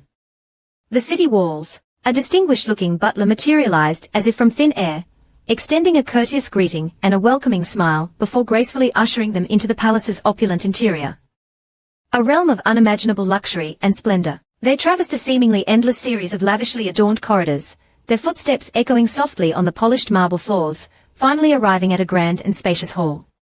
Its sheer size and magnificence taking Jun Wuyang's breath away. Sunlight streamed through the towering windows, illuminating the intricate carvings and priceless artifacts that adorned the walls, creating an atmosphere of both awe and reverence. However, her companions were instructed to remain outside, their presence deemed unnecessary for the final trial that awaited her. Only Jun Wuyang, the chosen one, the destined ruler of Jun Yucheng, was permitted to proceed. Feng Xing's protective instinct surged forth, his hand instinctively moving towards the hilt of his sword as he voiced his immediate objection. Master, I cannot allow you to face this trial alone. I have sworn an oath to protect you, and I will not abandon you now, not when the danger is so palpable, so close at hand. Dizu echoed Feng Xing's concerns, his voice firm and resolute, his eyes fixed on the imposing doors that led to the city lord's private chamber. What is the nature of this final trial? I demand to know. I will not stand idly by while Wuyang faces an unknown peril alone. I insist upon accompanying her. Jun Wuyang, sensing their apprehension, sought to allay their fears, her voice calm and reassuring despite the turmoil brewing within her own heart. Fear not, my friends. I assure you, I shall be well. This trial, whatever its nature, cannot deter me. I have faced far greater dangers and emerged victorious. I shall return shortly, unharmed and triumphant. Have faith in my abilities. To further assuage their anxieties, she extended tendrils of her potent spiritual power, forging an unbreakable connection between their minds, a silent promise that they would remain connected. Their fates intertwined. Through this ethereal link, should any harm befall her, they would be instantly aware, their minds united in a shared awareness of her plight, enabling them to act swiftly and decisively to protect her. With a reassuring smile and a final nod of encouragement, she instructed them to adapt and respond to any unforeseen circumstances that might arise during her absence. She then turned and resolutely entered the City Lord's private chamber, the heavy doors closing behind her with a resounding thud, leaving her worried companions standing outside, their hearts pounding with a mixture of dread and anticipation. Within the opulent chamber, the City Lord awaited her arrival, his demeanor serene and composed, his ancient eyes filled with an unreadable mixture of wisdom and weariness. Jun Wuyang wasted no time in addressing the matter at hand, her voice direct and purposeful. City Lord, I have come to face the final trial. Tell me its nature, and I shall prove my worthiness to lead Jun Yucheng. The City Lord's response was enigmatic, his words laced with an air of ancient wisdom and veiled meaning. The final trial, Miss Jun, commenced the very instant your foot crossed the threshold of this residence. It is not a singular event, a test of brute strength or cunning, but an ongoing assessment of your character, your abilities, and your destiny. It is a trial that will continue long after you leave this chamber, a trial that will shape your future and determine the fate of Jun Yucheng. He then proceeded to unveil his true identity, a secret carefully guarded for millennia, a truth known only to a select few. Permit me to introduce myself more formally. Miss June. I am the founder of both Jun Yucheng and Jun Yulu. My existence is intertwined with the very fabric of these two illustrious establishments. Spanning countless ages, witnessing the rise and fall of empires, the ebb and flow of power and influence. Jun Wuyang's eyes widened in disbelief, her mind struggling to comprehend the sheer scale of his revelation. This City Lord, he is not merely a man, but an entity of unimaginable antiquity. A being who has witnessed the passage of millennia. The City Lord continued, his voice resonating with the weight of ages. In the distant past, I bore the dual responsibilities of City Lord and owner of Jun Yulu. A burden that proved too great for even my considerable abilities. My attention was divided, my focus fragmented, and I could not fully dedicate myself to either role. Thus, I commissioned the creation of the intricate maze that safeguards Jun Yucheng, a formidable defense against those who harbor malicious intent and seek to exploit its prosperity. A shield against the encroaching darkness that perpetually threatens to consume the world. A chilling realization washed over Jun Wuyang, sending a shiver down her spine. This City Lord, is he even mortal? He has existed for millennia, witnessing the rise and fall of countless civilizations.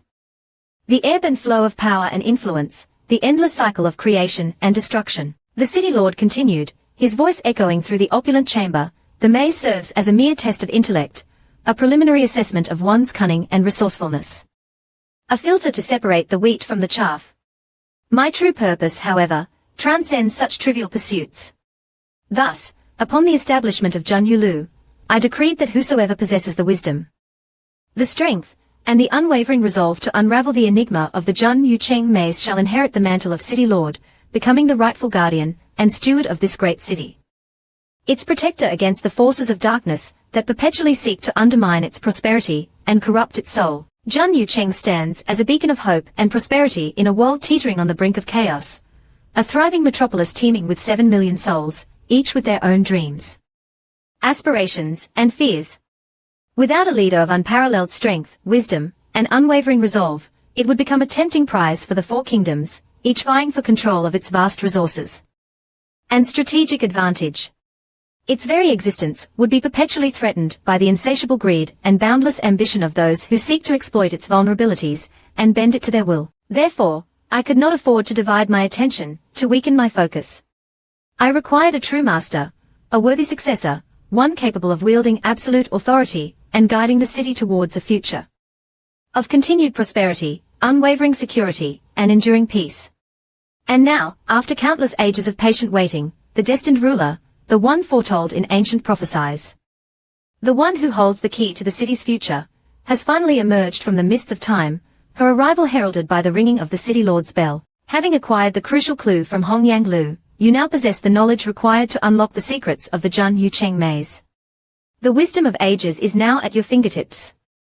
I invite you to embark on this final challenge, to prove your worthiness once and for all, and claim your rightful place as the City Lord of Jun Yucheng, the guardian of its people, and the protector of its destiny. With unwavering confidence and a voice that resonated with the power of her convictions, Jun Wuyang articulated the solution to the maze's intricate design, her words echoing through the chamber.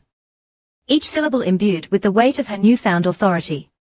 East, west, south, north, and the plight of the common people, these are the true guiding stars. The compass points that will lead us out of the labyrinth of illusion and deception. These are the elements that hold the key to unlocking the maze's deepest secrets. We were misled by our own preconceived notions, our minds clouded by the illusions woven within the maze's intricate web. We sought answers in the wrong places.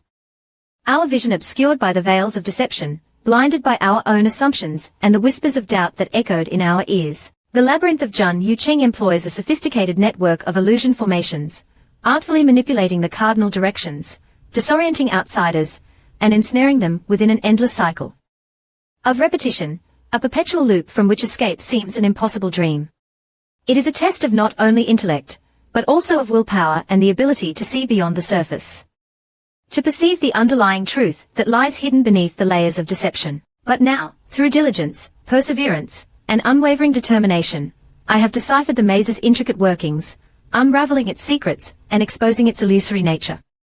The path is clear, the way forward is illuminated, and the city of Jun Yucheng is ready to embrace its true destiny. A melodious peal of bells resonated throughout Jun Yucheng, their harmonious chimes carrying the message of her triumph to every corner of the city, a symphony of hope and renewal that echoed through the streets and alleyways, reaching the ears of every citizen, rich and poor, young and old.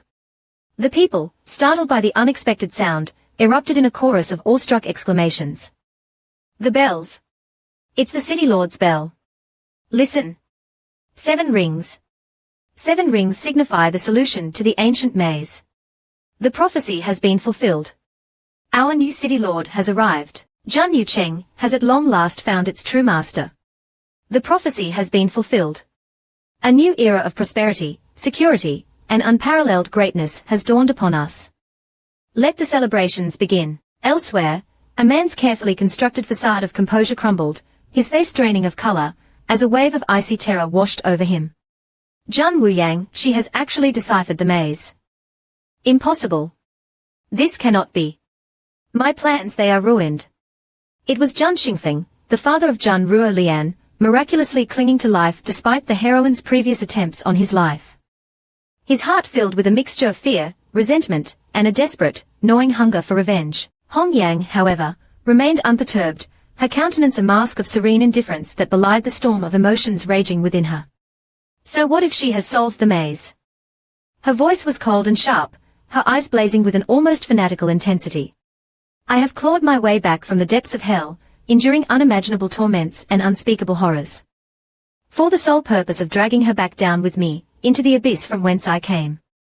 I will not be deterred by this minor setback. Not only her, but also her master, her son, and all those she holds dear, they shall all perish. I shall orchestrate their utter and complete destruction, leaving no trace of their existence behind. I swear this upon the very souls of my fallen kin. I will have my revenge. Upon receiving the news of Jun Wuyang's triumph over the Jun Yucheng maze, Jun Ruolian's father was gripped by a paralyzing terror, his mind reeling from the implications of her success. He had placed all his hopes on the maze remaining unsolved, a safeguard against her return and their inevitable confrontation. Now, his carefully laid plans were crumbling around him, and he felt a sense of impending doom settling over him like a shroud. He turned to his daughter, his voice trembling with barely suppressed panic. Hong Yang, my dear daughter, how can you possibly remain so composed in the face of such catastrophic news? Our plans, our hopes, our very future, they are all hanging precariously in the balance. We must act, and we must act swiftly. We cannot allow Jun Wuyang to consolidate her power. She must be stopped. Jun Ruolian rounded on him, her eyes blazing with a cold, calculating fury, her voice a low, dangerous growl that sent shivers down the spines of her attendants. Silence. How dare you question my composure, my resolve? I am not the weak and insignificant Jun Ruolian you once knew, but Jun Honglian, princess of the Zhuqiu kingdom. A woman of unparalleled power and influence. Jun Wuyang is merely a woman, a city lord who, through some inexplicable stroke of luck or perhaps even some underhanded scheme, has managed to decipher a maze that has baffled the greatest minds for centuries. I see no cause for this unwarranted panic. She is no match for me.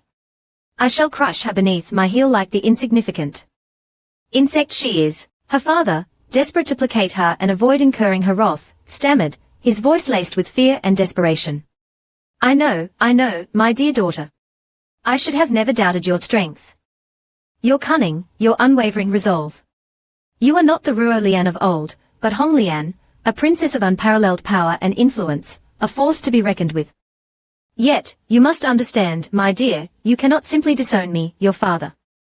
I have committed countless atrocities in your name, sacrificed innumerable lives to pave your path to power. Our fates are now inextricably intertwined, bound by a common thread of blood and destiny. We are in this together, for better or for worse. Hong Yang's voice was as cold and sharp as a winter wind, her gaze unwavering as she addressed her father, her words laced with a chilling determination. Rest assured, Father, I have no intention of abandoning you, nor shall I forsake the legacy of the Zhun family. Our vengeance will be swift and merciless, and Zhun Wuyang shall pay dearly for the transgressions she has committed against us. She will learn that the fires of our hatred burn brighter than ever before. Continue your surveillance of Zhun Wuyang. Do not let her out of your sight for a single moment. Report to me immediately should any noteworthy developments arise.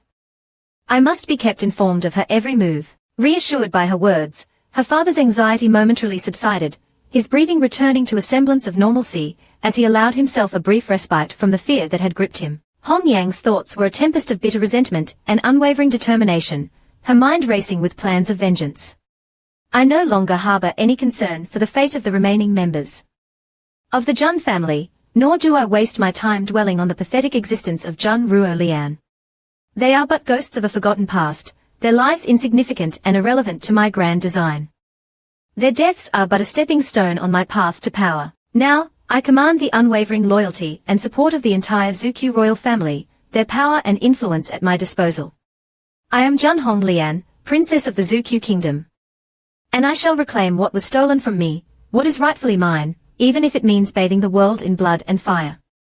Zhun Wuyang, you will pay for your transgressions. I swear this upon my very soul. Meanwhile, Zhun Wuyang was engrossed in preparations for her imminent inauguration ceremony, her mind focused on the daunting task that lay ahead, the governance of Zhun Yucheng. A city teetering on the brink of chaos and desperately in need of strong and decisive leadership. 3 days hence, the entire populace of Zhun Yucheng would erupt in joyous celebration, their voices raised in a chorus of cheers and acclamations, as they commemorated the ascension of their new city lord, the one who had proven her worthiness by deciphering the ancient maze and unlocking the city's true potential. The weight of responsibility settled upon her shoulders. A heavy burden that she was determined to bear with grace, wisdom, and unwavering resolve. Zhun Wuyang mused, a hint of apprehension tainting her otherwise confident demeanor. I suspect that certain factions within the city will not readily embrace my leadership. Their skepticism fueled by my gender, and the deeply ingrained prejudices that pervade this patriarchal society. I must be prepared to face their resistance and prove to them that I am worthy of their trust and loyalty. Your remarkable feat in deciphering the city lord's intricate and formidable maze stands as an irrefutable testament to your superior intellect, your cunning, and your unparalleled resourcefulness, Miss June. It is an accomplishment few could ever hope to achieve, a shining example of your exceptional abilities and your unwavering determination. Furthermore, City Lord Mu's unwavering and enthusiastic endorsement serves to solidify your claim to the throne, affirming your undeniable capacity to protect and lead Zhun Yucheng towards a future of unprecedented prosperity, unyielding security, and enduring peace. He is a man of great wisdom and discerning judgment, and his support carries immense weight within the city's political landscape. However, it is an unfortunate truth that numerous individuals, blinded by their ingrained prejudices and antiquated beliefs, continue to harbor reservations regarding your leadership. Their doubts, fueled by your gender and the deeply ingrained societal biases that pervade this realm, have manifested in open expressions of disapproval, their voices rising in a discordant chorus of dissent and skepticism. Some have even gone so far as to issue direct threats and challenges to your authority, their words dripping with venom and malice.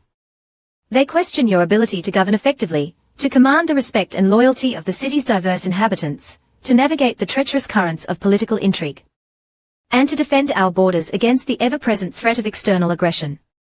They see your gender as a weakness, a fatal flaw that will inevitably lead to our downfall. O City Lord, we, your humble and devoted servants, implore you to reconsider this momentous decision. Do not entrust the fate of Jun Yucheng, a city of such immense strategic importance and unparalleled prosperity, to an outsider, especially one of the fairer sex, untested and unproven in the harsh and unforgiving realities of leadership, governance, and warfare. Should a woman, regardless of her intellect or abilities, assume the mantle of city lord, are we not inviting inevitable ruin and chaos upon ourselves, condemning our city to a future of uncertainty and strife? We beseech you, O wise and benevolent city lord, appoint a formidable Zhuan practitioner, a seasoned warrior and proven leader, to guide us through these turbulent times and protect us from the myriad threats that lurk both within and beyond our walls. A woman, what qualifications could she possibly possess to rule over a city such as ours? A city built upon the foundations of strength, power, discipline, and unwavering resolve. We fear that her reign will be short-lived and disastrous, leading to the downfall of all that we hold dear. The city lord's response was swift and resolute, his voice resonating with an icy authority that silenced all dissent, his words echoing through the grand hall like the pronouncements of a divine oracle. Jun Yucheng is not yours to command. Its destiny is not yours to decide. You are but mere mortals, bound by the limitations of your finite understanding, while I have witnessed the ebb and flow of time itself, the rise and fall of countless civilizations. Your concerns, though understandable, are ultimately misplaced. A palpable silence descended upon the assembled crowd, none daring to challenge his absolute authority, their faces etched with a mixture of fear, awe, and grudging respect. The city lord continued, his voice echoing through the grand hall, each word imbued with the weight of ages and the wisdom of 1,000 lifetimes. Jun Yucheng is not my personal fiefdom, a possession to be bartered or bestowed upon whomever I deem worthy. Nor is it the property of any among you, to be claimed or controlled according to your whims and desires. Since time immemorial, since the very dawn of creation, this city has patiently awaited the arrival of its destined ruler, the one chosen not by mortal hands, but by the intricate and unerring threads of fate itself. This is not a matter of personal preference, political maneuvering, or societal biases, but a divine decree, etched in the very fabric of existence, a truth that transcends the limitations of human comprehension. Even if this chosen individual were yet to grace the world with their presence, their path has long been ordained by the celestial tapestry of destiny, their ascension to the throne of Jun Yucheng, preordained since the moment the stars first aligned in the heavens. Therefore, by virtue of Jun Wu's remarkable and undeniable triumph over the maze, her unparalleled intellect and resourcefulness, proving her worthiness beyond any shadow of a doubt, silencing even the most skeptical of voices, she is the one true and rightful city lord, the destined ruler of Jun Yucheng, chosen not by mortal hands, but by the very will of the heavens.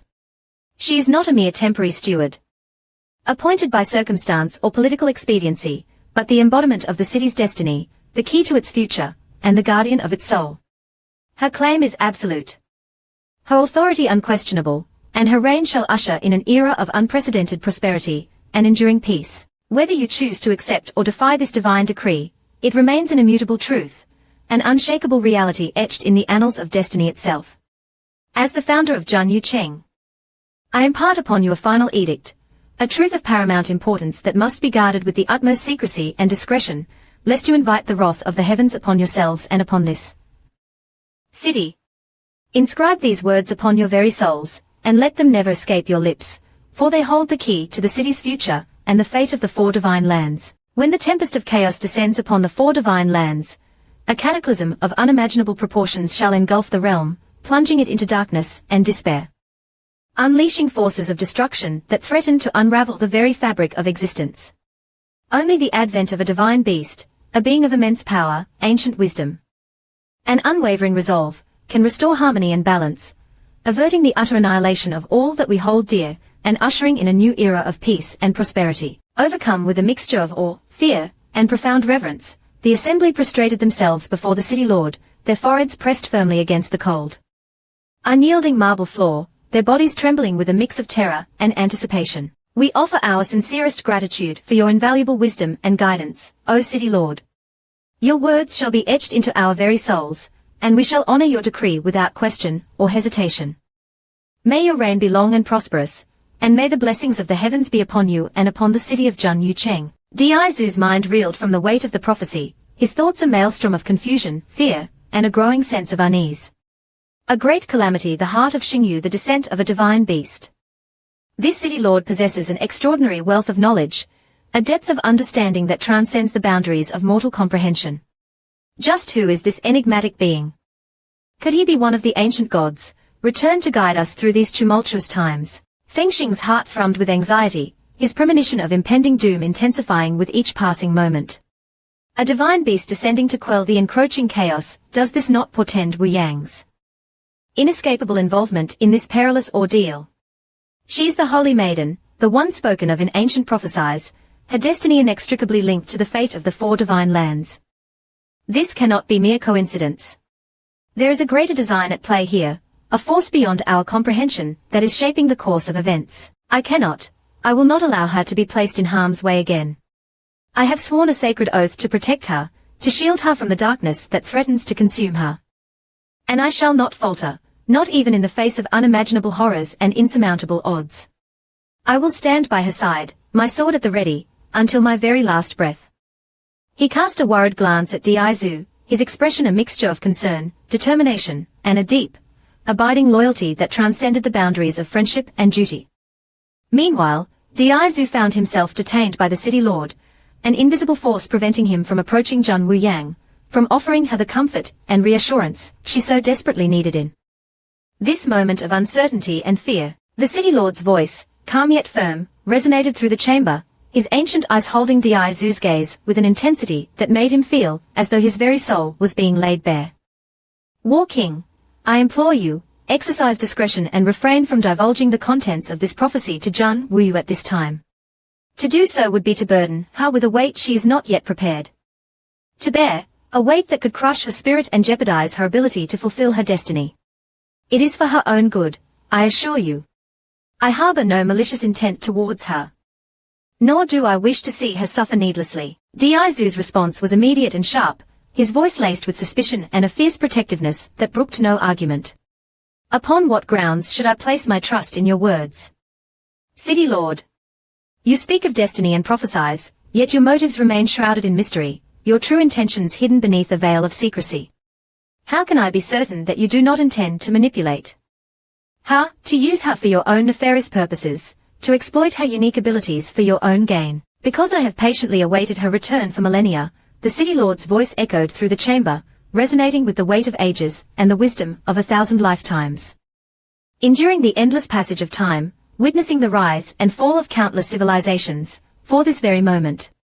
My purpose is intertwined with hers, our destinies inextricably linked. I would never do anything to jeopardize her safety or well-being, for her survival is essential to the fate of this world, to the balance of the four divine lands.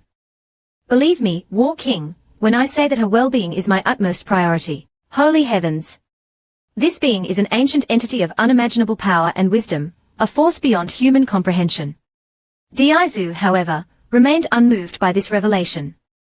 His resolve unwavering, his loyalty to Jun Wu Yang absolute. He issued a stern warning, his voice laced with barely contained power, each word a threat veiled in the guise of polite formality. She's the woman I have pledged to protect with my very life, the woman I cherish above all else, the one for whom I would gladly sacrifice everything, even my own existence. I forbid you from attempting any form of manipulation or deception, from using her for your own ends, whatever they may be. Do not presume that I am blind to your machinations, or that I will hesitate to act should you dare to harm a single hair on her head. You shall face the full force of my wrath, a wrath that will shake the very foundations of this world and leave you a broken and desolate husk, a mere shadow of your former self. This is not a threat, City Lord, but a promise. Mark my words. The City Lord responded with an air of preternatural calm, his ancient eyes filled with a profound sense of weariness, and a hint of resignation, as though he had witnessed this same scene play out countless times before, across the vast expanse of time. One day, she will inevitably be compelled to confront this destiny, whether she wills it or not. It is the inescapable burden of the chosen. 1. A responsibility they cannot shirk, a weight they must bear upon their shoulders until their dying breath. It is the price of their power, the cost of their unique gifts. Dizu's retort was swift and decisive, his voice ringing with unwavering determination, his loyalty to Jun Wu Yang unshakable. That is her choice to make, and hers alone. You have no right to interfere with her destiny, to manipulate her for your own purposes, whatever they may be. She is strong and capable, a force to be reckoned with. But she is also the woman I love, the woman I have pledged to protect with my very life. I will not stand idly by while you attempt to control her, to bend her to your will. Regardless of her decision, whether she chooses to embrace or reject her destiny, I shall remain steadfastly by her side, offering my unwavering support, my unconditional love, and my unyielding protection. You cannot and will not dissuade me from this path. The city lord raised his ancient gaze, his eyes filled with a profound sense of weariness, and a hint of understanding, as though he had witnessed this same scene play out countless times before. Across the vast and unforgiving expanse of time. He sighed, his voice echoing the passage of ages, the rise and fall of empires, the endless cycle of creation and destruction. Destiny, such a capricious and unyielding mistress. The chosen one is burdened with a responsibility they cannot escape, a weight they must bear upon their shoulders, whether they are willing or not. It is the price of their power, the cost of their unique gifts, the burden of their destiny. Is it not their sacred duty to protect this world? To safeguard its inhabitants from the encroaching darkness, regardless of the personal sacrifices they must make. Such is the way of the world, the eternal struggle between light and darkness, between order and chaos. He then summoned his subordinates, issuing a series of concise commands, his voice brooking no argument or dissent. Dispatch a contingent of our most skilled and loyal warriors to Jun Yucheng. Their sole purpose is to protect the Holy Maiden, to ensure her safety and well-being at all costs. However, they must remain concealed, their presence unknown to her. She must not be burdened by the knowledge of her destiny, nor must she be made aware of the dangers that lurk in the shadows, waiting to strike. Allow her to live a normal life, to experience the joys and sorrows of the world, unburdened by the weight of her responsibilities, until the time comes when she is ready to embrace her fate. As for the venerable elders of the North City, permit them to remain within the sanctuary of Jun Yucheng. Following the culmination of the auction at Jun Yulu, I shall retreat into seclusion, dedicating myself to deeper contemplation and preparation for the trials that lie ahead. With the Holy Maiden's return, the wheels of fate have been set in motion, and we must ensure that we are fully prepared for the tumultuous events that are sure to follow. The future of the 4 divine lands hangs in the balance, and we cannot afford to be caught unprepared. Has your investigation into the identities of the White Tiger Lord and the Black Tortoise Lord yielded any fruitful results? I require a definitive answer, and I require it swiftly. Shi Wushuang, the illustrious first young master of the esteemed Shi family within the White Tiger Kingdom, remains the most likely candidate for one of the elusive divine beast lords. However, his precise affiliation with a particular divine beast continues to elude us, shrouded in a veil of mystery that we have yet to penetrate. We must redouble our efforts in this regard. Expedite your inquiries. Time is of the essence, and we cannot afford any further delays. The sands of time are rapidly dwindling, and the calamity draws ever closer. We must uncover the truth before it is too late, before the darkness consumes us all. The fate of the 4 divine lands hangs precariously in the balance, and we must do everything in our power to protect it. Furthermore, I entrust you with a task of paramount importance, a mission that must be given the utmost priority: the investigation into my own origins. Unravel the enigma of my existence. Delve into the depths of time, and leave no stone unturned in your pursuit of the truth. The answers you seek may hold the key to our survival, to averting the impending catastrophe. This knowledge may prove to be our salvation. The following day, a maid arrived at Jun Wuyang's residence, bearing a formal summons to attend the highly anticipated auction at the prestigious Jun Yulu. The invitation was exquisitely crafted, its delicate calligraphy and intricate design a testament to the importance of the event and the high esteem in which Jun Wuyang was now held. The city lord awaited her outside, his ornate carriage gleaming in the morning sun, a symbol of his power and influence, ready to transport her to the heart of Jun Yucheng, where the fate of countless treasures, and perhaps even the fate of the world itself, would be decided. 4 magnificent carriages stood ready, their presence a clear indication of the unique and treacherous nature of the route to Jun Yulu. The journey was not for the faint of heart, and the city lord had taken every precaution to ensure the safety and well-being of his esteemed guests. The carriages were not merely modes of transportation, but mobile fortresses, each one manned by a team of highly skilled guards and equipped with powerful defensive formations, capable of repelling even the most determined of attackers. As Jun Wuyang prepared to embark on this perilous journey, a sudden, Searing pain shot through her arm, causing her to gasp and stumble, her face contorting in a grimace of pain. Diaizu, ever vigilant and protective, materialized instantly by her side, his hand reaching out to steady her, his voice filled with concern. Wu Yang. What ails you? Speak. Are you injured? Tell me what is wrong. Jun Wu Yang, however, waved away his concern with a dismissive flick of her wrist, her voice betraying none of the pain she felt. A mere fleeting twinge in my arm. Nothing more. It is of no consequence. Do not concern yourself with such trifles, Diaizu. We have more pressing matters to attend to. He mistakenly attributed it to an awkward sleeping position, his mind failing to grasp the ominous implications of her recurring ailment, the insidious poison that was slowly but surely spreading through her veins, weaving its way through her very life force, threatening to extinguish the flame of her existence. Diaizu, ever the incorrigible flirt, seized the opportunity to tease her, his voice laced with playful innuendo, his eyes twinkling with amusement. Such a restless sleeper you are. My dear Wu Yang. Perhaps you should consider gracing my bed with your presence tonight. I assure you, I possess a certain talent for keeping even the most restless of sleepers perfectly still.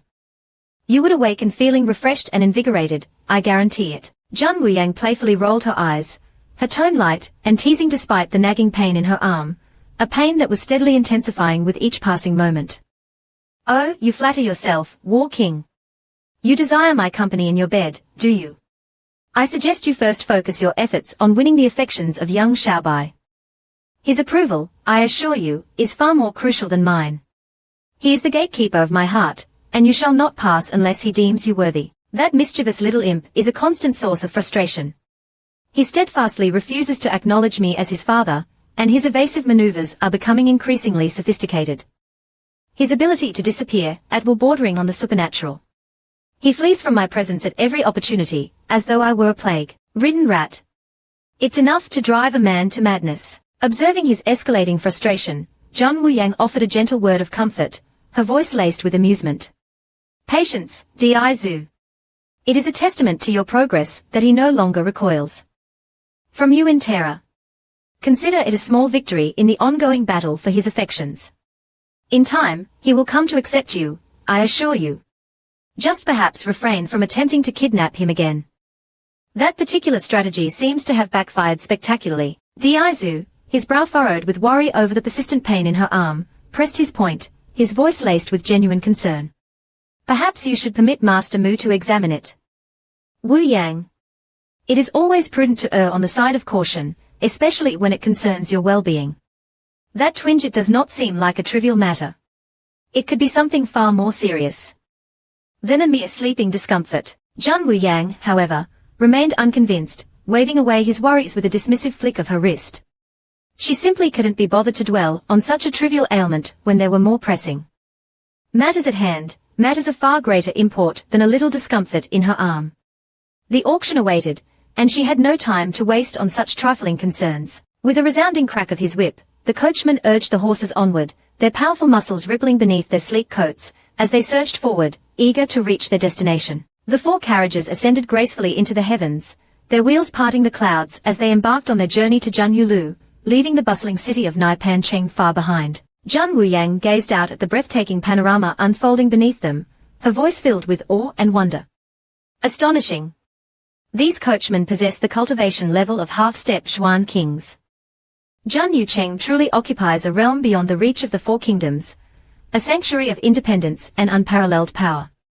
Maintaining such formidable strength is essential to safeguarding its autonomy and deterring any potential incursions from those who covet its riches and strategic advantage. After a passage of time that seemed to stretch on for an eternity, yet simultaneously pass in the blink of an eye, the magnificent edifice of Junyulu emerged from the horizon. Its imposing silhouette piercing the clouds like a celestial spear, a beacon of hope and prosperity in a world teetering on the brink of chaos. The 12-story structure was a breathtaking spectacle, a testament to the ingenuity and artistry of its creators, its grandeur inspiring both awe and reverence in all who beheld it. Its walls, crafted from rare and precious materials, shimmered with an otherworldly luminescence, hinting at the untold treasures and ancient secrets hidden within. As the carriages gracefully descended, their wheels gently kissing the solid ground below, the city lord emerged, his presence radiating an aura of authority and welcome, his eyes twinkling with a mixture of anticipation and amusement. He greeted them with a warm smile and a courteous bow. His voice smooth and reassuring. Welcome, esteemed guests, to Junyulu, the pinnacle of refinement and the epicenter of commerce within the four divine lands. The auction is scheduled to commence in 1 hour. In the interim, I invite you to avail yourselves of the comforts and refreshments provided within the opulent second-floor lounge. May your time there be one of respite and preparation for the exciting events that await you within these hallowed halls. They then proceeded into Junyulu, their footsteps echoing softly on the polished marble floors as they entered a realm of unparalleled luxury and splendor. A world where fortunes were made and broken, where dreams were realized and shattered, where the fate of empires hung precariously in the balance. Their gazes were immediately drawn to a magnificent statue, a breathtaking depiction of a goddess whose face remained veiled, shrouded in an enigmatic aura of mystery that seemed to beckon them closer, inviting them to unravel the secrets she held within. Jun Wuyang's curiosity was piqued, her voice echoing softly through the cavernous hall. Who is this statue meant to represent? Her presence commands attention. Yet her identity remains hidden, veiled in a cloak of secrecy that only deepens the intrigue. The city lord's response was characteristically succinct and enigmatic, his tone revealing nothing of the secrets he held within.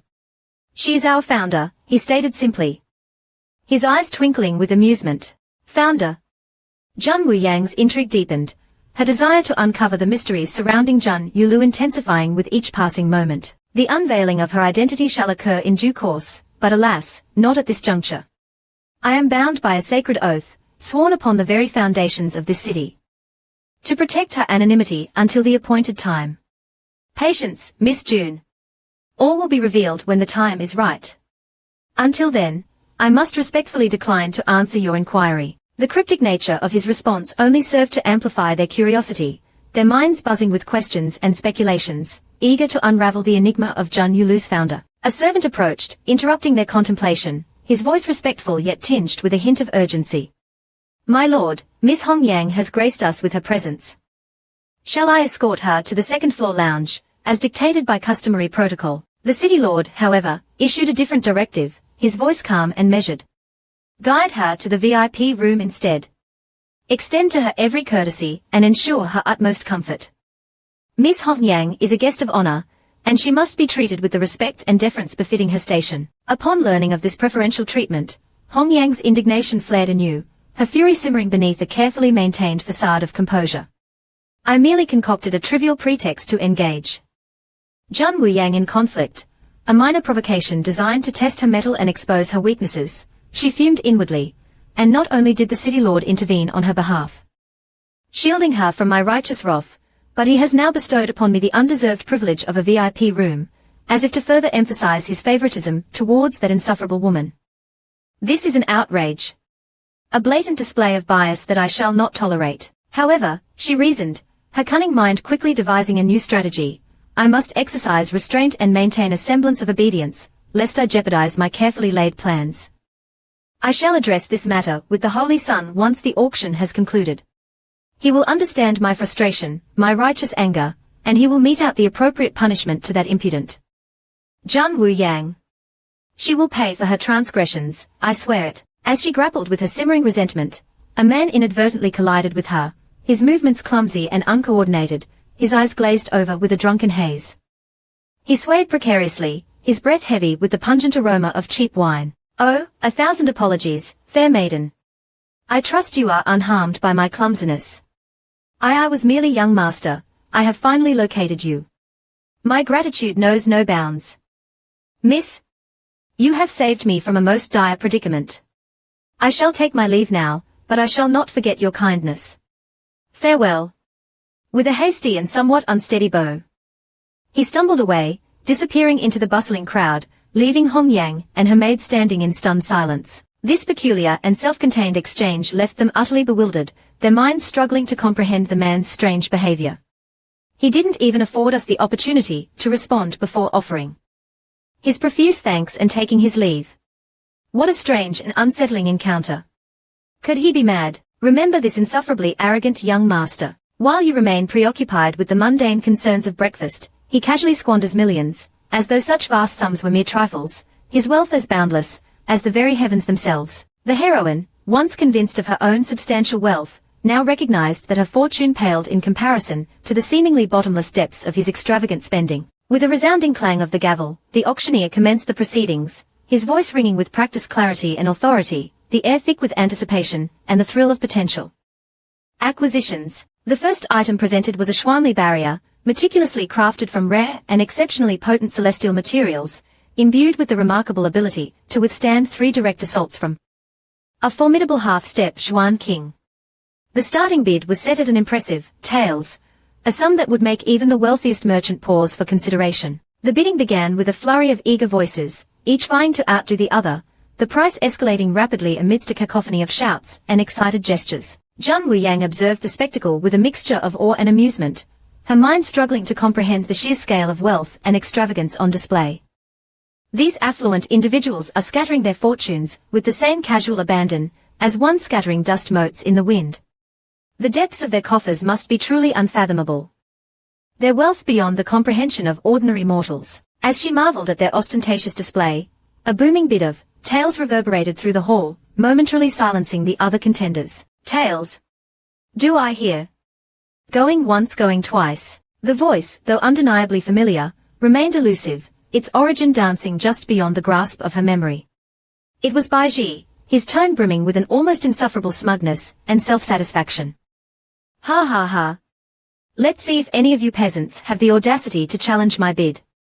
Your meager savings are no match for the boundless wealth of the illustrious Bai family. This treasure is mine, and mine alone. Though the voice resonated within her, triggering a sense of déjà vu, Zhang Wuyang struggled to pinpoint its source, her mind preoccupied with the spectacle unfolding before her. The next item to grace the auction block was a treasure of immeasurable value, a veritable lifeline for those who dared to tread the treacherous paths of the world, the legendary soaring boots. Imbued with the power of swift flight and unparalleled speed, upon channeling one's Xuanli into these enchanted boots, the wearer was granted the ability to traverse vast distances in the blink of an eye, their velocity surpassing even the swiftest of steeds, leaving even a formidable half-step Xuan King struggling to keep pace.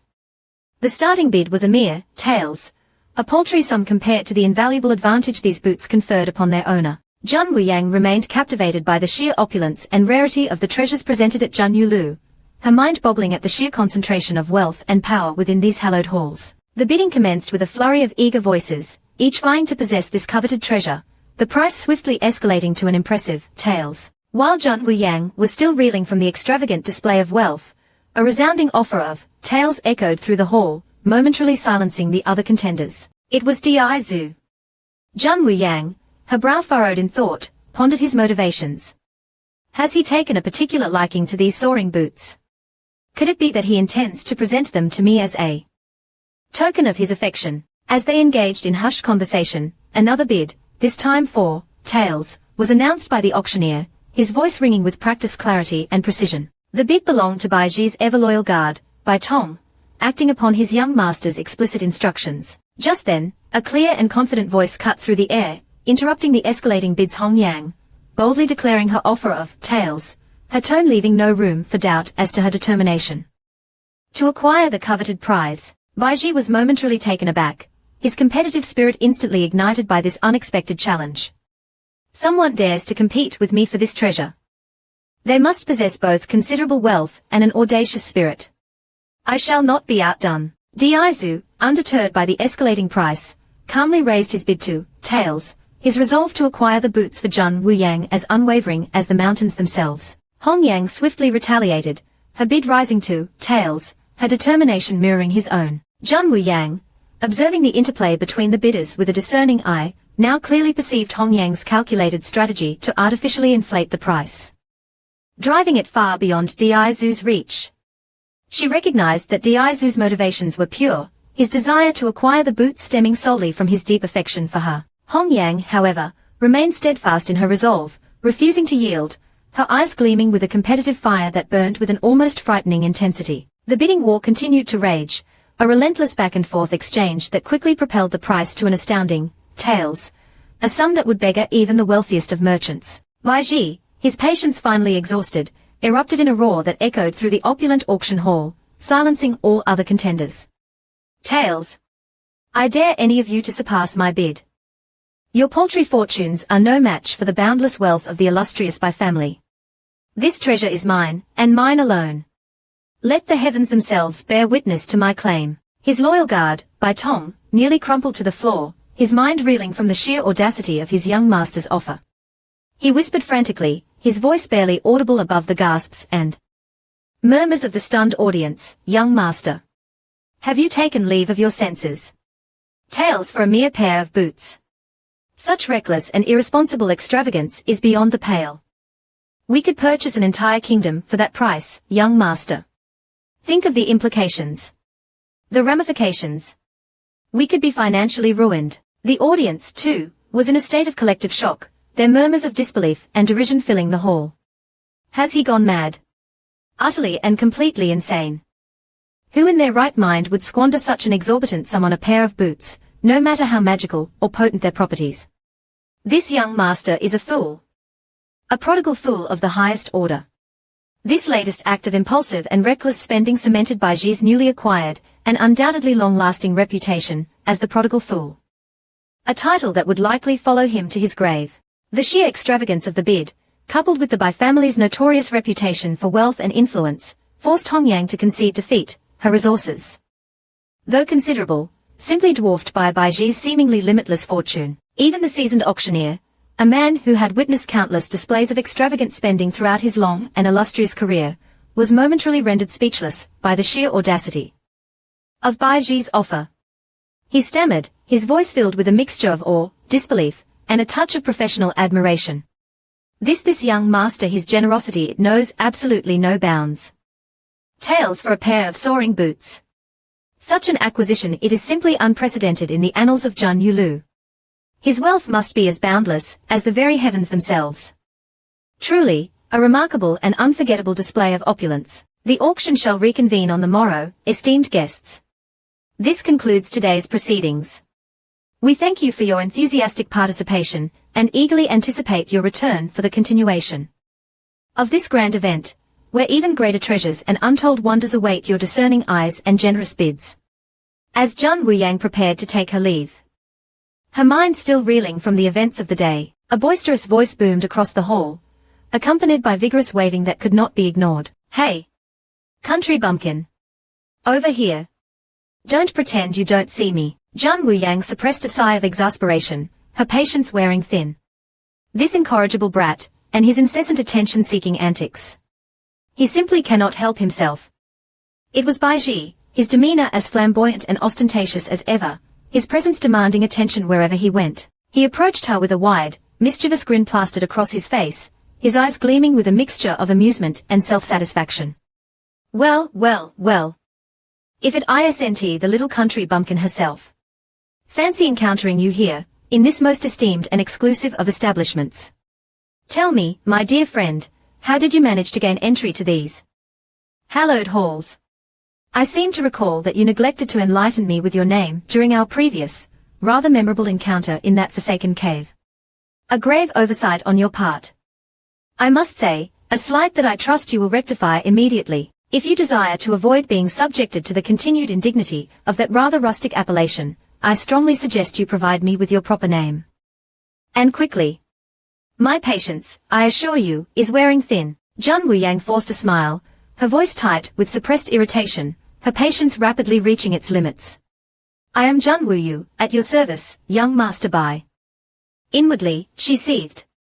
This impudent child and his incessant, condescending taunts. I shall have to administer a more thorough, and undoubtedly more memorable lesson for his continued use of that demeaning moniker. He shall learn to address me with the respect I deserve. Baiji's eyes widened in theatrical recognition, a look of exaggerated surprise spreading across his face, as though he had just solved the greatest mystery of the age. "Ah? So it is you.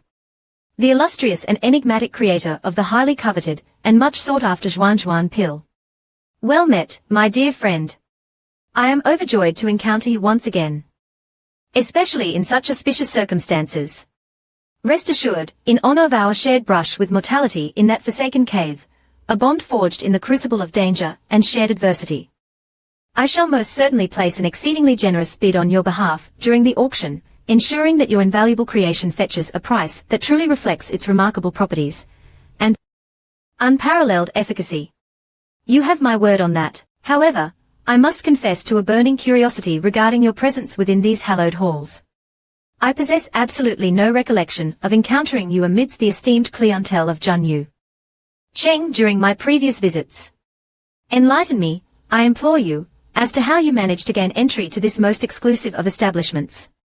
Your presence here intrigues me greatly, and I am eager to hear your tale. Bai Tong, his loyal and ever-attentive guard, interjected smoothly, his tone respectful yet laced with a hint of amusement.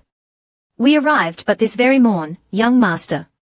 Our journey was swift and uneventful, thanks in no small part to your remarkable foresight and unparalleled generosity in securing us a personalized access pass. Indeed, Baiji continued, his voice brimming with pride and a touch of arrogance that only served to amplify his already considerable charm. My esteemed and most benevolent grandfather, in his infinite wisdom and boundless generosity, saw fit to bestow upon Junyu Lu the princely sum of taels of gold, a mere trifle for one of his stature and influence, thus securing a personalized access pass for my humble self, granting me unrestricted passage and unfettered access to all that this illustrious establishment has to offer. It is, I assure you, but a small token of our family's profound appreciation for the exceptional services and unparalleled treasures that Junyu Lu consistently provides. Jun Wuyang was momentarily struck speechless by this ostentatious display of wealth and influence, the sheer scale of the Bai family's fortune leaving her utterly dumbfounded. I am, it seems, but a humble peasant in comparison to this extravagant young master. The Bai family's opulence knows no bounds. Their wealth must truly be as vast and immeasurable as the very heavens themselves. To think that he considers taels of gold a mere trifle, it boggles the mind. Baiji puffed out his chest, his voice dripping with self-importance, as he prepared to utter the words that would undoubtedly seal his fate, oblivious to the dangerous undercurrents swirling beneath the surface of their seemingly innocuous conversation. Indeed. And that, my dear friend, is precisely why I extended to you the most generous and undoubtedly irresistible offer of becoming my. Before he could complete his audacious and ill-conceived proposition, Jun Wuyang's hand shot out like lightning, swiftly, clamping over his mouth, effectively stifling his words before they could escape his lips and wreak havoc upon the delicate balance of their relationship. Diaizu, observing the scene unfold from behind with a mixture of amusement and possessiveness, interjected with a chillingly calm inquiry, his eyes narrowing dangerously as he fixed Baiji with a glacial stare that could freeze the very blood in his veins. Pray tell, what were you about to suggest, young Master Bai? That Wu Yu should become your what? Precisely. I believe I misheard you. Perhaps you would be so kind as to repeat yourself, slowly and clearly, so that I may fully comprehend the depths of your audacity and the true extent of your misplaced affections. Baiji stammered nervously, his face paling visibly under the intensity of Diaizu's gaze, his earlier arrogance and bravado dissolving into a puddle of fear and desperation. Nothing of consequence, Your Highness. I assure you, it was merely a jest. A harmless pleasantry, nothing more. I merely suggested that she might consider gracing my humble abode as a guest. That is all. Nothing more, I swear. I would never dream of An, and if I may be so bold, might I inquire as to your identity, esteemed sir? Your presence here, alongside Miss Jun, intrigues me greatly. Diaizu proceeded to introduce himself, Feng Xing, Master Mu, and Xiaobai, his tone leaving no room for doubt as to their close and deeply intertwined relationship with Jun Wuyang. A silent warning to Baiji to tread carefully, lest he incur the wrath of not one, but four formidable protectors. The combined weight of their potent auras pressed down upon Baiji, the sheer power emanating from them causing beads of cold sweat to form on his brow, his earlier arrogance and bravado dissolving into a puddle of nervous apprehension. He suddenly felt very small and insignificant, like a mouse caught in the gaze of four hungry hawks. He exclaimed in astonishment, his voice barely above a whisper, Holy heavens! You even have a son. A veritable family. My. This is most unexpected. I had no idea. He inwardly congratulated himself on his timely interruption, sparing him from the potential wrath of this formidable family, a wrath he now realized he was utterly ill-equipped to face. He then proceeded to applaud with exaggerated enthusiasm, his nervous laughter echoing through the hall, a desperate attempt to diffuse the tension that crackled in the air like static electricity. Following Baiji's hasty and somewhat undignified retreat, Zhan Wuyang turned to the old man, her brow furrowed with suspicion. Master, I understand from Baiji that you paid a visit to Hongyang Lu earlier today. Is there anything pertinent regarding this encounter that you believe I should be made aware of? His sudden and seemingly inexplicable interest in Hongyang strikes me as out of character, to say the least. I find it unsettling. The old man confirmed Baiji's visit to Hongyang Lu, his voice laced with a mixture of amusement and exasperation. That love-struck fool is completely and utterly besotted with Hongyang. He even implored my assistance in winning her affections, the poor, deluded boy. Hes clearly head over heels, lost in the throes of lovesickness. It's quite comical. Actually, if it weren't so pathetic. Zhan Wuyang's confusion deepened, her brow furrowing further. Baiji explicitly stated his intention to place extravagant bids on my behalf during the auction, ensuring that my creations fetch a price worthy of their unique properties and unparalleled efficacy. Why this sudden and inexplicable shift in his affections? This newfound fascination with Hongyang. There's something amiss here, something I cannot quite grasp. My instincts tell me that there's more to this story than meets the eye. A premonition of trouble settled over her, a cold knot of unease forming in the pit of her stomach. Master, I harbor significant reservations regarding that Hongyang. There's a deceptive aura about her, a sense of hidden darkness that I find deeply unsettling. I fear that Baiji may be unknowingly walking into a trap, a carefully orchestrated scheme designed to exploit his affections and manipulate him for some nefarious purpose. You would be wise to caution him against pursuing her too ardently, lest he find himself entangled in a web of deceit from which escape may prove impossible. The old man chuckled, seemingly unconcerned by her apprehension, waving away her worries with a dismissive flick of his wrist. Rest assured, my dear. She poses no threat to him. I assure you, Hongyang is. He paused abruptly, his gaze darting around cautiously, as though searching for hidden eavesdroppers, before leaning in conspiratorially and lowering his voice to a barely audible whisper. His words sending a shiver down Zhan Wuyang's spine.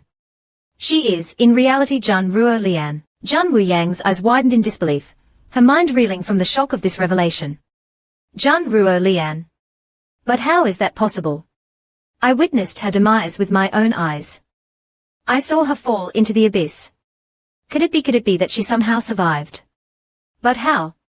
And why would she assume the identity of Hongyang? What is her purpose here in Zhan Yucheng? 1,000 questions swirled through her mind, each one more perplexing than the last. At that very moment, a surge of immense power, raw and untamed, erupted from the city lord's residence, its force so great that it shook the very foundations of Zhan Yucheng. The ground trembled violently beneath their feet, the tremor sending shockwaves through the city, causing the very air to crackle with an almost palpable energy.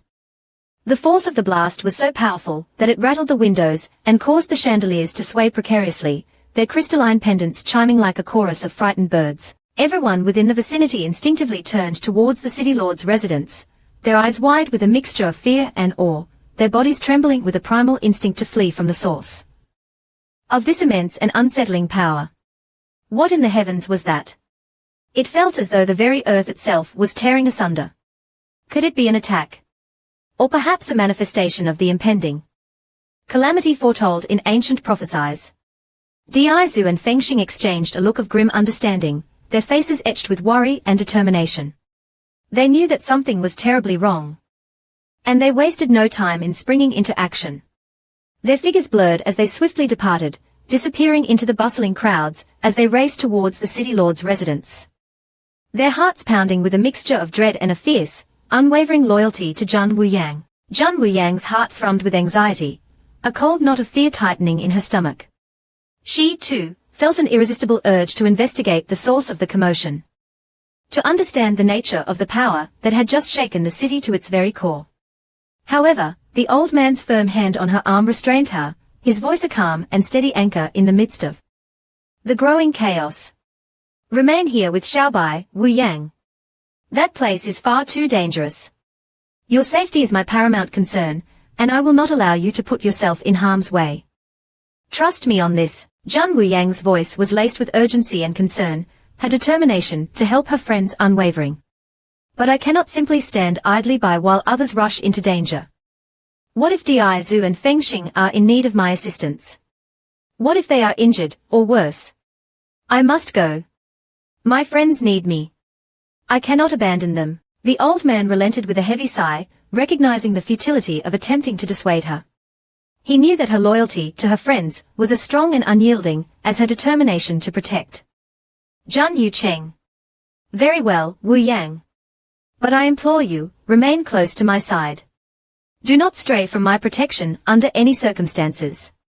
The dangers that lurk within the city lord's residence are far greater and more insidious than you can possibly imagine. We must be vigilant and cautious, lest we, too, become ensnared in its web of deceit and treachery. Together, they hastened towards the city lord's residence, their pace quickening with each passing moment, their hearts pounding in unison with the ominous tremors that continued to shake the city. The air crackled with an almost palpable tension, a sense of impending doom hanging heavy in the air like a shroud. As they drew nearer, a pulsating crimson glow, ominous and foreboding, became increasingly visible, emanating from within the residence, casting long, dancing shadows that seemed to writhe and twist like tormented spirits. The air grew heavy with the stench of blood and the acrid smell of burnt flesh, a gruesome testament to the violence that had transpired within. Just then, a chillingly familiar voice, laced with icy fury, reached their ears, cutting through the air like a shard of frozen glass. Hong Yang, your web of deceit has finally been unraveled. Your charade is at an end. Prepare to face the consequences of your treachery. It was the city lord, his voice resonating with an almost palpable aura of power and barely suppressed rage, a voice that commanded attention and instilled fear in the hearts of all who heard it. He continued, his tone brooking no argument or dissent. I have indulged your duplicity for far too long, allowing your insidious machinations to fester and spread like a venomous plague throughout my city. If you persist in your defiance, if you continue to test the limits of my patience and challenge my authority, I shall personally cast you into the abyss of hell, where you will suffer unimaginable torments for all eternity. This I swear upon the very fabric of existence, upon the sacred oaths that bind me to this city and its people. Hong Yang trembled before his wrath, her voice a mere whisper, barely audible above the crackling energy that filled the air, the raw power that emanated from the city lord's very being.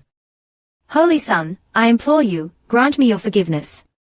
I only acted out of desperation, a desperate attempt to avenge the injustices suffered by my family, to restore the honor of the Zhan clan. The city lord raised his hand, and a searing bolt of pure, unadulterated energy erupted from his fingertips, striking Hong Yang with the force of a thunderbolt, sending her sprawling to the ground, her body convulsing in agony as the raw power coursed through her veins, burning away her defenses, and leaving her vulnerable and exposed. Enough! Begone from my sight, you treacherous viper. Your presence here is an affront to all that I hold sacred. Should you ever again dare to defy my authority, to challenge my will, or to threaten the safety and well-being of Zhan Yucheng and its inhabitants, I swear upon the very fabric of existence, upon the sacred oaths that bind me to this city and its people, your very being shall be erased from this world, leaving not a single trace of your insidious treachery behind. This is not a threat, Hong Yang, but a promise. Mark my words well, for I do not make idle boasts. Even if you are numbered amongst the four sacred guardians, my wrath shall know no bounds for those who betray my trust and dare to undermine my authority. Your position offers you no protection, no immunity from the consequences of your actions. Prepare to face the full brunt of my displeasure, a displeasure that will shake you to your very core, and leave you a broken and empty shell, a mere shadow of your former self. Hong Yang, her spirit broken, her body racked with pain, and her pride shattered into a million pieces, scrambled back to her chambers, her heart heavy with despair and the bitter taste of defeat. The weight of her failure pressed down upon her, crushing her spirit and leaving her with a profound sense of emptiness and hopelessness. A man emerged from the shadows, his features drawn and haggard, his eyes filled with a weariness that spoke of long-held secrets, and the heavy burden of responsibility he carried upon his shoulders. He spoke, his voice laced with a mixture of exhaustion, resignation, and a hint of suppressed anger, his words heavy with the weight of the situation.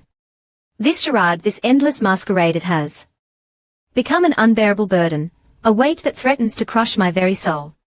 The very muscles of my face ache from the constant strain of maintaining this false facade, this pretense of loyalty and obedience to a cause I no longer believe in. As you commanded, my lord, I applied the colorless, odorless Yang Wang Shao to the designated vessel, ensuring that its presence would remain undetected until the opportune moment, when its potent effects could be unleashed upon your unsuspecting enemies. bringing them swift and agonizing deaths. Hong Yang's voice dripped with venom, her eyes blazing with a cold, calculating fury that could freeze the very blood in one's veins.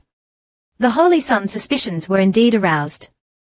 His finely honed instincts warning him of impending danger. His innate caution, however, proved to be his undoing. It prompted him to request a fresh cup, a seemingly innocuous act that would ultimately serve as his unwitting salvation.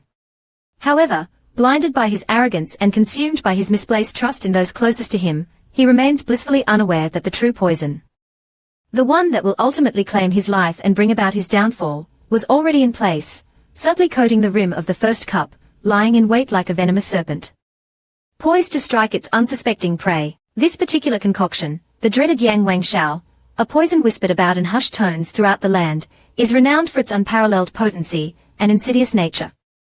It is a silent killer, leaving no trace of its presence save for the agonizing death it inflicts upon its victims. A mere brush against the skin is all that is required to deliver a swift and excruciating demise within a mere 3 days, a death so agonizing that it is said to bring even the strongest of warriors to their knees, begging for the sweet release of oblivion. Jun Wuyang, I refuse to believe that even your cunning and resourcefulness, your legendary intellect and unparalleled strength, can save you from the clutches of fate this time. I shall avenge the tragic and unjust downfall of my beloved Jun family, repaying your treachery with a vengeance that will echo through the ages. A testament to the enduring power of familial loyalty, and the unyielding thirst for retribution that burns within my very soul. This, I swear upon the sacred memories of my fallen kin. Upon the ashes of our once proud and noble clan. This is merely the first act in the unfolding drama of your demise, the opening salvo in a war that will end only with your utter and complete annihilation.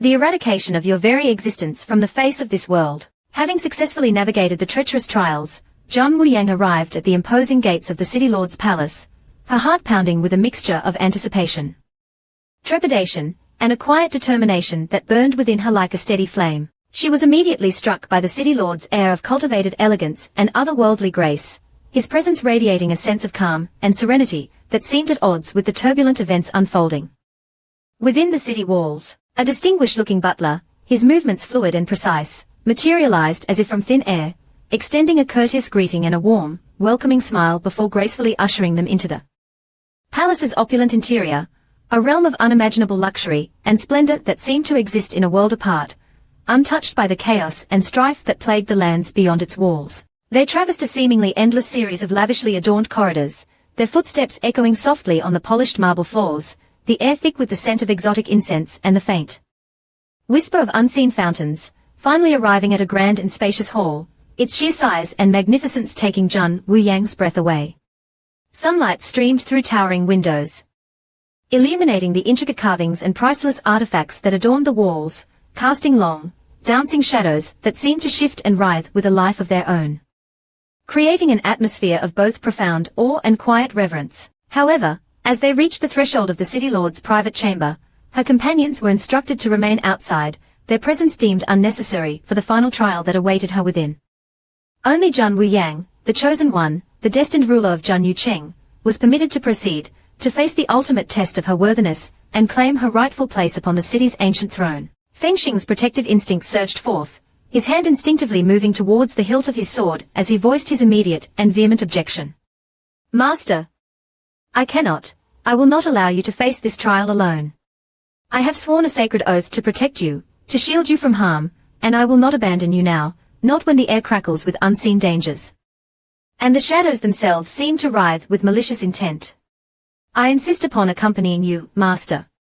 My place is by your side. Di Zhu echoed Feng Xing's concerns, his voice firm and resolute, his eyes fixed on the imposing doors that led to the city lord's private chamber, his heart pounding with a mixture of apprehension and fierce protectiveness. What is the nature of this final trial, City Lord? I demand to know. I will not stand idly by while Wuyang faces an unknown and potentially lethal peril alone. I insist upon accompanying her. She is my responsibility, and I will not shirk my duty to protect her, even if it means facing the very gates of hell itself. Jun Wuyang, sensing their apprehension and unwavering loyalty, sought to allay their fears, her voice calm and reassuring despite the turmoil brewing within her own heart. Fear not, my loyal friends. I assure you, I shall be well. This trial, whatever its nature, cannot and will not deter me. I have faced far greater dangers, overcome insurmountable odds, and emerged victorious. I shall return shortly, unharmed and triumphant. Have faith in my abilities, my friends. I shall not disappoint you. To further assuage their anxieties and bolster their resolve, she extended ethereal tendrils of her potent spiritual power, forging an unbreakable connection between their minds. A silent promise that they would remain linked, their fates intertwined, their strength shared. Through this invisible bond, should any harm befall her, they would be instantly aware, their minds united in a shared awareness of her plight, enabling them to react swiftly and decisively to protect her from any threat, no matter how formidable or insidious. With a reassuring smile and a final nod of encouragement, she instructed them to remain vigilant and adapt to any unforeseen circumstances that might arise during her absence. Trust in me, my friends. I shall return soon. She then turned and resolutely entered the City Lord's private chamber, the heavy doors closing behind her with a resounding thud that echoed through the silent hall, leaving her worried companions standing outside, their hearts pounding with a mixture of dread, anticipation, and unwavering loyalty. Within the opulent chamber, the City Lord awaited her arrival, his demeanor serene and composed, his ancient eyes filled with an unreadable mixture of wisdom, weariness, and a hint of something akin to anticipation. Jun Wuyang wasted no time in addressing the matter at hand, her voice direct and purposeful, her gaze unwavering, as she met the City Lord's ancient and piercing eyes. City Lord, I have come to face the final trial. Tell me its nature, that I may prove my worthiness to inherit the mantle of leadership, and guide Jun Yucheng towards a future of prosperity and enduring peace. The City Lord's response was enigmatic, his words laced with an air of ancient wisdom and veiled meaning, as though he spoke in riddles and parables, testing her intellect and her ability to discern the truth that lay hidden beneath the surface of his words.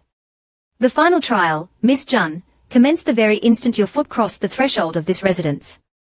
It is not a singular event, a mere test of brute strength or cunning, but an ongoing assessment of your character, your abilities, your resilience, and your destiny.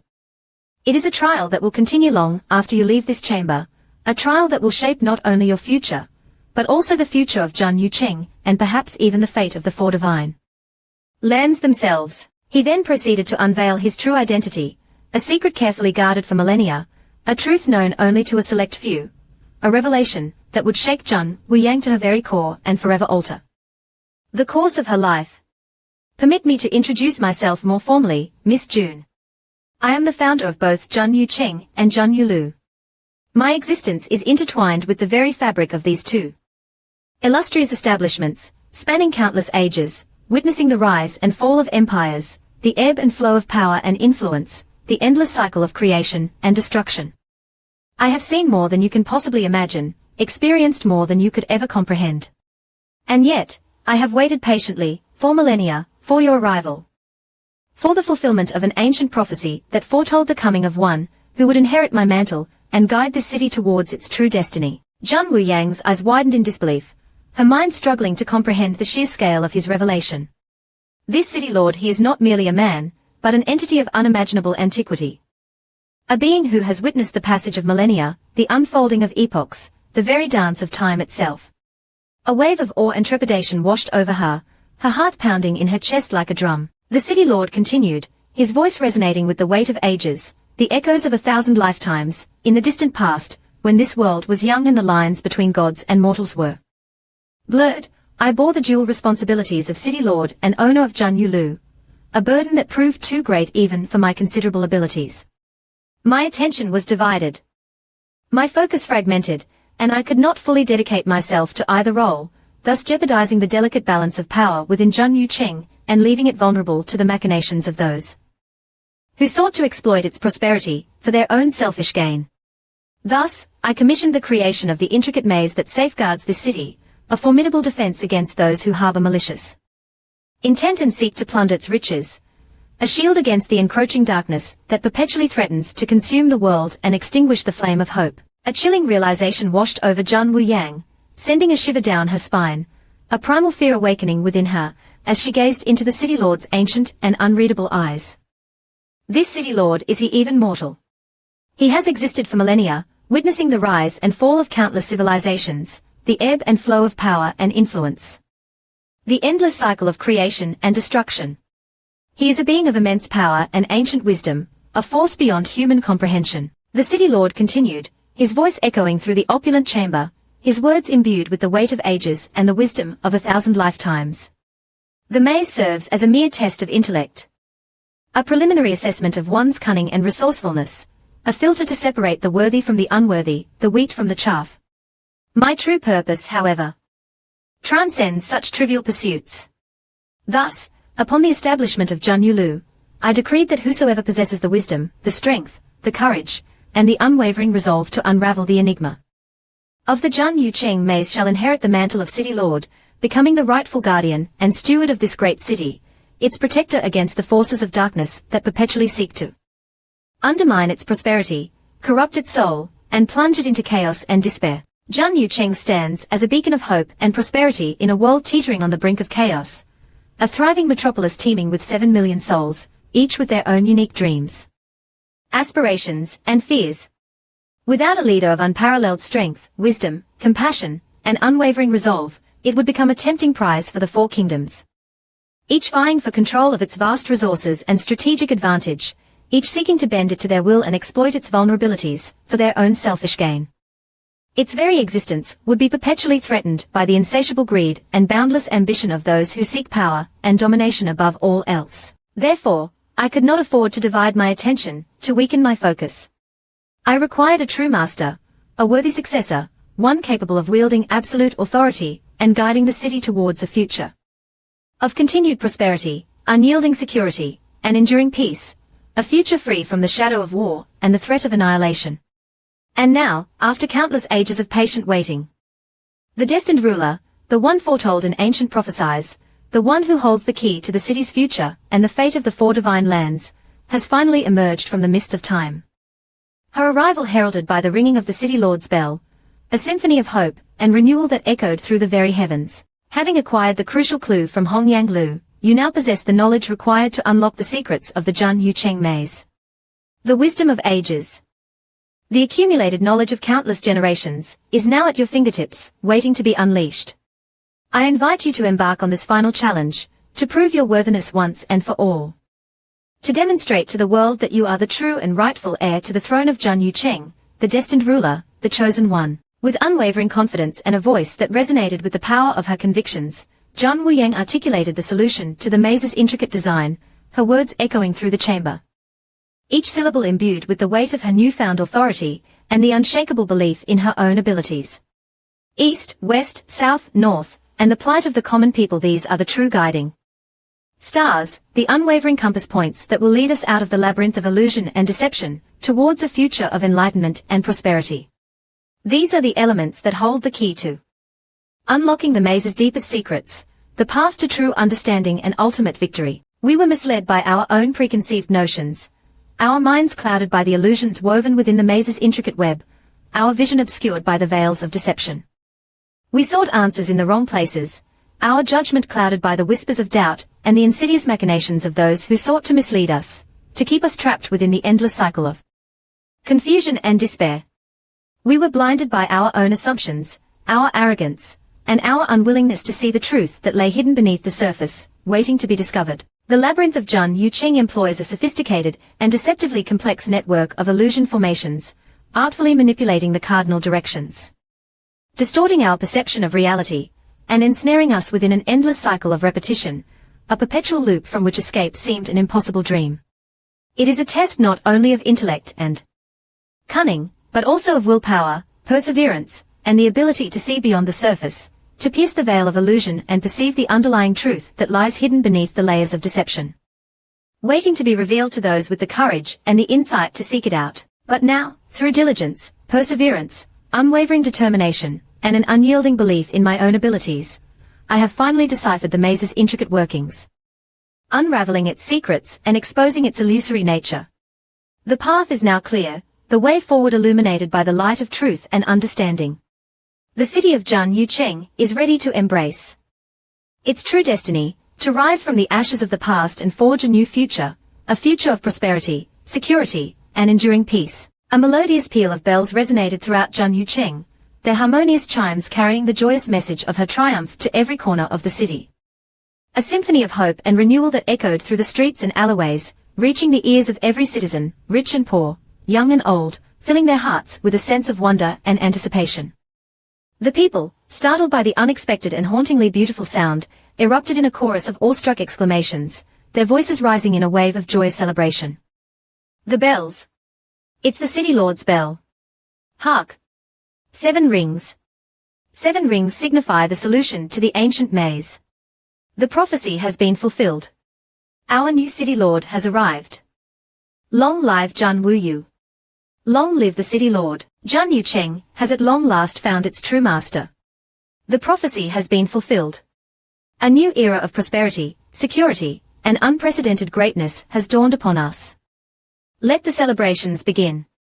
Let the world tremble before the might and wisdom of our new city lord. Elsewhere, within the opulent confines of a hidden chamber, a man's carefully constructed facade of composure crumbled, his face draining of color, as a wave of icy terror washed over him. His heart pounding in his chest like a frantic drum, a chilling premonition of impending doom gripping his very soul. Jun Wuyang, that cunning, resourceful witch, she has actually deciphered the maze. Impossible. This cannot be. All my carefully laid plans, my meticulous schemes, my dreams of vengeance, they are all ruined. Reduced to ashes. She has thwarted me at every turn. I will not allow her to escape my grasp. I will have my revenge, even if it is the last thing I do. It was Jun Xingfeng, the father of Jun Ruolian, miraculously still clinging to life despite the heroine's previous attempts on his life, his heart consumed by a venomous cocktail of fear, resentment, and an all-consuming hunger for retribution. Hong Yang, however, remained outwardly unperturbed, her countenance a mask of serene indifference that belied the maelstrom of emotions raging within her breast. So what if she has solved the maze? Her voice was cold and sharp, each word dripping with venom, her eyes blazing with a fanatical intensity that could incinerate the very air around her. I have clawed my way back from the depths of hell, enduring unimaginable torments and unspeakable horrors, facing demons both within and without, for the sole purpose of dragging her back down with me into the abyss from whence I came. I will not be deterred by this minor setback. This is but a temporary reprieve, a fleeting moment of triumph that will soon turn to ashes in her mouth. I shall have my vengeance, and she will pay for her transgressions against me and against my family. Mark my words. Upon receiving the news of Jun Wuyang's improbable triumph over the formidable Jun Yu Cheng maze, a feat that had baffled the greatest minds for centuries, Jun Ruolian's father, Jun Xingfeng, was gripped by a paralyzing terror, his mind reeling from the implications of her success. He had placed all his hopes on the maze remaining unsolved. A seemingly insurmountable obstacle that would prevent her return and their inevitable confrontation. Now, his carefully laid plans, his meticulously crafted schemes, his very dreams of vengeance, were crumbling around him like a house of cards, and he felt a chilling sense of impending doom settling over him like a shroud, suffocating him with its icy grip. He turned to his daughter, his voice trembling with barely suppressed panic, his eyes wide with fear and desperation. Hong Yang, my dear daughter, my only hope, how can you possibly remain so composed? So seemingly unfazed, in the face of such catastrophic news. Our plans, our hopes, our very future, they are all hanging precariously in the balance, teetering on the brink of utter and complete collapse. We must act, and we must act swiftly and decisively.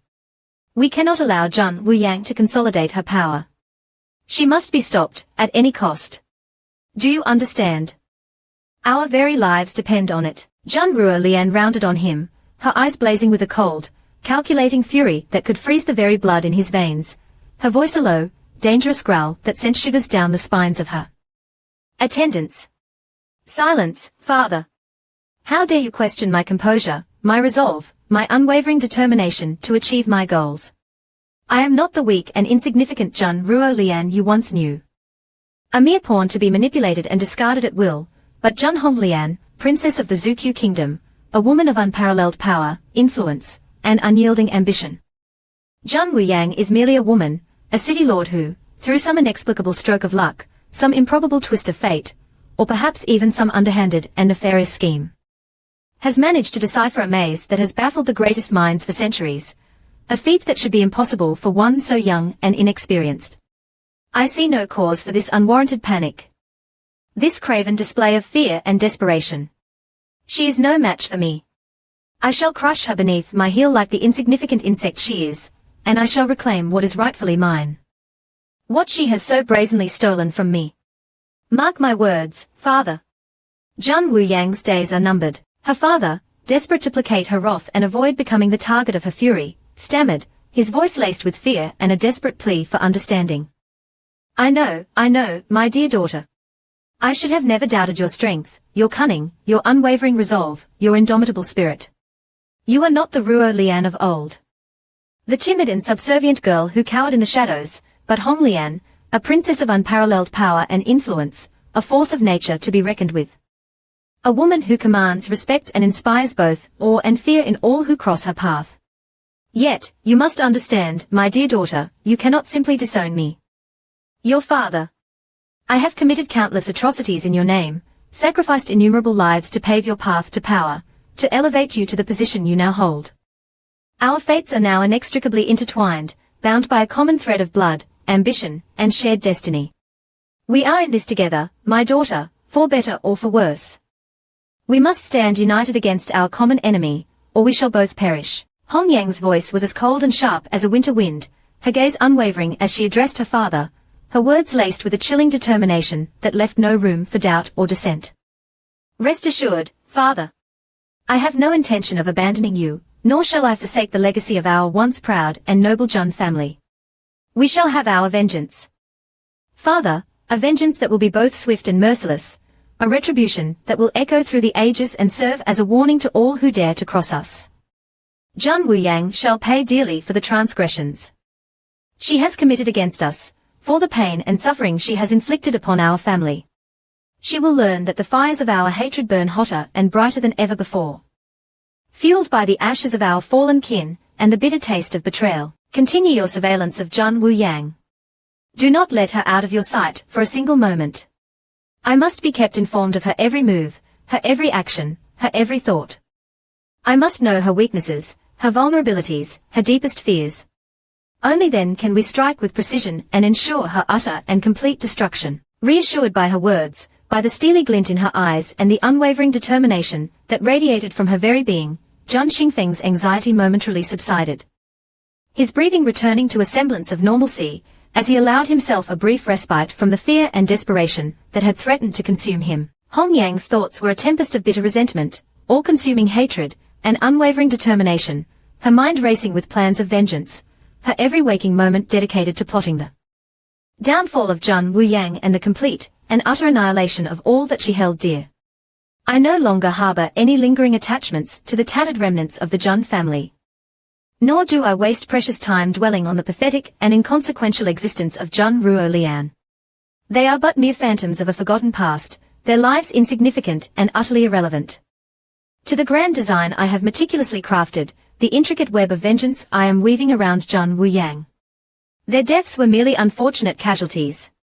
Necessary sacrifices on my path to ultimate power and the fulfillment of my righteous retribution. They served their purpose, and now they are nothing more than dust and ashes, scattered to the winds of time. Now, I command the unwavering loyalty and support of the entire Zukyu royal family, their vast resources and formidable influence at my disposal, ready to be unleashed at my command. I am Jun Honglian, princess of the Zukyu kingdom, and I shall reclaim what was stolen from me, what is rightfully mine by birthright and destiny, even if it means bathing the world in blood and fire, even if it means plunging the four divine lands into an abyss of eternal darkness and despair. Jun Wuyang, you will pay for your transgressions. You will suffer for the pain you have inflicted upon me and my family. I swear this upon my very soul. Your days are numbered, and your doom is inevitable. Meanwhile, within the serene confines of her private chambers, Jun Wuyang was engrossed in preparations for her imminent inauguration ceremony, her mind focused on the daunting task that lay ahead. The governance of Jun Yucheng, a city teetering on the brink of chaos, its future hanging precariously in the balance, desperately in need of strong and decisive leadership. A guiding hand to steer it through the treacherous currents of political intrigue, economic instability, and the ever-present threat of external aggression. 3 days hence, the entire populace of Jun Yucheng would erupt in joyous celebration, their voices raised in a chorus of cheers and acclamations, as they commemorated the ascension of their new city lord, the one who had proven her worthiness by deciphering the ancient and formidable maze, unlocking the city's true potential and ushering in a new era of hope and prosperity.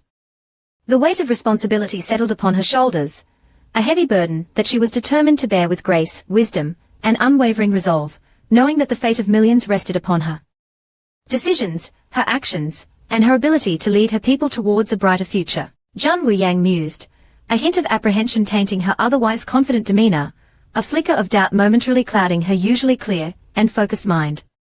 I suspect that certain factions within the city, those who cling to outdated traditions and patriarchal beliefs, will not readily embrace my leadership, their skepticism fueled by my gender and the deeply ingrained prejudices that pervade this society. I must be prepared to face their resistance, to overcome their doubts, and to prove to them, through my actions and my unwavering dedication to the well-being of Jun Yucheng and its people, that I am worthy of their trust, their respect, and their unwavering loyalty. A gentle knock echoed through the chamber, interrupting her contemplation. Enter, she commanded, her voice calm and steady, her gaze fixed on the intricately carved wooden doors that separated her from the outside world, from the bustling city that awaited her leadership, from the challenges and triumphs that lay ahead. The doors opened silently, revealing a young maid, her head bowed respectfully, her hands clasped demurely before her. My lady, she addressed Jun Wuyang, her voice soft and hesitant. I bear tidings from the War King. He requests an audience with you. He claims it is a matter of utmost urgency. Jun Wuyang's brow furrowed slightly, a flicker of surprise and curiosity crossing her features. Di Zhu. What could he possibly want at this hour? And why the urgency? Could it be? A sudden premonition of unease washed over her, a cold knot tightening in her stomach as she considered the possibilities. Very well, she responded, her voice calm and measured, betraying none of the apprehension she felt. Inform the War King that I shall receive him shortly. Please escort him to the reception hall.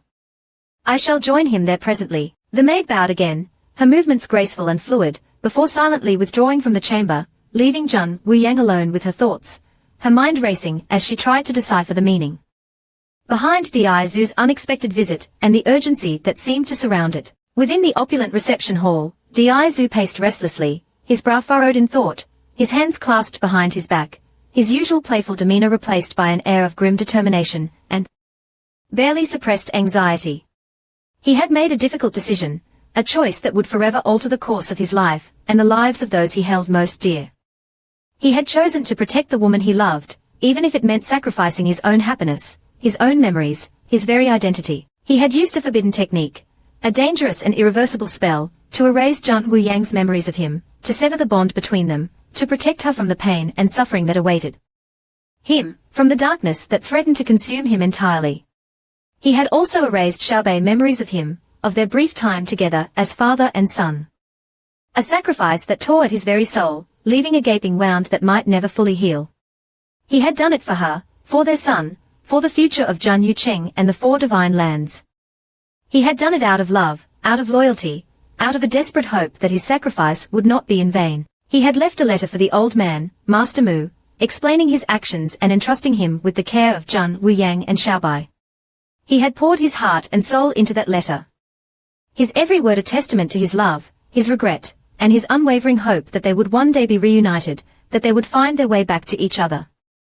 Despite the seemingly insurmountable obstacles that lay ahead, he had written, My dearest Wuyang, when you read these words, I will be but a distant memory, a phantom of your past, a shadow in the recesses of your mind. I have made a difficult choice. A sacrifice that tears at my very soul, but a sacrifice I deem necessary to protect you, to shield you from the darkness that threatens to consume me entirely. I have used a forbidden technique, a dangerous and irreversible spell, to erase your memories of me, to sever the bond between us, to protect you from the pain and suffering that awaits me. From the horrors that I must face alone. I have also erased Xiaobei memories of me, a sacrifice that breaks my heart, but a sacrifice I must make to ensure his safety and well-being. He must not be burdened by the knowledge of his father's fate, by the darkness that threatens to engulf me. He must be allowed to grow and flourish, to live a life free from the shadow of my impending doom. I do not know what the future holds, my love. I do not know if I shall survive the trials that lie ahead, if I shall ever again see your beautiful face, hear your sweet voice, or hold you in my arms. But I know this. My love for you is eternal, unchanging, and as boundless as the very heavens themselves. It will endure through time and space, through life and death, through joy and sorrow, until the very end of all things. I will never forget you, Wu Yang, even if you have forgotten me. Should you ever find yourself in grave danger, should the shadows of the past threaten to consume you, seek out the Azure Dragon Kingdom, seek out the War King. He will protect you, he will guide you, he will help you fulfill your destiny, even if he does not remember who you are, even if he does not recognize the love that once burned so brightly between us. Trust in him, Wu Yang, for he is your shield, your sword, and your most loyal protector, even in death. Farewell, my love. Until we meet again, in this life or the next, know that you hold the key to my heart, and that my love for you will endure for all eternity. With trembling hands, he folded the letter, carefully placing it within a sealed envelope, his heart heavy with the weight of his sacrifice, his eyes filled with unshed tears, as he whispered a silent prayer to the heavens, a plea for her safety, her happiness, and the fulfillment of her destiny. The doors to the reception hall opened silently, and Zhang Wuyang entered, her steps graceful and measured, her expression calm and composed, her eyes scanning the room until they settled upon Di Zhu, who stood waiting for her, his back to the entrance, his shoulders slumped slightly, as though he carried the weight of the world upon them. Sensing her presence, he turned, his eyes meeting hers, a flicker of something akin to recognition flashing across his features before being quickly extinguished, replaced by a carefully crafted mask of polite formality. Wu Yu, he greeted her, his voice a low rumble, his tone strangely distant as though he were addressing a stranger. A mere acquaintance, rather than the woman he loved more than life itself. Zhang Wuyang's brow furrowed slightly, a flicker of confusion and unease crossing her features. Di Zhu, there's something different about him. He seems distant, reserved. Almost as though he doesn't recognize me. But that's impossible. We just saw each other yesterday. Could it be that he's upset about something? Or perhaps he's simply tired. She dismissed her concerns, attributing his unusual behavior to fatigue or perhaps some undisclosed worry. Di Zhu, she responded, her voice warm and welcoming. What brings you here at this hour? The maid informed me that you wish to speak with me on a matter of some urgency. What is it? Di Zhu hesitated for a moment, his gaze fixed on her face, searching for some flicker of recognition, some spark of the love that had once burned so brightly between them. A love that he had now extinguished with his own hands, a sacrifice he had made to protect her from the darkness that threatened to consume him. He saw nothing but polite inquiry. A friendly curiosity that tore at his heart, a constant reminder of the love he had lost, a love he might never regain. He took a deep breath, steeling himself against the pain that threatened to overwhelm him, and began to speak, his voice carefully measured, his tone devoid of any emotion that might betray his true feelings. Wu Yu, he began, his words carefully chosen. I have come to you today with heavy tidings, news that I fear will distress you. I have received word from a reliable source that your son, Xiaobai he is gravely ill.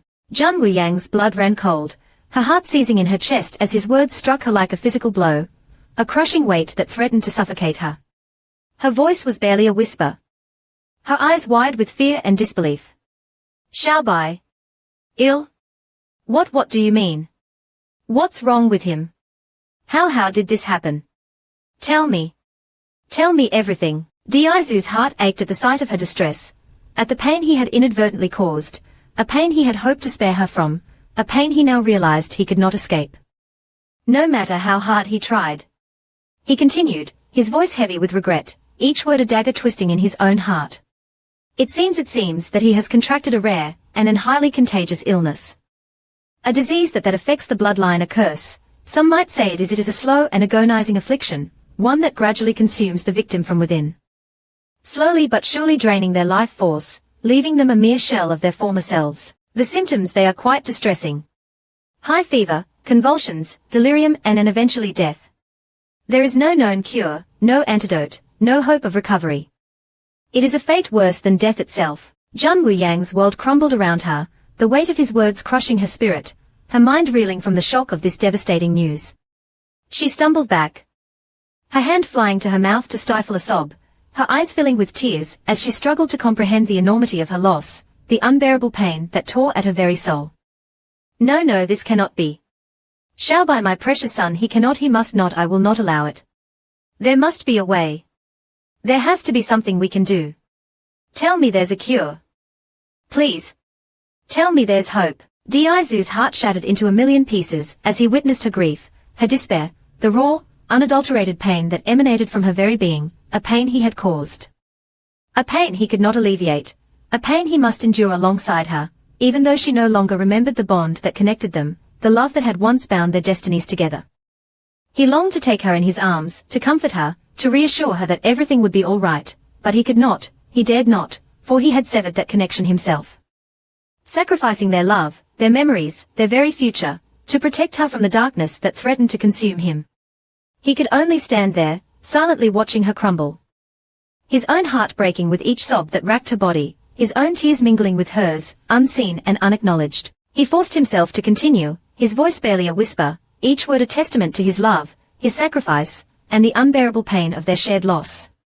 There is one possibility, a glimmer of hope, however faint. It is said that there exists a legendary herb, a mystical plant known as the tears of the azure dragon, said to possess the power to cure any ailment, to restore life to even the most grievously wounded, to mend even the most shattered of souls.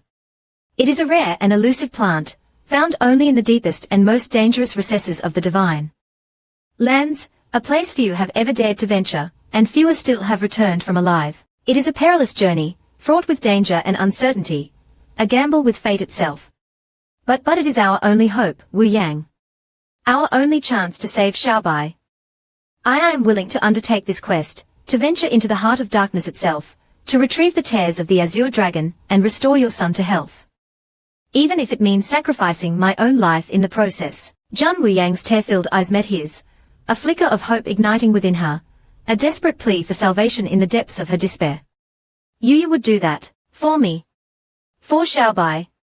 Even though we are merely acquaintances. Diazu's heart ached at her words, at the realization that she no longer remembered the love they had shared, the bond that had connected them, the memories that had once defined their lives.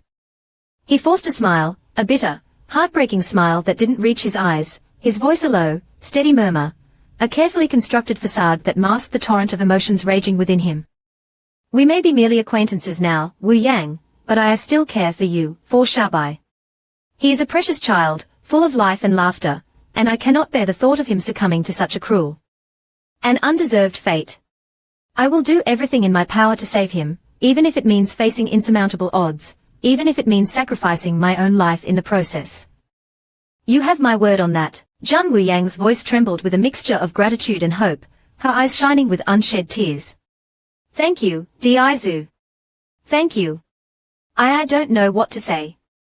Your kindness, your generosity, it means more to me than you could possibly know. I shall be eternally grateful. Diazu's heart swelled with a bittersweet mixture of love and regret, his desire to hold her, to comfort her, to reassure her of his unwavering love and devotion, almost overwhelming him. But he restrained himself, his hands clenching into fists at his sides, his jaw tight with suppressed emotion, reminding himself of the sacrifice he had made. The choice he had made to protect her from the darkness that threatened to consume him. He could not, he dared not, betray the trust he had placed in the old man. The promise he had made to protect her, even if it meant keeping his distance, even if it meant enduring the agonizing pain of her not remembering him, of their love being reduced to nothing more than a distant memory, a phantom of a past that no longer existed. He forced a smile, his voice gentle and reassuring. Do not mention it, Wu Yang. Xiaobai's well-being is my utmost concern, and I shall not rest until he is restored to full health.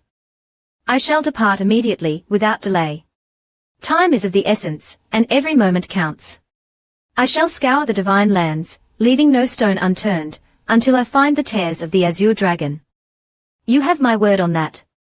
You and Xiaobai can count on me. With a final nod and a lingering glance that spoke volumes of the unspoken emotions that raged within him, Diazu turned and strode resolutely from the room. His shoulders squared, his head held high, his every movement radiating an aura of unwavering determination and quiet strength, a strength born of love, loyalty, and the unshakable belief that he would succeed, that he would return with the cure, that he would save Xiaobai's life, even if it meant sacrificing his own in the process. As the doors closed behind him, Zhan Wu Yang sank onto a nearby chair, her body trembling with a mixture of relief, gratitude, and a lingering sense of unease that she couldn't quite shake off. She felt as though she had just experienced something profound, something life-altering, yet the details remained elusive, just beyond the grasp of her conscious mind. Like a half-remembered dream, a fleeting memory that refused to fully materialize. She couldn't shake the feeling that something was missing, that there was a void in her heart. A piece of her past that had been lost, a connection severed, a memory erased. She closed her eyes, her brow furrowed in thought, as she tried to piece together the fragmented pieces of her past. To understand the strange and unsettling emotions that churned within her. Just then, a soft knock echoed through the chamber, interrupting her contemplation. "Enter," she commanded, her voice weary and tinged with a hint of impatience. The doors opened silently, revealing the old man, Master Mu, his face etched with worry, his eyes filled with a mixture of concern and a deep, unspoken sadness. He approached her slowly, his steps hesitant, as though he were treading on hallowed ground, his voice a low, gentle murmur. "Wu Yang, my dear child, I have grave news. News that I fear will break your heart." Jun Wu Yang's heart sank, a cold dread washing over her, as she looked at the old man's face, at the pain and sorrow reflected in his eyes, a pain that mirrored her own. A shared grief that transcended words. She had a premonition of what he was about to say, a chilling certainty that confirmed her worst fears. "What is it, Master?" she asked, her voice barely a whisper, her eyes searching his, pleading with him to deny the truth that she already knew in her heart. The old man's voice trembled with emotion, his words catching in his throat as he struggled to speak, to deliver the devastating blow that would shatter her world and plunge her into an abyss of despair. "Fengxing, my dear Fengxing, he has gone." Jun Wu Yang's world shattered around her, the weight of his words crushing her spirit, her mind reeling from the shock of this devastating loss, a loss that cut her to the very core of her being. A pain so profound that it threatened to consume her entirely. She gasped, her hand flying to her mouth to stifle a sob, her eyes filling with tears as she struggled to comprehend the enormity of her loss, the gaping void that Fengxing's absence had left in her life, a void that could never be filled, a wound that might never heal. No, this cannot be. Fengxing, my loyal friend, my protector, my family, he must not be gone. Tell me it isn't true. Please. Tell me there's been a mistake. The old man's own eyes filled with tears as he witnessed her grief, his heart breaking for her, for the pain she was enduring, a pain that he, too, felt deeply. A shared sorrow that bound them together, a testament to the profound bond they had shared with Fengxing, the loyal friend and protector who had given his life for them. Who had sacrificed everything to ensure their safety and well-being. He reached out, his trembling hand gently resting on her shoulder, his voice a low, soothing murmur. A desperate attempt to offer comfort in the face of such overwhelming loss. "I'm so sorry, Wu Yang, my dear child. I know how much he meant to you, to all of us. He was a true friend, a loyal companion, a brave warrior, and a selfless protector. His loss, it is a wound that will never fully heal, a scar that will forever remain upon our hearts. But we must be strong, Wu Yang. We must honor his memory by living our lives to the fullest, by striving to achieve the goals he believed in, by protecting those he cared for. By making the world a better place, a place worthy of his sacrifice. Tell me how it happened," Jun Wu Yang whispered, her voice choked with tears, her body trembling with grief. "Tell me everything." The old man's voice was heavy with sorrow, each word a painful reminder of the events that had led to Fengxing's untimely demise.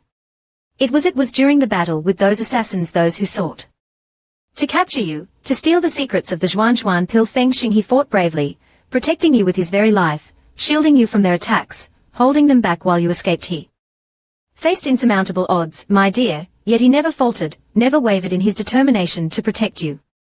He fought like a demon possessed, his strength and skill unmatched. But there were too many of them, their numbers overwhelming, their power too great. He was outnumbered, outmatched, and in the end he fell. He gave his life to protect you. Wu Yang. He sacrificed everything to ensure your safety. Jun Wu Yang's tears flowed freely now, unchecked and unrestrained, a torrent of grief that washed over her, threatening to drown her in its depths. She buried her face in her hands, her shoulders shaking with sobs, her body racked with pain, the image of Fengxing's lifeless body, his eyes closed in eternal slumber, his face pale and still, forever etched into her mind, a haunting reminder of the ultimate sacrifice he had made, a sacrifice she would never forget. Just then, a soft whimper broke through her grief, a small, hesitant sound that seemed to echo the vast emptiness of the room, the gaping void that Fengxing's absence had left in their lives. She looked up, her eyes red and swollen, her vision blurred by tears, to see Xiaobai standing in the doorway, his small face pale and drawn, his eyes wide with fear and confusion. His lower lip trembling, as he struggled to hold back his own tears. "Mother," he whispered, his voice barely audible, "what's wrong? Why are you crying? Where's Feng Shufeng, uncle? Why isn't he here?" Zhang Wuyang's heart ached anew at the sight of her son's distress, at the innocent question that she couldn't bear to answer, a question that would shatter his world and plunge him into the same abyss of grief that threatened to consume her. She reached out to him, her arms wrapping around his small body, pulling him close, holding him tight, as though she could shield him from the pain and sorrow that awaited him, from the harsh realities of life and death, from the cruel and unforgiving nature of the world. "Oh, Xiaobai, my precious son," she whispered, her voice choked with tears, her words a mixture of love, regret, and unbearable pain. "I have something to tell you, something very sad." The old man, his own heart heavy with grief, approached them slowly, his eyes filled with a deep, unspoken sadness. He placed a comforting hand on Xiaobai's small back. His voice a low, gentle murmur. "Xiaobai, my dear child, your Feng uncle, he has gone on a long journey, a journey from which he cannot return. Has gone to a place far, far away, a place where the sun always shines, and the flowers never fade, a place where there is no pain, no sorrow, no suffering. Has gone to a better place. Xiaobai, a place where he will be happy and at peace." Xiaobai's eyes widened in confusion, his small brow furrowed in thought as he tried to comprehend the old man's words, his voice a small, hesitant whisper. "Gone on a long journey. But when will he come back? I miss him.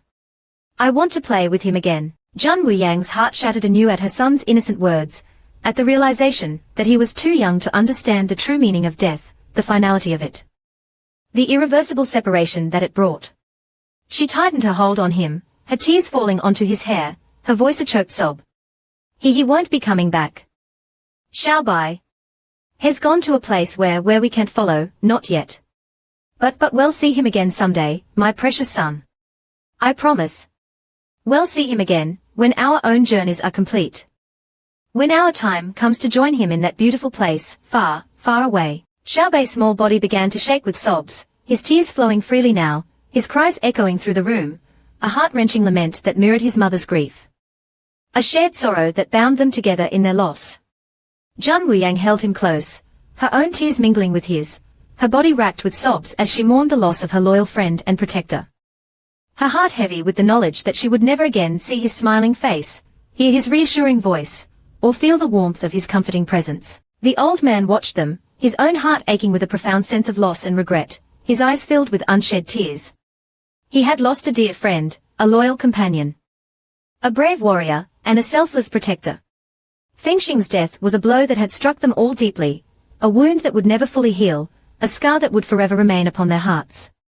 A constant reminder of the ultimate sacrifice he had made, a sacrifice that had saved their lives, a sacrifice that would never be forgotten. Within the opulent confines of his private chamber, the city lord sat upon his ornately carved throne, his ancient eyes fixed on the shimmering surface of a crystal ball that rested upon a pedestal. Before him, the ball swirled with ethereal mists, its depths revealing images of Zhang Wuyang and her companions, their faces etched with grief and sorrow, their bodies racked with sobs as they mourned the loss of their beloved Feng Xing. A faint smile played upon the city lord's lips, a smile that held no trace of warmth or compassion, only a cold, calculating satisfaction. "So, the War King has finally made his move," he murmured, his voice a low, sibilant whisper that echoed through the silent chamber. "He has chosen to sacrifice himself to protect the holy maiden from the darkness that threatens to consume him. A noble gesture, indeed. A touching display of love and loyalty. But alas, it is all for naught. The wheels of fate have been set in motion, and no amount of sacrifice, no amount of love, can alter the course of destiny. The calamity is fast approaching.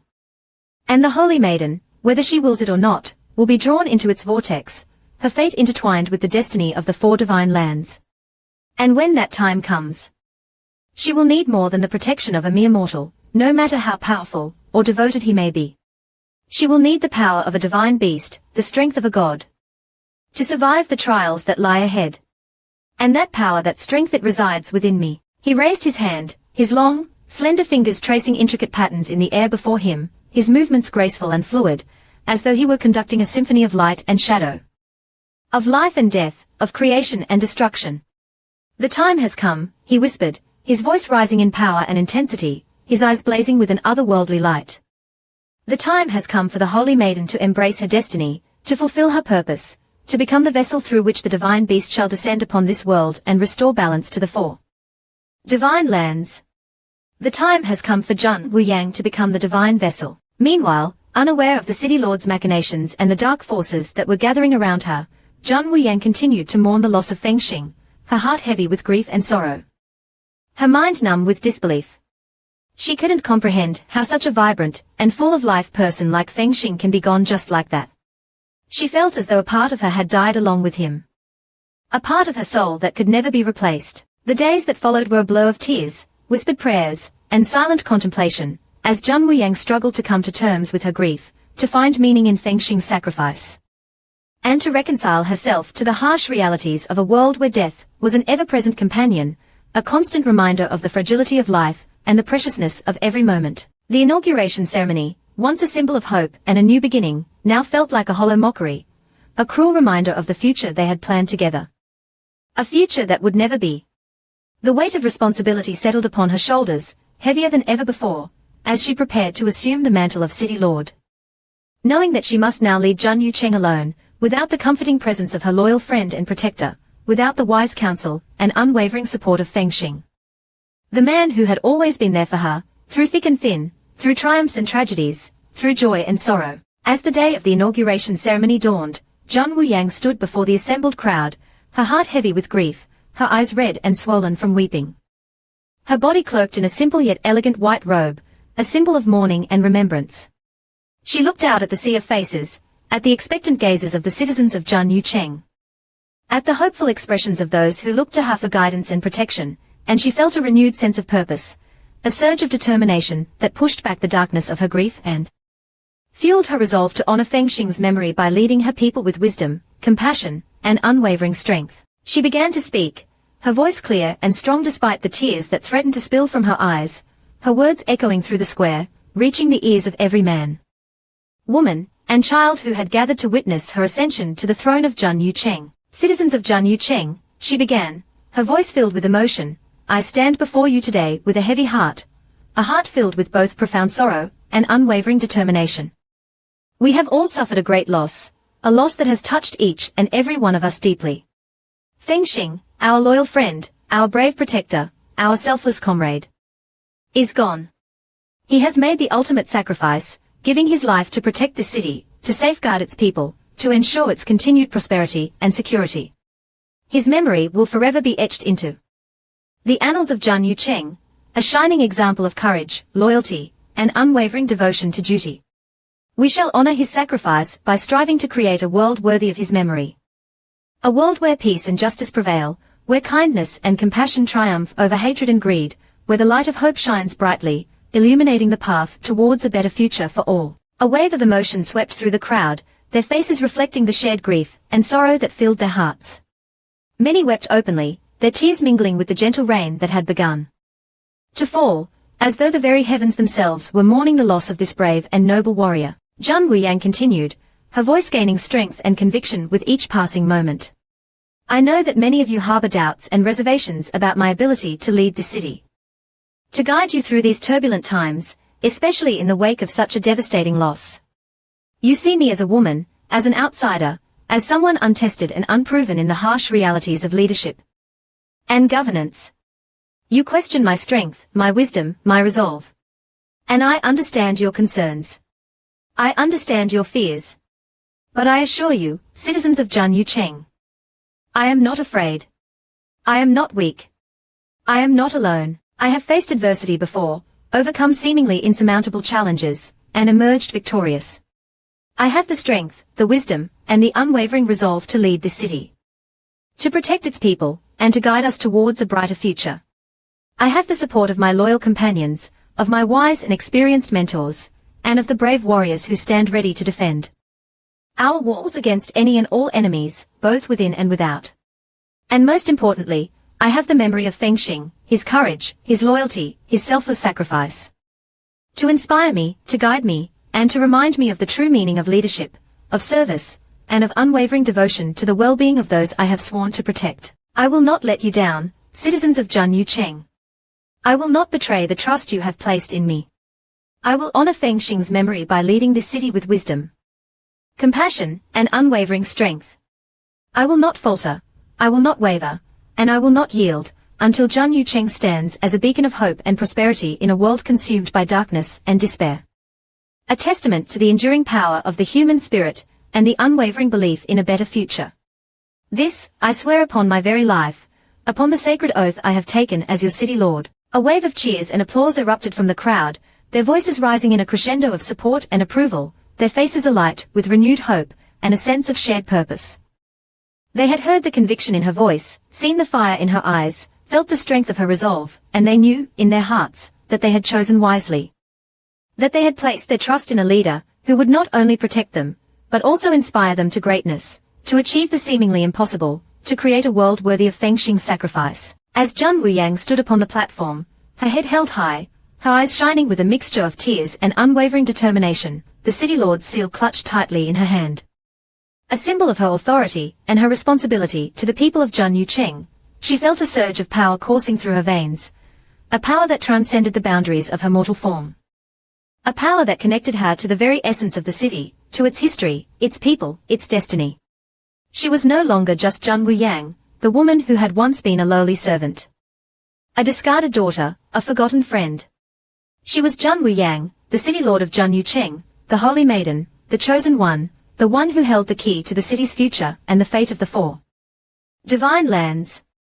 And in that moment, she knew, with unwavering certainty, that she was ready to face whatever challenges lay ahead, to embrace her destiny, and to lead her people towards a brighter tomorrow. The ceremony continued, the rituals and traditions unfolding with precision and solemnity, each step imbued with symbolic meaning, each gesture a testament to the city's rich history and its enduring spirit.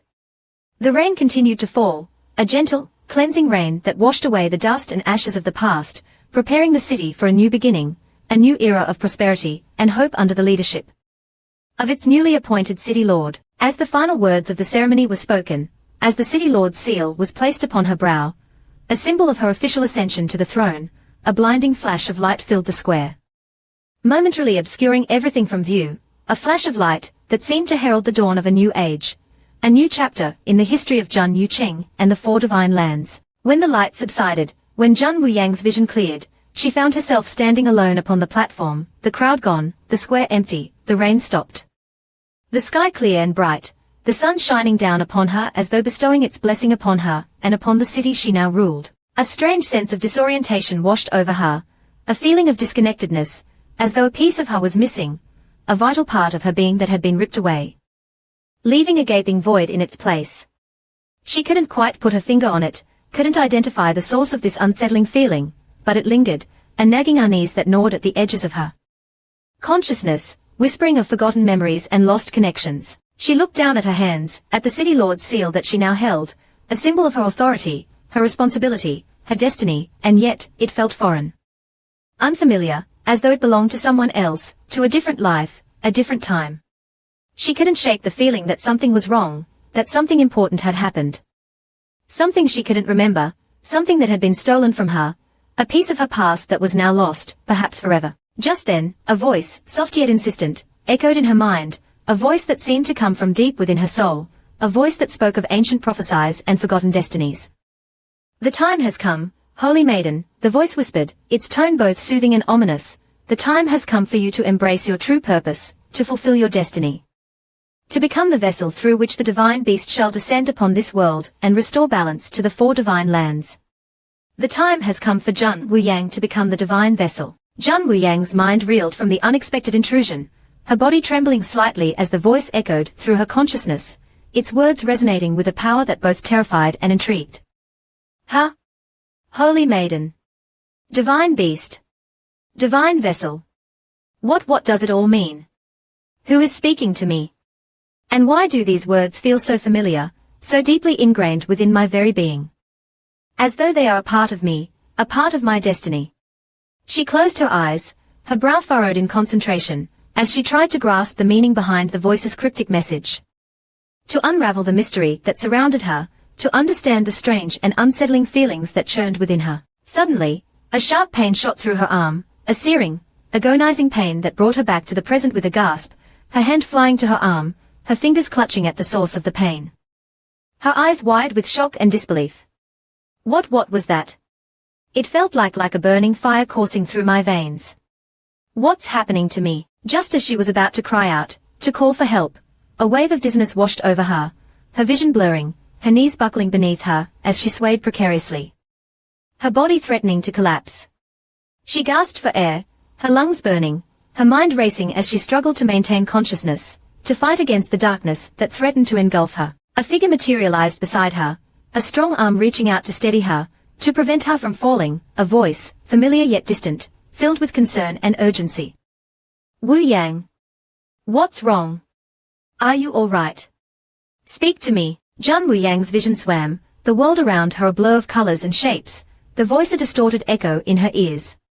She struggled to focus, to make sense of what was happening, to identify the source of the pain and the dizziness that threatened to overwhelm her. She felt a hand on her arm, a gentle yet firm grip that anchored her to reality, preventing her from slipping into the abyss of unconsciousness. She looked up, her eyes unfocused, her voice a weak, raspy whisper. I don't know, my arm, it hurts, I feel dizzy. The figure's voice, now closer, clearer, filled with a desperate urgency that pierced through the fog of her confusion. Wu Yang. Hold on. I'll get you help. Just stay with me.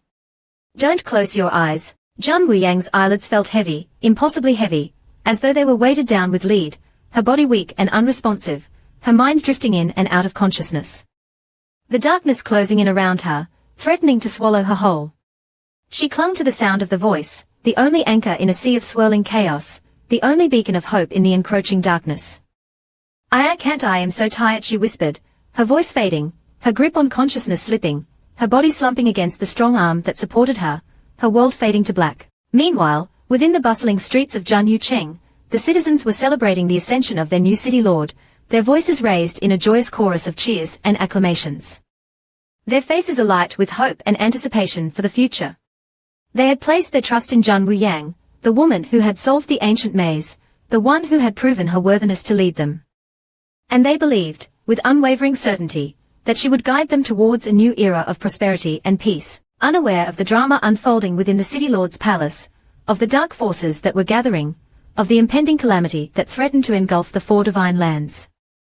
They danced and sang, their hearts filled with joy and optimism, their spirits lifted by the promise of a brighter tomorrow. Within the opulent confines of his private chamber, the city lord sat upon his ornately carved throne, his ancient eyes fixed on the shimmering surface of the crystal ball that rested upon a pedestal. Before him, its depths swirling with ethereal mists and shadowy figures, revealing glimpses of Zhan Wu Yang's struggles, her pain, her fading consciousness. A cold, calculating smile played upon his lips, his voice a low, sibilant whisper that echoed through the silent chamber. The time has come, he murmured, his eyes gleaming with an otherworldly light. The time has come for the holy maiden to embrace her destiny, to fulfill the prophecy, to become the vessel through which the divine beast shall descend upon this world and restore balance to the four divine lands. The time has come for Zhan Wu Yang to become the divine vessel. He raised his hand, his long, slender fingers tracing intricate patterns in the air before him, his movements graceful and fluid, as though he were conducting a symphony of light and shadow, of life and death, of creation and destruction, his voice rising in power and intensity, resonating with the ancient magic that flowed through his veins. The ritual has begun. He chanted, his words echoing through the chamber, their power rippling outwards, reaching across the city, across the lands, across the very fabric of existence. The transformation is at hand. The holy maiden shall be reborn, not as a mere mortal, but as a vessel of divine power, a conduit for the will of the heavens. The world shall tremble before her might, and the four divine lands shall bow before her glory. The time of the divine vessel is at hand. Meanwhile, back in the White Tiger Kingdom, within the confines of the opulent palace, Princess Anning paced restlessly within her chambers, her heart heavy with worry and a growing sense of foreboding. The day of her departure for the Zukyu Kingdom drew ever closer, and with each passing hour, her anxiety intensified, her fear of the unknown gnawing at her like a relentless beast. She couldn't shake the feeling that she was being sent to her doom, that this political marriage was nothing more than a thinly veiled attempt to dispose of her, to silence her, to remove her from the intricate web of political intrigue that ensnared the royal family. She had seen the cold, calculating look in her brother's eyes, the barely concealed disdain in the expressions of the court officials, and she knew, in her heart, that they were not sending her away for the good of the kingdom, but for their own selfish gain. Liu Shengnan, her loyal maid and confidant, approached her, her voice soft and reassuring, her hand gently resting on Anning's arm. "My princess, you must not despair. We will find a way. I have already sent word to Zhang Wuyang to woo you. He is the city lord of Zhan Yucheng now, a position of great power and influence. If anyone can help us, it is him. He will not abandon us. Have faith, my princess. We will escape this gilded cage, and you will be free." Anning's eyes filled with tears, her voice choked with emotion. "Shengnan, my dear friend, you risk your own life for me. You should not have done this. I am not worth such a sacrifice. I am but a pawn in their games, a disposable piece in their grand design. My life it is of little consequence. You should have escaped alone, as I instructed. You would have been safe. Now we are both in danger, and it is all my fault." Liu Shengnan's voice was firm and unwavering, her eyes shining with a fierce loyalty and devotion that transcended the boundaries of duty and friendship. "Do not speak such foolish words. My princess, your life is precious, and I would gladly sacrifice my own to protect you. You are not a pawn, Anning, but a princess, a strong and capable woman who deserves to be free, to choose her own destiny, to live a life of happiness and fulfillment. We will escape this prison, together. I swear it. And Zhan Wuyang Wu Yu, he will help us. I have faith in him. He will not abandon us to our fate." Just then, a commotion erupted outside the chamber, the sound of shouting and clashing steel echoing through the palace walls, a sign that something was amiss, that their carefully laid plans had been discovered. Anning's eyes widened in fear, her voice a barely audible whisper. "What's happening? Have they found us out?" Liu Shengnan's hand instinctively moved towards the hidden dagger sheathed beneath her robes, her voice low and urgent. "It would seem so, my princess. It appears our time has come. We must be prepared to fight for our freedom, to defend ourselves against those who would keep us chained within this gilded cage. Are you ready?" Anning's voice, though trembling slightly, held a note of steely determination. "I am ready, Shengnan. I will not be a pawn in their games any longer. I will fight for my freedom, for my right to choose my own destiny, even if it means facing death itself. I am a princess of the Xuanwu kingdom, and I shall not yield." The doors to the chamber burst open, and a group of heavily armed guards stormed in, their faces grim, their swords drawn, their eyes fixed on Anning and Liu Shengnan. Their intentions clear. They had come to take them prisoner, to prevent their escape, to ensure that Anning fulfilled her duty to the kingdom, a duty that she now realized was nothing more than a gilded cage, a prison designed to confine her, to control her, to silence her voice and extinguish the flame of her spirit. "Princess Anning," the captain of the guard addressed her, his voice cold and emotionless, his words a pronouncement of her fate, by order of His Imperial Majesty. "Emperor Di Yuanfeng, you are under arrest. You are to be confined to your chambers until the arrival of the emissaries from the Zhuqiu kingdom. Resistance is futile. Yield now, and you will be spared further humiliation." Anning's eyes flashed with defiance, her voice ringing with a newfound strength and determination that surprised even herself. "I will not yield. I will not be a pawn in your political games. I will not be silenced. I will fight for my freedom, and I will not be taken prisoner." With a cry of defiance, she drew the hidden dagger from beneath her robes, its blade gleaming in the torchlight, and lunged towards the nearest guard, her movements swift and precise, her attack unexpected and deadly. The battle was joined, the clash of steel echoing through the chamber as Anning and Liu Shengnan fought back to back, their movements fluid and synchronized, their combined strength and skill surprising. Their attackers, who had underestimated their resolve and their willingness to fight for their freedom. They fought like cornered animals, their desperation fueling their strength. Their every blow a testament to their unwavering determination to escape the gilded cage that had confined them for so long. Meanwhile, within the depths of the divine lands, Diaizu continued his perilous quest for the tares of the Azure Dragon, his heart heavy with worry for Zhan Wuyang and Xiaobai. His mind tormented by the memories he had erased, by the love he had sacrificed, by the uncertainty of his own fate. He battled monstrous beasts, navigated treacherous terrain, and faced unimaginable horrors, his determination fueled by the image of Jun Wuyang's face, by the sound of Xiaobei laughter, by the memory of the love that had once burned so brightly between them. A love he had now extinguished with his own hands. He knew that time was running out, that Jun Wuyang's life hung precariously in the balance, that the poison coursing through her veins was slowly but surely consuming her, draining her life force, and extinguishing the flame of her existence. He pushed himself to his limits, his body aching, his spirit weary, but he refused to yield. Refused to give up, refused to let the darkness win. He would find the tears of the Azure Dragon, he would return to Jun Wuyang, he would save her life, even if it meant sacrificing his own in the process. He had made a promise, and he would keep it, no matter the cost. Back in Jun Yucheng, the newly appointed city lord, Jun Wuyang, lay unconscious in her bed, her body racked with fever, her mind trapped in a swirling vortex of fragmented memories and disturbing visions, the poison slowly but surely consuming her, pulling her deeper and deeper into the abyss of death. The old man, Master Mu, sat by her bedside, his face etched with worry, his eyes filled with a mixture of grief, anger, and a desperate, unwavering hope that she would awaken, that she would recover, that she would fulfill her destiny and lead Jun Yucheng towards a brighter future. He held her hand, his own trembling slightly, his voice a low, soothing murmur as he chanted ancient healing incantations, his spiritual power flowing into her body. A desperate attempt to bolster her failing life force, to fight against the encroaching darkness that threatened to claim her.